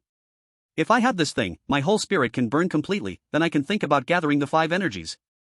Master Ma spoke quickly, his feet moving even faster, and in the blink of an eye, he led the two to the door of the Ghost Goods House. Relying on his strength, he pushed past 2 shadow walkers, entering the Ghost Goods House amid their curses. Unlike other places, as soon as Lu Bai entered, he felt warmth. There were very few goods inside, none were placed outside the counter, all stored on the shelves behind it, clearly too precious to let anyone touch casually. The initial soul oil that the shopkeeper shouted earlier was placed at the most prominent position on the shelf, marked clearly with red paper and black lettering. Lu Bai saw that the initial soul oil was in a yellow-brown ceramic bottle, sealed with a wooden cork and wrapped in oil paper. The bottle wasn't big, only about the size of a palm. At this moment, the shopkeeper stood in front of the initial soul oil, wearing a mask, and Lu Bai couldn't see his expression clearly. But judging by the number of people entering, he surely must be smiling. More and more people were coming in, and Master Ma, relying on his strength, held on to Lu Bai and Hu Wei with each hand, standing firmly in the middle. The rest could only move to the sides. After a short while, the spacious room was packed full, yet people continued to push inside. Some shadow walkers started cursing until a fierce woman's voice echoed. "What are you squeezing for? If you squeeze any more, I'll pop out a baby." The crowd quieted down considerably upon hearing this, and the shopkeeper finally spoke, laughing as he said, "Don't be hurried, this item goes to the highest bidder, even those outside can bid."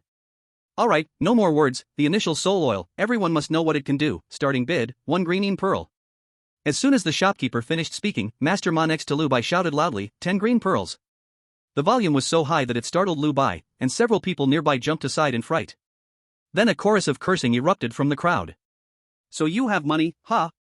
Who shouts like that? Yelling for 10 at once, why not shout for 100 green pearls?" Master Ma was very tall. Turning his head, he spotted the person who spoke and glared, "Coward, if you're capable, don't run out of this ghost market, meet me at the new South City alley. And you lot, if you have money, shout out your bids, if you don't, shut up." Lu Bai was seeing such a domineering Master Ma for the first time, and it gave him a clearer understanding of how shadow walkers from the mountains acted with no care in the city. As expected, after his shout, very few people spoke up around. Until a loud laugh rang out at the entrance. "This brother truly is a person of character. I am willing to bid 11 green pearls." Without saying a word, Master Ma responded, 12 pearls. A dull voice sounded from a corner. 13 pieces. 14 pieces. Old Master Ma shouted with determination. The voice at the door rang out again, 15 pieces. 16 pieces, a voice came from the corner. This time, Old Master Ma couldn't hold back and said directly, 30 pieces. For a moment, the crowd fell silent, and Lu Bai could hear someone cursing fool and idiot. The corner was also quiet, and the person at the door laughed, "Old brother, your bid is high, I'll take my leave." For a moment, Lu Bai was curious about how many pearls Old Master Ma actually had, as he made such a bold offer. The shopkeeper was not discouraged, waiting for a while, and seeing no one else bid, he finally called out to Old Master Ma, "Congratulations to this traveler." Seeing this, the others looked on and, after watching the excitement, grumbled as they walked towards the door. Old Master Ma naturally went to the counter to pay and collect his goods. However, some people stayed behind, seemingly wanting to see if anything else would happen, like the bidder failing to produce enough pearls. Unfortunately, Old Master Ma had plenty. After receiving the goods, Lu Bai followed old Master Ma out, perhaps fearing exposure, and the two spoke not a word. It wasn't until they had been out for a while that Lu Bai finally asked, "How come you have so much money?" "Ha?" Next to him, a strange voice sounded. Lu Bai hurriedly looked up, staring wide-eyed at this person next to him. "Who are you? And who are you?" "Oh."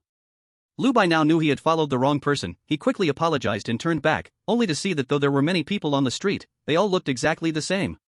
How to find someone? And he didn't see anyone looking for him either. "Xiao Chao, have you seen them?" "No." Xiao Chao was also looking around. "I didn't know when you lost track." Lu Bai. "Why don't you wait here, maybe old Master Ma and the others will come looking for you." "That's all we can do." Lu Bai found a higher stone step to sit and wait, but after a long time, there was still no sign of them. "Damn it." Lu Bai patted his backside and stood up. "When the gathering ends, they will definitely be waiting at the door. I can find them then." Sitting here waiting for people while guarding this huge ghost market was too uncomfortable. Lu Bai was not worried. If all else failed, he could just shout for his mother. With his mindset adjusted, he felt quite carefree. Stepping down, he wandered the streets with Xiao Chao. They often went in and out of this house and that house, then meandered into the herbal shop on the street. Before long, he actually spotted something he liked at the herbal shop. It was an old object, a delicate and tiny porcelain figurine, still covered in mud, as if just unearthed. Lu Bai liked it for a simple reason: it depicted a mother and child. The mother was holding a child in her arms, and both were smiling happily. Lu Bai didn't know what it was useful for, but he felt that if he gave it to his mother, she would definitely love it. So he asked the shopkeeper for the price. The shopkeeper raised a finger. Lu Bai immediately breathed a sigh of relief. "1 white pearl, right? Okay." On this trip, Lun Yang had only given him silver, but he still had some beads left from before, about 1 green pearl and a few white pearls remaining. But unexpectedly, upon hearing this, the shopkeeper sneered. "Where did this little brat come from? Where are your adults? What a joke, 1 white pearl." Lu Bai stopped reaching for his money. "Then how many do you want, 1 green pearl?" If that's the case, fine. Since it was for his mother, he didn't mind how much it cost. 10 green pearls. This is from the old ancestor of Huai Mountain. Before the shopkeeper could finish, Lu Bai had already put the figurine back. "What a nonsense, that's not how you scam people." He placed the porcelain figurine back down carefully. But just as Lu Bai was about to leave, the porcelain figurine suddenly fell out. It fell to the ground, shattering with a loud crack. Lu Bai stopped in his tracks, and the shopkeeper also got up. Even with a mask on, Lu Bai felt like he could see the shopkeeper smile. "Little one, didn't your family teach you that when you break someone else's things, you must pay for them?" Chapter 68. Do you really want me to call my mother? Seeking for more readers. Lu Bai was certain that he had just placed the porcelain figure steadily, and he had even pushed it in a little further because he was worried it would fall. But despite all that, the porcelain figure still fell down. The shopkeeper insisted on demanding compensation from him. Such things were not unusual. Lu Bai had even experienced them in his past life. He had traveled to a famous tourist spot in his country, and in a shop, he saw a trinket he liked. He picked it up, looked at it, and after asking the price, he put it back. The owner was even more straightforward, saying that the item was very valuable, and if you touched it, you had to buy it. Otherwise, don't touch it. Naturally, Lu Bai was unwilling and argued with the owner, but then the owners of a few neighboring shops came over. Lu Bai had no choice but to spend extra money unfairly because he realized that everyone in that place was like family, and it would be futile even to report it to the Tourist Management Association. And now, he never expected to encounter the same situation in this world. Lu Bai, hiding his small face behind the mask, smiled and asked, "So what do you want?" "What do you mean? Pay for it. You broke my thing, and you're not going to pay? How can that be right?" The shopkeeper, who was originally sitting, stood up and looked down at Lu Bai, appearing very arrogant. Lu Bai did not speak, but Xiao Chao had already stood up, angrily shouting, "My young master clearly placed it well, and you made it fall, yet you blame him, you shameless monster." Perhaps those words struck a nerve with the shopkeeper, who snorted coldly. Where did this black dog come from, barking wildly? Xiao Chao was the best at cursing. With hands on hips, she pointed at the shopkeeper and started to scold. She said things like, "You are the last one left in your family tree," using clean words to insult him. This quarrel quickly attracted the attention of nearby people, as most people loved to watch the commotion. Seeing that more people gathered, the shopkeeper quickly explained to them.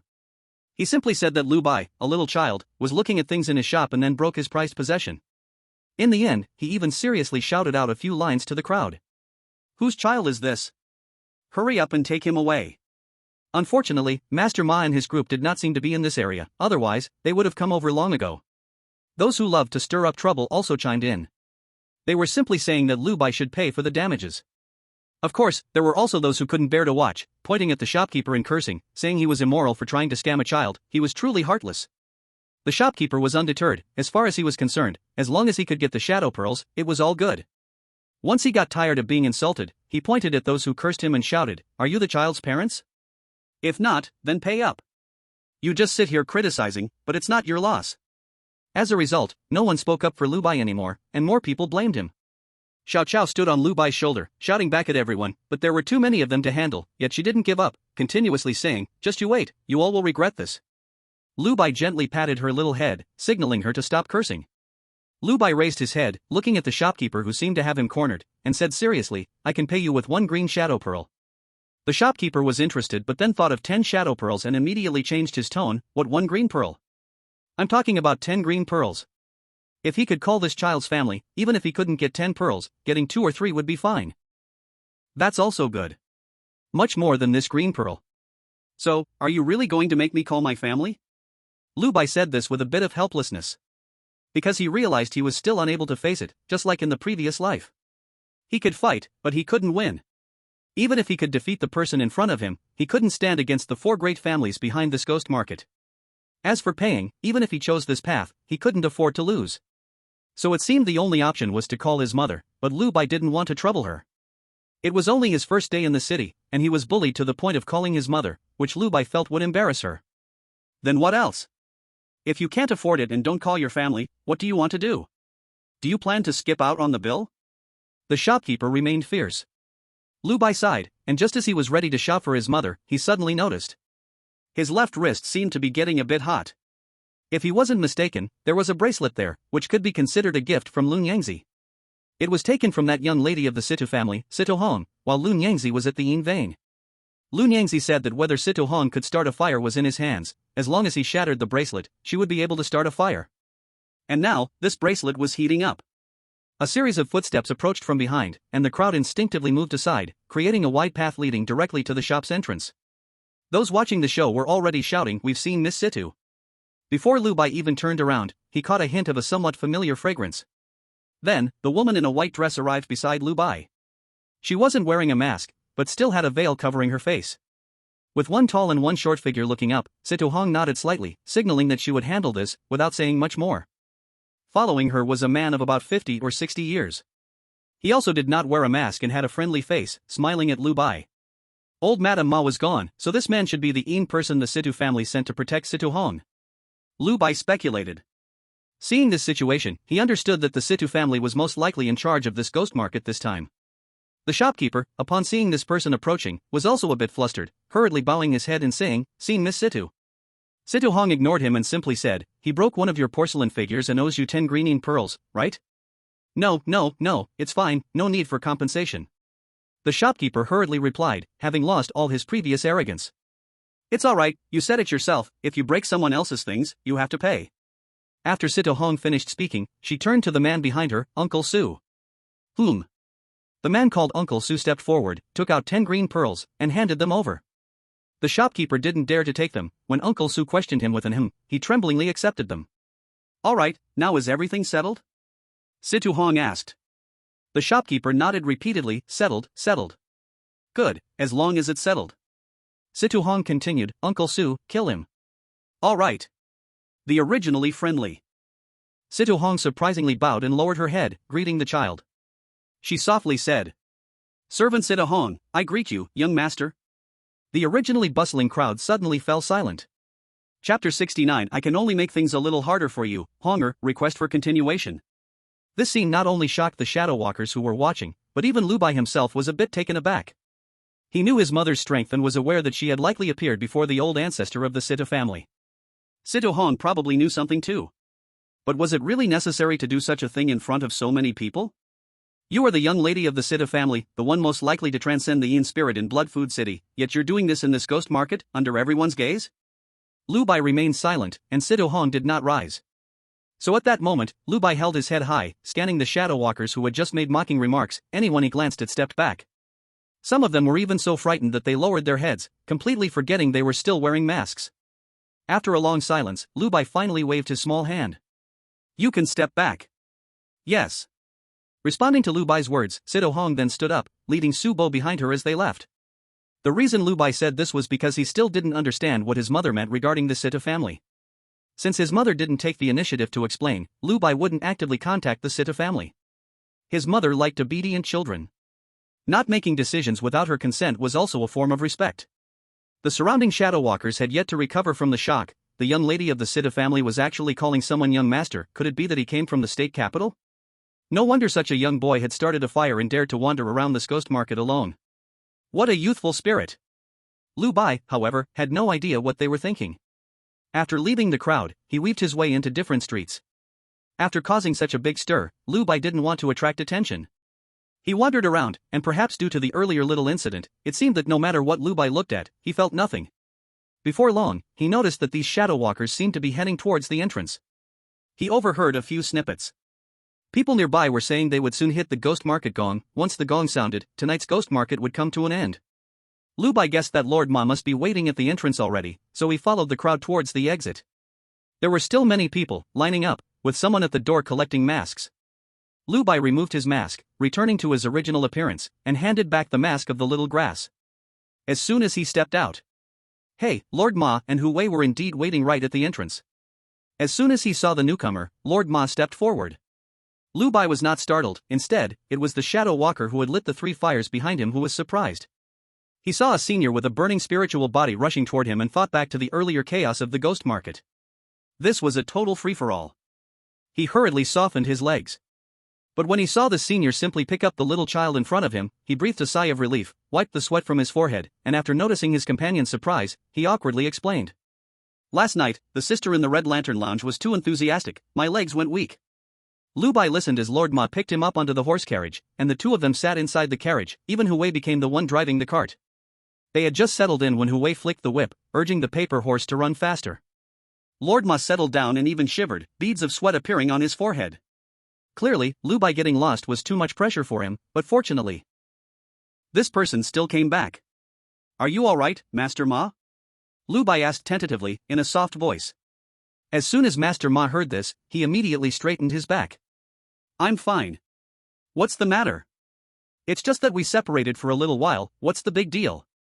Back in the day, Before he could finish his sentence, Xiao Xiao popped her head out and pointed at Master Ma's pants, saying, Hey, Ma-san, you peed your pants? Master Ma was so startled that he hurriedly squeezed his legs together and looked down, realizing that he had fallen for Xiao Xiao's trick again. He snorted angrily but also relaxed his mind and urged Hu Wei to hurry up. Lu Bai didn't ask how long Master Ma had been searching after they separated, and Master Ma didn't ask what Lu Bai had been doing. As long as the person was fine, that was all that mattered. Master Ma had made up his mind. If he ever took Lu Bai out alone again, he would be the cursed Ma Cha Chong. The journey back to the inn was uneventful. Although they encountered a few groups of ghostwalkers on the way, none dared to make a move. They only dared to watch from a distance. After a full day and night of travel, and the lack of sleep on Wupang Mountain last night, Lu Bai, after packing up, immediately collapsed onto the bed and fell asleep. Blood Feast City, the Situ family. Situ Hong, after returning from the ghost market, immediately reported everything that happened there to the family elder, Situ Busheng. When Situ Busheng first heard that Lu Bai had come to the ghost market, almost being forced to shout Lu Xian Yang Yang, he was so startled that he immediately stood up. After hearing the full story from Situ Hong, he finally sat back down in relief. Honger, you did well with this matter, Situ Busheng praised. But, Elder, will doing this cause us to lose face as the Situ family? Situ Hong hesitated and asked. Hearing this, Situ Busheng grinned. Face? I'm a beggar-born old ancestor, and on top of that, the business we run, what face do we need? Besides, Situ Busheng said, shaking his head to himself, as long as we can get Lu Xian Yang Yang's favor, that's the greatest fortune. When that time comes, what face does it matter? As soon as Situ Hong heard the words Lu Xian Yang Yang, she immediately remembered the situation in the Yin Vein that day and subconsciously lowered her head. Let's wait a few more days, Honger. As long as Lu Xian Yang Yang doesn't say anything, then I'll ask you to stay in Huangliang town for a while. Me? Situ Hong thought for a moment and quickly understood Situ Busheng's meaning, nodding gently. Honger understands. Situ Busheng stood up and sighed deeply. Honger, your father is useless, and this Situ family will ultimately have to be handed over to you. When Situ Hong heard this, her head lowered even lower. The next day, when Lu Bai woke up, it was already afternoon. It was no longer suitable to travel back, so Master Ma waved his hand and said they would enjoy another day in the city and leave for Huangliang town tomorrow morning. Lu Bai didn't mind. However, for Hu Wei, who had rarely come to the city, it was a cause for great joy. But unexpectedly, when Master Ma said they wouldn't go anywhere and would just sleep at the inn, Hu Wei started mumbling and eventually coaxed Lu Bai into going out with him. If the two of them went out, wouldn't that be even more dangerous? Master Ma had no choice but to surrender, saying they wouldn't go far, just take a stroll nearby. The three of them got ready and went out, indeed not going far. After walking just 2 streets, Master Ma said this was far enough. Hu Wei had no choice but to walk with Lu Bai down this seemingly deserted street. But unexpectedly, even so, Master Ma ran into an acquaintance on this street. The person was also a ghost walker, a woman in her 30s, who called out to Master Ma as Uncle Ma. Her voice was very sweet, which didn't quite match her appearance. She was also accompanied by a ghost walker of similar age to Hu Wei, likely her disciple. The woman seemed to have not seen Master Ma for a long time, and kept talking without stopping. Even Master Ma didn't get a chance to say a word. The woman saw that Hu Wei and the other two were bored, so she told them to go walk around on their own. Master Ma wanted to stop them, but the woman grabbed him and kept talking, saying something like, "They're already grown-ups. And besides, it's broad daylight, and they're right under our noses, what could possibly go wrong?" Master Ma thought Gu Yuyun was someone he knew, and he could trust her a little, so he agreed. This woman talked too much, and her disciple was the same. In just a few lines, she had caught Hu Wei's interest, and the two of them kept chatting non-stop. As for Lu Bai, he hadn't walked far before realizing that the road ahead seemed to be getting more and more off track. He stopped right away. The young man leading the way turned around with a smile on his face and asked, "Why aren't you walking? Are you afraid I'm going to sell you?" Chapter 70, Lu Bai kills someone, please keep reading. Hu Wei wasn't stupid. Things had gotten to this point, and he immediately understood. Without thinking, he stepped in front of Lu Bai, shielding his junior brother behind him. But then, he thought about it. He had only lit 2 soul flames, while Lu Bai had already burned his spirit body. Damn it, why should I be standing in front of him? Shouldn't he be the one protecting me instead? But since it had come to this, and seeing how young Lu Bai was, Hu Wei just couldn't bring himself to hide behind his junior. The boy named Zhu Quan looked at Hu Wei first, then smiled and folded his sleeves with both hands. "We from the child gang have no interest in you. If you don't want to die, then step aside." With that, he suddenly lit 3 soul flames on his body. A wave of heat rushed forth, clearly targeting Hu Wei. The pressure from him was so strong that Hu Wei had to take several steps back before he could stop. "See, child gang?" A trace of fear and shock appeared on Hu Wei's face. Lu Bai had never heard of the child gang. He only knew that Zhu Quan wanted to kill him. After all, he had told Hu Wei to move aside. Since that's the case, how the hell could he put up with this? Seeing that Zhu Quan was about to speak again, Lu Bai silently drew in a breath, then suddenly lit his soul flames and opened his mouth, spitting out a fire arrow. The two of them were only an arm's length apart. Lu Bai, who had burned his spirit body, a spirit walker, sneak attacked another spirit walker who had lit 3 flames, and this was also the first time he had shot a fire arrow since burning his spirit. He wasn't sure what would happen. He only knew that this man wanted to kill him, so he had to give it everything he had. And Zhu Quan? When he saw that 3 soul flames had risen from Lu Bai too, and even a glow shimmered on his head, he was completely scared out of his wits. They were both spirit walkers. He could only tell Lu Bai had lit flames, but not how many. But now this kid who barely reached his thigh not only had lit 3 soul flames, he had even burned his spirit body. What the hell kind of monster is this? Is this even human anymore? When you compare us like this, weren't my past 10 years completely wasted? Zhu Quan had countless thoughts flash through his mind, and he did think about dodging. But in the end, it was already too late. The fire arrow Lu Bai spat out hit him right in the face and exploded with a boom. In that instant, Zhu Quan let out a scream and lost consciousness. Red blood, pink flesh, all splattered onto Hu Wei's face in one messy explosion. It was the first time he had ever seen someone die so close to him, let alone someone who had just been chatting with him a few breaths ago. But in a blink, this man's flesh and blood were stuck to his face, some even on his lips. Hu Wei looked at the corpse in front of him, whose head was missing more than half, and who fell heavily to the ground. He was so scared that his mouth dropped open. But thankfully, he didn't scream out loud. As for Lu Bai, this was, without a doubt, the first time in both his past and present life that he had killed someone. He hadn't expected his attack to be so powerful either. It is actually so big. Or should it be said, this person is too fragile? No, Lu Bai knew that after he killed someone, he thought he would be very afraid. But now, how does it seem? Not only is he not afraid, but he is even somewhat excited. What is going on? Lu Bai felt that the flow of blood in his body had sped up, could it be that I am really a ghost at my core? This doesn't seem to matter anymore. On another side, when Master Ma sensed that someone ahead had started a fire, he was suddenly awakened. Damn, I knew this would be a disaster. The sweet-voiced Gu Yuyun naturally knew what had happened ahead. It definitely meant her good apprentice had already made his move. So at this moment, she must buy him some time. This way, he could take that young child who had just started the fire, looking so good-natured, and run far away. As for the information about Lu Bai, she had also figured it out, and spent quite a bit of money to buy it from the person. This was brought by Ma Laosen from Huangliang town. There wasn't any big background or powerful forces, such a child was like pulling a piece of gold from the sand. Although rare, it indeed existed. If I catch him, then selling him to the state capital or other states, not to mention the profits from the dark pearls, even the status within the child's gang could significantly rise because of this. Therefore, I should block this Ma Laosan. Thinking of this, Gu Yuyun directly reached out and held onto Master Ma's arm. Just as she was about to speak in a delicate voice, Master Ma kicked her over and glared, "Get lost." Amidst the surging heat, Master Ma had already vanished into the street in just a few steps. Seeing his strength, Gu Yuyun was also somewhat shocked. But at that very moment, she heard her good apprentice let out a miserable scream. She looked around and instantly chose to flee. Better for a dead friend than a dead self. Similarly, the dead apprentice does not mean the self will die. When Master Ma got closer and saw the young man's blown-apart face and head, he sighed in relief. Fortunately, it was someone else who died. The one slumped on the ground, Hui said the person was killed by Lu Shitty, and Master Ma took it as usual. For a person like Madame Lu, having her offspring kill someone, what is there to be surprised about? But when he heard Hui say that this person was from the child gang, his expression immediately changed. Master Ma, what should we do? Hui asked. Don't panic, don't panic. Master Ma first took out a small package wrapped in oil paper from his pocket, opened it, and inside were some powdery soil. Did you touch the corpse? He looked up at Hui, who was flustered. No. I forgot.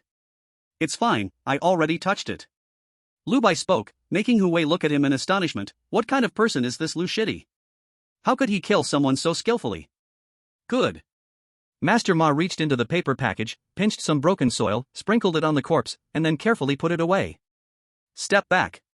The two quickly stepped aside, and only then did Master Ma open his mouth to spit out a fiery arrow resembling a silver needle. The arrow landed on the corpse. A spark of fire flashed from its head to its toes.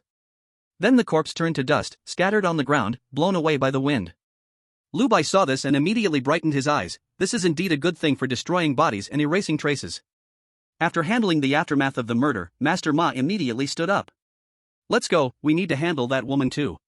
It must have gone wrong, either Lu Bai was targeted when we were at the ghost market last night, or someone among those who entered the city with us sold us out.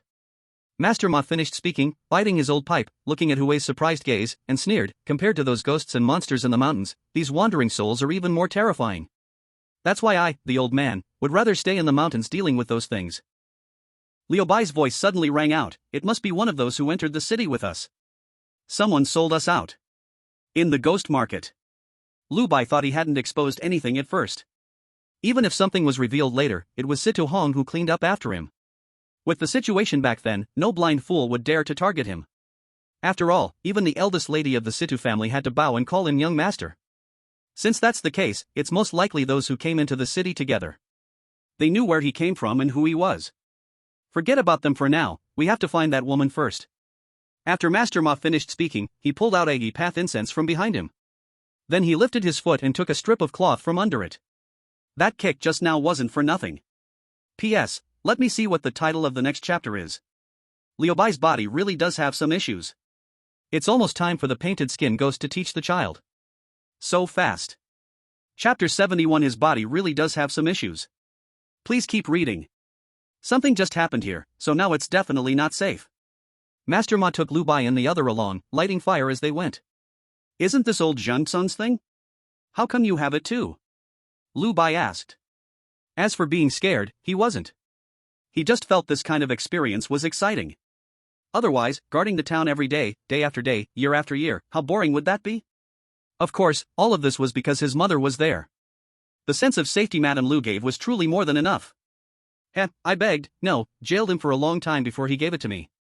Master Ma explained stubbornly, it's jailed as in prison, not begged like asking. Xiao Chao seemed to know something and laughed with a hee-hee. Master Ma pretended not to hear. When he lit the cloth from the woman's clothes and circled the path incense with it to mark it, he gently blew out a breath. The smoke rising from the path incense began to ask the way. It no longer floated upward but went straight ahead. Follow it. The three followed it through streets and alleys. Master Ma explained as they walked, this child gang makes its living by trafficking children. It's an organization that spans the three great nations, but that's just what people say. The organization is very loose. As long as you start trafficking children, you can claim you're part of the child gang. No one cares, and no one checks. So that Gu Yuyan just now, she's definitely on her own. We have to get rid of this tail, or we're still in danger. Listening to what Master Ma said, and thinking about everything he'd done along the way, Lu Bai had to admit, this old crook looked reckless, but in truth, he was very careful. As Master Ma spoke, the three had already crossed several streets and finally stopped in front of a plain and simple home. This home looked no different from any other common folks' house, just a courtyard in front and a building behind. The mud walls were yellowing, the structure decaying, even the tiles on the roof were broken in many places. Most of the houses in Blood Food City looked like this. Master Ma looked at it, then bit his old smoking pipe and said in a low voice, "I'll squat behind the house. In a bit, you two break the door. That woman will definitely try to run out the back. Wait for me, move when you hear the squeaky birds call." After saying that, he strode off toward a nearby alley, circling behind the house into a small lane. Gu Yuyun was a little panicked, but not too much. Over the years, she had done quite a few such deals. Some succeeded, some failed. Once, she even accidentally offended a ghost walker who gathered 5 chi. She was hunted like a stray dog, trembling in fear every day. But what happened in the end? She still survived. Today, she just pissed off that damned Ma Laosan. But she even sacrificed her obedient disciple for this. Surely that was enough to escape this time. Just as she sat in her room, waiting anxiously, suddenly, she heard the sound of a chirping bird outside her window. This chirping bird, it's really annoying. Why does it have to call at this time? Gu Yuyun frowned, her right fist clenched tightly on the table. But just then, a sound of the door being broken came through, and she took a deep breath. Without saying a word, she broke the window and jumped out. But unexpectedly, she collided head-on with a fist as big as a sandbag. Go back inside. This punch hit her forehead, and surprisingly, just one punch was enough to shove her back into the window. Old Master Ma bit his old cigarette pipe, looked around, and seeing no one paying attention, he grabbed the window frame with both hands and jumped in. At the right moment, Hui and Lu Bai also pushed open the door and entered. Gu Yuyan looked around, about to take action, when old Master Ma exhaled a puff of smoke. In an instant, the smoke pierced through her lower abdomen. The smoke even pinned her to the ground, only dissipating after quite a while. Gu Yuyun groaned, her features twisted in agony, the intense pain leaving her collapsed on the ground, shaking uncontrollably. Old Master Ma squatted in front of her, still holding that old cigarette pipe. "I'm giving you a quick way out, tell me who you bought the information from, and who was preparing to make a move on my disciple." At this moment, Lu Bai also saw another side of old Master Ma, no longer the kindness and gentleness from before. What remained was a coldness like that of an executioner. They say that people who deal with the dead don't live long, but old Master Ma has lived to this age, and he certainly has some skills. Seeing that Gu Yuyun didn't answer, old Master Ma took the cigarette pipe out of his mouth with his right hand and dropped a bit of hot ash onto her wound on the lower abdomen. Just one drop, and her body curled up into a ball. "If you don't speak, I'll help you ignite your blood energy," old Master Ma said coldly. Lu Bai had seen someone else's blood energy being ignited before. When Xiao Qianhai joined the sect, old Master Ma had ignited his blood energy, but only on his arm. "Old Ma, you're really ruthless." At this point, Gu Yuyun's voice had lost its previous sweetness. Clearly, the voice she had used earlier was forced. "This is your last chance. If you don't speak, I'll set the fire." Old Master Ma didn't show any mercy. After all, 60 years of celibacy had long made him forget everything. Gu Yuyun seemed to have realized old Master Ma's nature, someone who always followed through. She gritted her teeth and finally spoke. "Li Daoba, he sold me the information, saying that there was a good porcelain mold in Huangliang town. He took 20 green beads from me. That old venomous snake." Old Master Ma took another puff of his old cigarette, seemingly not surprised. "In your line of work, if you've taken the job and haven't returned, he shouldn't be able to sell it to others, right?" "Yes. If I can't take it, I have to give him a signal so he can continue selling." At this moment, Gu Yuyun was completely open and honest. Old Master Ma stood up and told Lu Bai and the others, "You two, go outside, don't get scared." Just as Lu Bai and the others reached the door, they heard a strange sound from inside. It sounded like a winter melon being crushed underfoot. Hui had already wiped the blood off his face, but the smell of blood still lingered in his nose, not dissipating. Hearing this sound again, he couldn't help but dry heave. Lu Shitty, aren't you scared at all?" Lu Bai, who had been lost in thought, heard this and thought seriously for a moment, then shivered in agreement. "Scared? How could I not be scared? I'm just holding it in. After speaking, Lu Bai silently added to himself in his heart, I'm scared, but I'll want to kill someone more and more. After this experience, Lu Bai felt that something might really be wrong with his body. A bloodlust? Perhaps it's not to that extent, but it is indeed a life full of killing and thrill, because throughout this journey, Lu Bai felt his blood was boiling. This feeling is something he never experienced while wandering all day in Huangliang town. So, does this mean I really have to become evil in the future? Out of nowhere, a phrase suddenly popped into Lu Bai's mind. I walk the world under the night, I am the biggest evil in this realm. As soon as this thought arose, Lu Bai felt his blood boil even more. He could even hear the sound of blood flowing in his ears, and his heartbeat was extremely intense. What are you doing, kid? People have already died. A voice from behind brought him back to reality. It was Master Ma. Lu Bai quickly shook off his wild thoughts. Only then did the blood in his body calm down. Let's go back to the inn for a night, we will head back to the town early tomorrow morning. After saying this, he patted Lu Bai on the shoulder and said, Don't worry, this trouble was caused by the old man. After I send you back to Huangliang town, I will personally go and take the head of that Li Scar. Once back at the inn, they had some food nearby. The three of them then returned to their respective rooms to sleep. For some reason, Lu Bai tossed and turned, unable to sleep. Until midnight, in that half-asleep state, he seemed to see Lun Yangzi, covered in blood and missing an arm, appearing before him. He suddenly sat up, shouting, Mother! P.S. I really didn't mean to cut it short, the next chapter is also ready, I was just about to post it when I wasn't satisfied with some parts, needed to rewrite some things, so I have to wait until this morning. By the way, the double monthly ticket event has started. Let's go, brothers! The more monthly tickets, the faster it gets, the more monthly tickets, the more it gets. Chapter 72, Mother. Please continue reading. In the darkness, it was empty and silent, and he couldn't see that familiar figure. Thinking of the scene in his dream, Lu Bai was frightened it was real, and he shouted Mother several times. The sound of his cries awoke Master Ma, who had been sleeping soundly. As Master Ma prepared to get up and see what was going on with the kid, he found his eyes, which had just opened, felt heavy again, and he fell back into a deep sleep. Because, a figure suddenly appeared in the room. She wore a light blue gown with exquisite embroidery on the upper body and a plain, embroidered skirt on the lower body that fluttered slightly, rare turquoise earrings swung from her earlobes. At her waist, she wore a bow-shaped belt with colorful tassels. Her outfit was always so exquisite, but her stunning features looked cold and unwelcoming at this moment, her lowered eyes were particularly frigid and disdainful. Seeing his mother, Lu Bai rolled out of bed and hugged her leg. Mother, you scared me to death. Lu Bai was not lying, that earlier scene truly frightened him. I'm not dead, so what are you afraid of? Lun Yangzi pushed him away, as if afraid that his tears and snot would dirty her dress. A real man, to be away from home for just a few days, is yelling for his mother. The more Lun Yangzi spoke, the more disdainful she seemed. But in the darkness that Lu Bai couldn't see, her cold eyes were already shining with affection. I just miss you, what's wrong with missing you? Take me home, mother, I don't want to stay outside anymore, I want to go back and be with you. Now that his mother had come, Lu Bai was determined, he wanted to leave tonight, to leave right now. I don't want you to keep me company. Lun Yangzi said this, but her body was honest, already pulling Lu Bai and turning to walk toward Huangliang town. Just as they were about to disappear from sight, Lu Bai suddenly remembered something. Hey, mother, wait. I forgot to take a few things. As he said this, Lu Bai hurried to the bedside, grabbed a few boxes, and ran back to Lun Yangzi, skillfully holding her jade hand. Let's go, mother, we are going home. Lun Yangzi's cold voice rang out as she took a few steps forward. By the time Lu Bai looked around again, he found that he was already home. Having slept through most of the day and then resting well into the night, along with the vigorous energy in Lu Bai's body, he truly felt he had little desire to sleep.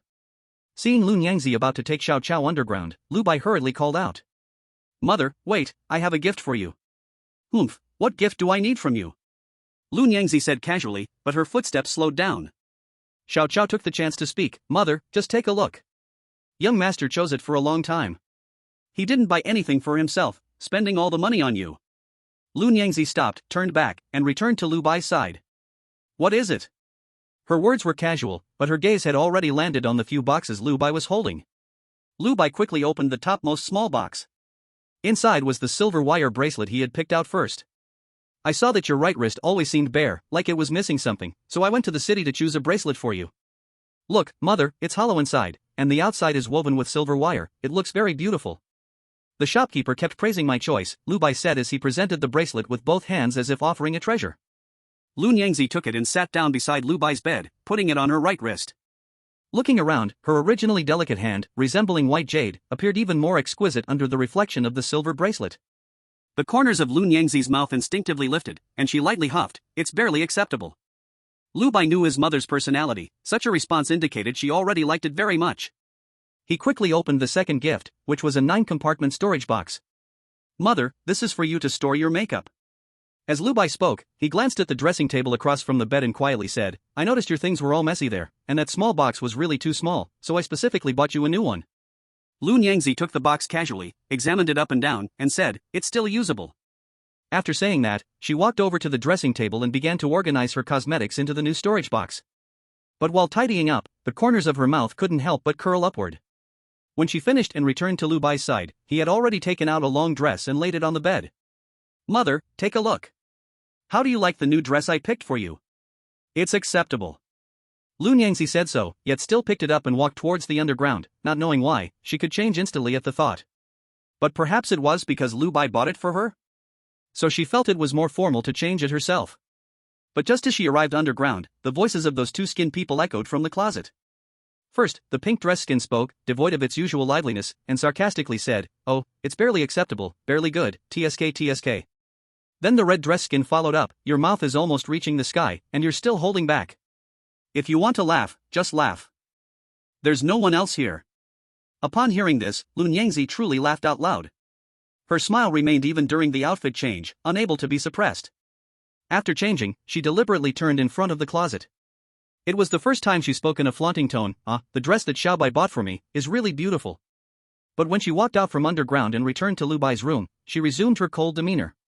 Lu Bai, however, was unconcerned, rushing to Lun Yangzi's side, looking her up and down, and continuously praising her beauty. This is not insincere words. Lun Yangzi's figure and appearance are like a natural clothing rack, looking good in anything she wears. Alright, if there's nothing else, I'm going to sleep. After too much praise, Lun Yangzi felt a bit overwhelmed by Lu Bai's incessant flattery. There's one more, the last one. Lu Bai took out the final gift from the wooden box, which was the mother and son heart pendant he had chosen. Mother, does this look like us holding hands? You have a bigger piece, and I have a smaller one. From now on, when we go out, others will know I'm your son. Lu Bai said with a big smile. Lun Yangzi took the slightly larger jade pendant. She looked it over carefully. Seeing her lips about to curl up into a smile again, she inadvertently caught a glimpse of Lu Bai's delighted expression, mainly it was the person. Lun Yangzi felt an uncontrollable pang of discomfort in her heart, and her mouth turned cold with a snort. Wasn't the money spent still mine? Lu Bai didn't know how he had upset his mother again, but she was a bit of a trickster, her temperament always quite strange. When he lay on his bed, the little grass on the ground finally whispered to the sulking Lun Yangzi sitting on the bed. Mother, actually the money that young master spent is not your money, he collected what you gave him well. The money he used to buy gifts was exchanged with his own Een beads. Een beads were also obtained by him from fighting off evil spirits. And mother, you don't know, young master almost got sold by someone. Lu Bai was lying on the bed in a daze when Lun Yangzi suddenly appeared at his bedside. At this moment, Lun Yangzi had changed back into her dress, staring at Lu Bai and spoke softly. You were bullied outside, why didn't you tell mother? P.S. The next 2 chapters will be released together at dawn, double monthly votes, let's go. Chapter 73, The Ghostly Skin Demon Educates, Part 3, Seeking Monthly Votes. During that time in the ghost market, Situ Hong had already helped to resolve the matter, and it was solved right from the source. That scarred man, Master Ma also said he would take care of it. So? Lu Bai lay on the bed, secretly pulling his head deeper into the quilt and whispered, I don't want to add trouble to mother. Lun Yangzi, hearing this, seemed both angry and amused, coldly laughing. I've never feared trouble since giving birth to you. Get up already. Hearing this, Lu Bai rolled out of bed and hurriedly got dressed. Once he got off the bed and came to her side, Lun Yangzi spoke again, I've already taught you 2 principles, today, mother will teach you the 3rd principle. Lu Bai consciously took Lun Yangzi's cold jade-like hand. Okay, mother. When Lu Bai looked around again, he realized he had returned to Blood Food City. And he was clearly inside Gu Yuyun's house. As soon as he arrived, he caught that faint smell of blood again. The time for killing wasn't long, plus the doors and windows weren't open for ventilation, so the smell of blood was locked inside the room. Mother, why did you bring me here? Isn't this person already dead? Lu Bai asked in confusion. Lun Yangzi didn't reply but answered him with her actions. Lun Yangzi raised her fair left hand, as if plucking a string, her slender finger gently plucking away. In an instant, Lu Bai saw a trembling middle-aged woman in the corner. Her hair was disheveled, her face pale, he could even faintly see bloodstains on her face. This should not be a ghost, right? Lu Bai frowned slightly. If it were really a ghost, as a person who walks in the shadows, he should be able to see it. Little Grass took the opportunity to explain behind Lu Bai, young master, this is the last trace of a human soul after death. With this soul, there is still a hope of becoming a ghost after death, but this hope is also very slim and requires other coincidences. After all, most ghosts are formed from the high spiritual essence of living people or are born as such. This was the first time Lu Bai heard such a thing, and he instinctively nodded. The last trace of Gu Yuyun's soul looked like it wasn't very bright. Just when Lu Bai thought that Lun Yangzi came here to ask for some more information, she directly pointed and extinguished the last trace of Gu Yuyun's soul. Lu Bai thought for a moment and asked, "Mother, did you bring me here just in case?" He tried to guess what principle Lun Yangzi wanted to teach him. Lun Yangzi turned around, looked down at him, and sneered, what could she have as a backup? After saying this, she had already walked ahead, and Lu Bai hurriedly took her jade hand to keep up, just when Lu Bai thought she wouldn't say anything more. But he heard Lun Yangzi's extremely cold voice ring out. Those who dare to harm you, I want to ensure they have no qualifications to even be a ghost. In Shaoshan town, in a grass hut located in a mountain hollow, the sound of shhh sharpening knives continuously echoed. The dim candlelight flickered, stretching the shadows of two figures long, illuminating the oiled paper window. It looked like two ghostly figures whispering at night. Old Duan, are you sure the old wild boar struck by lightning has already run away? Don't let us go and serve as a feast. Li Daoba, while sharpening an old firewood knife on a whetstone, kept checking to see if it was sharp enough. Beside him sat a man emitting a sour smell all over. He held a roasted dog leg in his hands, it was tough and dry, but he still ate it with great relish. I placed 6 eagle eyes over there and saw that old wild boar run away with my own eyes. After speaking, he wiped his greasy right hand on his body and then dug into his mouth to clean his teeth. Eating lean meat, it gets stuck between the teeth. That's good. Once we dig out that mountain spirit, it should be enough for us to burn the spirit completely. Li Daoba spoke, a flash of ruthlessness gleamed in his eyes. I don't know which scoundrel bought the initial soul oil from Ghost Hua. I always feel that voice is that of Ma Lao San. Mountain driver Master Duan finished the last bit of meat in a few bites, casually tossing the big bone on the ground, having eaten it cleaner than a dog. In fact, it was indeed the case, when mountain drivers went into the mountains, they had to make every bite of food count. So Master Duan never had the habit of wasting food, and naturally he also didn't have the habit of letting prey escape. No need to think, it's definitely Ma Lao San. That old man seems bold, but in reality, he's very meticulous, just like when bargaining, raising the price and stunning people. But actually, a portion of initial soul oil is worth about 30 green beads, it's just that he shouts quickly and raises the price a lot, making people think he's unbeatable. After Master Duan finished speaking, he clapped his hands, as if indifferent. Li Daoba finished sharpening the knife, then touched his scarred face, thinking that if it weren't for Ma Lao San, he wouldn't have such a scar. Alright, I won't let you go sell that little kid. Have you found the boy to take over? Master Duan raised his head, his eyes looked like a lone wolf wandering in an old forest. Mountain drivers were the most ruthless of all. Li Daoba nodded repeatedly, I found him, one of our own from this mountain, it's tough outside, so he's gone to mix with the boy gang. How much did you sell it for? Li Daoba pulled out 10 green beads from his pocket, a total of 10, now, as agreed, 1/2 each. The price is fair. Master Duan reached out, just about to take it when he saw two figures suddenly emerge from behind Li Daoba. They just appeared out of thin air, without a hint of warning. What kind of trick is this? Having spent most of his life as a mountain driver, he had heard of some shadow walkers or mountain spirits that could become invisible. But it wasn't like this, even if that mountain spirit was invisible. But if you look closely, you can see some clues. Yet the one before him was completely different. This was entirely sudden, appearing out of nowhere. When these two shadows fully emerged and he saw the child's face, he was so scared that he stood up directly. Li Daoba also sensed something was wrong, rolled forward, and picked up the sharp axe he had just sharpened. With this roll, he ended up behind Master Duan, shielding him in front. His actions were filled with fear, but he said sternly, Who are you? If you don't want to die, get out. Lu Bai laughed when he heard this. What's wrong, Uncle Li? I just came back from the city to visit you, why are you in such an unhappy mood? Uncle Li? Who is your Uncle Li?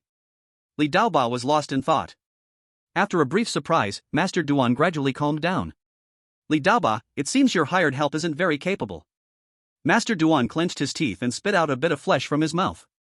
As for Lady Lu, she appeared to have not heard their words at all. She looked at the greening beads that had been knocked to the ground during the roll, smiling, so my child is worth 10 beads, and they are green. That's still quite expensive. Li Daoba grinned. Chapter 74, The Painting Skin Ghost Teaches, Part 4, Request for Follow-Up. Li Daoba was still laughing, but after he grinned, he realized his mouth seemed to stretch wider and wider, unable to close. So his mouth cracked open, tearing his face, and it continued to split further. Lady Lu was expressionless, but when she looked down at Lu Bai, her eyes became gentle. I have already taught you 2 lessons before. Today, Mother will teach you the 3rd lesson. Ghosts may be scary, but what's scarier than ghosts is the human heart, especially the hearts of those who walk the shadowy path. Those 2 have lived with you in the dark shed on Wupang Mountain. This mountain guide may not have spoken to you, but this shadowy person has indeed talked to you, even joking with you that night, right? Lu Bai didn't ask how Lady Lu knew this, perhaps it was Little Grass who told her, or perhaps she had followed him at that time. Lu Bai nodded, yes. But could you imagine that he was thinking of selling you for some beads? Lady Lu questioned, and Lu Bai shook his head. The human heart is hidden, so when you go out in the future, what should you do? This time, Lady Lu didn't just state but asked.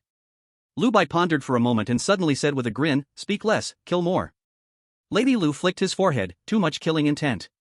Lu Bai thought for a moment and then said, do not trust others easily, be wary of everyone who appears around you. That's right. Lady Lu showed a look of approval and even reached out to stroke Lu Bai's little head. Master Duan watched Li Daoba, who was on the verge of death, and then looked at the beautiful woman in front of him who completely disregarded him. He knew he probably wouldn't survive either. But even so, the mountain guide would never give up hope of living. He directly weakened in his legs and knelt on the ground.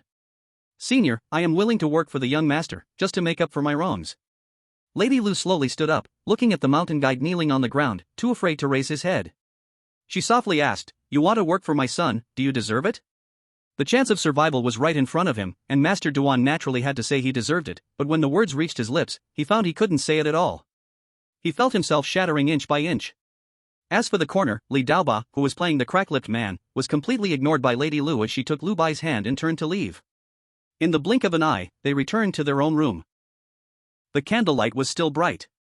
Miss Lu kept vigil by his bedside, seemingly relieved only after she saw him get into bed. Lu Bai buried himself under the covers, leaving only his head exposed, and softly said, good night, mother, see you tomorrow. Miss Lu rarely smiled, but she reached out to touch his forehead and then said, remember, if you encounter trouble outside, you can always come to find mother. Mother never fears your troubles. Good boy, go to sleep now. Once Miss Lu finished speaking, she turned and went underground. The moment her figure disappeared, all the candles in the room went out. That night, Lu Bai slept soundly. So much so that when he woke up the next day, it was already noon. After getting up and busying himself for a while, he saw Mr. Ma's carriage parked at his doorstep by evening. It seemed he already knew Lu Bai had been taken away in advance, so he looked unfazed, just a bit tired from the day's journey. He had come to deliver books to Lu Bai. When Lu Bai left earlier, he was so focused on bringing gifts for Miss Lu that he left behind the books he had bought. Thus, in the next 2 days, Lu Bai stayed home reading, also diligently practicing. Name, Lu Bai. Identity, human. Realm, spirit body. Vitality, 11.3. Spirituality, 10.5. Attribute points, 0. Fortunately, after days of arduous practice, he finally broke through 10 in both vitality and spirituality. Lu Bai estimated that he had stabilized his spirit body. One evening, just after returning from playing with Zhang Song, Lu Bai saw a woman in a snow-white long dress standing hesitantly at his doorstep, her cloth bag on her back. Lu Bai recognized her after just a few glances. Of course, the main reason was the bracelet on her wrist was warming up. What are you doing here? Lu Bai stepped forward and asked near Situ Hong. Upon seeing him, Situ Hong slightly bowed and quietly said, servant greets the young master. This time, she didn't wear her veil as usual. It was the first time Lu Bai saw her true face. How to say it? Perhaps due to wearing a veil for so many years, her face was very white, and her skin looked perfect, as if it could break with a touch. Her looks were quite good, with a delicate nose and cherry lips, and her eyes blinked in a way that gave her an innocent, neighborly girl vibe, assuming Lu Bai was older than her. So, one could only say she felt like an older sister next door? Before Lu Bai could say anything, Miss Lu had returned home without him noticing. She saw Situ Hong and her expression turned cold instantly. What, do you think our family isn't special enough? Miss Lu sneered, and when she saw Situ Hong about to kneel, she said, come in and speak. Only then did Situ Hong follow Lu Bai inside the house. Entering a courtyard full of peach trees, Miss Lu said, is this another idea from Situ Busheng? You want her to be my son's maid? Situ Hong, not daring to hide, admitted it softly and did not raise her head. Lu Bai had no say in this matter, so he just watched, expecting Miss Lu to refuse, but unexpectedly. Miss Lu pondered for a moment and then asked, since you all have come, are you prepared? Situ Hong quickly replied, in response to the lady, everything is prepared. The servant has bought the courtyard next door to the lady. If the lady is willing, I will serve the young master here from now on. Lu Bai blinked. That works. Miss Lu seemed to think of something and agreed, then coldly added, remember, a maid must act like a maid. The servant understands.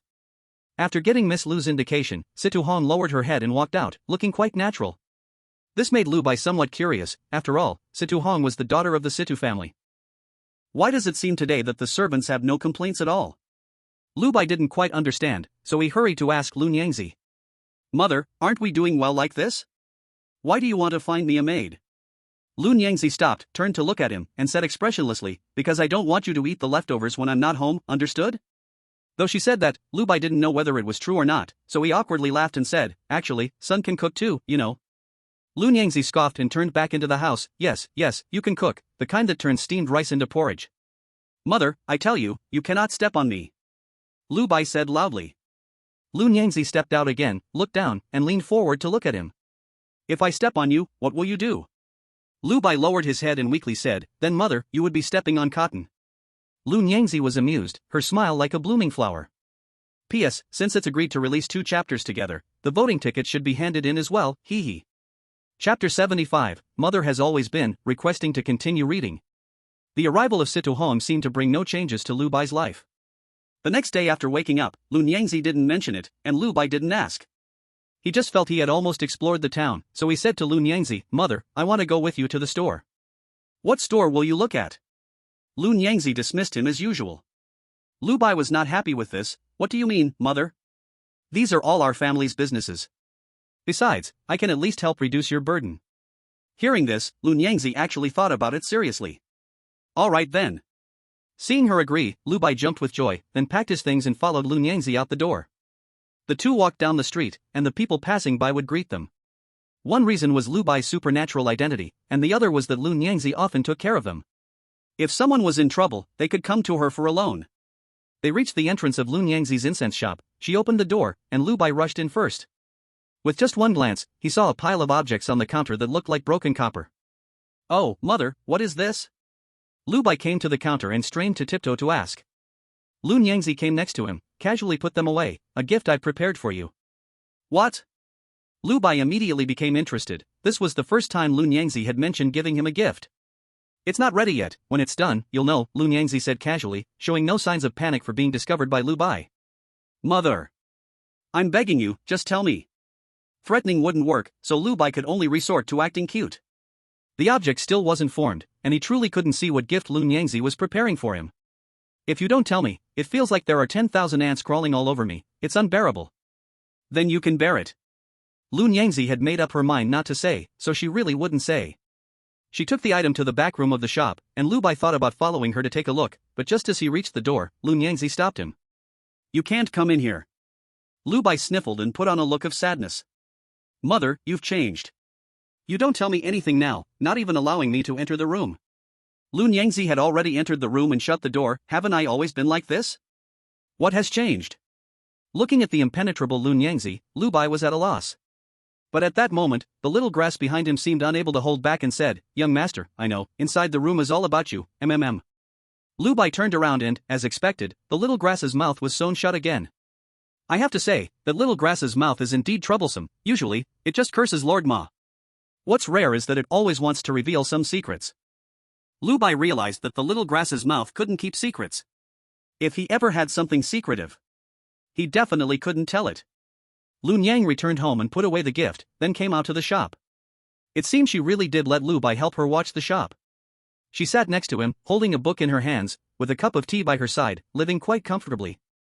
As for Lu Bai, he promised to help his mother look after the shop, and he meant it.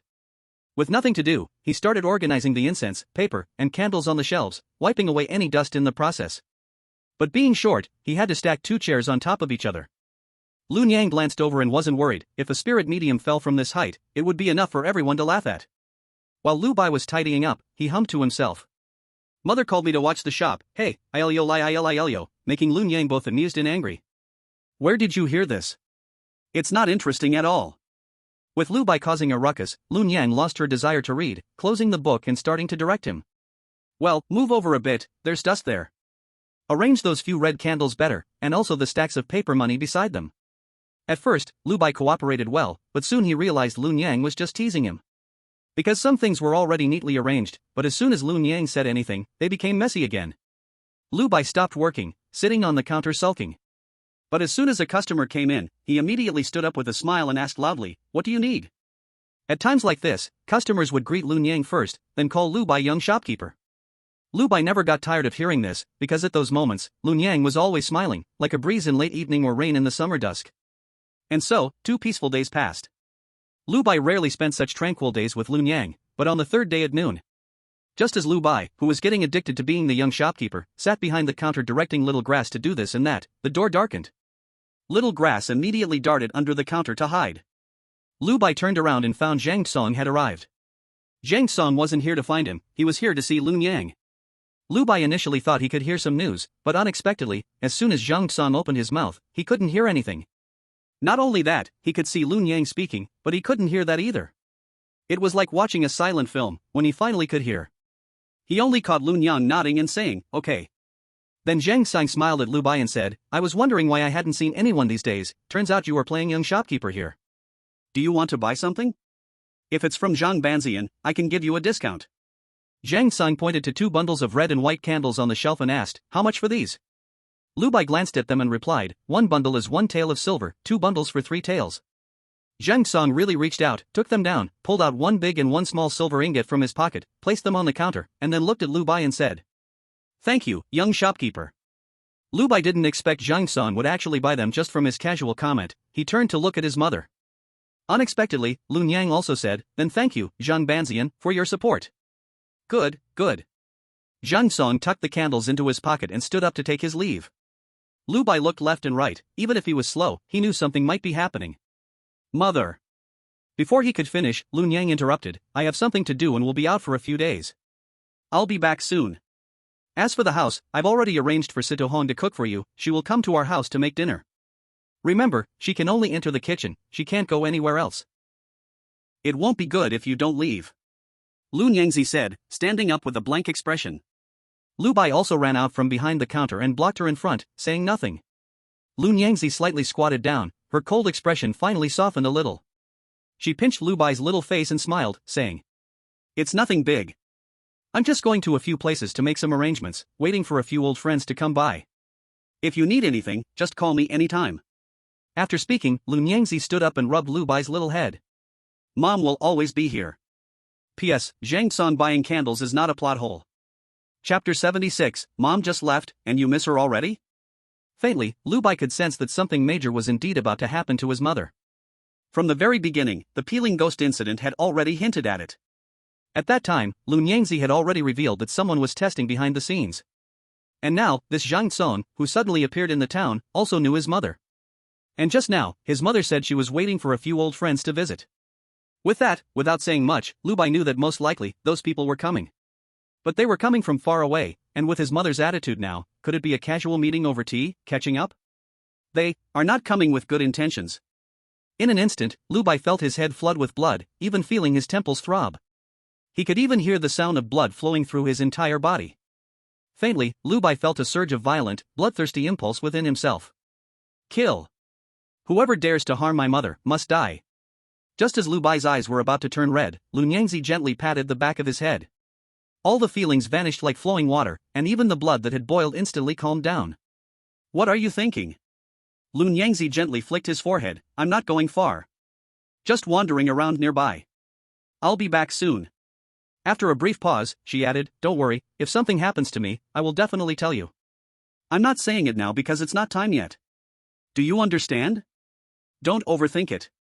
Mom doesn't like children who overthink." Lu Bai lowered his head. "I understand, Mom." Lu Bai felt that, these past 2 days, Lun Yangzi had been very gentle with him, not showing him much indifference. This feeling made him quite uncomfortable. Maybe people are a bit strange after all. Lu Bai was still more accustomed to Lun Yangzi being a little cold towards him. "Alright, go back and play. I need to lock the door," Lun Yangzi said, preparing to leave. Naturally, she couldn't leave Lu Bai alone to watch the shop. Since Mom had spoken, Lu Bai had no choice but to return home. This time, it seemed that Lun Yangzi's task was truly unusual, because Lu Bai noticed she had taken the little grass with her. Returning home, Lu Bai felt quite down, lying on the bed for a while, before he suddenly thought of something. He went down to the underground from the entrance at the foot of the bed. As soon as he arrived, a cold feeling immediately hit him. Before he could speak, a voice came from the wardrobe. At first, it was the voice of the pink-dressed person. "Little Bai, you already miss your mother, don't you? Come here and let mom hug you." Then, the red-dressed person spoke. "How long have I just left, and you're already acting like this? What will you do when you grow up? Can you really stay by my side forever?" The red-dressed person's voice was cold and stern. "I'm not leaving forever, so go out now." Hearing this, Lu Bai's nervous heart finally relaxed a little. He sighed and immediately returned upstairs. But he still said, "I just wanted to come and see you. If you don't want to, then never mind." The pink-dressed person hurriedly sighed a few times, seeming to regret it, but Lu Bai had already left. Lu Bai didn't know how long he had been lying on the bed earlier. He only knew that when he came out from underground. The knocking sound had already started outside the courtyard. Opening the door was Situ Hong, who had come to cook. Today, she had lost her previous aloofness, and she was no longer wearing the white dress that kept people at a distance, but had instead changed into a gentle and simple yellow dress, and even her makeup looked much friendlier. After they met, she slightly bent at the waist and performed a courteous greeting, then softly called out, "Young master." Lu Bai stepped aside, letting her in, before tilting his head to ask, "Can you cook?" Situ Hong smiled upon hearing this. "Young master will know my skills once he tastes my cooking later." Lu Bai was indeed curious. Did all young ladies in this world have to be so competitive? They even had to know how to cook. But when Lu Bai followed her into the kitchen and saw her roll up her sleeves to start the fire, he quickly realized that this Situ Hong really could cook. And she seemed very adept at it, too. Feeling bored, Lu Bai began to ask, "Why do I feel like you don't seem like a young lady at all?" While washing the rice and putting it in the pot, Situ Hong replied, "To speak honestly, young master, I have been the young lady of the Situ family for less than a year, and I truly am not used to it."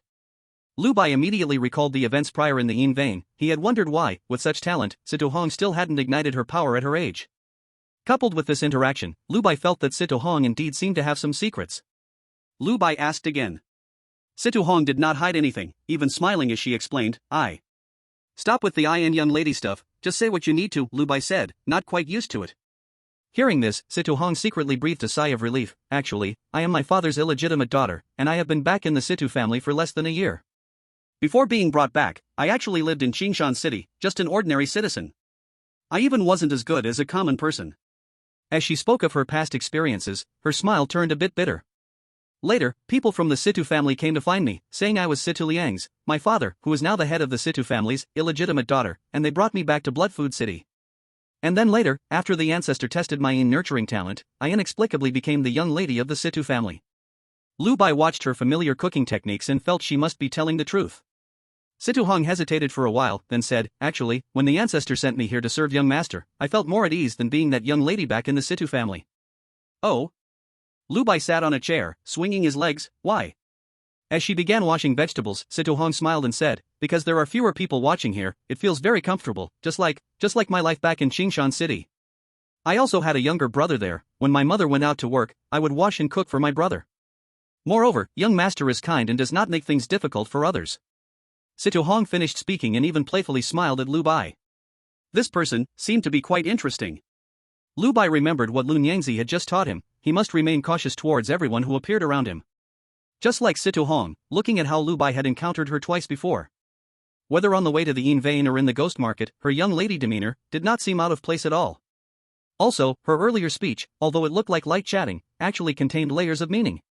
If Lu Bai were an ordinary child, he might have felt much closer to her after this. Unfortunately, Lu Bai was not normal. So given all these circumstances, Situ Hong was undoubtedly a woman with deep schemes. At least from her current performance, that was certainly the case. Lu Bai also did not know whether Lun Yangzi was aware of all this. Perhaps knowing, perhaps not knowing? Maybe it's just simply looking for a cooking maid for herself? Lu Bai could not grasp his mother's thoughts. When it was time to eat, Lu Bai also discovered that Situ Hong's cooking skills were indeed quite good, even on par with the flavors he had at Old Ji's place. But compared to the meals made by Lun Yangzi, it was still not comparable. Mother's cooking is the best. After lunch, feeling bored at home, Lu Bai planned to go out for a stroll, and Situ Hong said she wanted to follow. But when they got to the street, it didn't take long before Lu Bai realized that something truly was happening in this town. Could it be that this matter is also related to what mother has to face? P.S. There will be another chapter during the day today. After asking for monthly tickets for 2 days straight, I'm not asking for them today. Chapter 77, The Whereabouts of Lun Yangzi, Seeking Initial Subscription. For some reason, ever since he felt worried in his heart, now whenever there's a bit of disturbance in Huanlian town, Lu Bai would think of his mother. For example, at this moment, as Lu Bai walked past the street, he heard several townsfolk saying someone had been attacked by an evil spirit. And quite a few times, he heard these rumors throughout the morning. There were even some elderly men with more experience who concluded that evil spirits were about to erupt again. But it had only been 2 months since the last outbreak of evil spirits. How could it possibly erupt again? Lu Bai and Si Tu Hong naturally knew what caused the last outbreak of evil spirits. Could it be that something happened in the Yin vein again? Thinking this way, it really was possible. Last time, it was when Mother went out and went to the Yin vein, then the evil spirits erupted. This time, it was also Mother going out, and then evil spirits erupted. One could guess Mother was going there again? Just as Lu Bai was thinking this, Si Tu Hong bent down and whispered, "It shouldn't be the Yin vein having a problem, because the old ancestor of the Duandao gang is still guarding there." That Hong Jie? As soon as Lu Bai heard this, he immediately recalled what Hu Wei told him about the 3 unique items of Shueisha City, one of which includes Hong Jie's leg. MHM. Si Tu Hong gently nodded. When it was put this way, it really was true. They had an old ancestor who raised the Yin god guarding the Yin vein, so it shouldn't be that the Yin vein had a problem. Then what was the reason this time? Or perhaps, both the Yin vein and that Hong Jie encountered problems together? Lu Bai couldn't figure it out. He only watched town head Zhao Jiu leading a group of townsfolk, organizing to go incense the Earth Guardian. If the evil spirits really erupted, they would still need the Earth Guardian's help. Seeing Lu Bai, town head Zhao Jiu even paused to greet him and asked why he hadn't gone to Master Ma's place. Lu Bai asked what was going on. Zhao Jiu said it was nothing special, just that evil spirits were rising, and Master Ma was currently sending youths to various villages. If the evil spirits erupted, his Ma family's village would definitely be the first to be hit. It wouldn't be able to protect many people. Zhao Jiu was in a hurry. He only hurriedly said a few words and then left with those townsfolk. Lu Bai walked around the town a bit longer and found that everywhere were townsfolk returning from the fields, each looking hurried. After listening for a bit, Lu Bai understood it was because even in broad daylight, evil spirits were crawling out from the old woods to devour people. This time, the evil spirits were very fierce. Lu Bai was naturally not afraid. Let's not mention that he himself was a person who burned spirit bodies and walked the Yin path. If worst came to worst, there were still Lun Yangzi's 2 human skins at home. His mother was so strong, her human skins couldn't be too bad, right? If not, he could still summon his true mother to descend.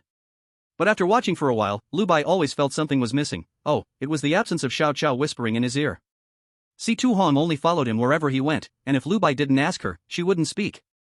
It wasn't interesting, so Lu Bai returned home. Just as he stayed at home for a short while, he heard someone knock on the door. No, they were banging on the door. It was still very urgent. It definitely wasn't Si Tu Hong. She lived next door and wouldn't knock like this for no reason. Could it be Master Ma again? Lu Bai opened the door and found a somewhat unfamiliar man outside, but after looking closely, he remembered. This man was Hu Wei's father. Lu Bai had met him a few times before. Lu, young Master Lu. Hu's father opened his mouth several times but couldn't figure out how to address Lu Bai. Uncle Hu, what's the matter? Hu Wei is in trouble. Young Master Lu, can you go take a look? Hu's father looked very anxious, his hands unsure where to go. Hu Shixiang is in trouble. What happened to him? Lu Bai was somewhat surprised. He almost asked if Master Ma had been called but realized that under the current situation, no ordinary person would dare to go to the Ma family estate. Lu Bai also didn't dare to take that risk. His grandfather went to the fields this morning, then returned and encountered a supernatural entity. Hu Wei said he would go take a look, but when he came back, he encountered it too, and now he's still fainting at home. Hu's father's eyes were red from anxiety. Uncle Hu, don't worry, I'll go take a look right now. Hu Wei had always been good to Lu Bai. The first time they met, he gave him a piece of tiger bone, and afterward, he took care of him a lot. Even in Blood Food City, at mealtimes, Hu Wei would serve Lu Bai food and give him dishes, treating him like a real younger brother. Now that Hu Wei was in trouble, there was no way Lu Bai could pretend he didn't know. Not to mention that Hu Wei's father had come to him for help. Lu Bai hurried home to grab his saw, strapped it to his waist, and followed Hu's father. Seeing Lu Bai catch up, Hu's father felt a little more relieved and began to recall more details. That place is right in our Hu's family hollow, not far away. This morning, my father, Hu Wei's grandfather, insisted on going out. Older people are like this, they can't sit still. It was fine before, but who would have thought that a supernatural entity would appear today? It turned out like this, and Hu Wei got caught up in it. Hu's father spoke rapidly, his thoughts scattered, saying whatever came to mind. That place is a depression. Someone once mentioned running into ghost fire there. but Hu Wei lit it on fire several times and said there was no problem. "All right, when my father came back this morning, he also said he saw a person in green clothes crouching there, like an old toad." Lu Bai listened quietly, not interrupting. Soon, they arrived at the east side of the town. After crossing the bridge, they reached Hu's family hollow. This time, Hu Wei wasn't lying at home, he was moved to the ancestral hall. As Lu Bai followed in, almost everyone in town knew him as a small shadow walker. Seeing him, people hurriedly made way. Normally, these people would greet Lu Bai with smiles, but this time their faces were very heavy. Hu's father walked ahead and saw the clan leader, Hu Qian, waiting at the door. The huge ancestral hall had no one inside. What's going on? Why isn't anyone going in? Hu Qian leaned on his cane, his face wrinkled together. "This supernatural entity has been very fierce. Just now, Hu Wei was lying here, and both Ba Qian and Lao Can said they would help keep an eye on him, but as soon as they got closer, they also encountered trouble." Lu Bai was slightly startled upon hearing this, quickly lighting a fire. 3 flames of life bang rose up, and the surrounding Hu family members seemed to find their anchor and let out a sigh of relief. "Young Master Lu, please be careful. If it doesn't work, retreat quickly and don't put yourself in danger." Hu Qian sighed, and the other Hu family members echoed the same sentiment. No matter what the outcome, at least saying this eased people's hearts. Lu Bai nodded in acknowledgement, then drew out his one-handed saw and stepped inside. But unexpectedly, just as he stepped into the room, a chair suddenly jumped out and kept rubbing against his leg. It was the house spirit of the Hu family. "Lu Shang, it's been a long time, I'm so glad to see you." Lu Shang Lu Bai had read so many books these days, and his mind was swirling. This is what the world calls those who read books. I never expected that this house spirit would call itself that. What is wrong with them? Do you know? Lu Bai pointed at Hu Wei and the others lying on the ground and asked the house spirit. But unexpectedly, the house spirit, who was very excited just moments ago, hesitated after hearing this. It turned to look at the people outside and then said, "Lu Shang, let them leave, and I will tell you." Lu Bai didn't know what to do, so he turned to Hu Qian. Seeing this, the latter hurriedly urged the Hu family members outside to leave.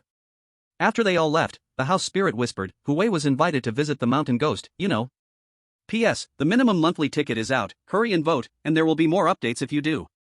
Also, please cast some recommendation tickets, they're urgently needed." Chapter 78, False Mountain God, Real Mountain Ghost, Seeking First Subscription. Mountain Ghost, was actually invited to visit? Lu Bai repeated this, it was the first time he had heard of it. He looked at those purchased wild history travelogues, which only recorded instances of people being invited by the mountain god. Generally, there is a story about a scholar who sleeps at home and dreams of a sedan chair stopping at his door, accompanied by drums and gongs, extremely lively. The scholar, in his dream, gets into the sedan chair and goes to the mountain god temple for a banquet, after which the mountain god sends him back. However, such scholars are usually very poor, and once they experience this, they become the temple keeper of the mountain god temple. They claim to have received the mountain god's instructions, declaring everything to be divine will. Later, people concluded that there aren't that many mountain god banquets. Actually, most of them were made up by those impoverished scholars, who fabricated stories to secure themselves a job. But the Hu Wei family isn't poor at all. While Lu Bai was deep in thought, the house spirit continued, "Yes, just now Hu Wei came back and said that the mountain ghost is at the small Tian mountain behind their Hu family. These 2 Hu family members were also invited to visit." Upon hearing this, Lu Bai frowned. "What's the difference between the mountain god and the mountain ghost you mentioned?" The house spirit raised its 2 front legs, seemed to scratch its head for a moment, and then said, "People who invite the gods and burn incense every day are mountain gods, those who don't have offerings are mountain ghosts." Lu Bai understood upon hearing this. This mountain ghost mentioned by the house spirit is probably the lewd spirits that wander at night. These things have various origins, either they are mountain spirits turned into seducers, stealing a bit of incense from other deities, thus gaining some divine will. Or they accidentally stumbled upon remnants of a fallen deity's body and fused it with themselves. Or they were deities who lost their positions, wandering in foreign lands with their divine will scattered or not fully scattered, also considered a type of wandering spirit. These 3 forms are the mainstream. Besides them, there are others, though they are very rare. It's just that Lu Bai didn't know which kind of mountain ghost the house spirit was referring to. He thought that he must retrieve Hu Wei's soul. Furthermore, since Hu Wei was invited to the banquet, there is some danger, but definitely not too great. Even if there is, it doesn't matter. Mainly, Lu Bai himself also wanted to witness what this mountain ghost's banquet was like. Moreover, Lu Bai looked at the house spirit and asked, "Brother whose soul actually came back and brought 2 clan members' souls with him, what about the ancestors of the Hu family? Did they not respond at all?" The house spirit's voice was a bit hesitant, as if it didn't dare to say. Lu Bai guessed that something had gone wrong, and lowered his voice to coax, "Don't worry, just say it, I definitely won't tell anyone, this is our secret." Upon hearing the word secret, the house spirit was tempted. "Well then, okay, Lu Shang, you promised to keep it a secret. Right now, besides me, him, and him, actually not many people know about this. The house spirit leaned in closer and whispered, actually, the current ancestors of the Hu family. They all went out, and there is no one at home. They all went out? Where did they go? Lu Bai knew that the ancestors of this world were genuinely protective, and now, the house spirit actually said the ancestors of the Hu family went out. Could ancestors have other uses? The house spirit whispered even softer, they went to the Zhao family ancestral hall. Zhao family? Lu Bai asked in confusion, is it the Zhao family of town head Zhao Jiu? Yes. What are they doing at the Zhao family ancestral hall? Lu Bai asked. Upon hearing this question, the house spirit first glanced at the door to ensure no one else was around, then said, I only tell you this, Lu Bai, don't let it slip to anyone else. Okay, you can rest assured. My mouth is sealed tight. The house spirit kept silent, making Lu Bai all the more curious. The Hu family is the biggest family in Huangliang town. Hu Qian thinks that Zhao Jiu is weak, and it's time for the Hu family to take the town head seat. What? Lu Bai was astonished, not because he was surprised Hu Qian had such an idea. After all, Hu Qian's thoughts weren't wrong. The Hu family was indeed the largest family in Huangliang town, and first, there was Hu Wei, a person who walked in shadows, followed by the house spirit. To them, the Hu family saw this as a divine will. Lu Bai was shocked by the method of this power grab. Were they going to send the ancestors to battle? Two family ancestors would clash, and afterwards, whoever wins would win it all? Lu Bai, don't say I told you this. I estimate this matter will come to a result before tonight. The Hu family is also precise about timing, resolving this before the evil event breaks out. Once Hu Qian becomes town head, the ancestors of the Hu family will also become even more powerful. Lu Bai had read about this in books, how the descendants and ancestors actually complement each other. The stronger the ancestors, the more they can bless the descendants. The stronger the descendants, the more fate they carry, and accordingly, the strength of the ancestors will grow. So, the Hu family's ancestors stole from the Zhao family's ancestors, and then the Hu family was stolen from by the mountain spirit? After Lu Bai finished speaking, the house spirit thought for a moment before saying, that's right, that is the situation. So, that's why that old man Hu Qian was so anxious. Lu Bai thought for a moment, and it seemed like that was indeed the case. Hu Qian did look quite flustered. Yet, Lu Bai felt there was no suspense in the conflict between the Hu and Zhao families. The Zhao family simply did not have as many people as the Hu family, and their ancestors were weaker. But Lu Bai thought, no matter who becomes town head, it doesn't really concern him. His simple task was just to bring Hu Wei's soul back. With this thought, Lu Bai reached out and patted the house spirit's forehead, which was just the corner of a stool. Don't worry, I'll go bring Hu Wei and the others back. Alright, the house spirit said as it rolled forward, Lu Bai, you're so shameless, you actually touched my bottom. Huh? Lu Bai looked at the house spirit that looked the same at both ends, so you were talking to me with your bottom just now? Out of the Hu family ancestral hall. Lu Bai sought out the family head, Hu Qian, and had him find someone to lead the way. Everyone hesitated and didn't dare to step forward, but ultimately it was Hu Wei's father who stepped up. If he didn't take care of it, no one else would. Lu Bai followed him, walking towards the back of Hu family ridge. Along the way he saw the birthplace of the house spirit, but that hole made by Zhang Song's punch had now been patched up. Uncle Hu, was there ever a mountain god on that Shao Tian mountain? Shao Tian mountain? Hu's father thought for a moment, then said uncertainly, it seems there was such a thing, I heard it from my grandfather's generation. They said that our Huangliang town was originally here in our Hu family ridge. At that time, a mountain god was worshipped on Shao Tian mountain. But later, as more and more people came, Huangliang town had to move to its current location. Do you know where that mountain god temple on Shao Tian mountain was? Lu Bai asked again. It was on that hill, whose father pointed ahead at a not very high little hill, which was Shao Tian mountain. All right. Lu Bai used his spiritual sense to take a few looks, and he vaguely saw. On that small hill, there was indeed a swirling mass of gray-black mist. However, ordinary people like Hu's father and the others couldn't see it. Uncle Hu, you just stay here, I can go the rest of the way by myself. All right. Hu's father nodded repeatedly, young Master Lu, please be careful, if it really doesn't work, it's fine. This may just be Hu Wei's fate, sigh. Lu Bai didn't explain too much to him, explanations were useless. After taking a few more steps and leaving Hu's village, Lu Bai lit a life fire. 3 life fires rose up, dispelling the nearby evil spirits, and in the process, he saw a few wandering souls, almost all clinging to Hu's village. This time, the evil spirits were indeed making a lot of noise. Lu Bai followed a small path along the field, and soon arrived at a hollow near the foot of this small hill. As soon as he arrived, he felt that the surroundings were indeed much colder. As for this hollow, Lu Bai glanced around and noticed there was indeed something wrong, it looked like many people had died here. The troublesome spirits were also hiding very deep. In a corner to the northwest, there was a piece of green shortcoat slowly wriggling. It was stained with a lot of blood, crawling on the ground like a green slug. When Hu Wei came here before, he couldn't see it, most likely because he hadn't burned the spiritual body, so his vision wasn't good enough to see such a deep spot. Now that Lu Bai was here, he took a deep breath, opened his mouth, and shot out a fire arrow that struck the green shortcoat. Just with that one strike, the green shortcoat curled up like it had been burned by fire, making a sizzling sound while a horrible stench filled the hollow.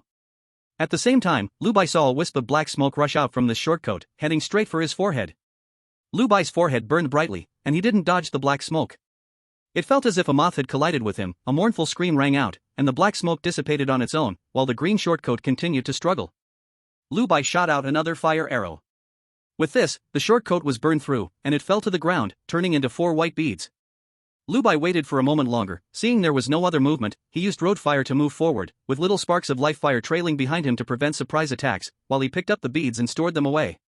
Then, standing in this hollow, he looked up, and he could clearly see that on the hill, there was a small temple that had appeared at some unknown time. In the end, as he stood there waiting for a moment, a small stone figure popped out from the bushes on the mountain. It had 2 upright toes for feet, walking crookedly, looking very odd.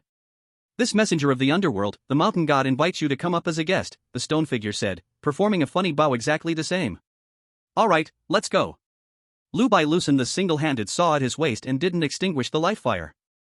Seeing Lu Bai agree, the stone figure tumbled into the forest, shouting, "The damned messenger from the underworld is here, run." Lu Bai laughed. He wondered where this night dweller had come from, wanting to take the mountain to establish a place for himself? Well, let's go take a look then. Lu Bai climbed the mountain, feeling like a bird released from a cage. His life fire was not afraid of loss, it could remain lit without issue, so the 3 life fires shone brightly, and everywhere he went, those wandering souls and evil spirits fled in panic. Evil spirits were the most cowardly and afraid of death. Even when gathered together, they didn't dare to rush into the village, let alone charge at Lu Bai, the messenger of the underworld. So, he made an incredibly smooth journey to the entrance of this mountain god temple. Although it was called a mountain god temple, it looked even smaller than the yellow weasel temple Lu Bai had been to before. At the entrance, several wandering souls gathered, like the stone figure that guided him earlier, along with a mountain spirit wildflower with a red flower, and a rotten bone and a human's left leg. Looking at the disarray, there was quite a feeling of scattered soldiers and wandering heroes.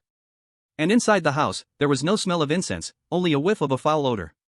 Lu Bai had already seen clearly before entering that Hu Wei and the others had indeed been brought here, but they were not invited, it was more like they had been captured. This little brother who has walked the shadowy path, why not come in and sit? All visitors are guests. A cold voice echoed from the temple, and before Lu Bai could see what the mountain ghost looked like, he replied, "It's very crowded inside. Why doesn't the mountain god come out to speak? It's more spacious and brighter." After waiting for a moment, there was no sound coming from inside, and all was dark as Lu Bai watched Hu Wei sitting on the ground, looking dazed as if under some kind of spell. "That's fine." After saying this, Lu Bai then saw a man dressed in a black robe, with greasy hair cascading down his shoulders, gliding out from the house. Yes, he was gliding out. And looking at him, a classic image popped into Lu Bai's mind. Snape. At the same time, a foul odor wafted in the air, making Lu Bai realize that this night wanderer was likely a snake spirit. "A young shadow walker, are you here to visit this mountain god, or to snatch someone?" The mountain ghost floated in front of Lu Bai, turning back to look at Hu Wei inside the house as he spoke. Hearing the threat in the mountain ghost's words, Lu Bai was entirely unafraid, looking up and saying, "I heard that the mountain god has a feast here, so I came to join." Upon hearing this, the mountain ghost laughed heartily, repeating "good" 3 times. This startled the few wandering souls, making them flee chaotically. Lu Bai then asked, "But I wonder what kind of feast the mountain god is hosting. Is it a housewarming celebration?" Lu Bai finished speaking and looked around, "Or is it a grand birthday celebration? Otherwise, I wouldn't know how to write the invitation." The mountain ghost nodded repeatedly, seemingly quite satisfied with Lu Bai's words. Indeed, we must first talk about it. But this little god's event is neither a housewarming celebration nor a grand birthday feast." "Oh?" Lu Bai feigned a look of confusion. Strange, it surely was quite odd. The ancestors of the Hu family had gone to fight with the ancestors of the Zhao family, and it was at this moment the mountain ghost had come to find them, capturing the only shadow walker of the Hu family, Hu Wei. And Lu Bai could see clearly that this mountain ghost was likely a legitimate evil spirit. Just like the bat ghost encountered in the Vein, this thing was not something a novice shadow walker like Hu Wei could deal with. It required someone like Lu Bai, a shadow walker who burned spiritual bodies. This was quite a coincidence. But Lu Bai was someone who didn't believe in coincidences. He felt that most coincidences and accidents in this world were man-made. So he thought for a moment and directly asked, "Did Zhao Jiao call you here?" "Zhao Jiao?" The mountain ghost had a puzzled look. Who is Zhao Jiao? The shadow walker just now said his name was Hu Wei. Lu Bai stared at him without blinking, but perhaps the mountain ghost was simply too skilled at acting. He really didn't see anything unusual. Then may I ask what kind of feast this mountain god is hosting? Lu Bai didn't bother to confirm whether this old thing was called here by Zhao Jiao. This is actually an engagement party, the mountain ghost said, revealing a lovesick expression, looking quite disgusting. An engagement party? Lu Bai leaned in to look inside again but saw no woman, and the atmosphere didn't seem right either. It is indeed. The mountain ghost nodded repeatedly. So this mountain ghost wanted to get married, but now that he had called Hu Wei and the Hu family here, did he have his eyes set on a Hu family member? So he came to negotiate with Hu Wei, and when Hu Wei disagreed, he snatched him away. Thinking this through, it seemed reasonable. So, you mean to say the mountain ghost has set his sights on a member of the Hu family? I wouldn't know about that. I came here and just summoned this shadow walker to ask a question, but unexpectedly, he knows that woman. If he knows her, that's even better. I'll let him help bring that woman here to marry this god. He absolutely refused to relent. Really doesn't know when to stop. Lu Bai grew even more curious. Who has caught the mountain god's eye? As he spoke, the mountain ghost revealed a look of infatuation once again. I heard people say, runs a candle shop in this town. So beautiful, she's almost not human. Her surname sounds nice too, they say it's Lu. Upon hearing this, Lu Bai felt the fire of life on his shoulders burn even brighter, and he grasped the saw at his waist with one hand, stating word by word. Who are you talking about? Chapter 80, Kill. Request for first subscription. Having played around in this town for several months, Lu Bai believed he had a good grasp of the local situation. Listening to the mountain ghost's description, he carefully reflected for a while. He found that, besides his mother, there was no one else who matched the mountain ghost's description. So the mountain ghost wanted to marry his mother? Ghostly creatures like the mountain ghost are very sensitive, and when Lu Bai showed even the slightest oddness, it detected it immediately. Do you know that woman? The mountain ghost's voice was dazed, its body twisting continuously, like a snake swaying endlessly. I do, Lu Bai nodded. What is your relationship with her? The mountain ghost asked again. We have a relationship. What relationship? When the mountain ghost said this, its lower body had already turned into its true form, which was a green bamboo viper. Its body wasn't thick, but it was very long. Lu Bai continued to stir the fire of life burning within himself. Under normal circumstances, if it were someone like Old Master Ma or Taoist Shao burning the spirit body of this mountain ghost, it would have definitely fled by now. But now, seeing Lu Bai, who only had a burning head, and was just a small child the size of a palm, the mountain ghost truly couldn't think of escaping. As for Lu Bai, he had only one thought. Those who covet my mother must die. Take this disgusting snake spirit today, he must use the saw in his hand to cut it into several pieces. What relationship? Upon hearing this, Lu Bai laughed, but only his lips smiled while his eyes were full of indifference. This was the first time the mountain ghost had seen such a gaze from a child, and it instinctively felt a bit of fear in its heart. Lu Bai lowered his voice, suppressing his anger. She is my mother. Upon hearing this, the mountain ghost's expression froze on its face. It had just wanted to say, what a coincidence, but soon realized that this child was rushing towards it. With a rusty saw in hand, Lu Bai swung it, and the whole saw ignited with roaring flames. What the hell? What kind of old object is this? The fire of life can actually burn to this extent? Of course, the fire of life couldn't burn like this. This was because Lu Bai had rubbed chicken blood flower juice on it. Seeing this, the mountain ghost dared not clash head-on, it simply fell down and transformed into a large green bamboo viper. A foul, fishy, unpleasant snake odor began to spread across the mountain ridge. It flicked out its forked tongue, urging those scattered soldiers to join in. But in the blink of an eye, Lu Bai was already in front of it, swinging the saw down. The mountain ghost swiftly dodged, and Lu Bai's saw actually carved out a large swath of flames, scorching those wandering evil spirits that couldn't evade. The one most unfortunate among them was the tree spirit with a red flower growing on its head. The fire of life burned through and completely scorched its little flower off. It let out a cry and fell to the ground, transforming into a shadow bead.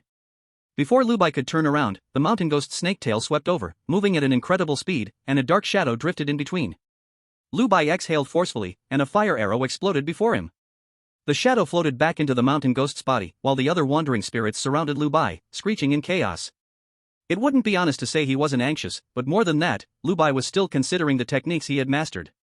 The techniques he had realized on his own. Fortunately, the road fire was continuously being cast, so there was no need to worry about being ambushed from behind. Faced with this situation, Lu Bai truly had a corresponding technique. He casually inserted the saw into the ground, and before the evil spirits could rush over, his hands had already been stained with the life fire on his shoulders, and as his hands burned, he grasped the saw. Immediately, this life fire spread out in all directions centered around the saw. A ring of life fire formed on this mountain top. Seeing this, those wandering souls could only flee, but the mountain ghost did not retreat and charged forward. As its snake tongue flicked in and out, it said, "So you have so many tricks, huh?" As it spoke, it opened its mouth and spat out a small straw man. Just as it was about to bite the straw man, Lu Bai inexplicably felt a chill run down his back. It was as if the mountain ghost would bite the straw man, but the resulting injury would fall upon him. In this critical moment, Lu Bai flicked his small hand and unexpectedly conjured a fire chain. The fire chain accurately wrapped around the straw man in the mountain ghost's mouth, and it bit down into emptiness. This child, how could he have so many techniques? The mountain ghost was already a bit flustered. It had roamed for many years and had seen countless shadow wanderers. But the shadow wanderers he met before mostly knew just a few simple techniques. How could they compare to this child before him, whose techniques seemed limitless, using one after another? And even more terrifying was that after burning for so long, this life fire showed no signs of weakening. Instead, it seemed to burn even more fiercely. The mountain ghost felt it could wait no longer, so it charged up, fueled by Lu Bai's life fire. Lu Bai did not retreat but advanced instead. At that moment, it was unclear how this mountain ghost swayed, but in an instant, it had wrapped Lu Bai up tightly. It felt as if with just a gentle pull, it could easily crush all of Lu Bai's bones. But just then, Lu Bai took a deep breath. As his abdomen caved in that instant, his entire body erupted into blazing flames. It was as if he was burning, and his entire being transformed into a fireball. Moreover, when this life fire touched the green bamboo leaf spirit, it did not extinguish but instead spread and ignited its whole body. In an instant, this mountain ghost, the bamboo leaf spirit, loosened its form and, while releasing Lu Bai, rolled desperately on the ground, as if wanting to extinguish the flames on itself. But this life fire, how could it be so easily extinguished? After landing, Lu Bai did not let up. He opened his mouth and spat out a fire arrow that struck the mountain ghost on the head. With just one hit, it blasted open a huge hole. The remaining wandering souls, who had already fled into the old forest, ran even more desperately. The mountain ghost, already burned and lacking much response, Lu Bai finally picked up the saw he had inserted into the ground and walked to its side. With one strike, 2 strikes, 3 strikes, igniting the furnace, walking the shadows to kill. Lu Bai pulled the saw back and forth. As it scraped with a piercing sound, he leaned slightly forward and whispered, "My mother has already taught me many principles. I have one principle, very simple: whoever lays a hand on my mother has to die." This is what Lu Bai says, always true. Rather than saying Lu Bai spoke these words for the mountain ghost, it was more like he was speaking to himself. Lu Bai thought this way, so he said it, and he acted accordingly. It's the same now, and it will be the same in the future. It's uncertain whether this bamboo leaf spirit heard him in the end, but when Lu Bai finished speaking, it fell to the ground and transformed into 3 green beads and 4 white beads. This was Lu Bai's first time killing a genuine evil spirit. He felt quite pleased. Not to mention, just now he had also managed to get a straw man. He did not look closely. After packing it away, he walked into the narrow mountainside shrine. No matter what, I must first rescue Hu Wei. But what he didn't know was that right behind him, the ethereal figure of Lun Yangzi watched the entire scene and smiled faintly as she saw Lu Bai enter. At this moment, it seemed that the flowers in the forest had lost all their color. Chapter 81, The Mountain God Eats Food Seeking Initial Subscription. Inside the room was pitch black. When Lu Bai entered, he saw Hu Wei sitting on the ground, accompanied by 2 middle-aged men. Hu Wei was a soul reaper whose life fire had been lit, so his soul was naturally stronger. Thus, he showed little reaction to Lu Bai's life fire, but the other 2 ordinary men were different. The life fire of Lu Bai stirred up waves of heat, awakening their souls like ripples in water. Realizing this, Lu Bai hurriedly extinguished his life fire. If these 2 hadn't been killed by the evil spirit, they might end up being burned by his own fire, which would be a big joke. And just as he stirred them, the souls of the 2 men awakened. Seeing Lu Bai, they quickly understood and knelt before him, bowing deeply. "Thank you, Master Lu. Thank you, Master Lu. No need to thank me, just go back quickly." For ordinary people, when the soul leaves the body, it's like a fish leaving the water. Even if they can return, they will fall seriously ill. This is why some people say that after being frightened, one will feel weak and sick. With Lu Bai's words, they glanced at Hu Wei and dashed out of that ghostly place, running toward Hu Jiao as if something were chasing them from behind. Lu Bai then squatted down to look at Hu Wei. His spirit unharmed but his eyes vacant, as if he had been drugged. No matter how he called, there was no response. Lu Bai had to look around, hoping to find some clues. This temple was built from piled stones, looking not very old, with debris scattered everywhere. In addition, there was an old wooden table in front, marked with scratches. And on the table were 2 small dishes. One dish looked like pickled radish, the other like wild strawberries picked from the roadside. However, as Lu Bai looked at them, he felt something was off about these two dishes. It seemed to be moving? He lit a bit of live fire, and his left hand brushed over the two dishes, setting them ablaze. But just as he withdrew his hand, the two dishes revealed their true forms. The pickled radish turned into a writhing small snake, while the wild strawberries transformed into tiny, finger-sized tree frogs. Lu Bai was startled and stepped back 2 paces, as the snakes and frogs jumped off the table, each disappearing into the cracks of the stone wall. So Hu Wei had eaten these things. Lu Bai speculated, then walked over to Hu Wei and circled around him. Lu Bai controlled his strength and punched Hu Wei in the lower abdomen. With just one blow, the dazed Hu Wei curled into a ball, gagging. Soon after, Lu Bai saw several small snakes slithering out of his mouth, falling to the ground before crawling into the stone crevices and disappearing. After expelling these things, Hu Wei gradually regained consciousness. "Junior brother Lu, phew, thank goodness you came, otherwise, I really would have thought I was going to die," Hu Wei said, shuddering even in his soul. "Wait, brother Hu, how did you end up in this mess?" Lu Bai was curious. Normally, Hu Wei shouldn't be this foolish. Captured is one thing, but to return and even eat those things? Upon hearing this, Hu Wei's face turned even darker. "That snake demon threatened my grandfather's life, I had no choice." He then punched the ground, with red eyes, saying, "In the end, my grandfather was still eaten by it." Seeing him like this, Lu Bai also sighed. Using loved ones as threats, there was indeed no way to counter for most people. It's like Lu Bai thinks. Mother is like my reverse scale, and I am also her reverse scale. What about your 2 clansmen? I heard from the house spirit that you invited them over after you returned? Not good.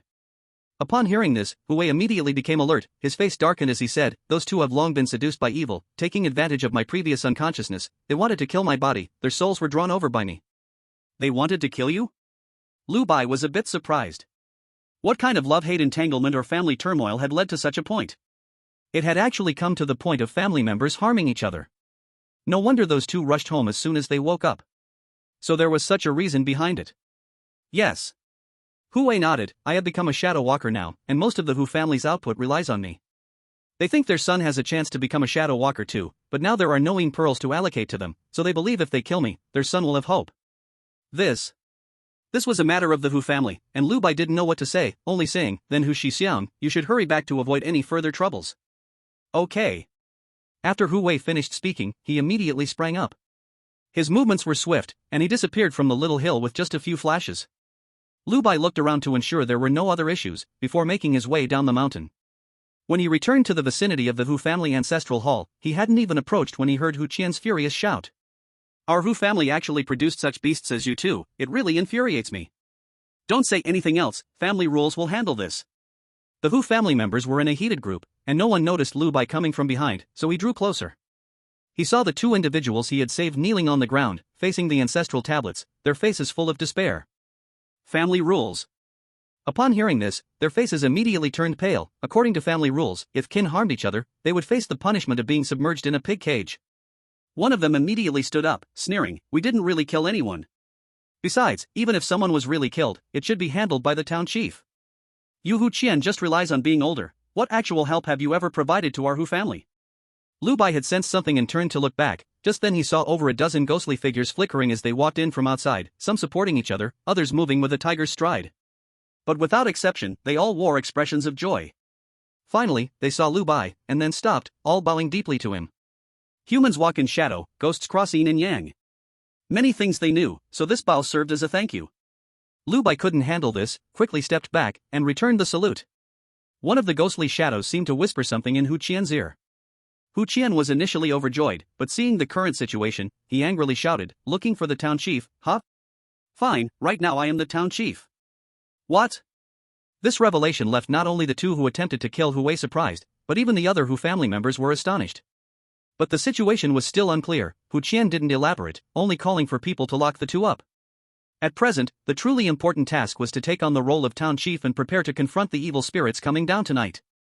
If this couldn't be handled, should the town be destroyed, let alone being a town chief, one's life would be at stake. As the crowd dispersed, they finally noticed Lu Bai had returned. Hu Qian and the Hu family thanked him profusely, sending even more gifts, including heaps of firewood and food. As the first family of Huangliang town, they had to maintain the stature of the first family. They were very considerate, seeing Lu Bai had brought not much himself, they even instructed people to deliver it to his home. Lu Bai had them send it to the courtyard where Si Tu Hong lived. Before he could leave Hu Family Hollow, Old Master Ma drove his horse-drawn carriage over. Lu Bai skillfully jumped up. Old Master Ma puffed on his old pipe and laughed, saying, "Is Hu's family established? There will be a spectacle to watch soon." But just as Lu Bai jumped onto the carriage, Old Master Ma sniffed and frowned, saying, "Did you walk through the shadows? What ghostly thing did you run into? You smell strange. Wait a moment." After saying this, Old Master Ma turned and went into the carriage, not knowing what he pulled out from inside. He rubbed some powder and sprinkled it on Lu Bai. "Light it up." Lu Bai didn't hesitate, immediately igniting his life fire, but in an instant, he heard several crackling sounds from his body. It sounded like moths crashing into a fire. Lu Bai also felt it. It seemed there were indeed some things burned away from him, and then even his breathing became much smoother. What you drove away should be snake spirit, right? It's all evil. The aura of those dirty things stuck to you, and I just used realgar powder to burn them off. Old Master Ma explained, only those who walk through shadows can handle it. If it were a normal person, they would fall seriously ill, and whether they could survive would be another question. What exactly is going on? Old Master Ma's curiosity for gossip had never diminished. When Lu Bai told him, he had to ask every detail. After listening, he clicked his tongue a few times and then said softly, "If the Hu family wants to hold the position of the town mayor steadily, they might have to move a few graves." Lu Bai had read a lot of miscellaneous books these days and replied, "Is Old Master Ma suggesting this matter relates to Hu family's plot for the mayor position?" Seeing there was no one around, Old Master Ma grinned and said, "For matters like feng shui and fortune, who can clarify? In any case, turning fortunes is the most mysterious, especially when it involves an entire family." Lu Bai only asked, "So, is the snake spirit a rescue brought by Zhao Jiao?" Old Master Ma perhaps really didn't know about this, and after hearing it, he thought for a moment, it shouldn't be. Zhao Jiao is just a nice guy, without any means. He has no backing to walk through shadows, so he doesn't dare to mess with those night spirits. Only then did Lu Bai put away his thoughts. If the snake spirit was indeed called by Zhao Jiao, Lu Bai would consider killing Zhao Jiao too. The two stopped talking in this corner, but soon the sound of a suona, a traditional Chinese horn, came from inside the Hu family ancestral hall, and a band of drums and gongs walked out. Having changed his clothes, Hu Qian walked at the front, leaning on his cane, exuding a kind of dragon-like swagger. In the middle, someone carried offerings of 3 sacrificial animals, followed by musicians. Hu Wei also walked in the procession. Having just lost his grandfather, he still forced out a smile. When they reached the bridge, he spotted his master and junior brother. At that moment, the smile on his face looked more dreadful than crying, and several times he had the urge to step out of the procession to find them. But ultimately, he didn't, instead following his group forward. Old Master Ma noticed something, sighed, knocked the ashes from his pipe, and urged the horses forward. "We're going to the land temple." What was supposed to be a show now seemed as if Old Master Ma was really just watching, as he followed the procession to the vicinity of the land temple, and he didn't even get off the carriage. Lu Bai observed from a distance. Only to see Hu Qian, in a black long robe, first bowed a few times at the land temple. After paying his respects, he waved his hand, and the offerings were immediately sent into the temple, and he followed right inside. The external music also stopped, leaving only the sound of the suona. Listening to this tune, Lu Bai felt a surge of blood boiling. Inside the temple, Lu Bai could only vaguely see Hu Qian saying a few words, then started casting lots. Just once, it seemed like he succeeded, and he joyfully put the divination sticks back. Old Master Ma could also see clearly. This land spirit is indeed someone who knows how to enjoy life. Whom? Lu Bai looked at him. Elder Ma hesitated for a moment but still said, back then, when Zhao Jiao came to the land spirit temple to seek guidance, there was only one blood offering. Now Lu Bai understood, the Zhao family was small, so the land spirit received little offerings. Now that Huangliang town had changed to being run by the Hu family, the land spirit's life would definitely get better and better in the future. While they were talking, Hu Qian came out from the land spirit temple, said a few more formal words, and then led the group to walk through the streets. Lu Bai saw a few more Hu family members carrying boxes, and he guessed they were filled with things to be distributed to the local people. With the new town head in charge, there had to be some benefits, otherwise, tonight, even the ancestors of each family would be hard to summon. "What about you? Should I send you back home? Let's go home." On the way, Lu Bai thought of something, and asked, "Elder Ma, you must have known about this in advance, right?" Elder Ma tugged at the corner of his mouth. "Yes, both families contacted me beforehand." That makes sense. After all, Elder Ma was the strongest in Huangliang town, at least on the surface. If Zhao Jiao had Elder Ma's help, as long as he was willing to light a fire on that side, the Hu family wouldn't find it so easy to get in. "But you are not standing with either side? Otherwise, why do you think I didn't enter the town last night and stayed on that hill all night? Isn't that your family's ancestral land?" "Kid, trees die when moved, but people thrive. This ancestral land thing, when your family has only you left, it doesn't matter where you say the ancestral land is. Ha? Lu Bai turned his head, looking at Elder Ma, who had a flexible ancestral land. But Elder Ma had little smile on his face, and it was unclear what he was thinking, as his eyes hinted at some sorrow. After all, he had lived nearly 60 years, walking the dark side of life. He had seen countless matters.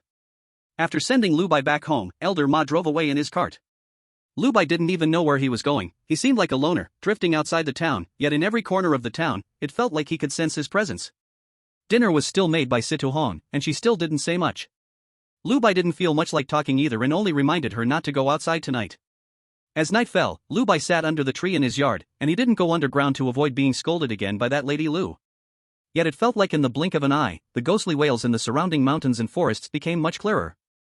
Or rather, they seemed to be much closer to the town. Lu Bai's house was already on the west side of Huangliang town, leaving the road and crossing that river. On the other side was the old forest. Should he go out and take a look? Tonight was a big deal, and the land spirit would lead the ancestors of each family to guard the town. He had never seen this before. While he was still thinking, he suddenly heard a knock on the door. What are you doing at home? Such a good opportunity, why not come out and broaden your horizons? Elder Ma shouted from outside the door.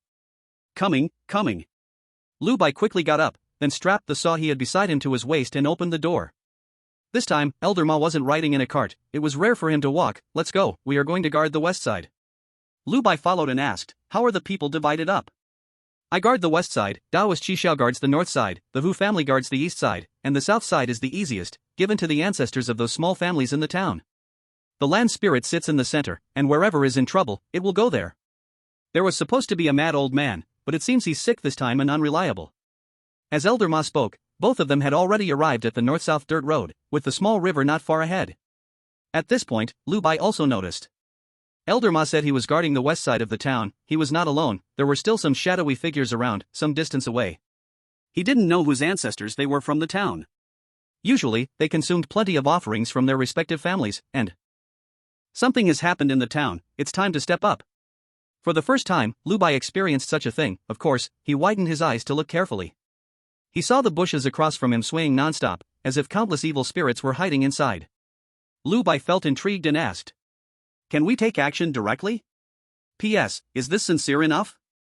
Monthly tickets and recommendation votes, hurry up, prepare for the daily 10,000 to come. With powerful monthly tickets, we achieve 10,000 every day.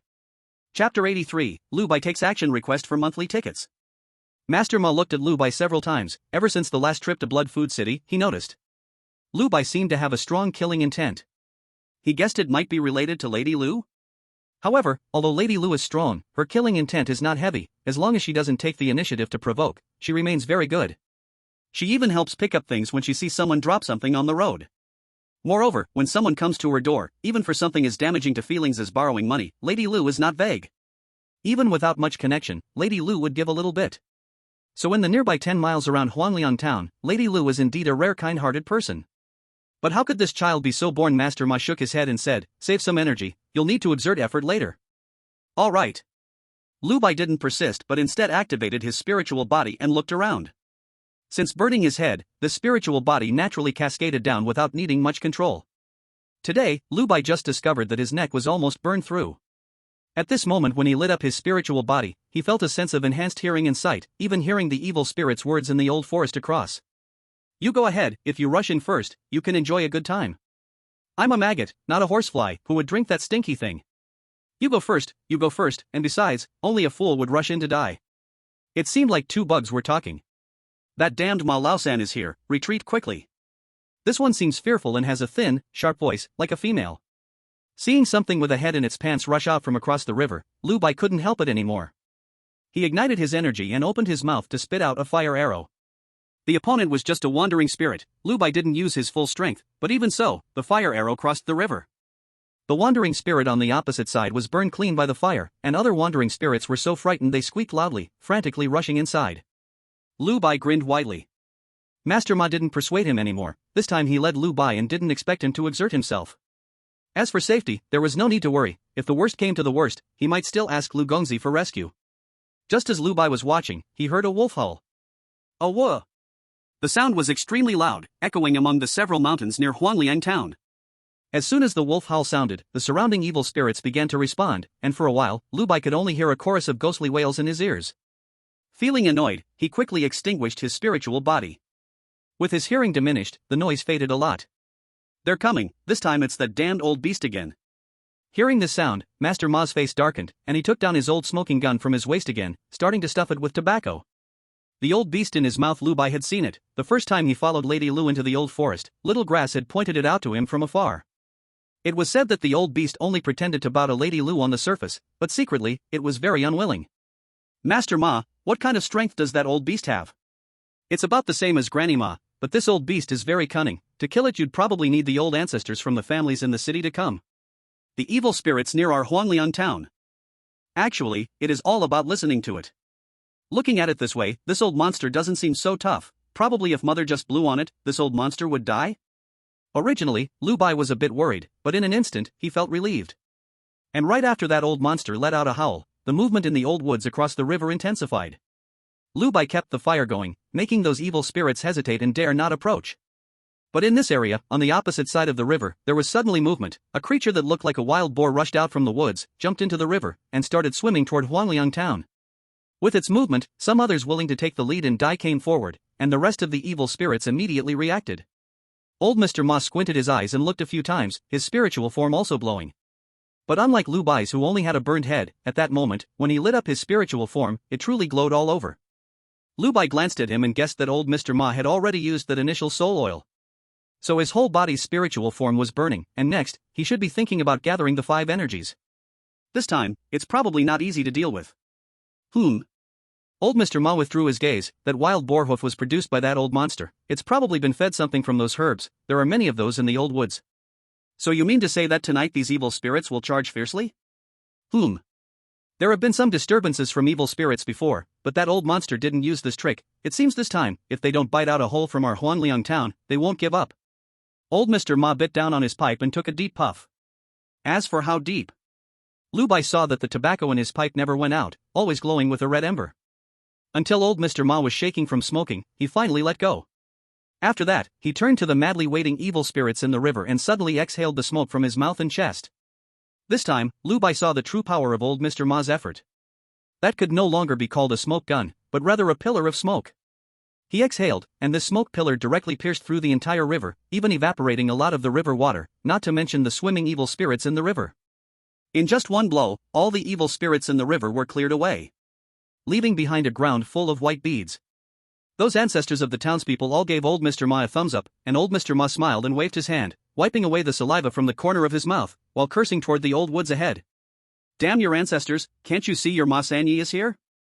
One by one, when they meet me in the mountains and forests, they can't wait to beg for mercy, but now they gather together and forget how many times they've peed? Old Mr. Ma cursed very dirty, but in the old woods across the way, it was dead silent. Not a single evil spirit dared to make a sound. In this piece of Huangliang town, these evil spirits knew very well about old Mr. Ma's power. Seeing the momentum gone, old Mr. Ma finally satisfiedly withdrew his hand and turned to Lu Bai, muttering, "If we don't hit them hard, we'll all be in for a beating tonight." And it really was the case. With old Mr. Ma's puff of smoke, these evil spirits seemed to have been extinguished. No one dared to come out again, making Lu Bai unable to find a place to burn the fire. He could only hear the wailing and howling of ghosts from other directions in the town.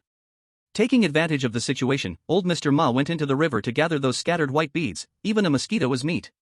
Moreover, for old Mr. Ma, those white beads were not mere mosquito meat but quite a big piece of meat. After he collected the beads back, Lu Bai saw that in the bushes across the river, there were still shadowy figures of evil spirits. Some fearless ones, eager to make a name for themselves.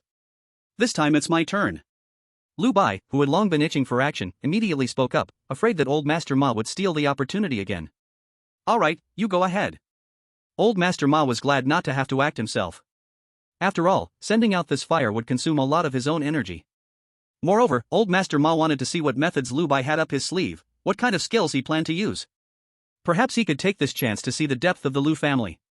As old Master Ma pondered, he noticed the sinister entities starting to reveal themselves on the other side. Lu Bai couldn't hold back any longer, slightly stepping back with his calf, placing his left hand in front, and pulling back with his right hand. Then old Master Ma witnessed a sight he had never seen in his life, as he watched Lu Bai pull out a bow from his empty hands. A bow formed from the gathering of life fire. Can life fire be played with like this too? Not only that, he saw Lu Bai pull with his right hand, and with a flick, a bow and arrow formed on the bow. An arrow also made from live fire. Previously, Lu Bai had used this trick at Lu's family village, but at that time it was awkward, and the arrow exploded as soon as it was shot. But now it was different. He bent down, drew the bow, and shot the arrow in one smooth motion. He aimed at the sinister entities that were peeking out and let loose an arrow. These wandering souls basically couldn't withstand a single shot from Lu Bai. If hit, they would die. One peek out resulted in an instant kill. In just a few moments, all the restless sinister entities retreated, just like when old Master Ma had acted earlier. Lu Bai aimed for a while, and when no sinister entities dared to show themselves again, he had no choice but to disperse the fire bow in his hands. Old Master Ma saw his expression and didn't ask any questions. After all, just this technique alone was unheard of and unseen by old Master Ma. When could live fire be played with like this?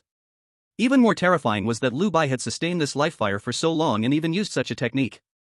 Old Master Ma had never seen Lu Bai's live fire grow dim. This was beyond his understanding. So he simply chose not to ask. Lu Bai felt a bit regretful that the sinister entities he had killed were on the opposite side, and the white beads had fallen over there too, making them hard to pick up. Sigh, if only Xiao Xiao were here. After a long while, there was still no movement from the other side. Old Master Ma stared for a long time before saying, "It's indeed that old cunning one manipulating things. All the sinister entities from our western side have been called away. I estimate that tonight, some direction will have a breach." What old Master Ma could discern with his old pipe was basically a done deal.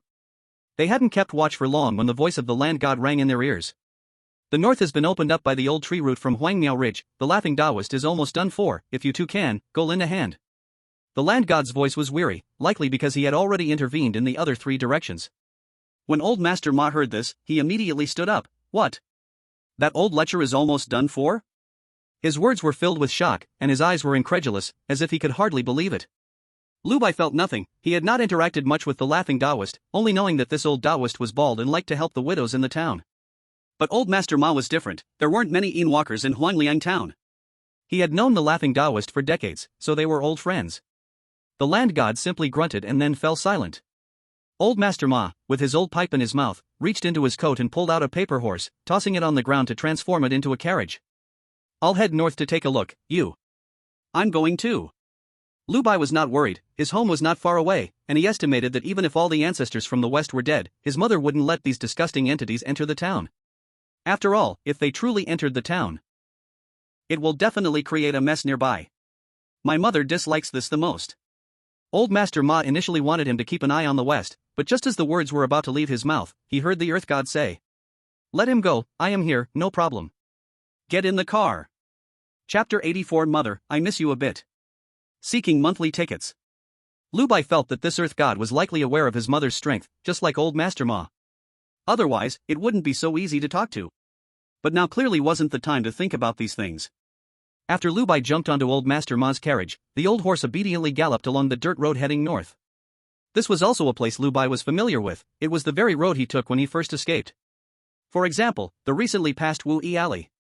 Further north, he could still see the old Hu family house, which was also where Lu Bai encountered the hanging ghost. The sound of hooves echoed, and the sinister howling grew clearer by the moment, causing Lu Bai to grip the saw at his waist. This old piece of equipment was really useful. Old Master Ma stood up in the carriage, glanced ahead, and his voice dropped. "The town is ruined, the evil spirits have come in. Kid, be careful later. If it really comes to a fight, I may not be able to protect you."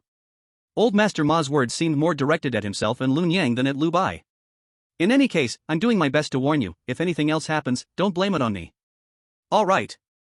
Lu Bai heard the wails of the people nearby, unmistakably like the cries of those facing death. This was the first time he experienced such a scene, and it was also the reason he came. If he wanted to survive well in this world, he had to go through everything. The carriage turned east, swiftly entering a small alley, and both Lu Bai and old Master Ma lit their fire, hot and fierce, causing some frightened evil spirits to retreat. Old Master Ma murmured to ask the earth god about the whereabouts of the laughing Taoist, and ahead on the rooftop, a spirit resembling a night owl jumped up. Lu Bai was quick and shot out a fire arrow from his mouth. But the spirit was faster, flipping and jumping down from the thatched roof. Old Master Ma didn't care, twisting and turning with the horse cart, finally stopping in front of a rundown thatched cottage. He hurriedly jumped off the cart, and Lu Bai followed closely, entering the house, immediately catching a strong smell of blood. Lu Bai turned his head to see a figure leaning against the corner on the right side of the thatched house. His head had a bald patch, and the surrounding grass-like hair was sparse, covered in bruises.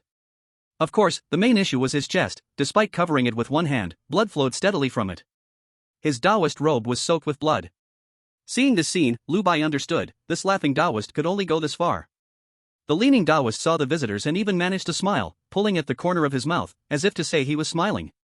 I'm here for a joyfully sad occasion, why cry? It's just that I pity those good sisters in Huangliang town, it seems no one will comfort them in the future. Lu Bai took a sneak peek, old Master Ma wasn't crying but had slightly reddened eyes. Hearing the Taoist's words, he squatted down, took a puff of dry tobacco, and while exhaling the smoke, said, Don't worry, if you die, I will have the townspeople set up a memorial tablet for you in the Earth Temple, and you won't lack offerings during festivals. With Ma Lao's words, I can rest easy. The laughing Taoist said, then coughed violently a few times. With each cough, more blood flowed from his chest wound, and it even seemed that some internal organs were pushed out. If this injury were on an ordinary person, it is estimated that he has long since passed away. But Taoist Isho is after all a spirit-burning traveler. He coughed a few times, his face became rosy, and he even stopped gasping for breath. He spoke extremely quickly, Brother Ma, this outbreak of evil is quite unusual. Compared to before, many of those old things have become much stronger. I tried to divine the situation, and the outcome shows, very bad. Once this is over, you should ask the mad old man, he will surely have some foresight. As Taoist Isho spoke, the blood color on his face faded faster and faster. By the time he finished speaking, his face was pale to the point of having no color left, but he continued saying, Brother Ma, I don't have much to leave you, so let me give you one last piece of advice. As long as the Green Mountains are preserved, worry not about firewood, only by living can there be hope. After saying this, he lowered his head and finally looked at Lu Bai, who accompanied old Master Ma. He smiled widely and said, Kid, the outside world is vast, if you have the chance, take old Master Ma for a walk for me. Heh, I'm off now. His voice grew softer, and his head bent lower and lower, until he no longer looked up.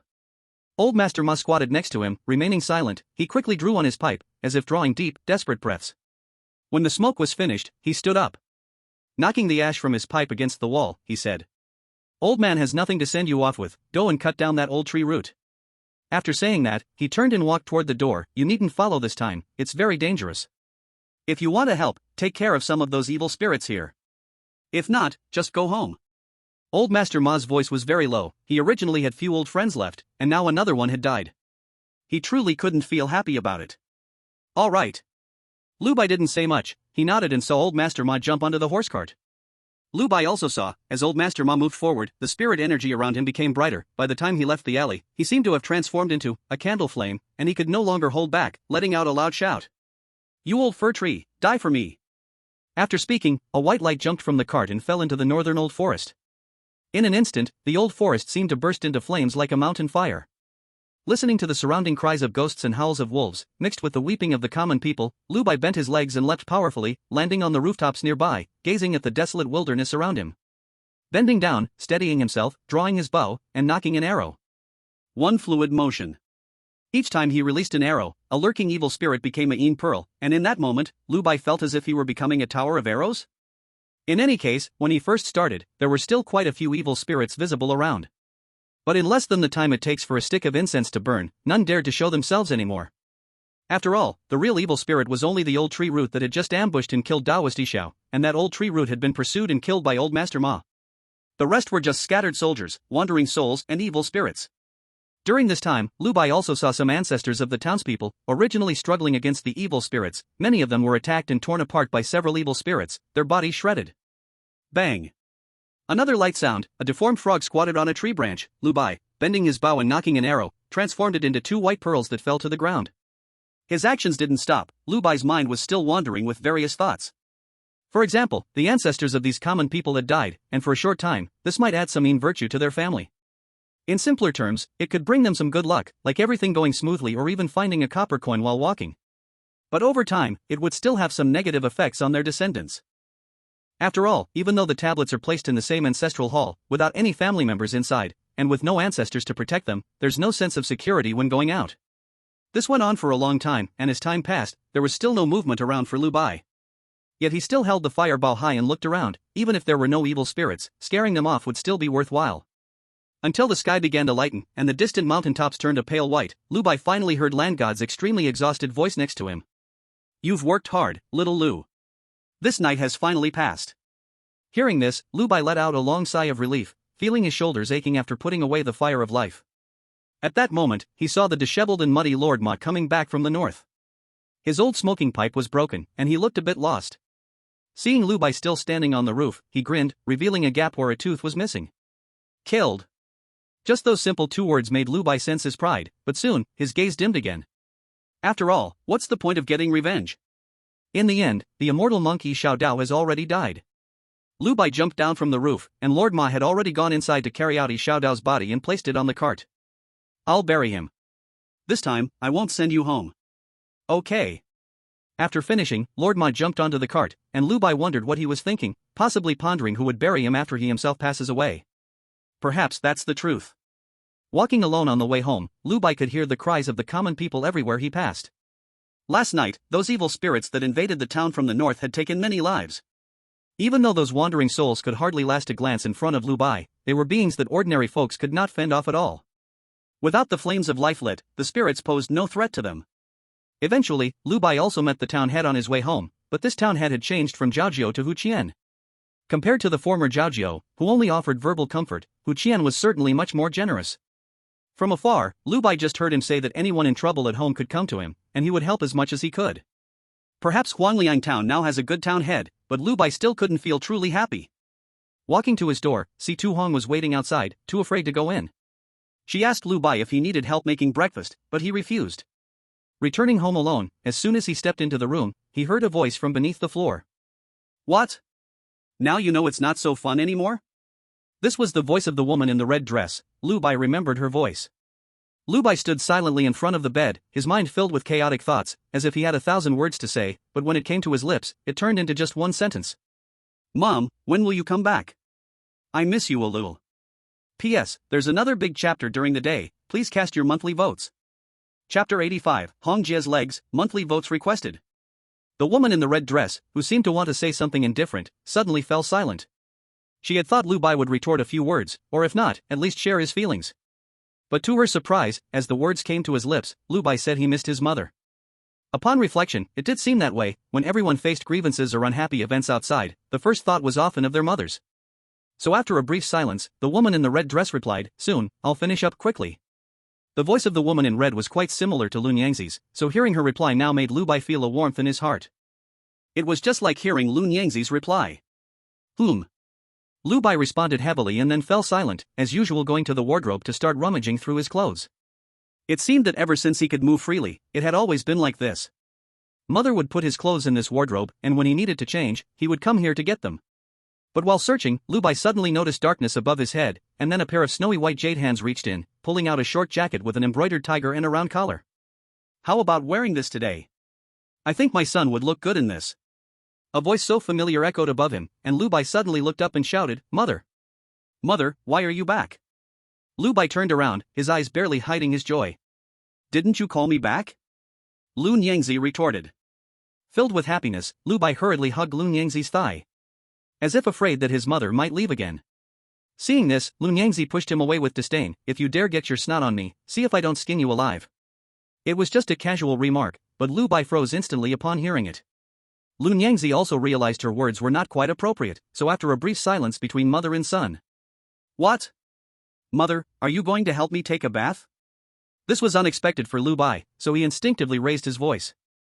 What's wrong with me helping you take a bath? How long has it been since I helped you? Lu Bai's voice was loud, while Lun Yangzi's sounded ordinary. She clearly asked a question, yet it sounded like a declaration when it came from her lips. Seeing Lu Bai's reaction, Lun Yangzi changed her tone. Oh, you're shy now? Who do you think helped you take a bath those first few days after you were born? He. When Lun Yangzi chuckled coldly, Lu Bai didn't dare to speak. In the end, Lun Yangzi grabbed the collar of Lu Bai's clothes by the back of his head, just like lifting a winter melon, pulling him into the bathing room. Throughout the whole process, Lu Bai only felt one thing. That for mothers, if having children is not for fun, then it is meaningless at all. This sentiment applies not only to people but also to spirits. After the bath, Lun Yangzi brought Lu Bai back to bed, observing him lying obediently, his fair and tender little face still puffy. Lun Yangzi rarely showed a hint of a smile. Alright, you were tired last night, so hurry up and get some good sleep. Lu Bai grabbed the blanket and was about to bury his head in it, but suddenly thought of something and poked his head out. Good night. Oh no, now it's good morning, mother, see you tomorrow. See you tomorrow. Lun Yangzi tilted her head and smiled. As she watched Lu Bai close his eyes, she turned around and slowly walked out of the room. Once she left, Lu Bai opened his eyes again, staring at the ceiling beam, not knowing what he was thinking. Outside the town, as people came and went, no one could see that the newly arrived Zhang Banshan was standing at the entrance. Soon, Lun Yangzi's figure appeared there too. Zhang Song looked at her, unable to hide a hint of tenderness and joy in his indifferent eyes, and couldn't help but ask, Lucian, is what you're doing really worth it? Zhang Song wanted to say, is it worth exchanging one's own realm for a child? But he didn't dare to ask such a question, fearing that Lun Yangzi would turn aggressive and attack him. What do you understand? Lun Yangzi gave a cold glance, and the warmth in her eyes vanished, her legs taking her away from the spot. Only her voice remained. Hurry up with the venue setup, it's best to finish it within a day. What? Zhang Song panicked, why so urgent? Are they coming over? Because, my son misses me. When Lu Bai woke up, it was already pitch black outside. He glanced at the panel, and the daily 0.1 attribute points had refreshed, indicating that it was already past midnight. Name, Lu Bai. Identity, human. Realm, spirit body. Vitality, 11.6. Spirituality, 10.8. Attribute points, 0.1. He quickly added the attribute point to spirituality. With his previous experience, he knew that vitality and spirituality must progress together to be useful. I never expected that I would always use this panel as a clock. Every time he woke up at midnight, Lu Bai would just glance at the panel to know if it was past 12. After mentally joking about himself, Lu Bai tossed and turned in bed for a long time before waiting for dawn. He had not finished getting up when Situ Hong knocked on the door, bringing breakfast on a wooden tray that she had prepared. Lu Bai didn't say much, as someone had already made it, he just ate. After breakfast, let's go out for a walk. Having slept all day yesterday, Lu Bai wanted to see what the current situation in Huangliang town was like. Okay, I'll listen to you, young master. It was unclear whether Situ Hong had already eaten or hadn't started yet. In any case, she stood by Lu Bai's side, watching him sip his rice porridge. Having been here for a few days, she worked tirelessly and happily. As for the fact that she could successfully ignite the fire by smashing the bracelet in Lu Bai's hand, she had never brought it up. She didn't even glance at it, acting as if she had forgotten about it completely. After finishing breakfast, the two of them went out. Compared to the bustling crowds of the past, Lu Bai noticed that there were pitifully few people on the streets this morning. Even if there were, they all had grief-stricken faces and were hurriedly passing by. Although the casualties were only the people from the north side of the town, Huangliang town was small. Neighbors are often related, so the deceased or injured were either your relatives or theirs. Thus, the entire Huangliang town seemed to be shrouded in a layer of gloom. Nonetheless, every person who encountered Lu Bai would stop to greet him, still calling him Young Master Lu. However, compared to the past, today's Young Master Lu was heartfelt and sincere. Lu Bai also visited the land god temple but found the gate tightly closed, so he didn't go inside to check. He also couldn't see the figure of old Master Ma, he didn't know where he had gone. In Hujiaku, every household had raised white flags, and cries filled the air, suggesting that a lot of people had also died the previous night. Walking around the whole Huangliang town, perhaps after hearing too many cries, Lu Bai felt a bit down. Eventually, he returned along the dirt road on the west side, to the small river behind his home. The bushes on the opposite bank remained, and he didn't know how many evil spirits were still hidden in the shadowy forest. Lu Bai didn't cross the bridge to search for those white pearls, guessing they were long gone. After all, these things were useful for those who walked the path of shadows, and also for dealing with evil spirits. Young master, do you think these mountain spirits and evil spirits are all evil? Situ Hong suddenly spoke, breaking Lu Bai's trance. Lu Bai turned to look at her but didn't say anything. Situ Hong seemed to hesitate for a moment before saying, if I say it, you might think I'm foolish. It's okay, go ahead. Familiar with the strategy of retreating to advance, Lu Bai didn't respond further. Situ Hong continued, in fact, not all mountain spirits and evil spirits are bad, some are good. I grew up in a town similar to Huangliang town many years ago, that town was called Pingding town. At that time, in our town, there was a child whose parents died when he was young. Do you know who raised him later, young master? Who? An old yellow dog from his family. That old yellow dog became a spirit and raised that child. Even made him into a shadow walker.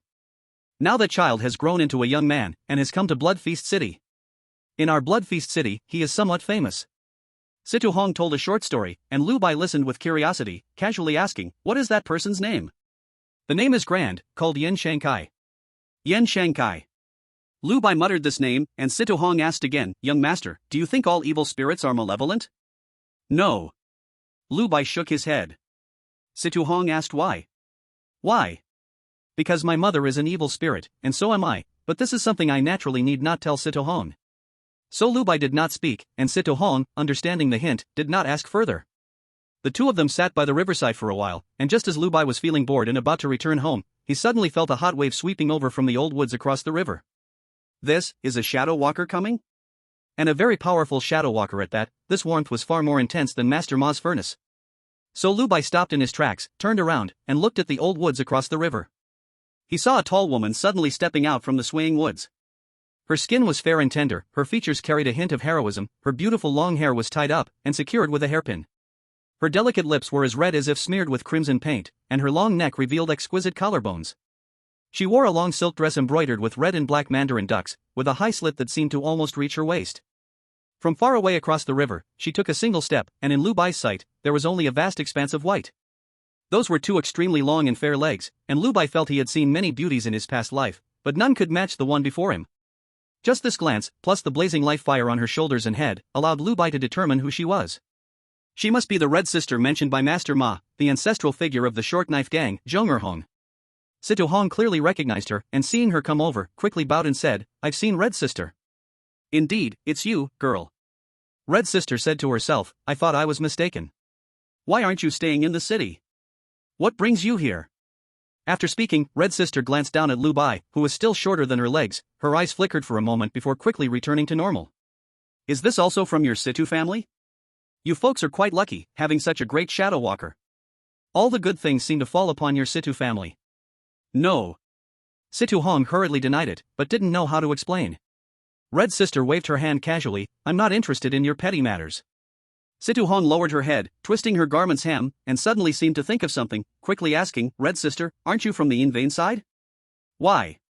Don't mention it," Red Sister said, raising her left leg high to step on a nearby bridge pier, her pose looking quite rough.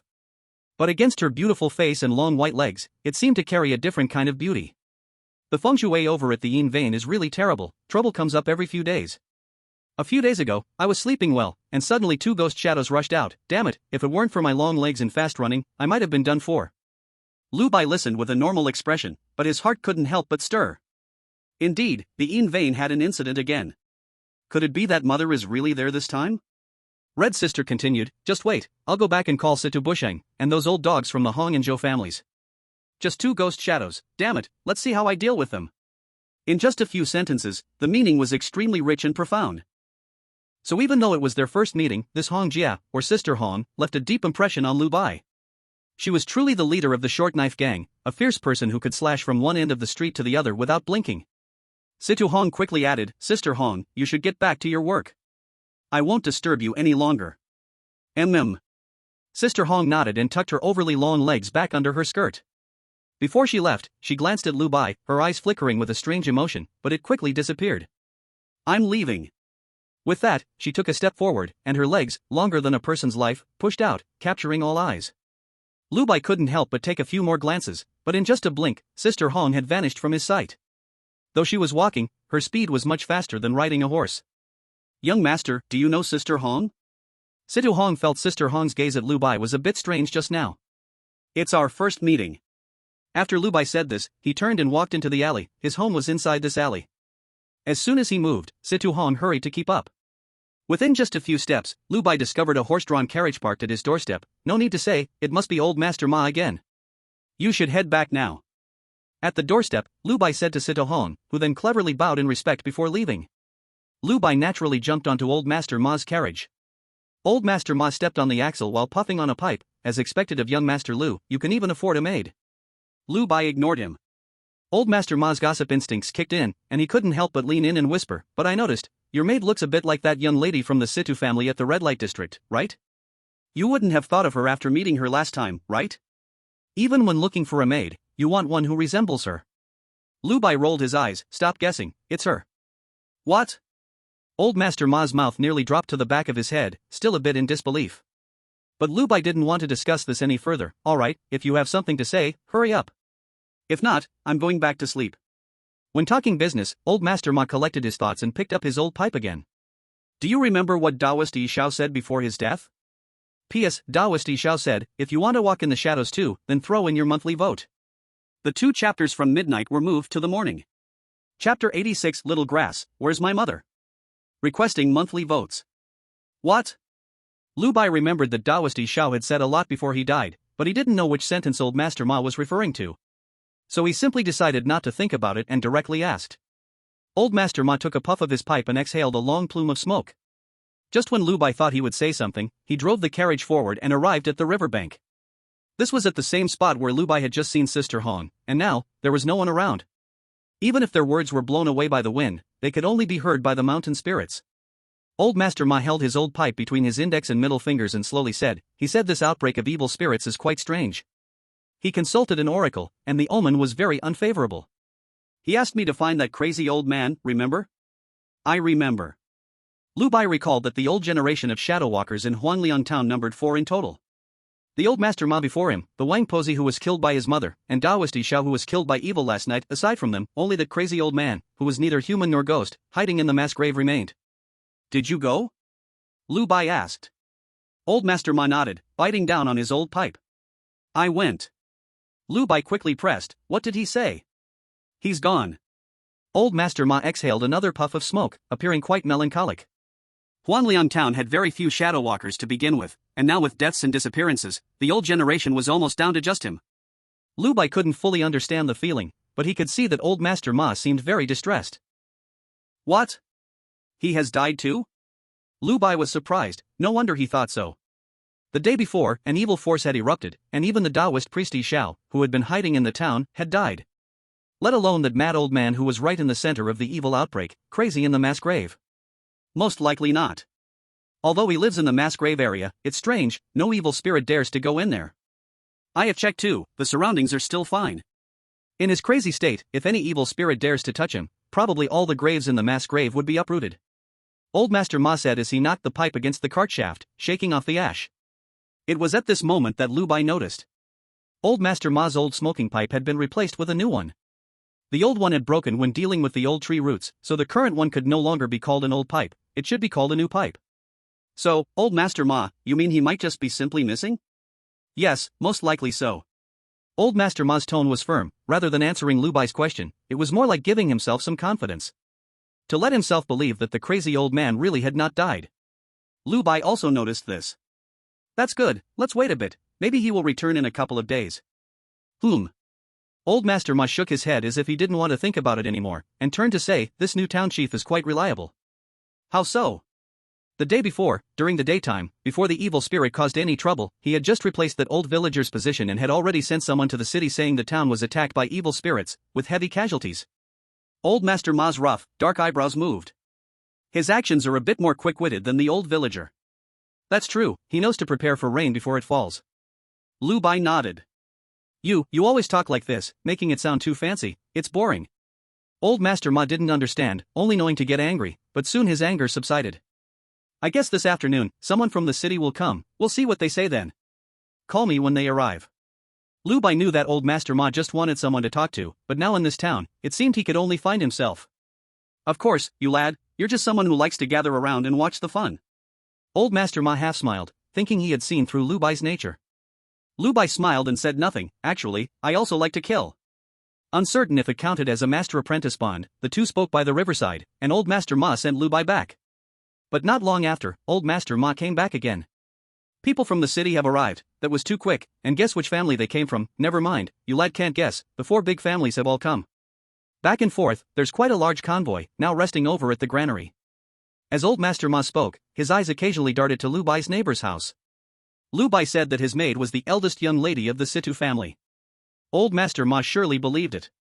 So now with all 4 big families here, old Master Ma thought she would definitely know some news. Lu Bai thought so too, so he called out, and Situ Hong quickly came out from the house, with an apron tied around her waist, her hands still wet, clearly preparing lunch for Lu Bai. Old Master Ma said you 4 big families have come? Situ Hong nodded slightly. The maid has just received news.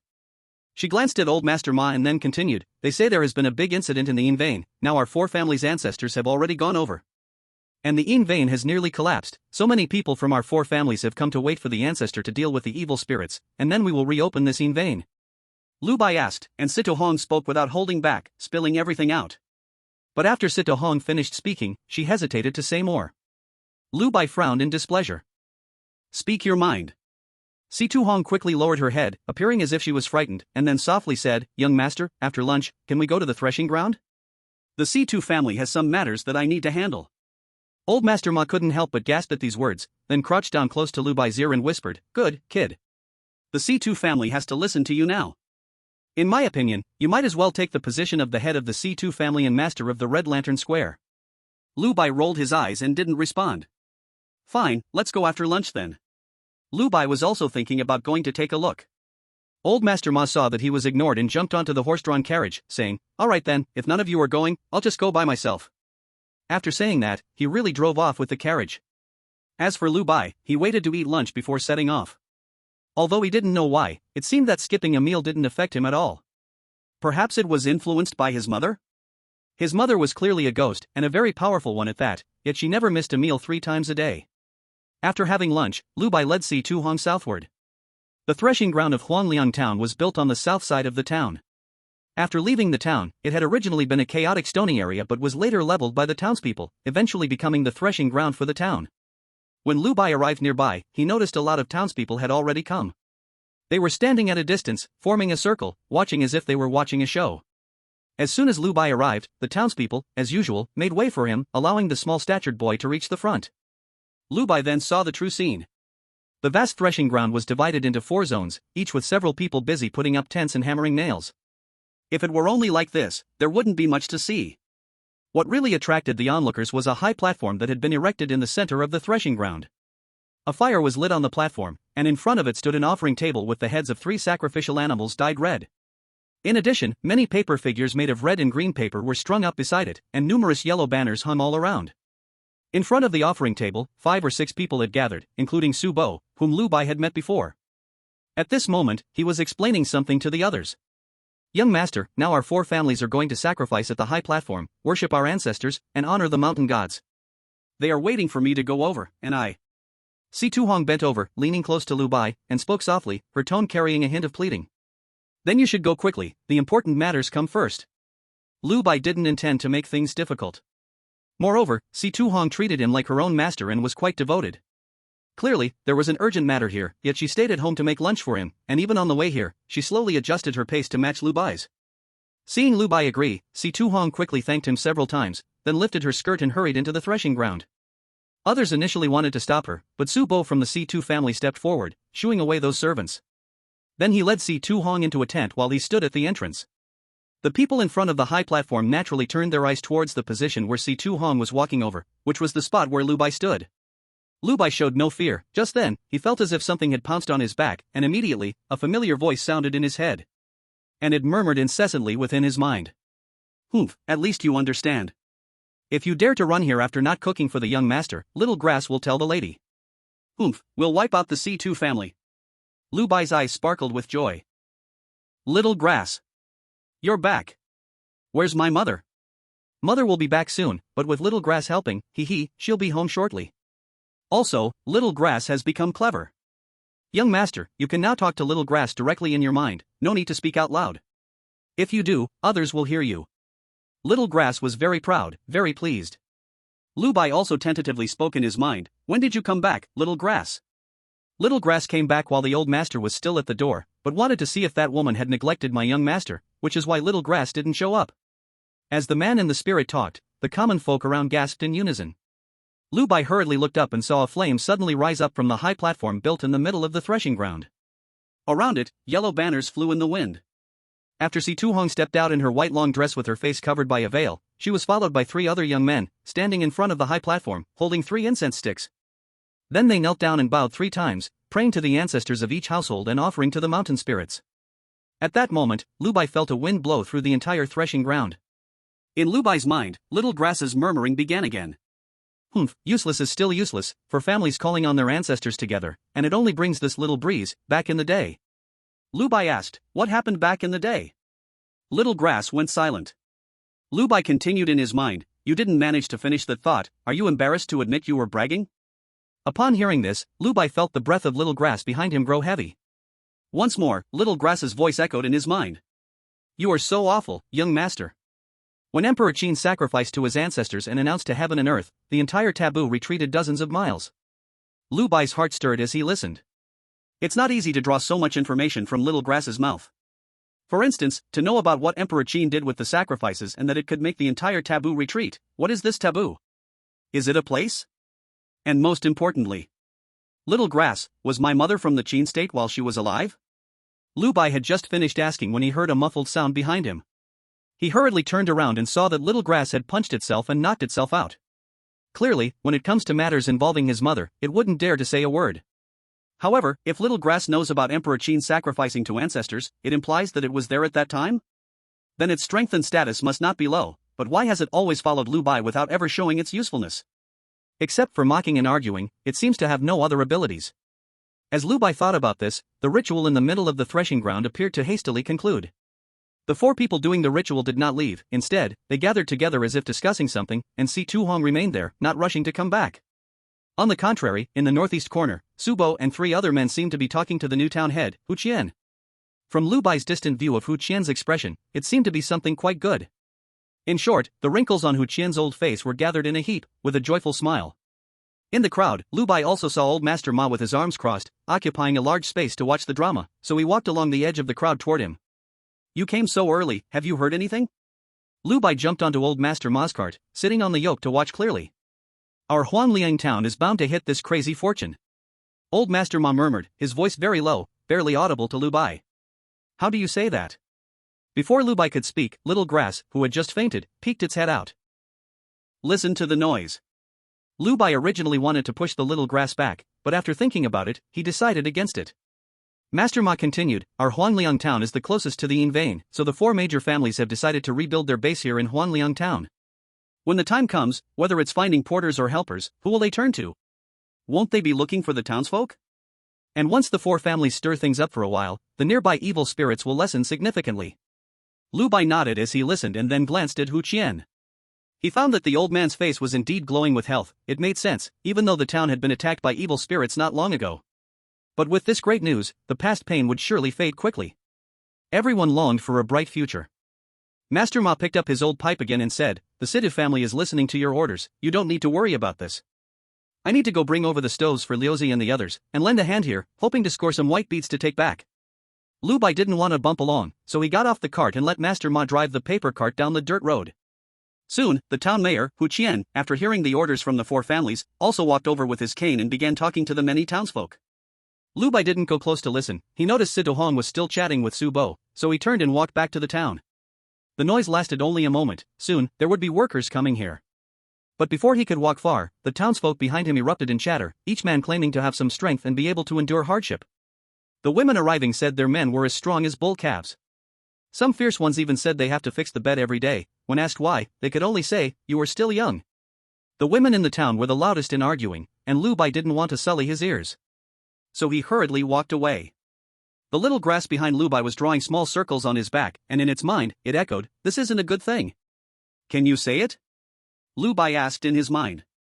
The little grass's silence answered Lu Bai's question. Before Lu Bai reached home, Si Tu Hong quickly ran up to him, not calling out but just catching her breath behind him, following closely until they were almost at his door, when she softly explained. "Young master, there are many things from the Situ family that I need to say. Su Bo is an outsider, and his words don't matter." "I'm sorry, young master. If you think it's not good, I'll tell the old ancestor and won't go. I'll focus on serving you here." Before Lu Bai could respond, the little grass's sarcastic voice rang in his ears. Oh my, still serving the young master. If you truly wanted to serve him with all your heart, would you need to say that? You talk better than a song every day." Unfortunately, Si Tu Hong didn't light the fire. She couldn't see or hear the little grass speak. Lu Bai could understand what the little grass meant. It wanted to express that Si Tu Hong was a very tea-like girl. In fact, Lu Bai felt the same way. Si Tu Hong probably thought Lu Bai was still young, so she didn't pay much attention to her words, and when she spoke, it was like fragrant tea emanating from her. Just like now, she nearly said that line. "It's all my fault, you wouldn't blame me, would you, young master?" He can guess that these matters today are most likely related to his mother. However, he currently cannot help at all. Well, then he can only strive to improve his own strength. If his mother can protect him from death, then what he can do is to become supreme as soon as possible. The panel has attribute points every day, so as long as he is alive, he will eventually be invincible. Deep in the old forest, in front of the entrance to the Yin vein, 4 figures stood in the fenced area. Situ Bushing and Zhong Erhong were both there. In addition, there was a silver-haired old woman leaning on a cane. Though her hair was all silver, her skin was extremely tender, with only slight wrinkles at the corners of her eyes and forehead. However, the wrinkled areas were deeply marked, combined with her hunchbacked figure. No matter how one looked at her, she seemed bizarre. On the other side, there was a man in a blue shirt with grizzled hair, a gentle face, and a cheerful demeanor from any angle. These two were the other two family ancestors of Blood Food City, the old woman of the Hong family and the old ancestor of the Zhou family. Zhou Rulong. Now there are two choices, either go kill the two ghost shadows that escaped, or figure out what's going on with this in vain. Not long ago, the old dog Situ and the leader Zhong just cleaned this up, and now another issue has arisen. If we don't clarify this, our families can forget about doing anything, just guarding this in vain all day will be enough. The old woman looked very kind, but her words were sharp. After speaking, she tapped her cane on the ground, causing the distant mountains to echo with cracking sounds. However, after she finished speaking, no one paid attention. Zhou Rulong and Situ Bushing exchanged glances, finally both chuckling, saying, Aunt Hong's words make sense.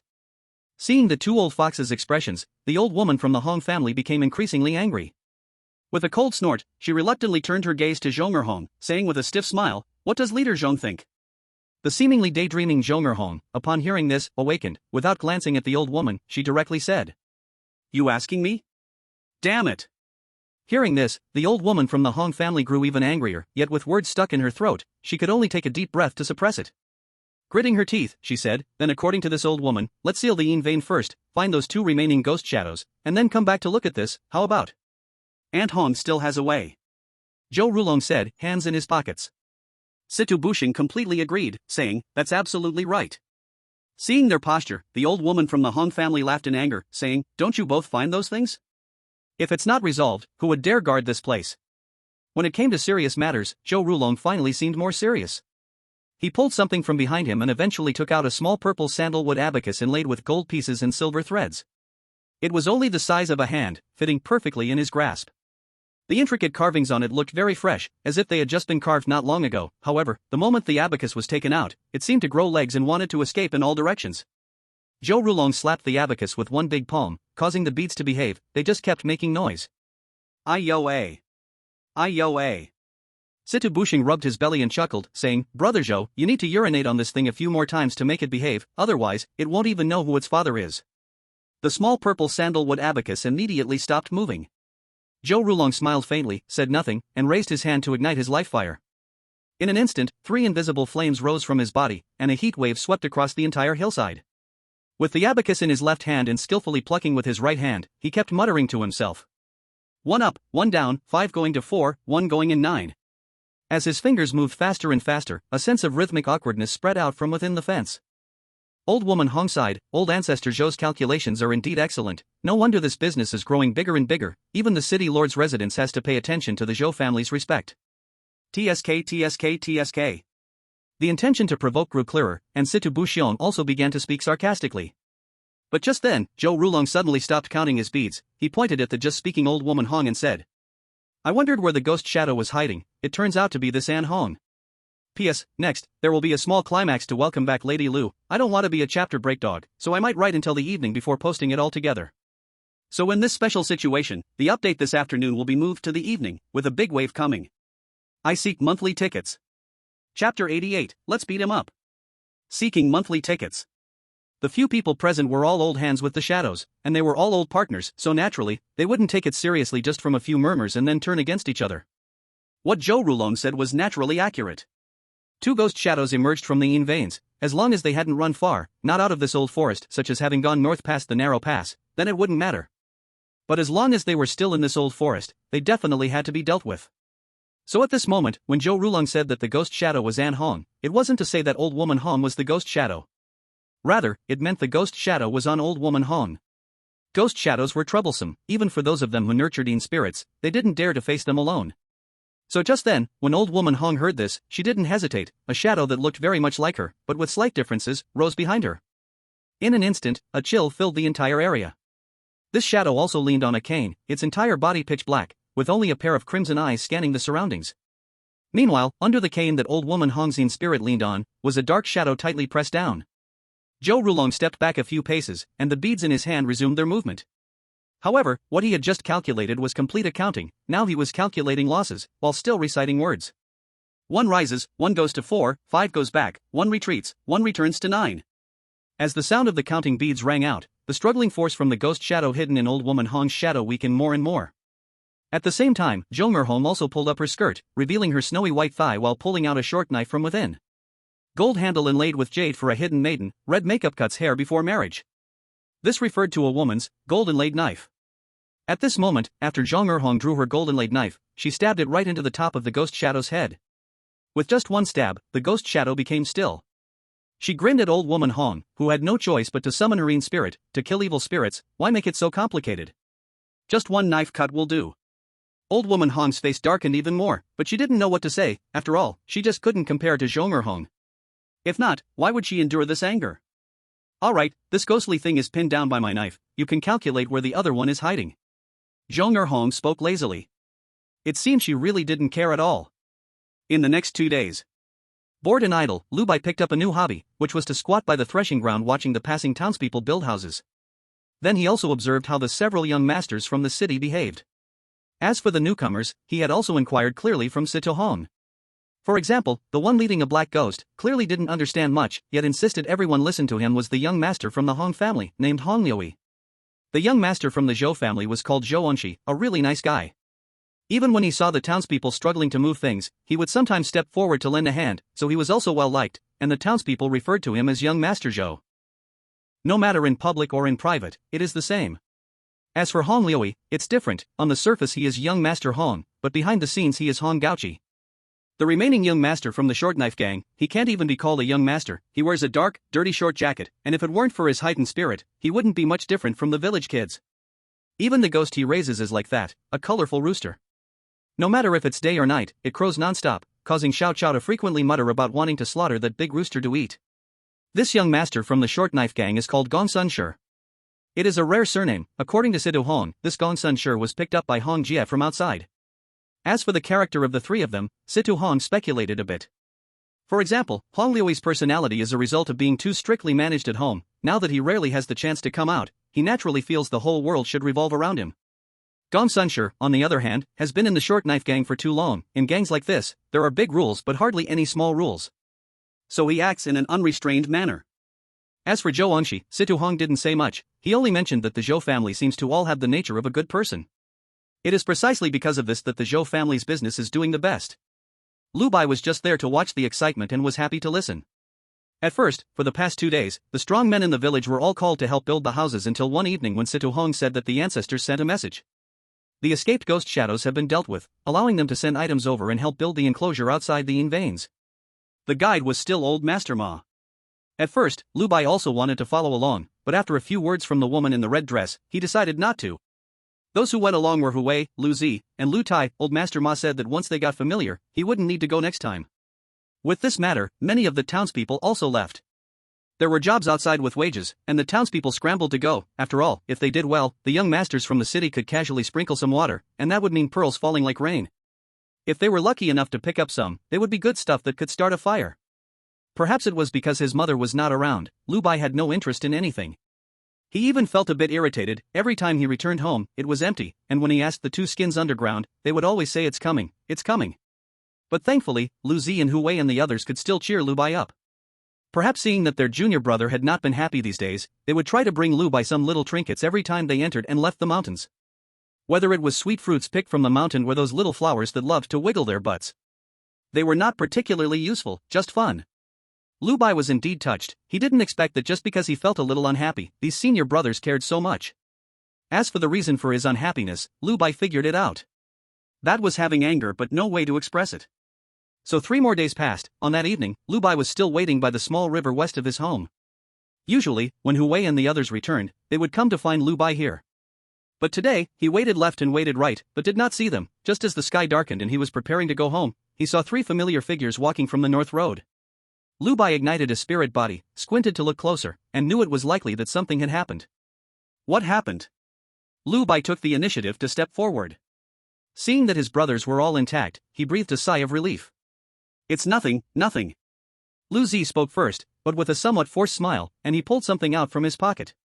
Here, little junior brother, look, this is what your Hu brother picked for you from the tree, a vine fruit. Let me tell you, taking vine fruits is just like our men's. He took it out and saw that the fruit had already been crushed. Lu Bai also noticed that he was covered in mud. Hu Wei was similar, even with a bruise on his face, while the silly Lu Tai looked fine, except for hair that seemed singed by fire. Did you guys get into a fight? Lu Bai examined them and asked directly. The three of them looked at each other, then shook their heads in unison. Lu Bai did not respond, nor did he move, just staring blankly among the three of them.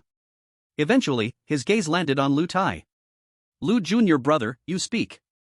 This was the first time Lu Bai called him like this, especially in front of Hu Wei and the others. Perhaps Lu Bai had already acted too strangely in front of them, even at times more mature than them. So they rarely regarded Lu Bai as a child anymore. At this moment, when Lu Bai raised his voice, it made Lu Tai feel a bit uneasy, almost like being pricked by needles. Lu Tai stammered a few times, and seeing Lu Bai's compelling gaze becoming more intense, he simply spread his hands and gave up. We did get into a fight with someone, but it's not our fault. That dog thing, Hong Guzi, insulted us and even slapped senior brother Lu Zi. We had no choice. Today's events must have been truly infuriating, as even the typically honest Lu Tai cursed. Now that Lu Tai had revealed the truth, Lu Bai naturally turned his gaze to Hu Wei. Due to his family background, Lu Zi often preferred to suffer himself. Just like before when they stayed in Ma's village, the three of them slept together, he would rather have a smaller spot to sleep in than let Lu Bai be uncomfortable. So asking him probably wouldn't get much information, he could only turn to Hu Wei. Seeing that Lu Tai couldn't hold back any longer and had spoken out, Hu Wei also stopped holding it in and cursed softly. Those from the city are truly something. So what exactly happened? Lu Bai had been quite annoyed these days. Now that someone was willing to come forward as a punching bag, he surely needed to ask clearly. Actually, Hong Liuyi wanted to find trouble with us for days. Every time we were leading the way in the forest, he would always want us to take a shortcut. But those paths are opened by ancient sages, some places are off limits, and we can't just walk anywhere. Hu Wei spoke, his hands spread forward, gesturing his saliva even flew into the river to feed the fish. But luckily, there were two other Yin practitioners with gathering 5 qi around. He couldn't go too far. But today was different. The Yin practitioner from the Zhou family had business and returned to the city, so with just the Hong family to protect him, Hong Liuyi had no worries. Just after we set off, he insisted on changing senior brother Lu Zi's name. Hu Wei was very angry and spoke quickly. He said his name was Hong Liuyi, the second son of the Hong Salt Society in the city. How could a simple country fellow like Lu Zi use the same name? Damn, isn't this just bullying honest people? Lu Tai recalled the situation at that time and felt a surge of anger. Does that mean just because he is called Hong Liuyi, no one else in the world can use Liuyi? As Lu Tai spoke, Hu Wei became calmer. He casually picked up a stone and tossed it into the woods across the river, as if throwing out his anger. Master Ma told me that young masters from the city have this kind of temper, they're spoiled. Lu Zi also spoke, but only in a muffled voice. I didn't expect there really to be such people. Lu Bai laughed upon hearing this, because writing stories needs logic, but reality doesn't. Hearing such sensible words from a child like Lu Bai, Hu Wei couldn't help but stare at him in surprise. But soon he let it go. After all, this wasn't the first time he had seen such things. He continued, Brother Liuzi didn't say anything at the time, he just walked up to Brother Liuzi and asked if he was a worthless bum, being bullied to this point and still not resisting. He has been in our town for a long time, looking for someone to beat up to vent his anger. Lu Tai spat angrily. Yes, exactly like that. Hu Wei agreed. At that time, Brother Liuzi was slapped by him, and we couldn't stand it. He then taught us a few tricks so we could learn some skills for the shadows, and even asked the three of us to join him. The more Hu Wei spoke, the angrier he became, slapping Lu Tai on the shoulder. Lu Tai's shoulder was obviously injured, and with that slap, he immediately winced in pain. That guy burned his spirit body, and then used 3 sparks to hit the three of us, truly shameless. No wonder he is Hong Guzi. People from the city are all like this, it's no wonder Master Ma prefers to stay in our mountains. Once I burn my spirit body, hey, I'll also go to the city and beat someone up, catching one to hit one. After all, they were just teenagers, rambling on once they got worked up, as if it could relieve their anger. But once they finished speaking, things were still the same, they just wiped away their tears and pretended to forget about it. Yet, as night fell quietly, they repeated this matter like ruminating over it again and again. In the end, they couldn't sleep, and had to firmly say in the night, that they would avenge this grievance in this life. Although Hu Wei and the others didn't have a clear concept of it, they obviously thought the same. Today, being able to chat like this with their 4 brothers felt much better. But Lu Bai didn't think so. He looked at his 3 brothers, filled with righteous indignation, getting more and more worked up, and softly said that Hong Liuyi is unhappy in his heart, staying in this mountain and feeling stuffy, so he wants to find someone to vent on. He can't afford to lose face bullying ordinary folks, it's meaningless, so after thinking it over, he can only pick on you guys. We all walk in the shadows, lighting sparks, our ages are similar too, so it's fitting. The 3 of them nodded continuously, looking like that was indeed the case. Just as they were about to leave after expressing their feelings, Lu Bai spoke again. But it's okay, I happen to feel really uncomfortable these days too, and I want to find someone to vent my anger. What? Brother Liuzi, although afraid of trouble, was still quick-witted. Hearing Lu Bai's words, he immediately reacted, waving his hands repeatedly, thinking Lu Bai wanted to take revenge for them. Lu Shitty, there's no need for that. Anyway, we've suffered no real loss. Besides, his family has a strong background, with someone who gathers 5 energies protecting him. Let it go. Liuzi wanted to say, Lu Shitty, if you lose, you'll get hurt. If you win, that fellow gathering 5 energies won't let you off either, so just don't fight. Lu Tai thought the same. Yeah, little Lu Shixiang, Master Ma taught us, it's better to avoid trouble than to seek it. Hu Wei was aware that Lu Bai's family should have some background, but didn't know how much, so he felt a bit conflicted. On one hand, worried that things would be like Liuzi said. On the other hand, he wanted Lu Bai to teach that dog Hong Lui a lesson. Lu Bai looked at Lu Tai and earnestly said. But Master Ma also said, if someone hits you, then beat him up. Beat him up hard.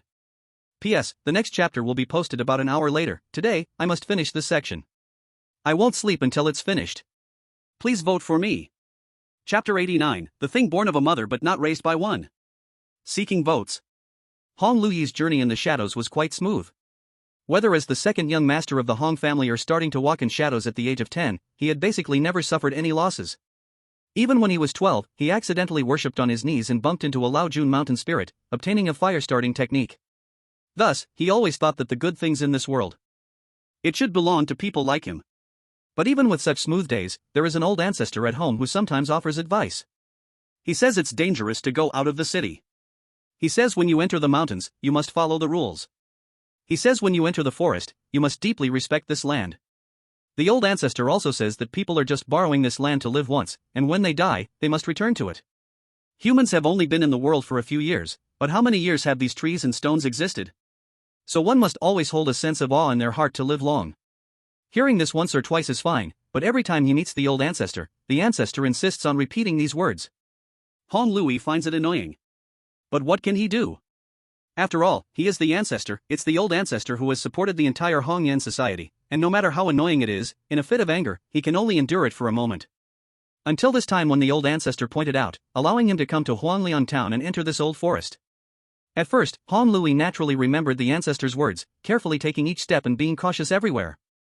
But what was the result? The mountains and stones were silent, the old forest was hushed, and the few wandering spirits occasionally encountered were easily burned by his fire. Hong Lui thought that maybe he hadn't encountered anything strong, hadn't met real evil spirits. But what did that matter? A teenager in his teens has a big temper. He can't vent this fire while walking in the shadows, but in this poor mountain valley, he can't even see a beautiful woman. Occasionally seeing a girl named Sito Hong, she is always nowhere to be found and ignores everything. So Hong Lui's anger only grew stronger. Until today, although what he did today wasn't quite proper, it felt good to vent, especially seeing their furious expressions, yet unable to fight back. Hong Lui thought to himself and even hummed a little tune. I really seem to be a bad seed. He muttered to himself but soon lifted his head, looking at the moonlight above. But what does it matter if I'm a bad seed? In this world, good people don't live long, while bad seeds can chaos for 1,000 years. While he was lost in thought, he suddenly heard sounds of commotion behind him. He turned around and saw a few young boys entering the threshing ground, with a few servants trying to stop them, but one among them lit a fire and those servants dared not move. Truly, raising a group of useless things. And the commotion here naturally attracted the attention of 2 others, who were also young boys from the city like Hong Lui. Zhou Enshi from the Zhou family and Gong Sunshi from the Short Knife Gang. One had a black snake wrapped around his hand, while the other had a rooster perched on his shoulder, both carrying an unusual vibe with their servants. Step aside. Gong Sunshi was like someone who enjoys the chaos, driving off the few servants, allowing Lu Bai and the others to smoothly walk up to them. Everything can be discussed properly, we are all old friends, let's talk it out nicely. Zhou Enshi had his hands tucked in his sleeves, and the black snake had slithered in as well. His face wore a smile that would never fade. In his eyes, it might indeed be like that. After all, there weren't many shadow walkers in Huangliang town, and everyone sees each other daily, so they've long been familiar. Zhou Enshi said as he moved closer to Hu Wei, gently patting his shoulder. He said little more. Finally, he crouched down to look at Lu Bai before warmly saying, I've long heard Hu Wei talk about his highly gifted junior brother, and I have seen you a few times from afar. To set fire at such a young age, you will surely be able to nurture shadow spirits, you have a great future ahead. Zhou Enshi appeared to be recommending him, but Hong Lui didn't need that. He didn't want to owe Zhou Enshi a favor over such a trivial matter. This guy was very clever, and owing him a favor was worth more than a few pounds of meat. Alright, it's just a fight, what's the matter? Can't win on your own, and now you let a little brat come to settle the score? Hong Lui waved his hand, you are still young, it's better not to stir trouble here. Lu Bai did not move, and the life fire on him did not extinguish, making his meaning very clear.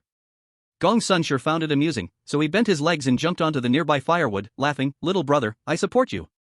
Hong Lui's mouth is just too foul, go ahead and beat him. If you win, I'll call you brother from now on." Hong Lui glanced at Gong Sunshire, who was squatting on the firewood like a monkey, and mocked, "A stick is just a stick." Gong Sunshire seemed to not hear it at all, swinging his legs and gently stroking the comb of the large rooster on his shoulder. Bang! A light sound interrupted Gong Sunshire's actions, and before he could look down, he heard Hong Lui curse, "You dog bastard, you think you can come up here after I told you to roll?" Zhou Enshire saw the child, who had already moved without a word inside, stood up, and left, hands in pockets. As the fight began, 4 older ghost handlers walked out from a tent in the corner, all gathered 5 chi. At this moment, they did not say much, nor did they intervene. In their eyes, this was just children's little tussle. In the arena, Hong Lui looked at the copper coin in his hand that had already broken, his eyes turning cold and ruthless. If it weren't for his defensive skills, he might have really been taken out by this kid. Looking at the expressionless child in front of him, Hong Lui nodded repeatedly. Good, you are dead set on getting beaten, huh?" Saying this, a heat wave burst forth from his body, and 3 flames of life suddenly ignited, warmth enveloping the surroundings. Along with this came his shining head and right hand.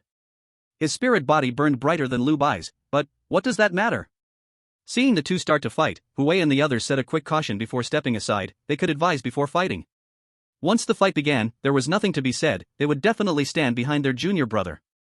If they were to die, they would die together. If they were to live, they would live together. At this moment, Xiao Qiao finally popped up. "Young master, leave that ghost to me." After speaking, Xiao Qiao landed on the ground and sneaked off along the haystack. Lu Bai didn't pay attention, drawing in a breath. When igniting his spirit body, he spit out a fire arrow. Previously, his sneak attack had succeeded. Now that Hong Lui was prepared, he easily dodged it. But before he landed from his jump, Lu Bai's mouth did not close, continuously gathering energy and blowing out. There was no technique involved, he was purely venting his anger.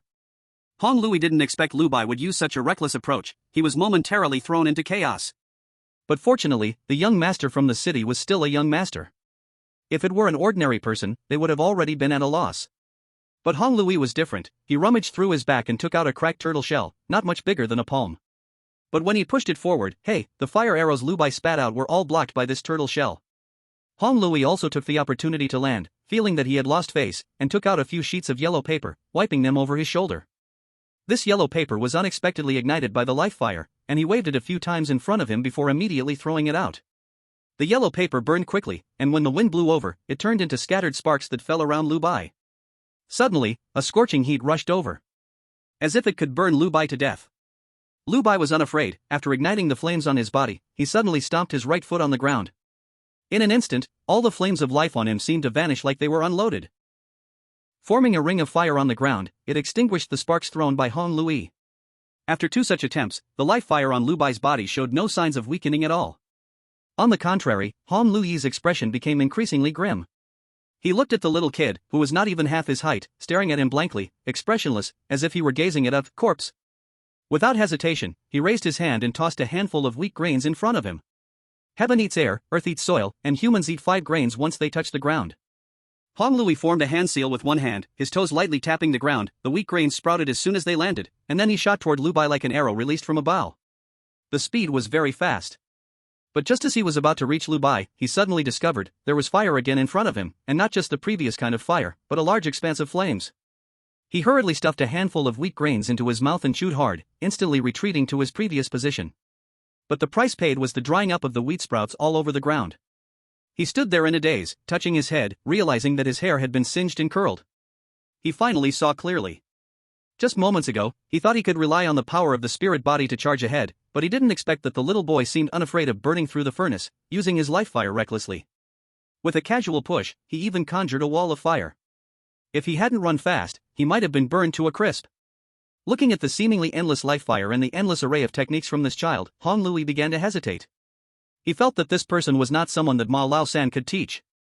Seeing him hesitate and not dare to step forward, Lu Bai raised his mouth, then lowered it, not saying a word, and turned to leave. Anyway, after this wealthy show of strength, he had virtually forced Hong Lui into a position where he couldn't lift his head. Lu Bai felt much more at ease in his heart, somewhat avenging for his senior brothers and sisters. Seeing that the fight's main event was dispersing, Gong Sunshire also got up from the firewood, stretching lazily. TSK.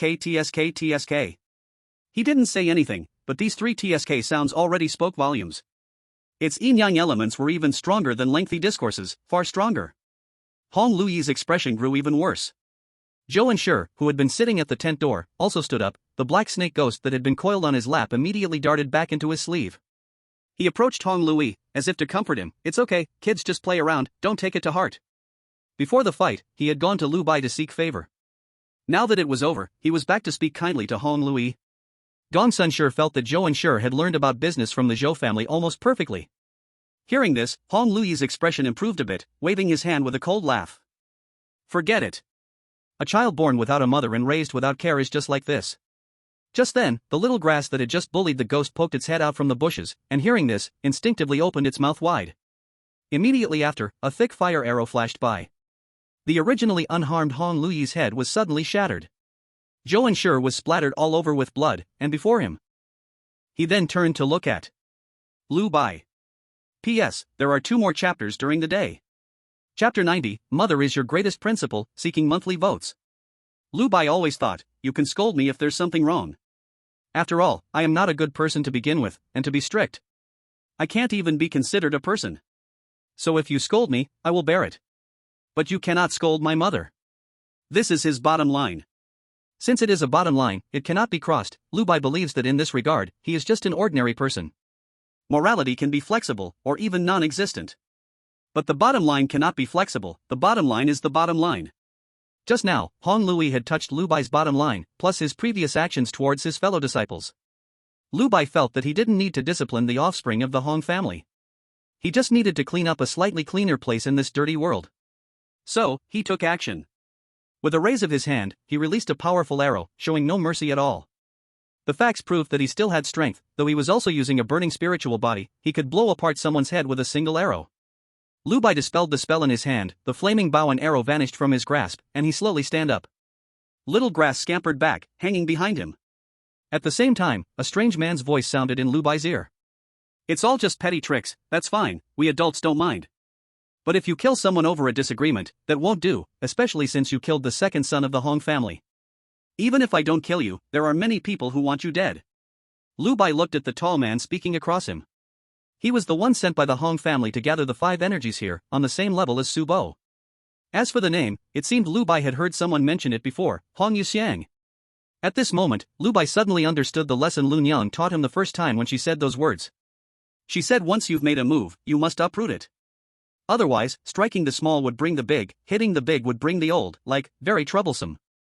Just like now, having killed Hong Luyi. Even if he could unleash his strength and win against this Hong Yuxiang, what about the others from the Hong family behind him? There was also an ancestor of the Hong family who nurtured it in spirit. Lu Bai felt that he definitely couldn't win, so rather than struggling here, it would be better to call for his mother. It had also been several days since he last saw his mother. He just wondered if he had landed himself in trouble again, would it make her feel annoyed? Just as Lu Bai was about to speak, suddenly another man in a brown robe flashed over, stopping between Lu Bai and Hong Yuxiang. He had calloused hands behind his back, occasionally twitching. The prepared Hong Yuxiang had to stop, saying in a deep voice, "Su Kai, are you going to stop me?"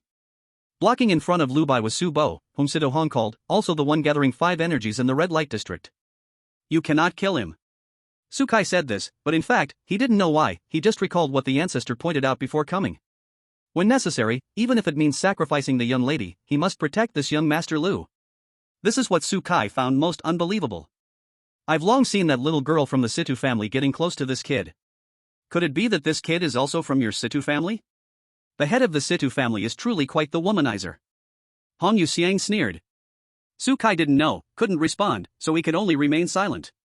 Seeing that he showed no intention of backing down, Hong Yuxiang's expression darkened even more.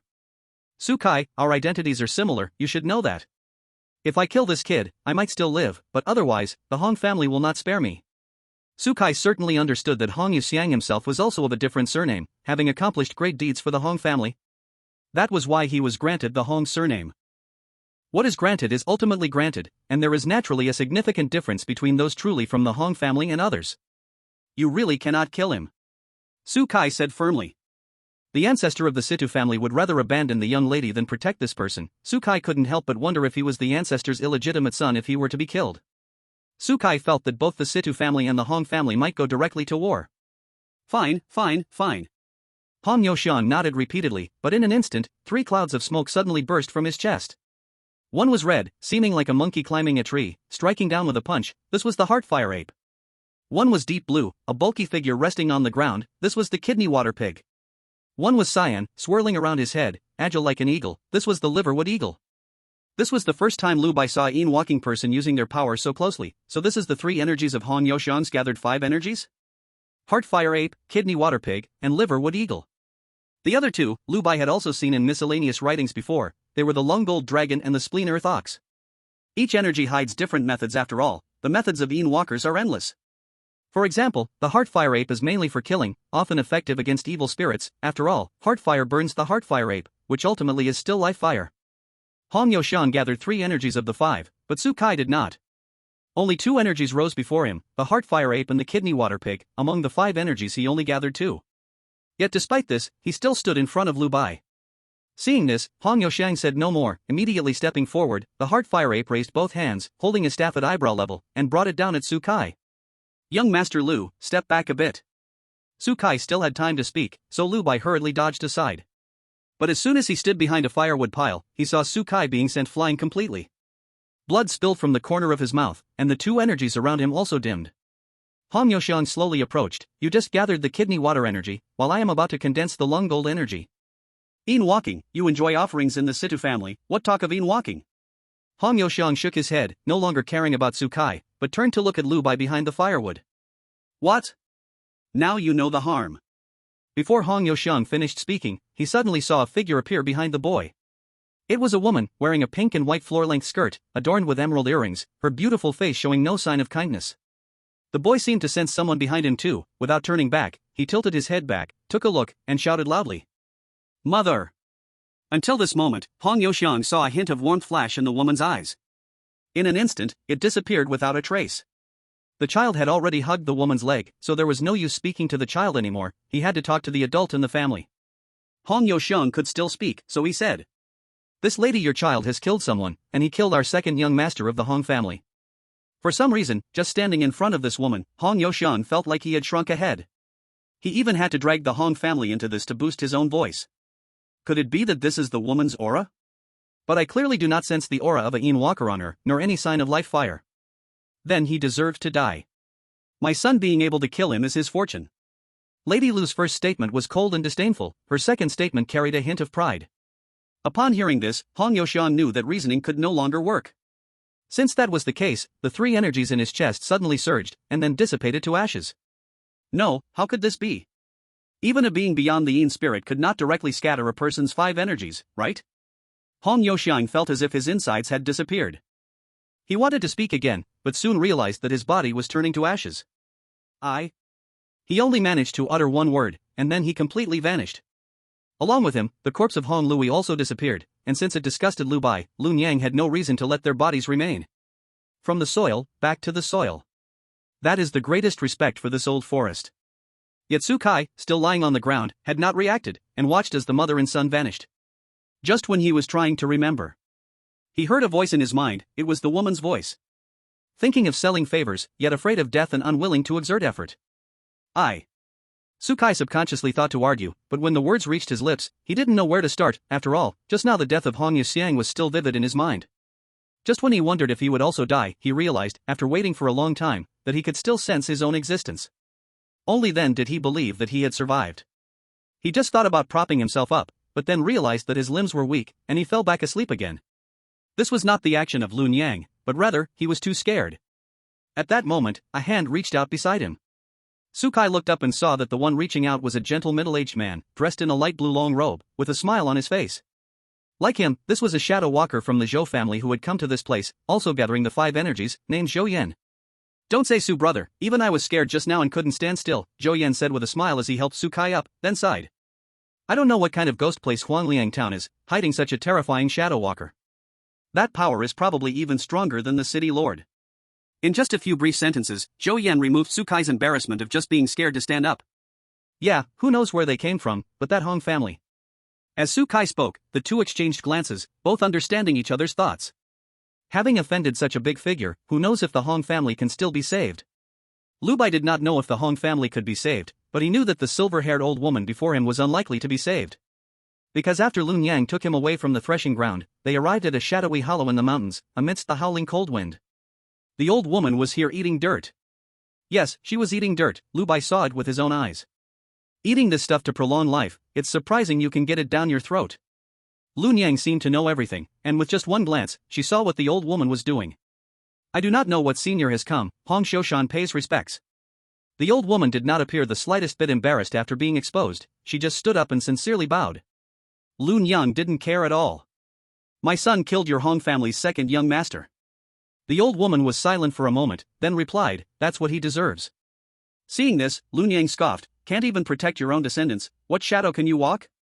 Ha! The old woman did not expect her concession would still not be forgiven, and just as she was about to speak, her body. The place has been cleaned up, next we just wait for them to come over. Lun Yangzi said it casually. Lu Bai listened seriously, and once inside, he asked, Mother, do we not need to go to the Hong family? Didn't you say, to cut the weeds you must eliminate the roots? If we don't solve it, what if a boy from the Hong family finds a ring, and inside the ring hides an old grandfather's boy? That could be bad.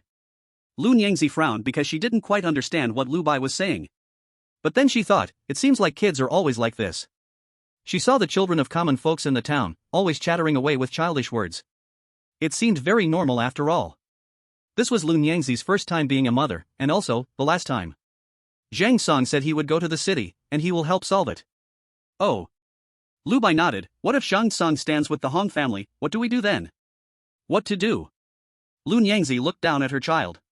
Could Lun Yangzi not hear the meaning behind Lu Bai's words? You want me to cut Zhang Tsang out too, right? The child didn't mean that. Lun Yangzi sneered, walked across the peach forest in the courtyard, then returned to the house, only explaining at the end. For a mason like Zhang Song, being alive is much better than being dead. Lu Bai also explained, the child really didn't mean to harm Zhang Banshan, he is quite nice. Okay. Lun Yangzi didn't want to argue with Lu Bai about these things. She just returned to the house and saw Lu Bai's shoes full of mud, then frowned and said. I just went out for a few days, and look how dirty you got. Really, every day, Xiao Qiao, take his shoes and clean them. Hearing someone call her name, Xiao Qiao finally dared to peek out, she stuck her head out from behind Lu Bai, pointed at herself, her little mouth slightly open. Ha? Me? I? Xiao Qiao will go right away, woefully, really a miserable little grass, fighting ghosts outside, still has to work when coming home. Xiao Qiao waited for Lu Bai to take off his shoes before she pitifully carried them outside. Lu Bai felt that after his mother returned, the whole house seemed to come alive, no longer having that dead feeling from before. With Lun Yangzi back, naturally they didn't need Si-Tu Hong anymore. Originally, Si-Tu Hong had already cooked the meal and brought it over, but Lu Bai insisted that only the meal cooked by his mother was delicious. Furious, Lun Yangzi scolded him a few times before going to the kitchen to cook. But when she saw that Lu Bai had eaten all the food she made, she was very happy. Late at night, Lu Bai lay in his bed. Lun Yangzi, who had just taken a bath, sat by his bed, her hair still not completely dry, the ends still stuck together, clinging to her body. As a result, the plain-colored nightgown she was wearing was slightly dampened. Lu Bai pointed at that place and quietly said, Mother, you are so powerful, why don't you use your strength to dry your hair? But as soon as he finished speaking, he swiftly retracted his hand, as if afraid of being caught by Lun Yangzi. Lun Yangzi was not a good person to chat with, even by Lu Bai's side, if Lu Bai didn't speak, she wouldn't either. Is this what you mean? After Lun Yangzi finished speaking, she gently shook her head, and her originally wet hair quickly dried. Mother is really powerful. Lu Bai praised, but mother and son fell silent again. Yet this time Lun Yangzi seemed to want to stay with Lu Bai a little longer, today she didn't move at all, whereas she usually would have gone underground. Lu Bai then asked, Mother, you always say they are coming, when will they actually come? When it came to this matter, the warm smile on Lun Yangzi's face gradually turned cold. Soon, it won't be long now. Lu Bai replied with an "oh," slightly burying his head into the blanket. Seeing this, Lun Yangzi smiled again and gently touched his head through the blanket. Let them come anyway, I will definitely stay with you. Mother is the best. Lu Bai poked his head out again. Lady Lu seems to be able to see what he is thinking, smiling and saying, don't worry, you are still young. Think about it, how old are you now? Of course, your mother has to protect you. When you grow up, your mother will be old, and then you will definitely need to protect your mother. Don't put so much pressure on yourself, your mother is counting on you in the future. Lady Lu rarely speaks so much at once, and Lu Bai listens, nodding vigorously. I will definitely protect my mother. Your mother believes in you. It's not just lip service. During this time, every time Lu Bai acted, Lady Lu had been watching him from behind. Lady Lu knows why Lu Bai acts. Every time Lady Lu thinks of this, she actually feels quite happy, and then she remembers a question Lu Bai asked her earlier. She looks at Lu Bai's still clear eyes and, with a gentle smile, says, "Weren't you asking what my name is? Is it really Lady Lu?" Lu Bai is taken aback, not understanding why Lady Lu suddenly brings this up. But since he did ask, he answers yes, mustering up the courage. Lady Lu seems to be reminiscing, her smile gradually disappearing. After a long pause, she softly says, "At first, I was called Lu Chingy, then others called me Sister Lu or Sister Chingy, later, more people called me Lu Invincible, and finally, everyone called me Lu God." After saying this, she slowly lowers her head. Stunned, Lu Bai stares at her, devoid of any humanity, only coldness, and even the corners of her eyes seem to glimmer with a hint of golden light. What is this? Is this divinity? Lu Bai doesn't understand, guessing randomly, but fortunately, Lady Lu quickly returns to normal. She smiles and strokes Lu Bai's head. "Alright, it's late, you should go to sleep early." "Okay. Good night, mother. See you tomorrow." After Lu Bai finishes speaking, he burrows back into his blanket. Lady Lu extinguishes the candle and also walks into the underground. The human skin in the wardrobe remains silent. Lady Lu didn't ask and just sat at the dressing table, seemingly in a daze. But when she saw the 9-square storage box on the table, she couldn't help but smile again. She reached in and took out a silver bracelet, putting it on her fair wrist and looking at it from side to side, becoming more satisfied.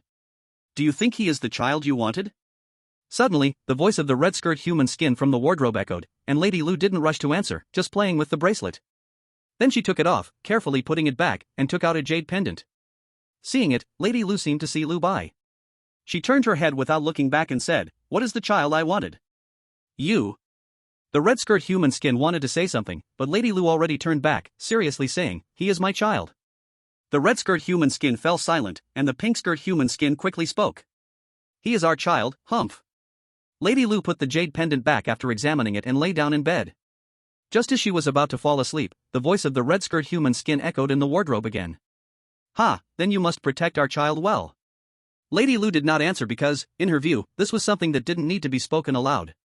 Let alone respond. The next day, Lu Bai woke up to a bright morning.